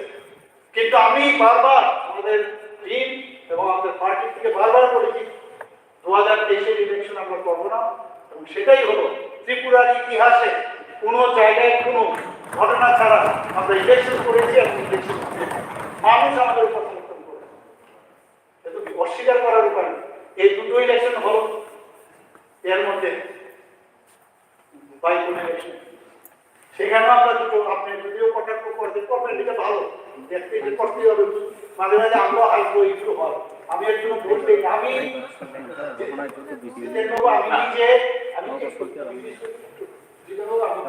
অনেক জায়গায় করেছি। আমার খুব ভালো লেগেছে যেদিন আমি ডেলি যেতাম, বক্সনগর থেকে ধনপুর হয়ে আমি ফিরছি সন্ধ্যা, আপনি কি সুন্দরভাবে স্ট্রিট কর্নার করে আপনি কথা বলছেন। একবার আমার ইজ্জত ছিল নেবে আপনার সাথে হ্যান্ডশেক করি, সত্যি বলছি, মনে থেকে বলছি, হ্যান্ডশেক করছেন যে আপনি আরামসে ওখানে নির্বাচন প্রক্রিয়া আপনি আছেন, কোথাও একটা ঢিলও আপনাকে ধরে নিন, আর সেখানে আপনি যদি বলবেন যে অবস্থা হচ্ছে, এটা সবাই বলবেন, আপনারা সবাই বলবেন। কিন্তু এরকম একটা ঘটনা আশ্চর্য, আমাদেরকে বলা হয় কি মুসলমান বিরোধী, বলতো না? আর এইবার বক্সনগরে দেখে পেয়েছে 62% উপরে মুসলিম, সেখানে জামান পর্যাপ্ত হয়ে গেছে। আমি নিজে গেছি, বহু মুসলিম যাদের মসজিদ মানে বহু জায়গায় আমি গেছি, তারা বিশ্বাস করেছে সবটা সাথ, বিশ্বাসের যে বিষয়টা না সেটা নিতে পেরেছে। এবং আমি কে, I am the representative of the Bharatiya Janata party, মোদীজির আদর্শের বিশ্বাসী, এর জন্য গায়ের জোর তুমি বারবার বলেছি ওকে, ওর তো এমনি থাকে না, আমি তো বারবার বলেছি একটা কথা পরে ধনপুরের কথাই বলছি, যেখানে আমরা 3,500 করতে চেয়েছি, 18,000 করতে দিতে হবে। তো এটা কি হয়? আমরা করছি, আমাদের হেল্প করুন, আপনারা আসুন। শুধু আপনি এটাই বলুন, ঠিক আছে আপনার কথা আপনি রাখবেনই, আপনার ডিফেন্স আপনি করবেন, যে এই রেজাল্টে আপনি অন্তর থেকে খুশি হয়েছেন। শুধু এটুকুই বলুন না, আপনি বলুন আমি চ্যালেঞ্জ করবো, আপনি শুধু বলুন আমি রেজাল্টে অন্তর থেকে খুশি, আপনার এটাই শুনবো। ঠিক আছে, আমি আপনাদের সম্বন্ধে বলেন ওয়ান সেকেন্ড, এটা রেকর্ডে আছে, বাদল বাবু এবং অগরদেব বাবু কত হাজার ভোটে জিতেছিলেন, তখন কি আপনি মানুষের সন্তুষ্ট হয়েছিলেন? বাদল বাবু ঈশ্বরকে, ঠিক আছে, আবার বিরোধীকে চলে গেলেন। আই রেসপেক্ট ইউ প্লিজ, আপনি বলছেন স্যার আপনার চেয়ারকে, আপনি স্যার চেয়ারকে ঠিক আছে, আমি অন্য বললাম না, আমি কিচ্ছু বলবো না, ঠিক আছে, শুধু মানে আপনাকে বলুন এই রেজাল্টে আমি অন্তর থেকে খুশি, এটাই বলছি, আমরা শুনে খুশি হয়েছি। এখন সন্তুষ্টি ক্লাস 9 থেকে যখন 10 অবধি না, পরীক্ষার আগে অবধি মনে হয় যে পাস করবো কি পাস হয়ে যাওয়ার পর মানে একটা অন্যরকম স্যাটিসফ্যাকশন, এর জন্য মানে উল্লাস উল্লাস করার মতো আমাদের সেভাবে শিক্ষা দেয়। আমরা শান্তি পেয়েছি শান্তিতে থাকার জন্য। আমার হার্ট বলেছে শান্তিতে থাক, সবাই আমরা যারা আছি সবাই শান্তিতে থাক। মাননীয় মুখ্যমন্ত্রীর আনন্দে আমরাও আনন্দিত, কিন্তু যেহেতু নির্বাচনের কথা বলছেন, এডিসি ভিলেজ কমিটি ইলেকশন আর বাই ইলেকশনের কথা একটু বলে আমাদের আরো আনন্দিত। আমি মেসেজ রেখেছি নিশ্চয়ই, কিন্তু এটাকে স্পোর্টিংলি নেবেন, সত্যটা সত্যভাবে এটাই আসলে। এখানে খয়ারপুর বাইপাসের একটা ঘটনা হয়েছে, শুনলাম যে এখানে জেলার অন্তর্গত খয়ারপুর বাইপাস এবং জাতীয় সড়কে আইন শৃঙ্খলার কোন তথ্য সংশ্লিষ্ট এলাকা থানা থেকে পাওয়া যায়।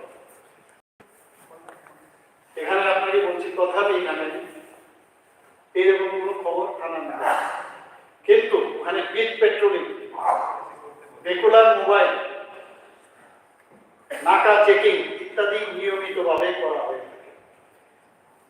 পাশাপাশি সমাজদ্রোহীদের অসাধু কার্যকলাপ ব্যাহত করতে সাদা পোশাকে পুলিশি নজরদারি জারি, উচ্চপদস্থ পুলিশ অফিসারের নাকা চেক পয়েন্টে উপস্থিত থাকে এবং রাত্রিবেলাও নৈশপ্রহরে নিযুক্ত পুলিশ কর্মীদের সতর্ক রাখতে মাঝে মাঝে আচমকা পরিদর্শনে বেরিয়ে থাকে। তবে এগুলো তো থাকবে, মানুষ তো আমরা কোনো জায়গার মধ্যে সব মানুষকে ভালো হবে, এগুলো থাকবে, একদিকে ঘটনা হবে, কিন্তু দেখতে হবে এগুলো যাতে না হয়। আগে তো যে হারে সন্ত্রাস অগ্নি সংযোগ কি চিন্তায় থাকতাম, কি অবস্থায় ছিল, এখন তো স্বীকার করতে হবে যে অনেক বেটার পজিশনে। আমরা বলছি বারবার যে কোনো আইন শৃঙ্খলা মাঝে মাঝে আপনারাও ফোন করেন আমাকে, এমন জায়গায় এটা হচ্ছে, আমি সাথে সাথে ডিজিকে বলি যে কোনো অবস্থায় এটা মানা যাবে না। মানে বাবুও ফোন করেন, মানে কেউ ফোন করেন, ফোন করে আমি সাথে সাথে আপনি এটা বলেন না কিন্তু যে উনি এই কাজটা করেছেন, করি তো। কোনো জায়গায় আপনারা মিটিং করতে পারছেন না টাউন হলে, সেখানে দেখা যাচ্ছে, কারণ তারাও তো ওই যে এতদিন ধরে যে রাজনীতি চলছে, যেহেতু আপনারা ওখানে ফিক্স করেছেন, ওরা বলছে ওদেরকে করতে দেবেন 8 দিন আপনাদের। আমাকে মানে কেউ ফোন করেছেন যে মানিক সরকারবাবু ফোন করেছে আপনি বলার জন্য, কি বলেছেন টাউন হলে আমাদের একটা অধিবেশন হবে, সমস্ত লোক বাইরে থেকে আসবে। আমি মেয়র সাহেবকে ফোন করলাম যে এটা কি সত্যি, বলে না ওই এবং জায়গার মন্ডলের এরা করবে, আমি সব ছাড়ো দিয়েছি কিনা, বুক করেছি কিনা, দিয়ে দিয়েছে। দেখতে আপনি না না না না আমি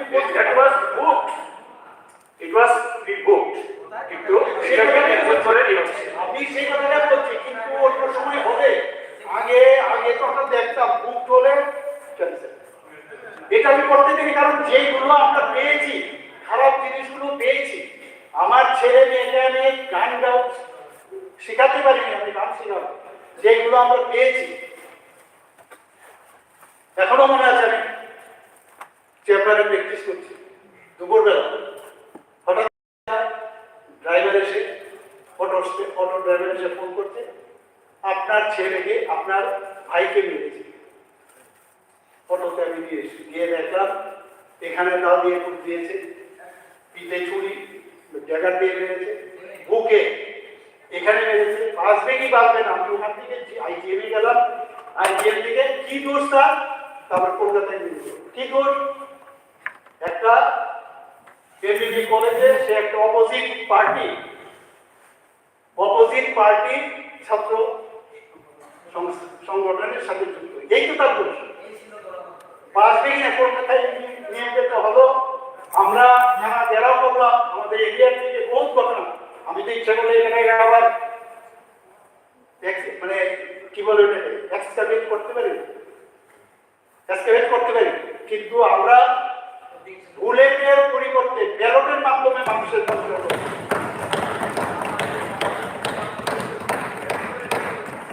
করবো না এগুলো। আমি জানি আপনারা যেদিন আসবেন আমরা থাকবো নাকি, বলছি তো আরে মানুষ আতঙ্কে আছে বারবার। আমার ভাগ্য বাবা, আমি বইটা আজকে পাইনি, আমি মানিক সরকারের রাজত্বে একটা বই বানিয়েছিল সুনীল দেব, ওরে বাবা পড়লে তো মাথা খারাপ হয়ে যায়। প্রেগনেন্ট লেডির উপর পা দিয়ে তার মায়ের সেই নর্থের মধ্যে কাউকে পেচ্ছাপ করে দিচ্ছে মুখের মধ্যে, এইসব কথা না তো। আমি এইটা আমার রুচিতেই ভাববে না। আজকে গণতন্ত্রের কথা বলেন আপনারা, বহুত লাগে, আমি বহুত লাগে, ওরা জানে মুখস্থ হয়ে আমার 2017 সালে আমার উপরে আক্রমণ করা হয়েছিল। তাহলে এখন দেখুন, আপনি উত্তর দিয়েছেন, আপনি এই হাউসে আপনি যেরকম বলছেন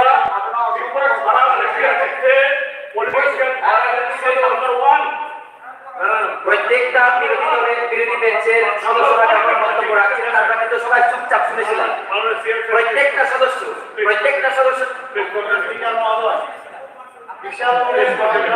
বিশাল করে পাইপ আছে, আমরা নিউজ পেপারও দেখেছি। আমি সাথে সাথে বিশাল করে থানায় বলেছি, মানে এসপি কে বলেছি, অ্যাকশন অ্যারেস্ট হয়েছে, কয়েকটা নাম হবে বলছে মুখে গেছে, এগুলো তো আরেক দিন। কিন্তু whether action has been taken or not is very important. PSR চাই, আদার্স ডিকেএস থেকে আরম্ভ করে ডেইলি এখানে লাগানো দিতে সব তো এগুলো হবে, কিন্তু দেখতে হবে আমরা তো একটু আছি যাই, কিন্তু তো দেখি সেটা দেখতে হবে করেছি কিনা। দিনের পর দিন হাসপাতালে গিয়ে, মনে আছে বিশালগড় হাসপাতালে আমাদের লোককে কিভাবে আটকিয়ে মারবার জন্য চেষ্টা করেছিল, কোথায় গেল এইসব দিকগুলো? এগুলো আমরা ভুলবো না, এগুলো চেষ্টা করবো না, এর থেকে বেরিয়ে আসতে।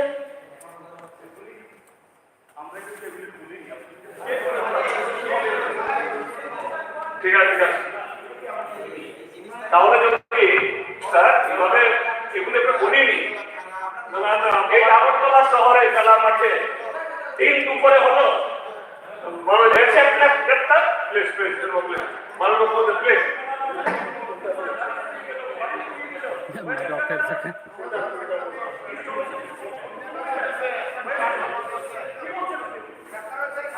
আরে না, এটা বলবে না, প্লিজ প্লিজ।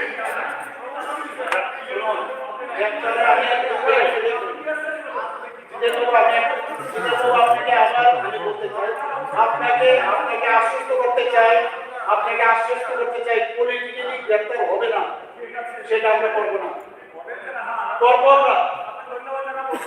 এবং তার জন্য যা বিচার হবে, আমি তো তাকে অ্যারেস্ট করতে পারবো, কিন্তু কোর্টে গিয়ে তার বিচার হবে, আমি বিচার করতে পারবো না, সেটা আমি করবো, আমরা করছি। এর জন্য তো আপনারা বেরোতে পারছেন, আমি সেটা করবো। সিপাহীজলার উত্তম ভক্ত চৌমনি থেকে পাথালিয়া ঘাট সীমানা প্রায় 28 কিলোমিটার জাতীয় সড়কের কভার করে এবং আরটিএ, রোড ট্রাফিক, অন্যান্য অপরাধের মতো যে কোনো ধরনের অপরাধ প্রতিরোধে 24/7 একটি নাকা স্থাপন করা হয়েছে।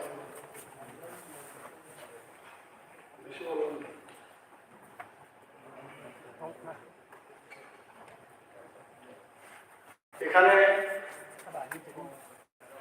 মাননীয় সদস্য ভাষণে উল্লেখ করেছে যে মাননীয় রাজ্যপালের ভাষণে এসটি বা এডিসি এর কোনো বক্তব্য, আমি ওনাকে অনুরোধ করব যে 71, 72, 73 এই যে প্যারাটা আমি বললাম, এটার মধ্যে কিন্তু এটা একটু আলোচনা লেগেছে, চাইলে আপনি একটু করেন, অন্য জায়গায় থাকতে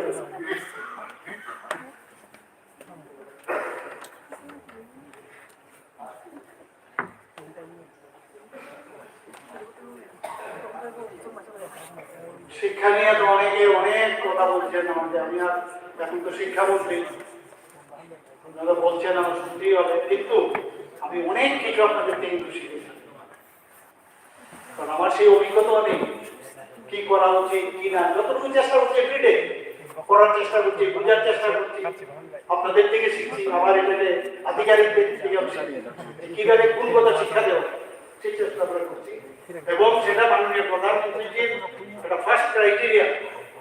উনি বারবার বলছেন আগামী দিনে নলেজ যার হাতে থাকবে তারাই এই দেশকে চালাবে, প্রপার নলেজ, গুণগত শিক্ষা আমরা দেব। একটু আগে এই বিষয়ের কথা হয়েছে, এটাকেও ব্যঙ্গ করা হয়েছে। একদিকে বলা হয়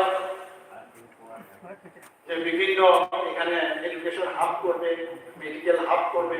আবার অনেক সময় দেখা যায় যে তথ্য এটা বলছে, আবার যখন দেখা যায় যে তথ্যর কথা বলা হয়, তথ্য ঠিক আছে, ফিল্ডের কি কিন্তু অন্যরকম।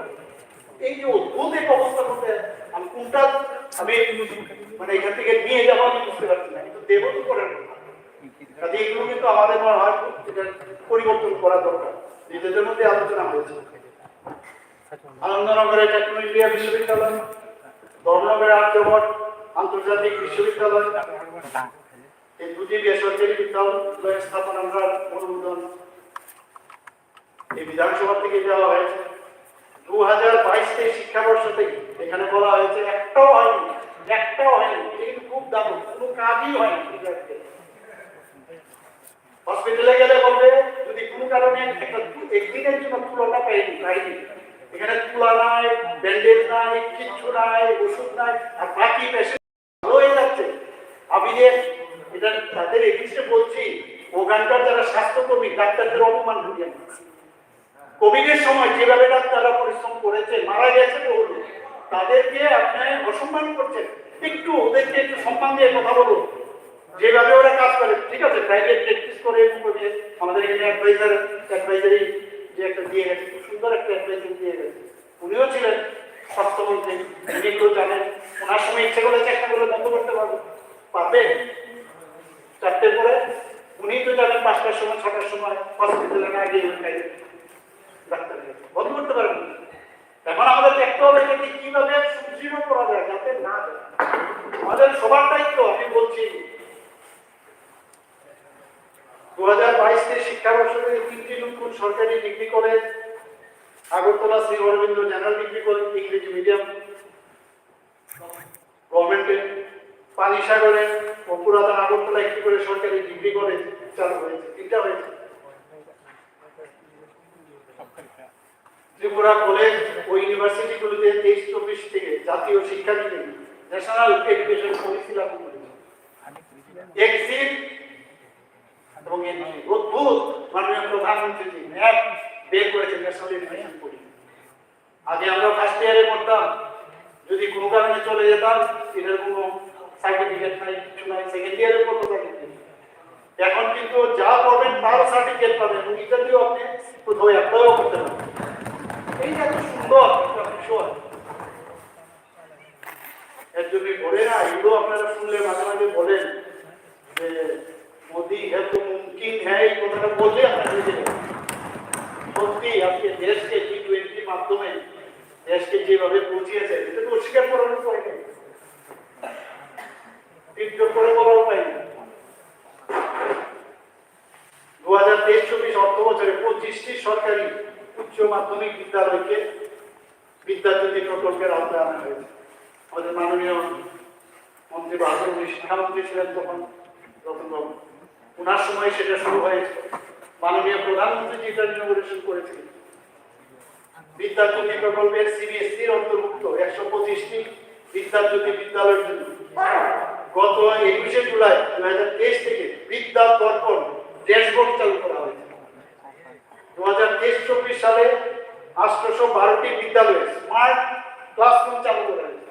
কিসের স্মার্ট ক্লাস? আমরা জীবনও শুনিনি, এত বছর স্কুলে গেছিলাম। স্মার্ট ক্লাস আমি জানি না আপনারা দেখেছেন কিনা, দেখে অবাক হয়ে যায়। একটা স্মার্ট ক্লাস গেলে এখন সব কিছু এর মধ্যে আছে। এই যে আমাদের এখানে যেরকম আছে LCD স্টাইলে সব কিছু পাওয়া যায়।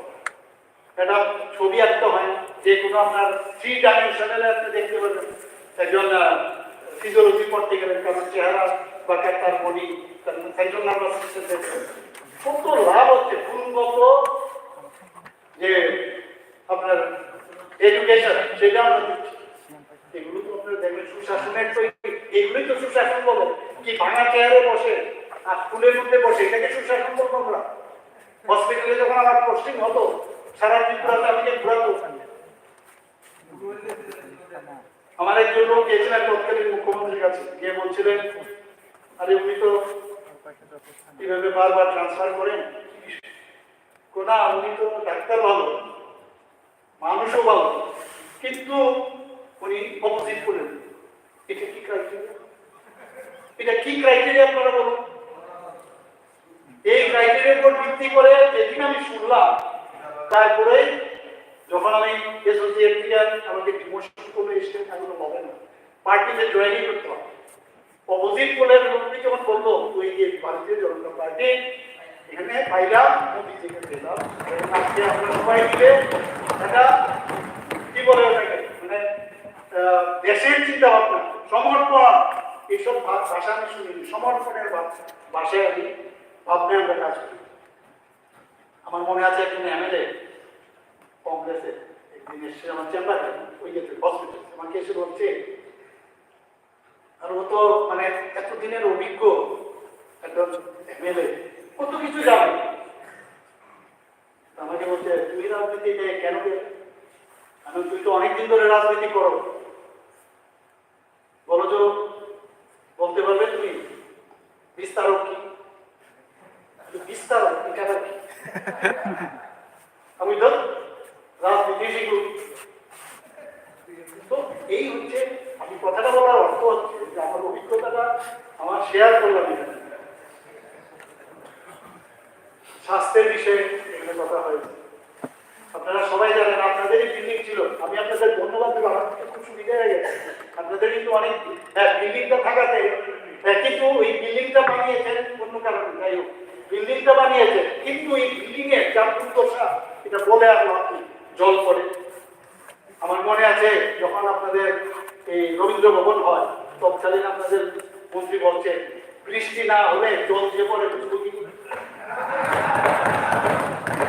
মানে আমি নিজে এটা প্রত্যক্ষদর্শী, আমি যেটাও করে ঠিক করতে গিয়ে বুঝতেই পারে না কোন দিক দিয়ে জল আসে। মানে পিডব্লিউডির অবস্থাটা এই আমাদের বকে বকে ঠিক করবো। যাই হোক আমার পক্ষে সুবিধা হয়ে গেল এবং ডেন্টাল কলেজ খুব অল্প সময়ের মধ্যে, এবং আপনাদেরও অনেক কলিগ আমাকে বলেছেন, যিনি আগে স্বাস্থ্যমন্ত্রী আমাকে বলেছেন, আমি ফ্লাইটে করে আসছি, উনি আমাকে বলছেন কোথায় যাবেন? আমি ডেন্টাল কলেজের জন্য ডেন্টাল কাউন্সিল অফ ইন্ডিয়াতে গিয়েছিলাম। বলে কোথায় গেল?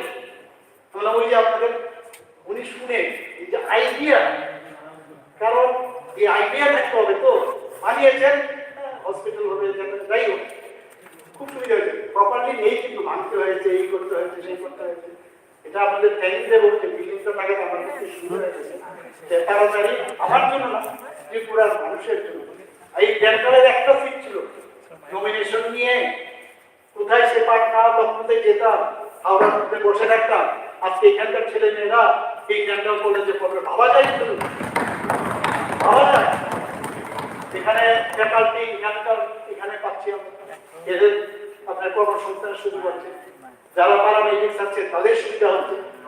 এখানে আপনারাও ট্রিটমেন্টের জন্য যাবেন, এখন দুটো নিশ্চয়ই আমি বলবো, কিন্তু আমি বলছি শুনুন, এই মেডিকেল কলেজ খোলার সময় আপনাদেরই একজন ব্যক্তি খুব নাম বলবো না আমি, আমার তো খুব ইচ্ছে, তখন মেডিকেল কলেজে আমি চাইছিলাম যে আমি মেডিকেল কলেজে বলছে আমার হাতের মধ্যে বট গাছ উঠবে ত্রিপুরাতে মেডিকেল কলেজ। আমি নাম বলবো না, আমি আপনাকে প্রাইভেট দেবে বলবো, আর আমি বলেছি হবেই হবে। আমরা কিন্তু এরকম না, না নেগেটিভ নাম বলেছি হবে। ওকে আমি দেখি এখন বড় বড় হাঁটে, আশ্চর্য লাগে আমি লোকটার কথা, এবং উনি খুব ওনাদের সাথে যুক্ত। আমি মিথ্যা কথা দেবো, আমি মিথ্যা কথা বলি অসত্য। তো দুটো মেডিকেল কলেজ আপনারা করেছেন, কিন্তু আমি ওরাল এন্ড মেজোরিয়াল সার্জন একজন ডেন্টাল বিভাগে আমাকে কিন্তু আপনারা ওই অপোজিট বলেন লোক, অপোজিট বলেন লোক বাধ্য হয়ে আমি গেলাম, এখানে অপশন দিয়ে চলে গেলাম। তারপরেও শান্তি নেই, আমি টিচার্স অ্যাসোসিয়েশনের প্রেসিডেন্ট হলাম। আরে আমাদের সরকার এখানে অ্যাসোসিয়েশনের প্রেসিডেন্ট, আমি নির্বাচিত প্রেসিডেন্ট কিন্তু, কারণ দয়ার না, লাল দুর্গা থেকে বলে দিয়েছে ওকে প্রেসিডেন্ট, সেক্রেটারি এইসব না।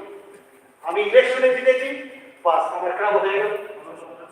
আমার গণতন্ত্র কিরকম গণতন্ত্র চিন্তা করো, আমাকে অ্যাসোসিয়েট প্রফেসর থেকে স্টেট প্রফেসর বানিয়ে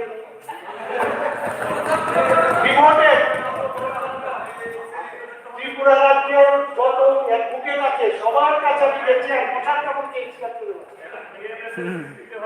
বিশ্বাস করুন, প্রফেসরের জন্য শেষ পর্যন্ত আমার হাইকোর্টের দরজায় মানে বলছি এই কারণে যে আমি আপনাদের লোক আপনার কাছে এসেছি, তখন ছিলেন ওনার শরীর খারাপ, আমি ওনাকে দেখতে গেছি, আমার মনের ভিতর কিছু ছিল না, আমি এমন একটা পার্টির এবং সরকারের ব্যক্তি ওনার কাছে দেখতে গেছি, উনি আমাকে দেখে কোথায় বলবেন ধন্যবাদ, উনি বলছেন আমাদের এইভাবে নির্যাতন করছে তার থেকে বাঁচান। আমি বলি কি বলছেন আপনি? আমি বলছি ঠিক আছে এটা তো রেসিপ্রোকেট। আমি বলছি রেসিপ্রোকেট, এই যে এই মানসিকতা থেকে বেরোতে হবে আর মুশকিল, আমি কি বলবো ওনাকে, বললাম এটা তো রেসিপ্রোকেট, বুঝেছেন কিনা জানি। আমি চলে এসেছি, তো সেই জায়গায় দাঁড়িয়ে এখন আপনারা সবাই মিলে আমাকে দায়িত্ব দিয়েছেন, আমাদের সমস্ত মিনিস্টার এবং আমাদের সরকারকে আপনারা সাহায্য করুন এবং এক ত্রিপুরা শ্রেষ্ঠ ত্রিপুরা বলছি এবং আমরা বানিয়ে যাবো, সারা জীবন ত্রিপুরার মানুষ স্মরণ রাখবে, এটা আমি বলে দেব। এখানে Tripura medical education services time TMES 9টি সুপার স্পেশালিটি ডক্টর, আমাদের মতো লোক জানেন 9টি সুপার স্পেশালিটি ডক্টর সেখানে শুরু হয়েছে, তাতে করে ওই যে বলছেন যে ডাক্তার নিয়ে 144 ডক্টর এখানে পদ সৃষ্টি করা হয়।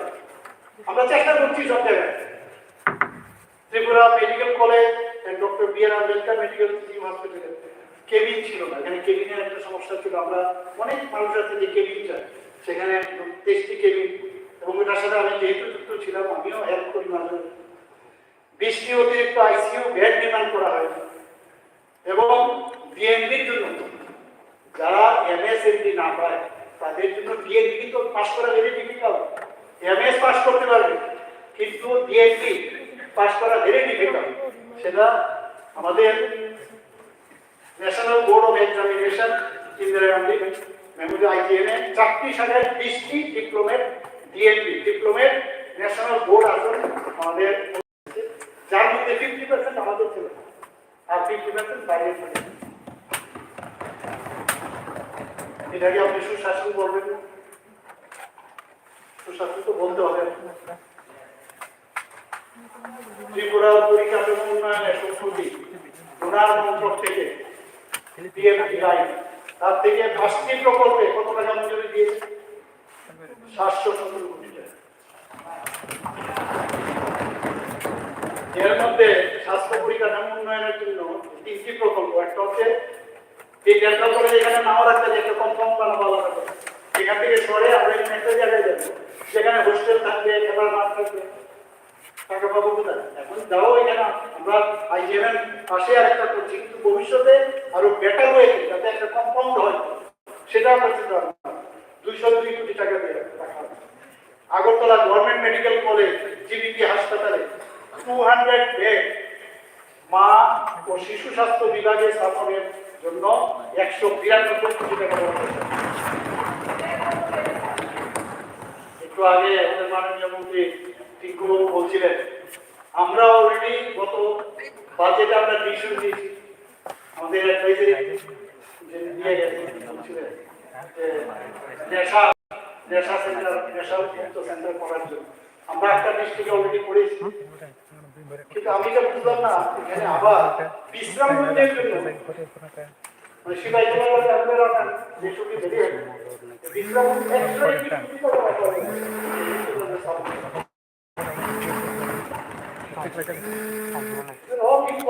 ডেভেলপমেন্ট কাকে বলে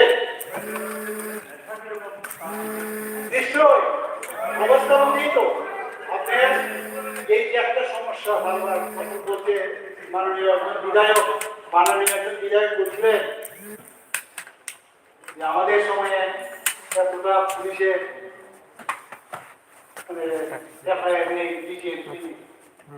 তৎকালীন সময় তো কেরালার তত্ত্ব এই গাজার কেরালার অর্থনীতি গভর্নমেন্টের কেরালার অর্থনীতি কিছু বলতো না, আজকে আমাদের জন্য এই কারণে আমরা দিয়েছি এগুলো, এখন এই যে ধরা পড়ছে এই কারণে এর জন্যই এত যে হচ্ছে না, নর্থ ইস্টের মধ্যে হাইয়েস্ট এখন বলা যায় সেকেন্ড হাইয়েস্ট এই ড্রাগ, গাঁজা, সিজার এবং ডিস্ট্রাকশন আমি এখানে আপনার একটা আইন শৃঙ্খলা নিয়ে আপনারা বারবার একটা কথা বলেন, মাননীয় আমাদের রাজ্যপাল এই বিষয়ে বলেছেন crime rate as per NC, আর গত বছরের নিয়ে কথা হয়েছে। Tripura is at the 5th position in the country with the least crime rate in overall crime, which is 117.3 cases per lakh population, as against the national average of 445.9 cases, according to Crime in India 2021, published by National Crime Record. List খালি এক দুটো ঘটনা দেখিয়ে যদি আমরা বলি এখানে এই হচ্ছে। আমার মনে আছে কিছুদিন আগে আমাদের কাছে হঠাৎ করে খবর হলো, গাড়িতে ছিলাম, যে একটা মেয়েকে কিডন্যাপ করে নিয়ে যাচ্ছে নট গেট। সাথে সাথে আমি স্পিকে বললাম ধরতে হবে, উইদিন মানে 1 আওয়ার তাকে ভয় করে ধরে রেখেছে। আপনারা সবাই জানেন হাপানিয়ার থেকে একটা ঘটনা হয়েছিল, হাপানিয়াতে একটা মেয়েকে কিডন্যাপ হয় ইত্যাদি। সেখানে তাকে এতদিন ধরে তুই এগুলো ফলে ফলে ফুলে সেটাকে ধরলো এবং তার এখানে 90 করোড়ের মতো টাকা চেপে। এই যে একটা বাতাবরণ সারা ত্রিপুরার মধ্যে হয়ে আছে, এত অল্প সময়ে সেগুলো আমরা মুক্ত করতে পারবো না যতক্ষণ না আমাদের অ্যাডভাইজারি বলে গেছেন একদিন চলুন আমরা সবাই মিলে আমরা দরকার হচ্ছে দিয়ে আমরা ফান্ডও দেবো। এই ফান্ড দিয়ে কি ফান্ড দেবে আমার জানা নেই, এই ফান্ডে কতটুকু আমরা যাবো, এটা সমুদ্রের 1 বালতি জল 1 ফুটো জলই হবে। এটা গভর্নমেন্ট লেভেলে ইচ্ছা থাকে ভালো, খুব বেড়ে গেছে। আমি ওনাকে সম্মান করি, ওনার যে এন্থু দেখলাম এত সুন্দরভাবে বলেন, সত্যি এক একবার অবাক লাগে ওনার বলার কায়দা স্টাইল। আমাকে সম্মান করেন, করার পরে কিন্তু বলেন, এইটা একটা সমস্যা, এটা একটা প্রবলেম।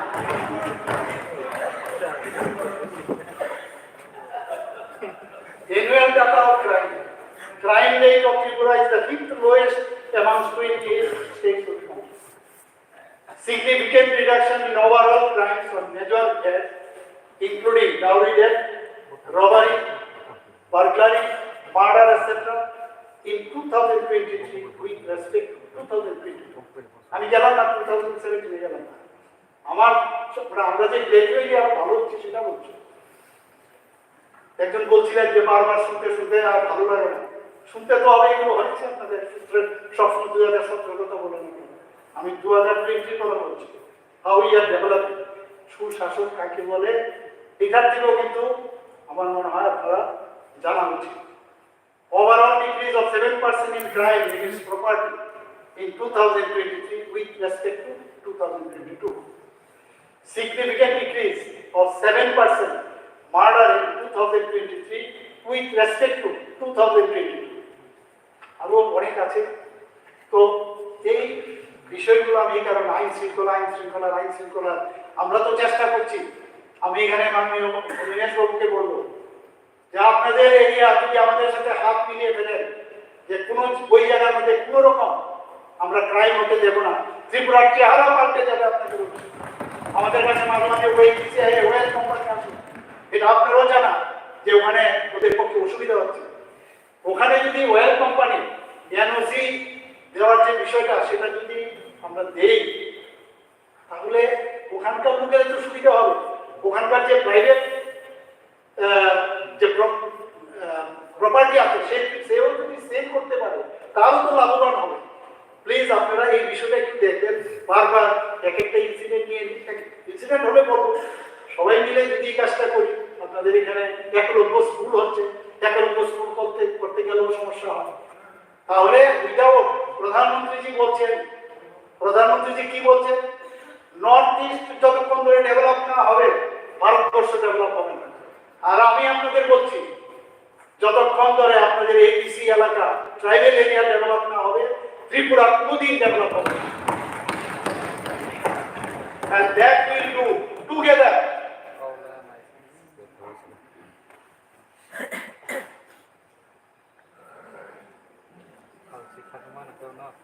আসন সংখ্যা নিয়ে খুব বলছিলেন যে এখানে তো 200 বলতে কষ্ট হয়, বেশি বেড়ে গেছে, 200-তে চলে এসেছে, কিন্তু ডাবল।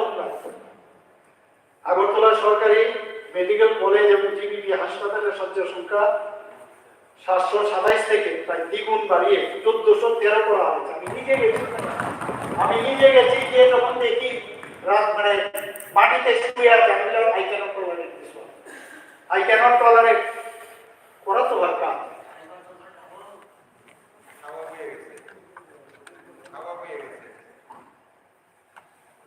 বলা হচ্ছে বলতে কিন্তু খুব সোজা, এটা কিন্তু খুব ভালো।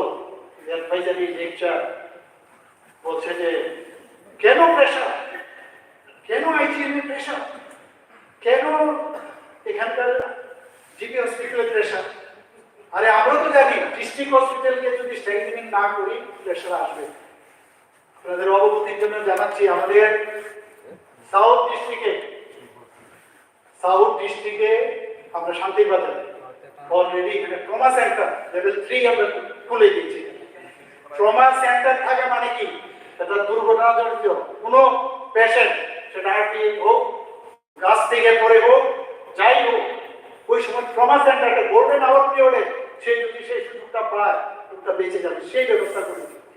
আগরতলাতে তো আছে, আমরা উদয়পুরে করেছি, আমরা সাথে করেছি, এবং ধর্মনগরে মাননীয় স্পিকার মহোদয় আছে, উনি তো আমার পেছনে লেগে আছেন, তো নিশ্চয়ই আমরা এটা প্রায় শেষের পথে। এবং আমার সাথে একটু ভুলে যাবো খুব প্রেশার তোমার আমি বলছি, কার্ডিয়াক সেন্টার করা হয়েছে আমার সাথে 5টা সিটে, 5টা থেকে 6টা, যে কারোর এই এনজাইনা হয়, এনজাইনার সাথে সাথে সব জায়গায় আমি চেষ্টা করছি, পিএসসি থেকে আরম্ভ করে সমস্ত জায়গায়। আগে তো আমরা পোস্টিং পেতাম কোন জায়গায়, তারা ত্রিপুরায় ঘুরিয়েছে, গেলেই জানতাম যে চেয়ারটার একটা আকুল থাকবে না, আর টেবিলটার মধ্যে পর্দার একটা সিস্টার কেটে পর্দার একটা, এখন গেলে ঝকঝক তকতকে সমস্ত ব্যাপারটাই হয়েছে অনেকটা আমাদের বিভিন্ন যে হসপিটাল আছে কর্পোরেট সেক্টরের মতো হয়েছে। আমরাও চাই, অনেক ডাক্তারবাবু এত সুন্দরভাবে সাজিয়েছে, মানুষের ওখানে কোনো পেশেন্ট গেলে যখন ওখানকার পরিবেশ দেখবে আর্থিক ভালো হয়ে যাবে, সেই কাজটা হচ্ছে। আগরতলা সরকারি মেডিকেল কলেজ ও জিবিপি হাসপাতাল মেডিসিন বিভাগে 120 ছিল আসন, সেখান থেকে 280 করেছে। জেনারেল সার্জারিতে 120 থেকে 180 করেছে। শিশু বিভাগে 60 থেকে বাড়িয়ে 80 করেছি। স্ত্রী ও প্রসূতি বিভাগে 114 থেকে 132 করা হয়েছে। পাশাপাশি আইসিইউ এবং অপারেশন পরবর্তী চিকিৎসার জন্য শয্যা সংখ্যা, যেটা পোস্ট অপ আমাদের অপারেশনের পরে লাগে, কোথায় রাখবে 58 থেকে বাড়িয়ে 112 করা হয়েছে। এবং সুপার স্পেশালিটি বিভাগে মোট শয্যা সংখ্যা 140। এটাকে ডেভেলপমেন্ট বলবেন না আপনারা? তারপরেও দেখবেন কিছু না কিছু পান। এখন গিয়ে যদি দেখে আমাদের তো আবার একটা সমস্যা আছে, গিয়ে পান গিয়ে কর্নার কর্নার, তো ওনাকে যদি জিজ্ঞেস করা পিক পেলেন কেন, ওরা গরিব গরিব মানুষের কি পিক পেতে হবে? উত্তর নেই তো।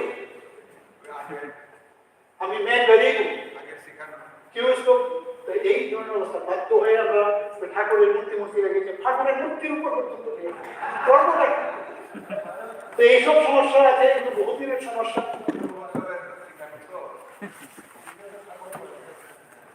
অ্যাডভাইজারি এগুলো কিন্তু দেখেনি, অ্যাডভাইজারি এখন জানি না। হ্যাঁ, মাননীয় স্পিকার মহোদয়,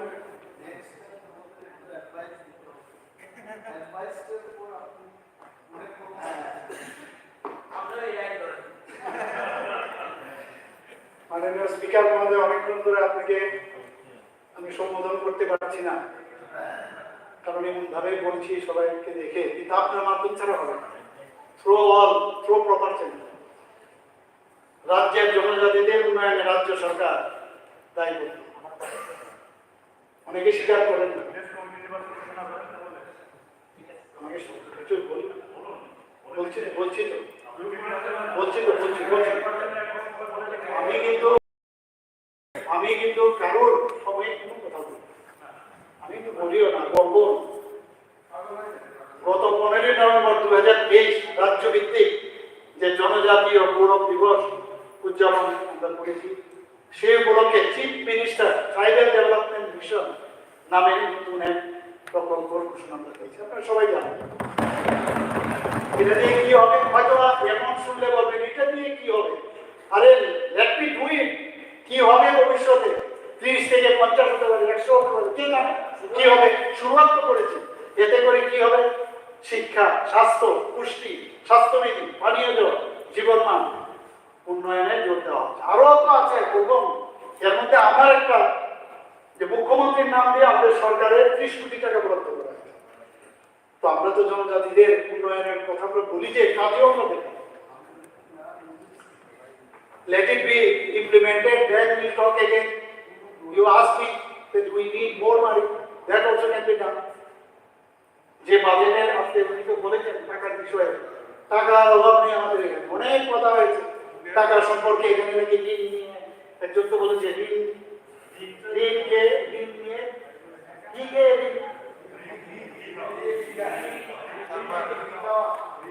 মানে ঋণ নিয়ে কি কে তো। কিন্তু আজকে আমাদের ফাইন্যান্স মিনিস্টার এত সুন্দরভাবে বলেছে যে আমাদের স্টেবল ডিসিপ্লিন আমাদের অর্থনীতি। সবকিছুতেই নেগেটিভ দৃষ্টিভঙ্গি নিয়ে আমরা জিজ্ঞেস করি। ব্যাপারটা ঋণ নিয়ে কি খাওয়া, এটা ভালো না। It is me who told. আমার একটা ধারণা যে আত্মনির্ভর যদি ডেফিনেটলি লোন সেদিন নিতে হবে না। Now government will decide. He has replied today. Joyfully we accepted his statement. মাননীয় পরিষদীয় বিষয়ক মন্ত্রী যখন রুলস দেখালেন, me I have never gone out of the rules. আমার তো বলতে হবে কি বলবোটা কি। I have to also say something. Let me allow. 2023-24 অর্থ বছরে প্রধানমন্ত্রী আদি আদর্শ গ্রাম যোজনায় 198টি ভিলেজ উন্নয়ন পরিকল্পনার জন্য মুখ্যমন্ত্রীর একটা আছে ভিলেজ মোট 40,35,00,000 টাকার অনুমোদন দেওয়া হবে। স্পেশাল ইকোনমিক ডেভেলপমেন্ট প্যাকেজ, এটা আমরা জানি কিভাবে আমাদের ভারতের যিনি ফিনান্স মিনিস্টার, ওনাকে আমি ধন্যবাদ দেব। উনি এখানে এসেছিলেন, ওনাকে আমি ধন্যবাদ দিয়েছি। ওনার প্রচেষ্টা ছিল যে কারণে মাত্র 2 বছরের মধ্যে আমি অনেকের সাথে কথা বলেছি, বলে এত তাড়াতাড়ি বিশ্বব্যাংক থেকে লোন পাওয়া যায় না। সেই লোনটার মতো নাম হচ্ছে Tripura rural economic growth and sustainable delivery project. 1,400 কোটি টাকা অনুমোদন দিয়েছে। এটা রেকর্ড ভাবা যায় না। এবং শুধু কি কি ডেভেলপমেন্ট এখানে বলা হয়েছে যে আমাদের যে অ্যাসপিরেশন ব্লক, এভরিথিং অ্যাসপিরেশন ব্লকের 10% এমনি তো আমরা এক্সট্রা রাখি। এখানে এগুলো সব ঢুকবে। 2023-24 অর্থ বছরে 50 শয্যা বিশিষ্ট 4টি এসটি হোস্টেল, 100 শয্যা বিশিষ্ট 1টি এসটি হোস্টেল, অ্যাসপিরেশনাল ব্লকে 15টি অঙ্গনওয়াড়ি কেন্দ্র, 3টি মার্কেট স্টল, 1টি মাল্টিপারপাস কমিউনিটি হল, এসটি হোস্টেলের আবাসিকদের জন্য ওয়্যার ম্যাট্রেস ও কম্বল, 10টি এসটি হোস্টেলের পাইলট ভিত্তিতে ওয়াটার ট্রিটমেন্ট প্ল্যান্ট অর্থাৎ আয়রন রিমুভাল প্ল্যান্ট বসানো ইত্যাদি কাজের জন্য ভারত সরকার জনজাতি বিষয়ক মন্ত্রক কি দিয়েছে? 18.46 কোটি টাকা দিয়েছে। আমাদের প্রধানমন্ত্রী বারবার বলছি, মনের থেকে বলছি, হৃদয় থেকে বলছি, প্রধানমন্ত্রী জনজাতিদের বিষয়ে অত্যন্ত সংবেদনশীল এবং চান যে এই যে জনগোষ্ঠী তারা যেন সত্যিকারের অর্থে তাদের আর্থসামাজিক উন্নয়ন সেটা বুঝতে হবে। অনেকে মাঝে মাঝে ইউনিভার্সিটি করে, আমরা আছি আমাদের সাথে, আপনারা যদি কোনো জায়গায় ভুল হয় আপনাদের দেখাবেন। এবং এগুলো আমি বলছি কারণ প্রমাণ ও 10ম শ্রেণীর 15,017 জন জনজাতি ছাত্রছাত্রী, 6ষ্ঠ থেকে 8ম শ্রেণীর 16,006 জন জনজাতি ছাত্রছাত্রীদের প্রি মেট্রিক স্কলারশিপ এবং 37,256 2026 জন জনজাতি ছাত্রছাত্রীদের পোস্ট মেট্রিক স্কলারশিপ প্রদান করা হবে। চিফ মিনিস্টার আবার বিষয় এটা কেন 17,820 জন সুবিধাভোগী 14,11,066 হেক্টর জমিতে রাবার চাষের আওতায় প্রধানমন্ত্রী বনধন যোজনায় 25টি নতুন বনধন যোজনা বিকাশ কেন্দ্র স্থাপন করা হয়েছে। ভারতবর্ষে 75টি জনজাতি সম্প্রদায়ের আদি জনজাতি গোষ্ঠী হিসাবে তালিকাভুক্ত আছে। আমাদের রাজ্যে এখানে আমাদের মাননীয় বিধায়ক আছে রিয়া প্রমুখ রিয়া, আপনি জানেন যে এই গোষ্ঠীকেও এই আদি জনজাতি গোষ্ঠীর তালিকাভুক্ত অন্তর্ভুক্ত করা হয়। দাদম কমিউনিটি নিয়ে আপনারা অনেকবার চেষ্টা করছেন, আমি অস্বীকার করি। আপনারাও কিন্তু এর জন্য অনেক চিঠি দিয়েছেন যে দাদম কমিউনিটিকে যেন ট্রাইবেল যে তালিকাভুক্ত আছে। আমি কয়েকদিনের জন্য যখন পার্লামেন্টে আমি এমপি হিসাবে ছিলাম রাজ্যসভায়, মানে ভাগ্যের এরকমই অবস্থা, আমাকে দিয়েই বললো যে এটাকে আপনার করতে হবে। আমি যাই হোক এখান থেকে এই সমস্ত রিপোর্ট নিয়ে আমি বললাম, জোরালো বক্তব্য রাখলাম। যখন জোরালো বক্তব্য রাখছি একটা বলছি খেলা হবে কেন, আমি এরকম করে দেখলাম কে ভাই, আমি তো আমার জোরালো তৃণমূলের একজন মহিলা। এই হচ্ছে কালচার। যাই হোক আমার এই বক্তব্যের জন্য সেখানে বিলটা পাশ হয়ে আমরা জনজাতি জাতি আমরা সবাই একসাথে থাকতে চাই।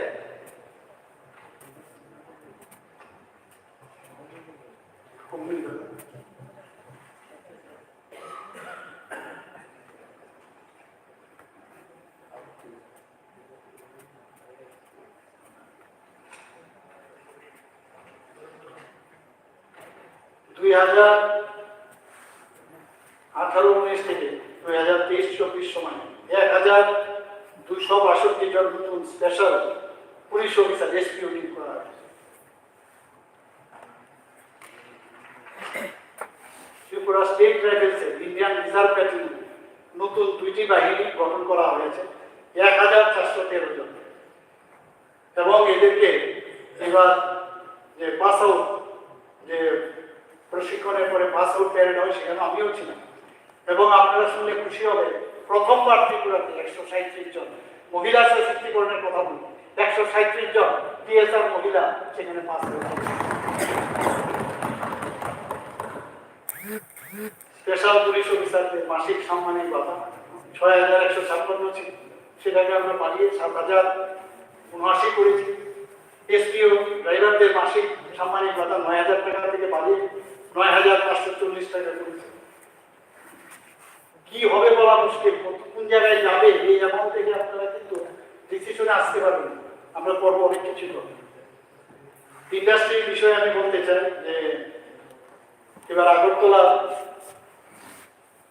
যে আপানিয়ার কাছে অর্থাৎ এটা বাজারঘাট ইউনিটি মল, সবাই জানেন মাননীয় প্রধানমন্ত্রী ঠিক করবে কি বিষয় ইউনিটি, অর্থাৎ আমাদের ডিস্ট্রিক্টে যেসব প্রোডাক্ট আছে, আমরা একটা ডিস্ট্রিক্ট আছে, এক একটা ডিস্ট্রিক্টে এক এক রকম তার প্রোডাক্ট আছে। বেস্ট যেটা হবে সেখানে তার পরীক্ষা মানে সেখানে কম্পিটিশন হবে, যার বেস্ট প্রোডাক্ট হবে সেই স্টলে আসবে। সেরকম ভাবে একটা ডিস্ট্রিক্টে যাবে।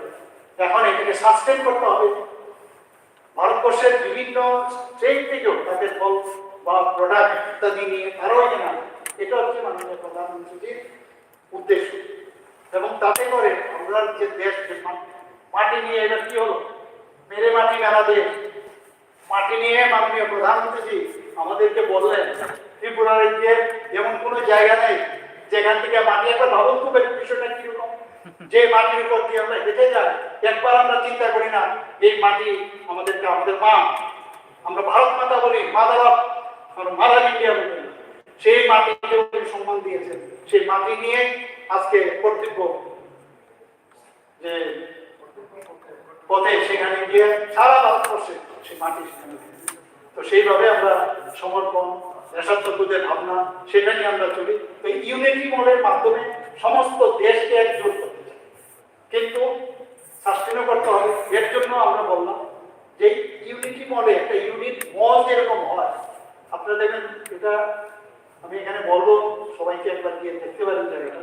মলটা হচ্ছে বাইপাসে ঢুকতে, যদি আপনি আপানিয়ারি সেন্টার দিকে আসেন বা দিকে, মানে ঠিক অনেকটা জুটমিলের সাইডে, তো সেখানে ডিপিআর তৈরি হয়ে গেছে, সেটাও হচ্ছে। ভারত জাপান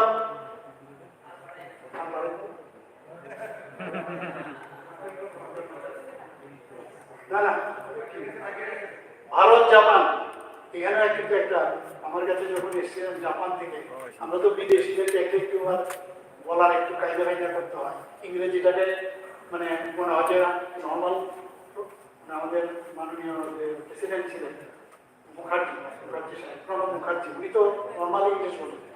আমরা মাঝে মাঝে জাপান দেখলেন, আবার জাপানি ইংলিশ তো হবে না, ত্রিপুরি ইংলিশ বা সিলেটি ইংলিশ, যাই বলে তাদের সাথে কথা বলি। খুব ভালো লাগছিল যে জাপান থেকে এসেছি, ওনাদের সাথে আমরা কথা বলেছি।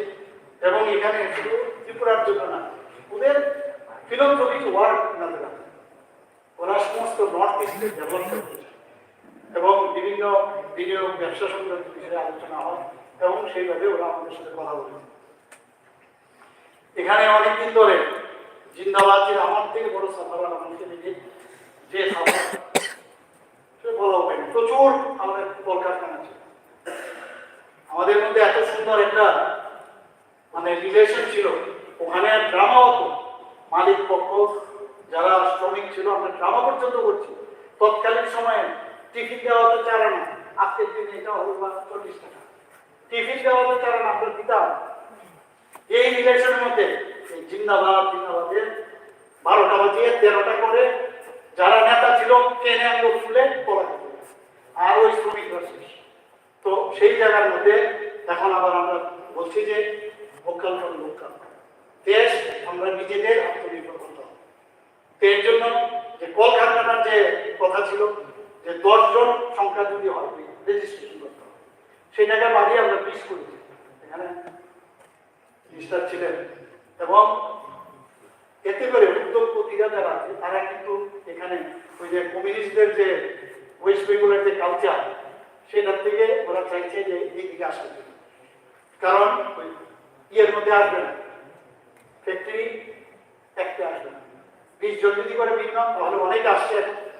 তো এরকম আমরা আরো অনেকগুলো 32টি বিভিন্ন ধরনের বাধ্যতামূলক নিয়ম সেটাকেও আমরা শিথিল করে দিয়েছি এবং শ্রমিকদের সুরক্ষার জন্য তারা যাতে ওখানে সব দিক দিয়ে সুরক্ষিত থাকে, 150টি কারখানা চত্বরে এবং 3টি জেলা ভিত্তিক সুরক্ষা সচেতনতামূলক অনুষ্ঠান আমরা করেছি। তো সেইভাবে আমরা কাজ করি। বেশি পরিমাণে রাজ্যে গাছ রোপণ এবং আগর কাঠ প্রক্রিয়াকরণ শিল্পকে আমি তো জীবনে শুনিনি, আগরতলা নাম শুনিনি, কিন্তু এটার আসল কিছু বুঝতাম না। আমার বাড়ির সামনে, কামান চৌধুরীর সামনে, এটা সব জায়গায় বলি আমি, একটা আইল্যান্ড ছিল। এই আইল্যান্ডটা পরিত্যক্ত, এটার মধ্যে 0 ফলক ছিল, 0 মাইল, মানে এখান থেকে শুরু হতো, মানে উদয়পুর কত 50 মাইল, মানে এখান থেকে আমি এটাকে উঠিয়েছি। সুযোগ যেহেতু এসে উঠাবো না কেন, আমরা বলছি বারবার আমাদের ইতিহাসকে আমরা ভুললে চলবে না। আর তার নামে আমরা সেখানে আমরা মূর্তি বসিয়েছি, যিনি যাদেরকে আমরা সবসময় বলি। আমি নিজে চিলড্রেন্স পার্কে ফুটবল খেলে আমি যখন যেতাম, রাস্তা ধরে ধরে ওই যে এত সুন্দর মানে সেই বারান্দা ছিল, বৃষ্টিও লাগতো না, আমি চলে আসতাম বাড়িতে। আমি ভাবতাম যে উনি কি না করেছেন, সুযোগ এসছে, আমরাও পুরনো লোক, ইচ্ছে করলে আমরা আমাদের ফ্যামিলির নামে দিতে পারতাম। দিই ওখানে বীর বিক্রম কিশোর মানিক্য বাহাদুরের নামে ওখানে আমরা 0 টাকা উঠিয়ে দিয়েছি। সেই পরিত্যক্ত জায়গার মধ্যে সারা জীবন জিন্দাবাদ জিন্দাবাদ আমাদের বাড়ির থেকে আমরা শুনতে হবে। ভয় দেখানো হতো, দৌড়ে হঠাৎ করে চলে যেত মোটর শ্রমিক ইউনিয়ন, অসহায় ফিল করতাম। মোটর শ্রমিক ইউনিয়নের মালিককে ডাকতো, আসো, কি বলছেন? আরে বাবা কি অবস্থা, এসব দেখতাম আমরা। সমস্ত কলকাতা আত্মনির্ভর তখনই ছিল আমাদের আত্মনির্ভর। আমি আমাদেরটা বললাম, এরকম হাজার হাজার বিশ্রাম কর্মচারী সমিতি, সিনেমা হল কর্মচারী সমিতি, জিন্দাবাদ জিন্দাবাদ, কি হবে আজকে এগুলি নতুন করে করা যাবে? কাজে এখানে বেরোতে হবে। কালকে যে বলছিলেন আমাদের কল্যাণী মাইক্রোস্কোপ দিয়ে দেখতে হবে এবারে 3 বছর, এবার যে 3টা জায়গায় যে ইলেকশন হয়েছে আপনাদের পার্সেন্টেজ কত জানেন তো? খুবই কম। কাজে চেঞ্জ হয়ে আসুন, ভালো কাজ করুন, আপনাদের দেখলে কিন্তু আমরাও কিন্তু মানে ভুল না। আপনাদের সবচেয়ে বড় জিনিস হচ্ছে আপনাদের অনেক লিডার তাত্ত্বিক কথা বলে, আপনাদের কি জানি কি বলে না শুনেন না, আমি বুঝতে পারতাম না। না সে তাত্ত্বিক আমার আমি বলতাম তো আমি এত সিম্পল থাকতো না, আমার বিষয়টা দিন না, আপনাদের দেখে আমার খুব ভালো লাগতো। তাত্ত্বিক একটা দাড়ি রাখবে, সেটা দাড়ি, আর একটা ব্যাগ রাখবে, একটা ব্যাগ রাখবে, ব্যাগের মধ্যে আবার কি জানি আছে, এই ধরনের আমরা দেখেছি। আমরাও কিন্তু মাঝে মাঝে কিছুটা আমার মতো অনেক লোক এইভাবে বিভ্রান্ত হয়ে আপনাদের পিছনে পিছনে ছুটেছে, এবং যে কারণে আমরা চাকরি যে বলে না, আমরা চাকরি দিতে গিয়ে সাবধানে যে আমরা চাকরি যাতে না যায় তার চিন্তা ভাবনা করছি, দিলেই হবে না, এবং আপনারা সে চিন্তা ভাবনা করছেন। এটাকে বলে সুশাসন। আপনারা বলছেন মাননীয় রাজ্যপাল দিকে বলছে, এটা তো সবসময় হয়ে থাকে, সরকার লিখে দেয় সরকারের কি কি আছে,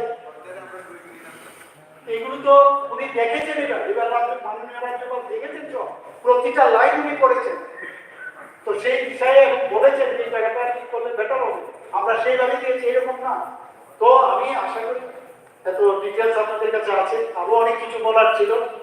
এখানে আমার পরিষদীয় মন্ত্রী বলছেন, মাননীয় স্পিকার মহোদয়, আচ্ছা যাই হোক, আমি প্রথমে আরেকজনকে ধন্যবাদ দিতে হবে, আমার শ্রদ্ধেয় দাদা, আমাদের শ্রদ্ধেয় দাদা গোপাল রায় মহাশয়, মাননীয় বিধায়ক, উনি উঠে যাচ্ছিলেন, আমি ওনাকে রিকোয়েস্ট হাত দিয়ে ইশারা করলাম, উনি কিন্তু মনোযোগ দিয়ে শুনেছেন। I am thankful to you দাদা, I am thankful to you, এবং আপনি প্রেসিডেন্ট ইউ হ্যাভ হার্ড, আমি জানি না আগামী দিন আপনি কি ডিসিশন নেবেন, এখনো টাইম আছে, ঠিক আছে প্লিজ। এবং মাননীয় রাজ্যপাল মহোদয় যে ভাষণ রেখেছেন, আমি এই ভাষণের পূর্ণ সমর্থন করি। কোনো অ্যামেন্ডমেন্ট, যে সব অ্যামেন্ডমেন্টের কথা ওনারা বলছেন, আমি এটা মানতে পারি, এবং সেটা শুনেছি, কিন্তু আপনারা জানেন কি কারণে আমাকে বলতে হবে, যেটা আমরা মানি না, আপনারাও সেটা বলবেন, আপনার ভালো লাগবে বলতে হবে, তো এটা যেটা সত্য যে মানতে হবে। সবাইকে অসংখ্য ধন্যবাদ জানিয়ে আমার বক্তব্য মাননীয় সদস্যগণ, মাননীয় রাজ্যপালের ভাষণ আমি ধন্যবাদ সূচক প্রস্তাব ধন্যবাদ সূচক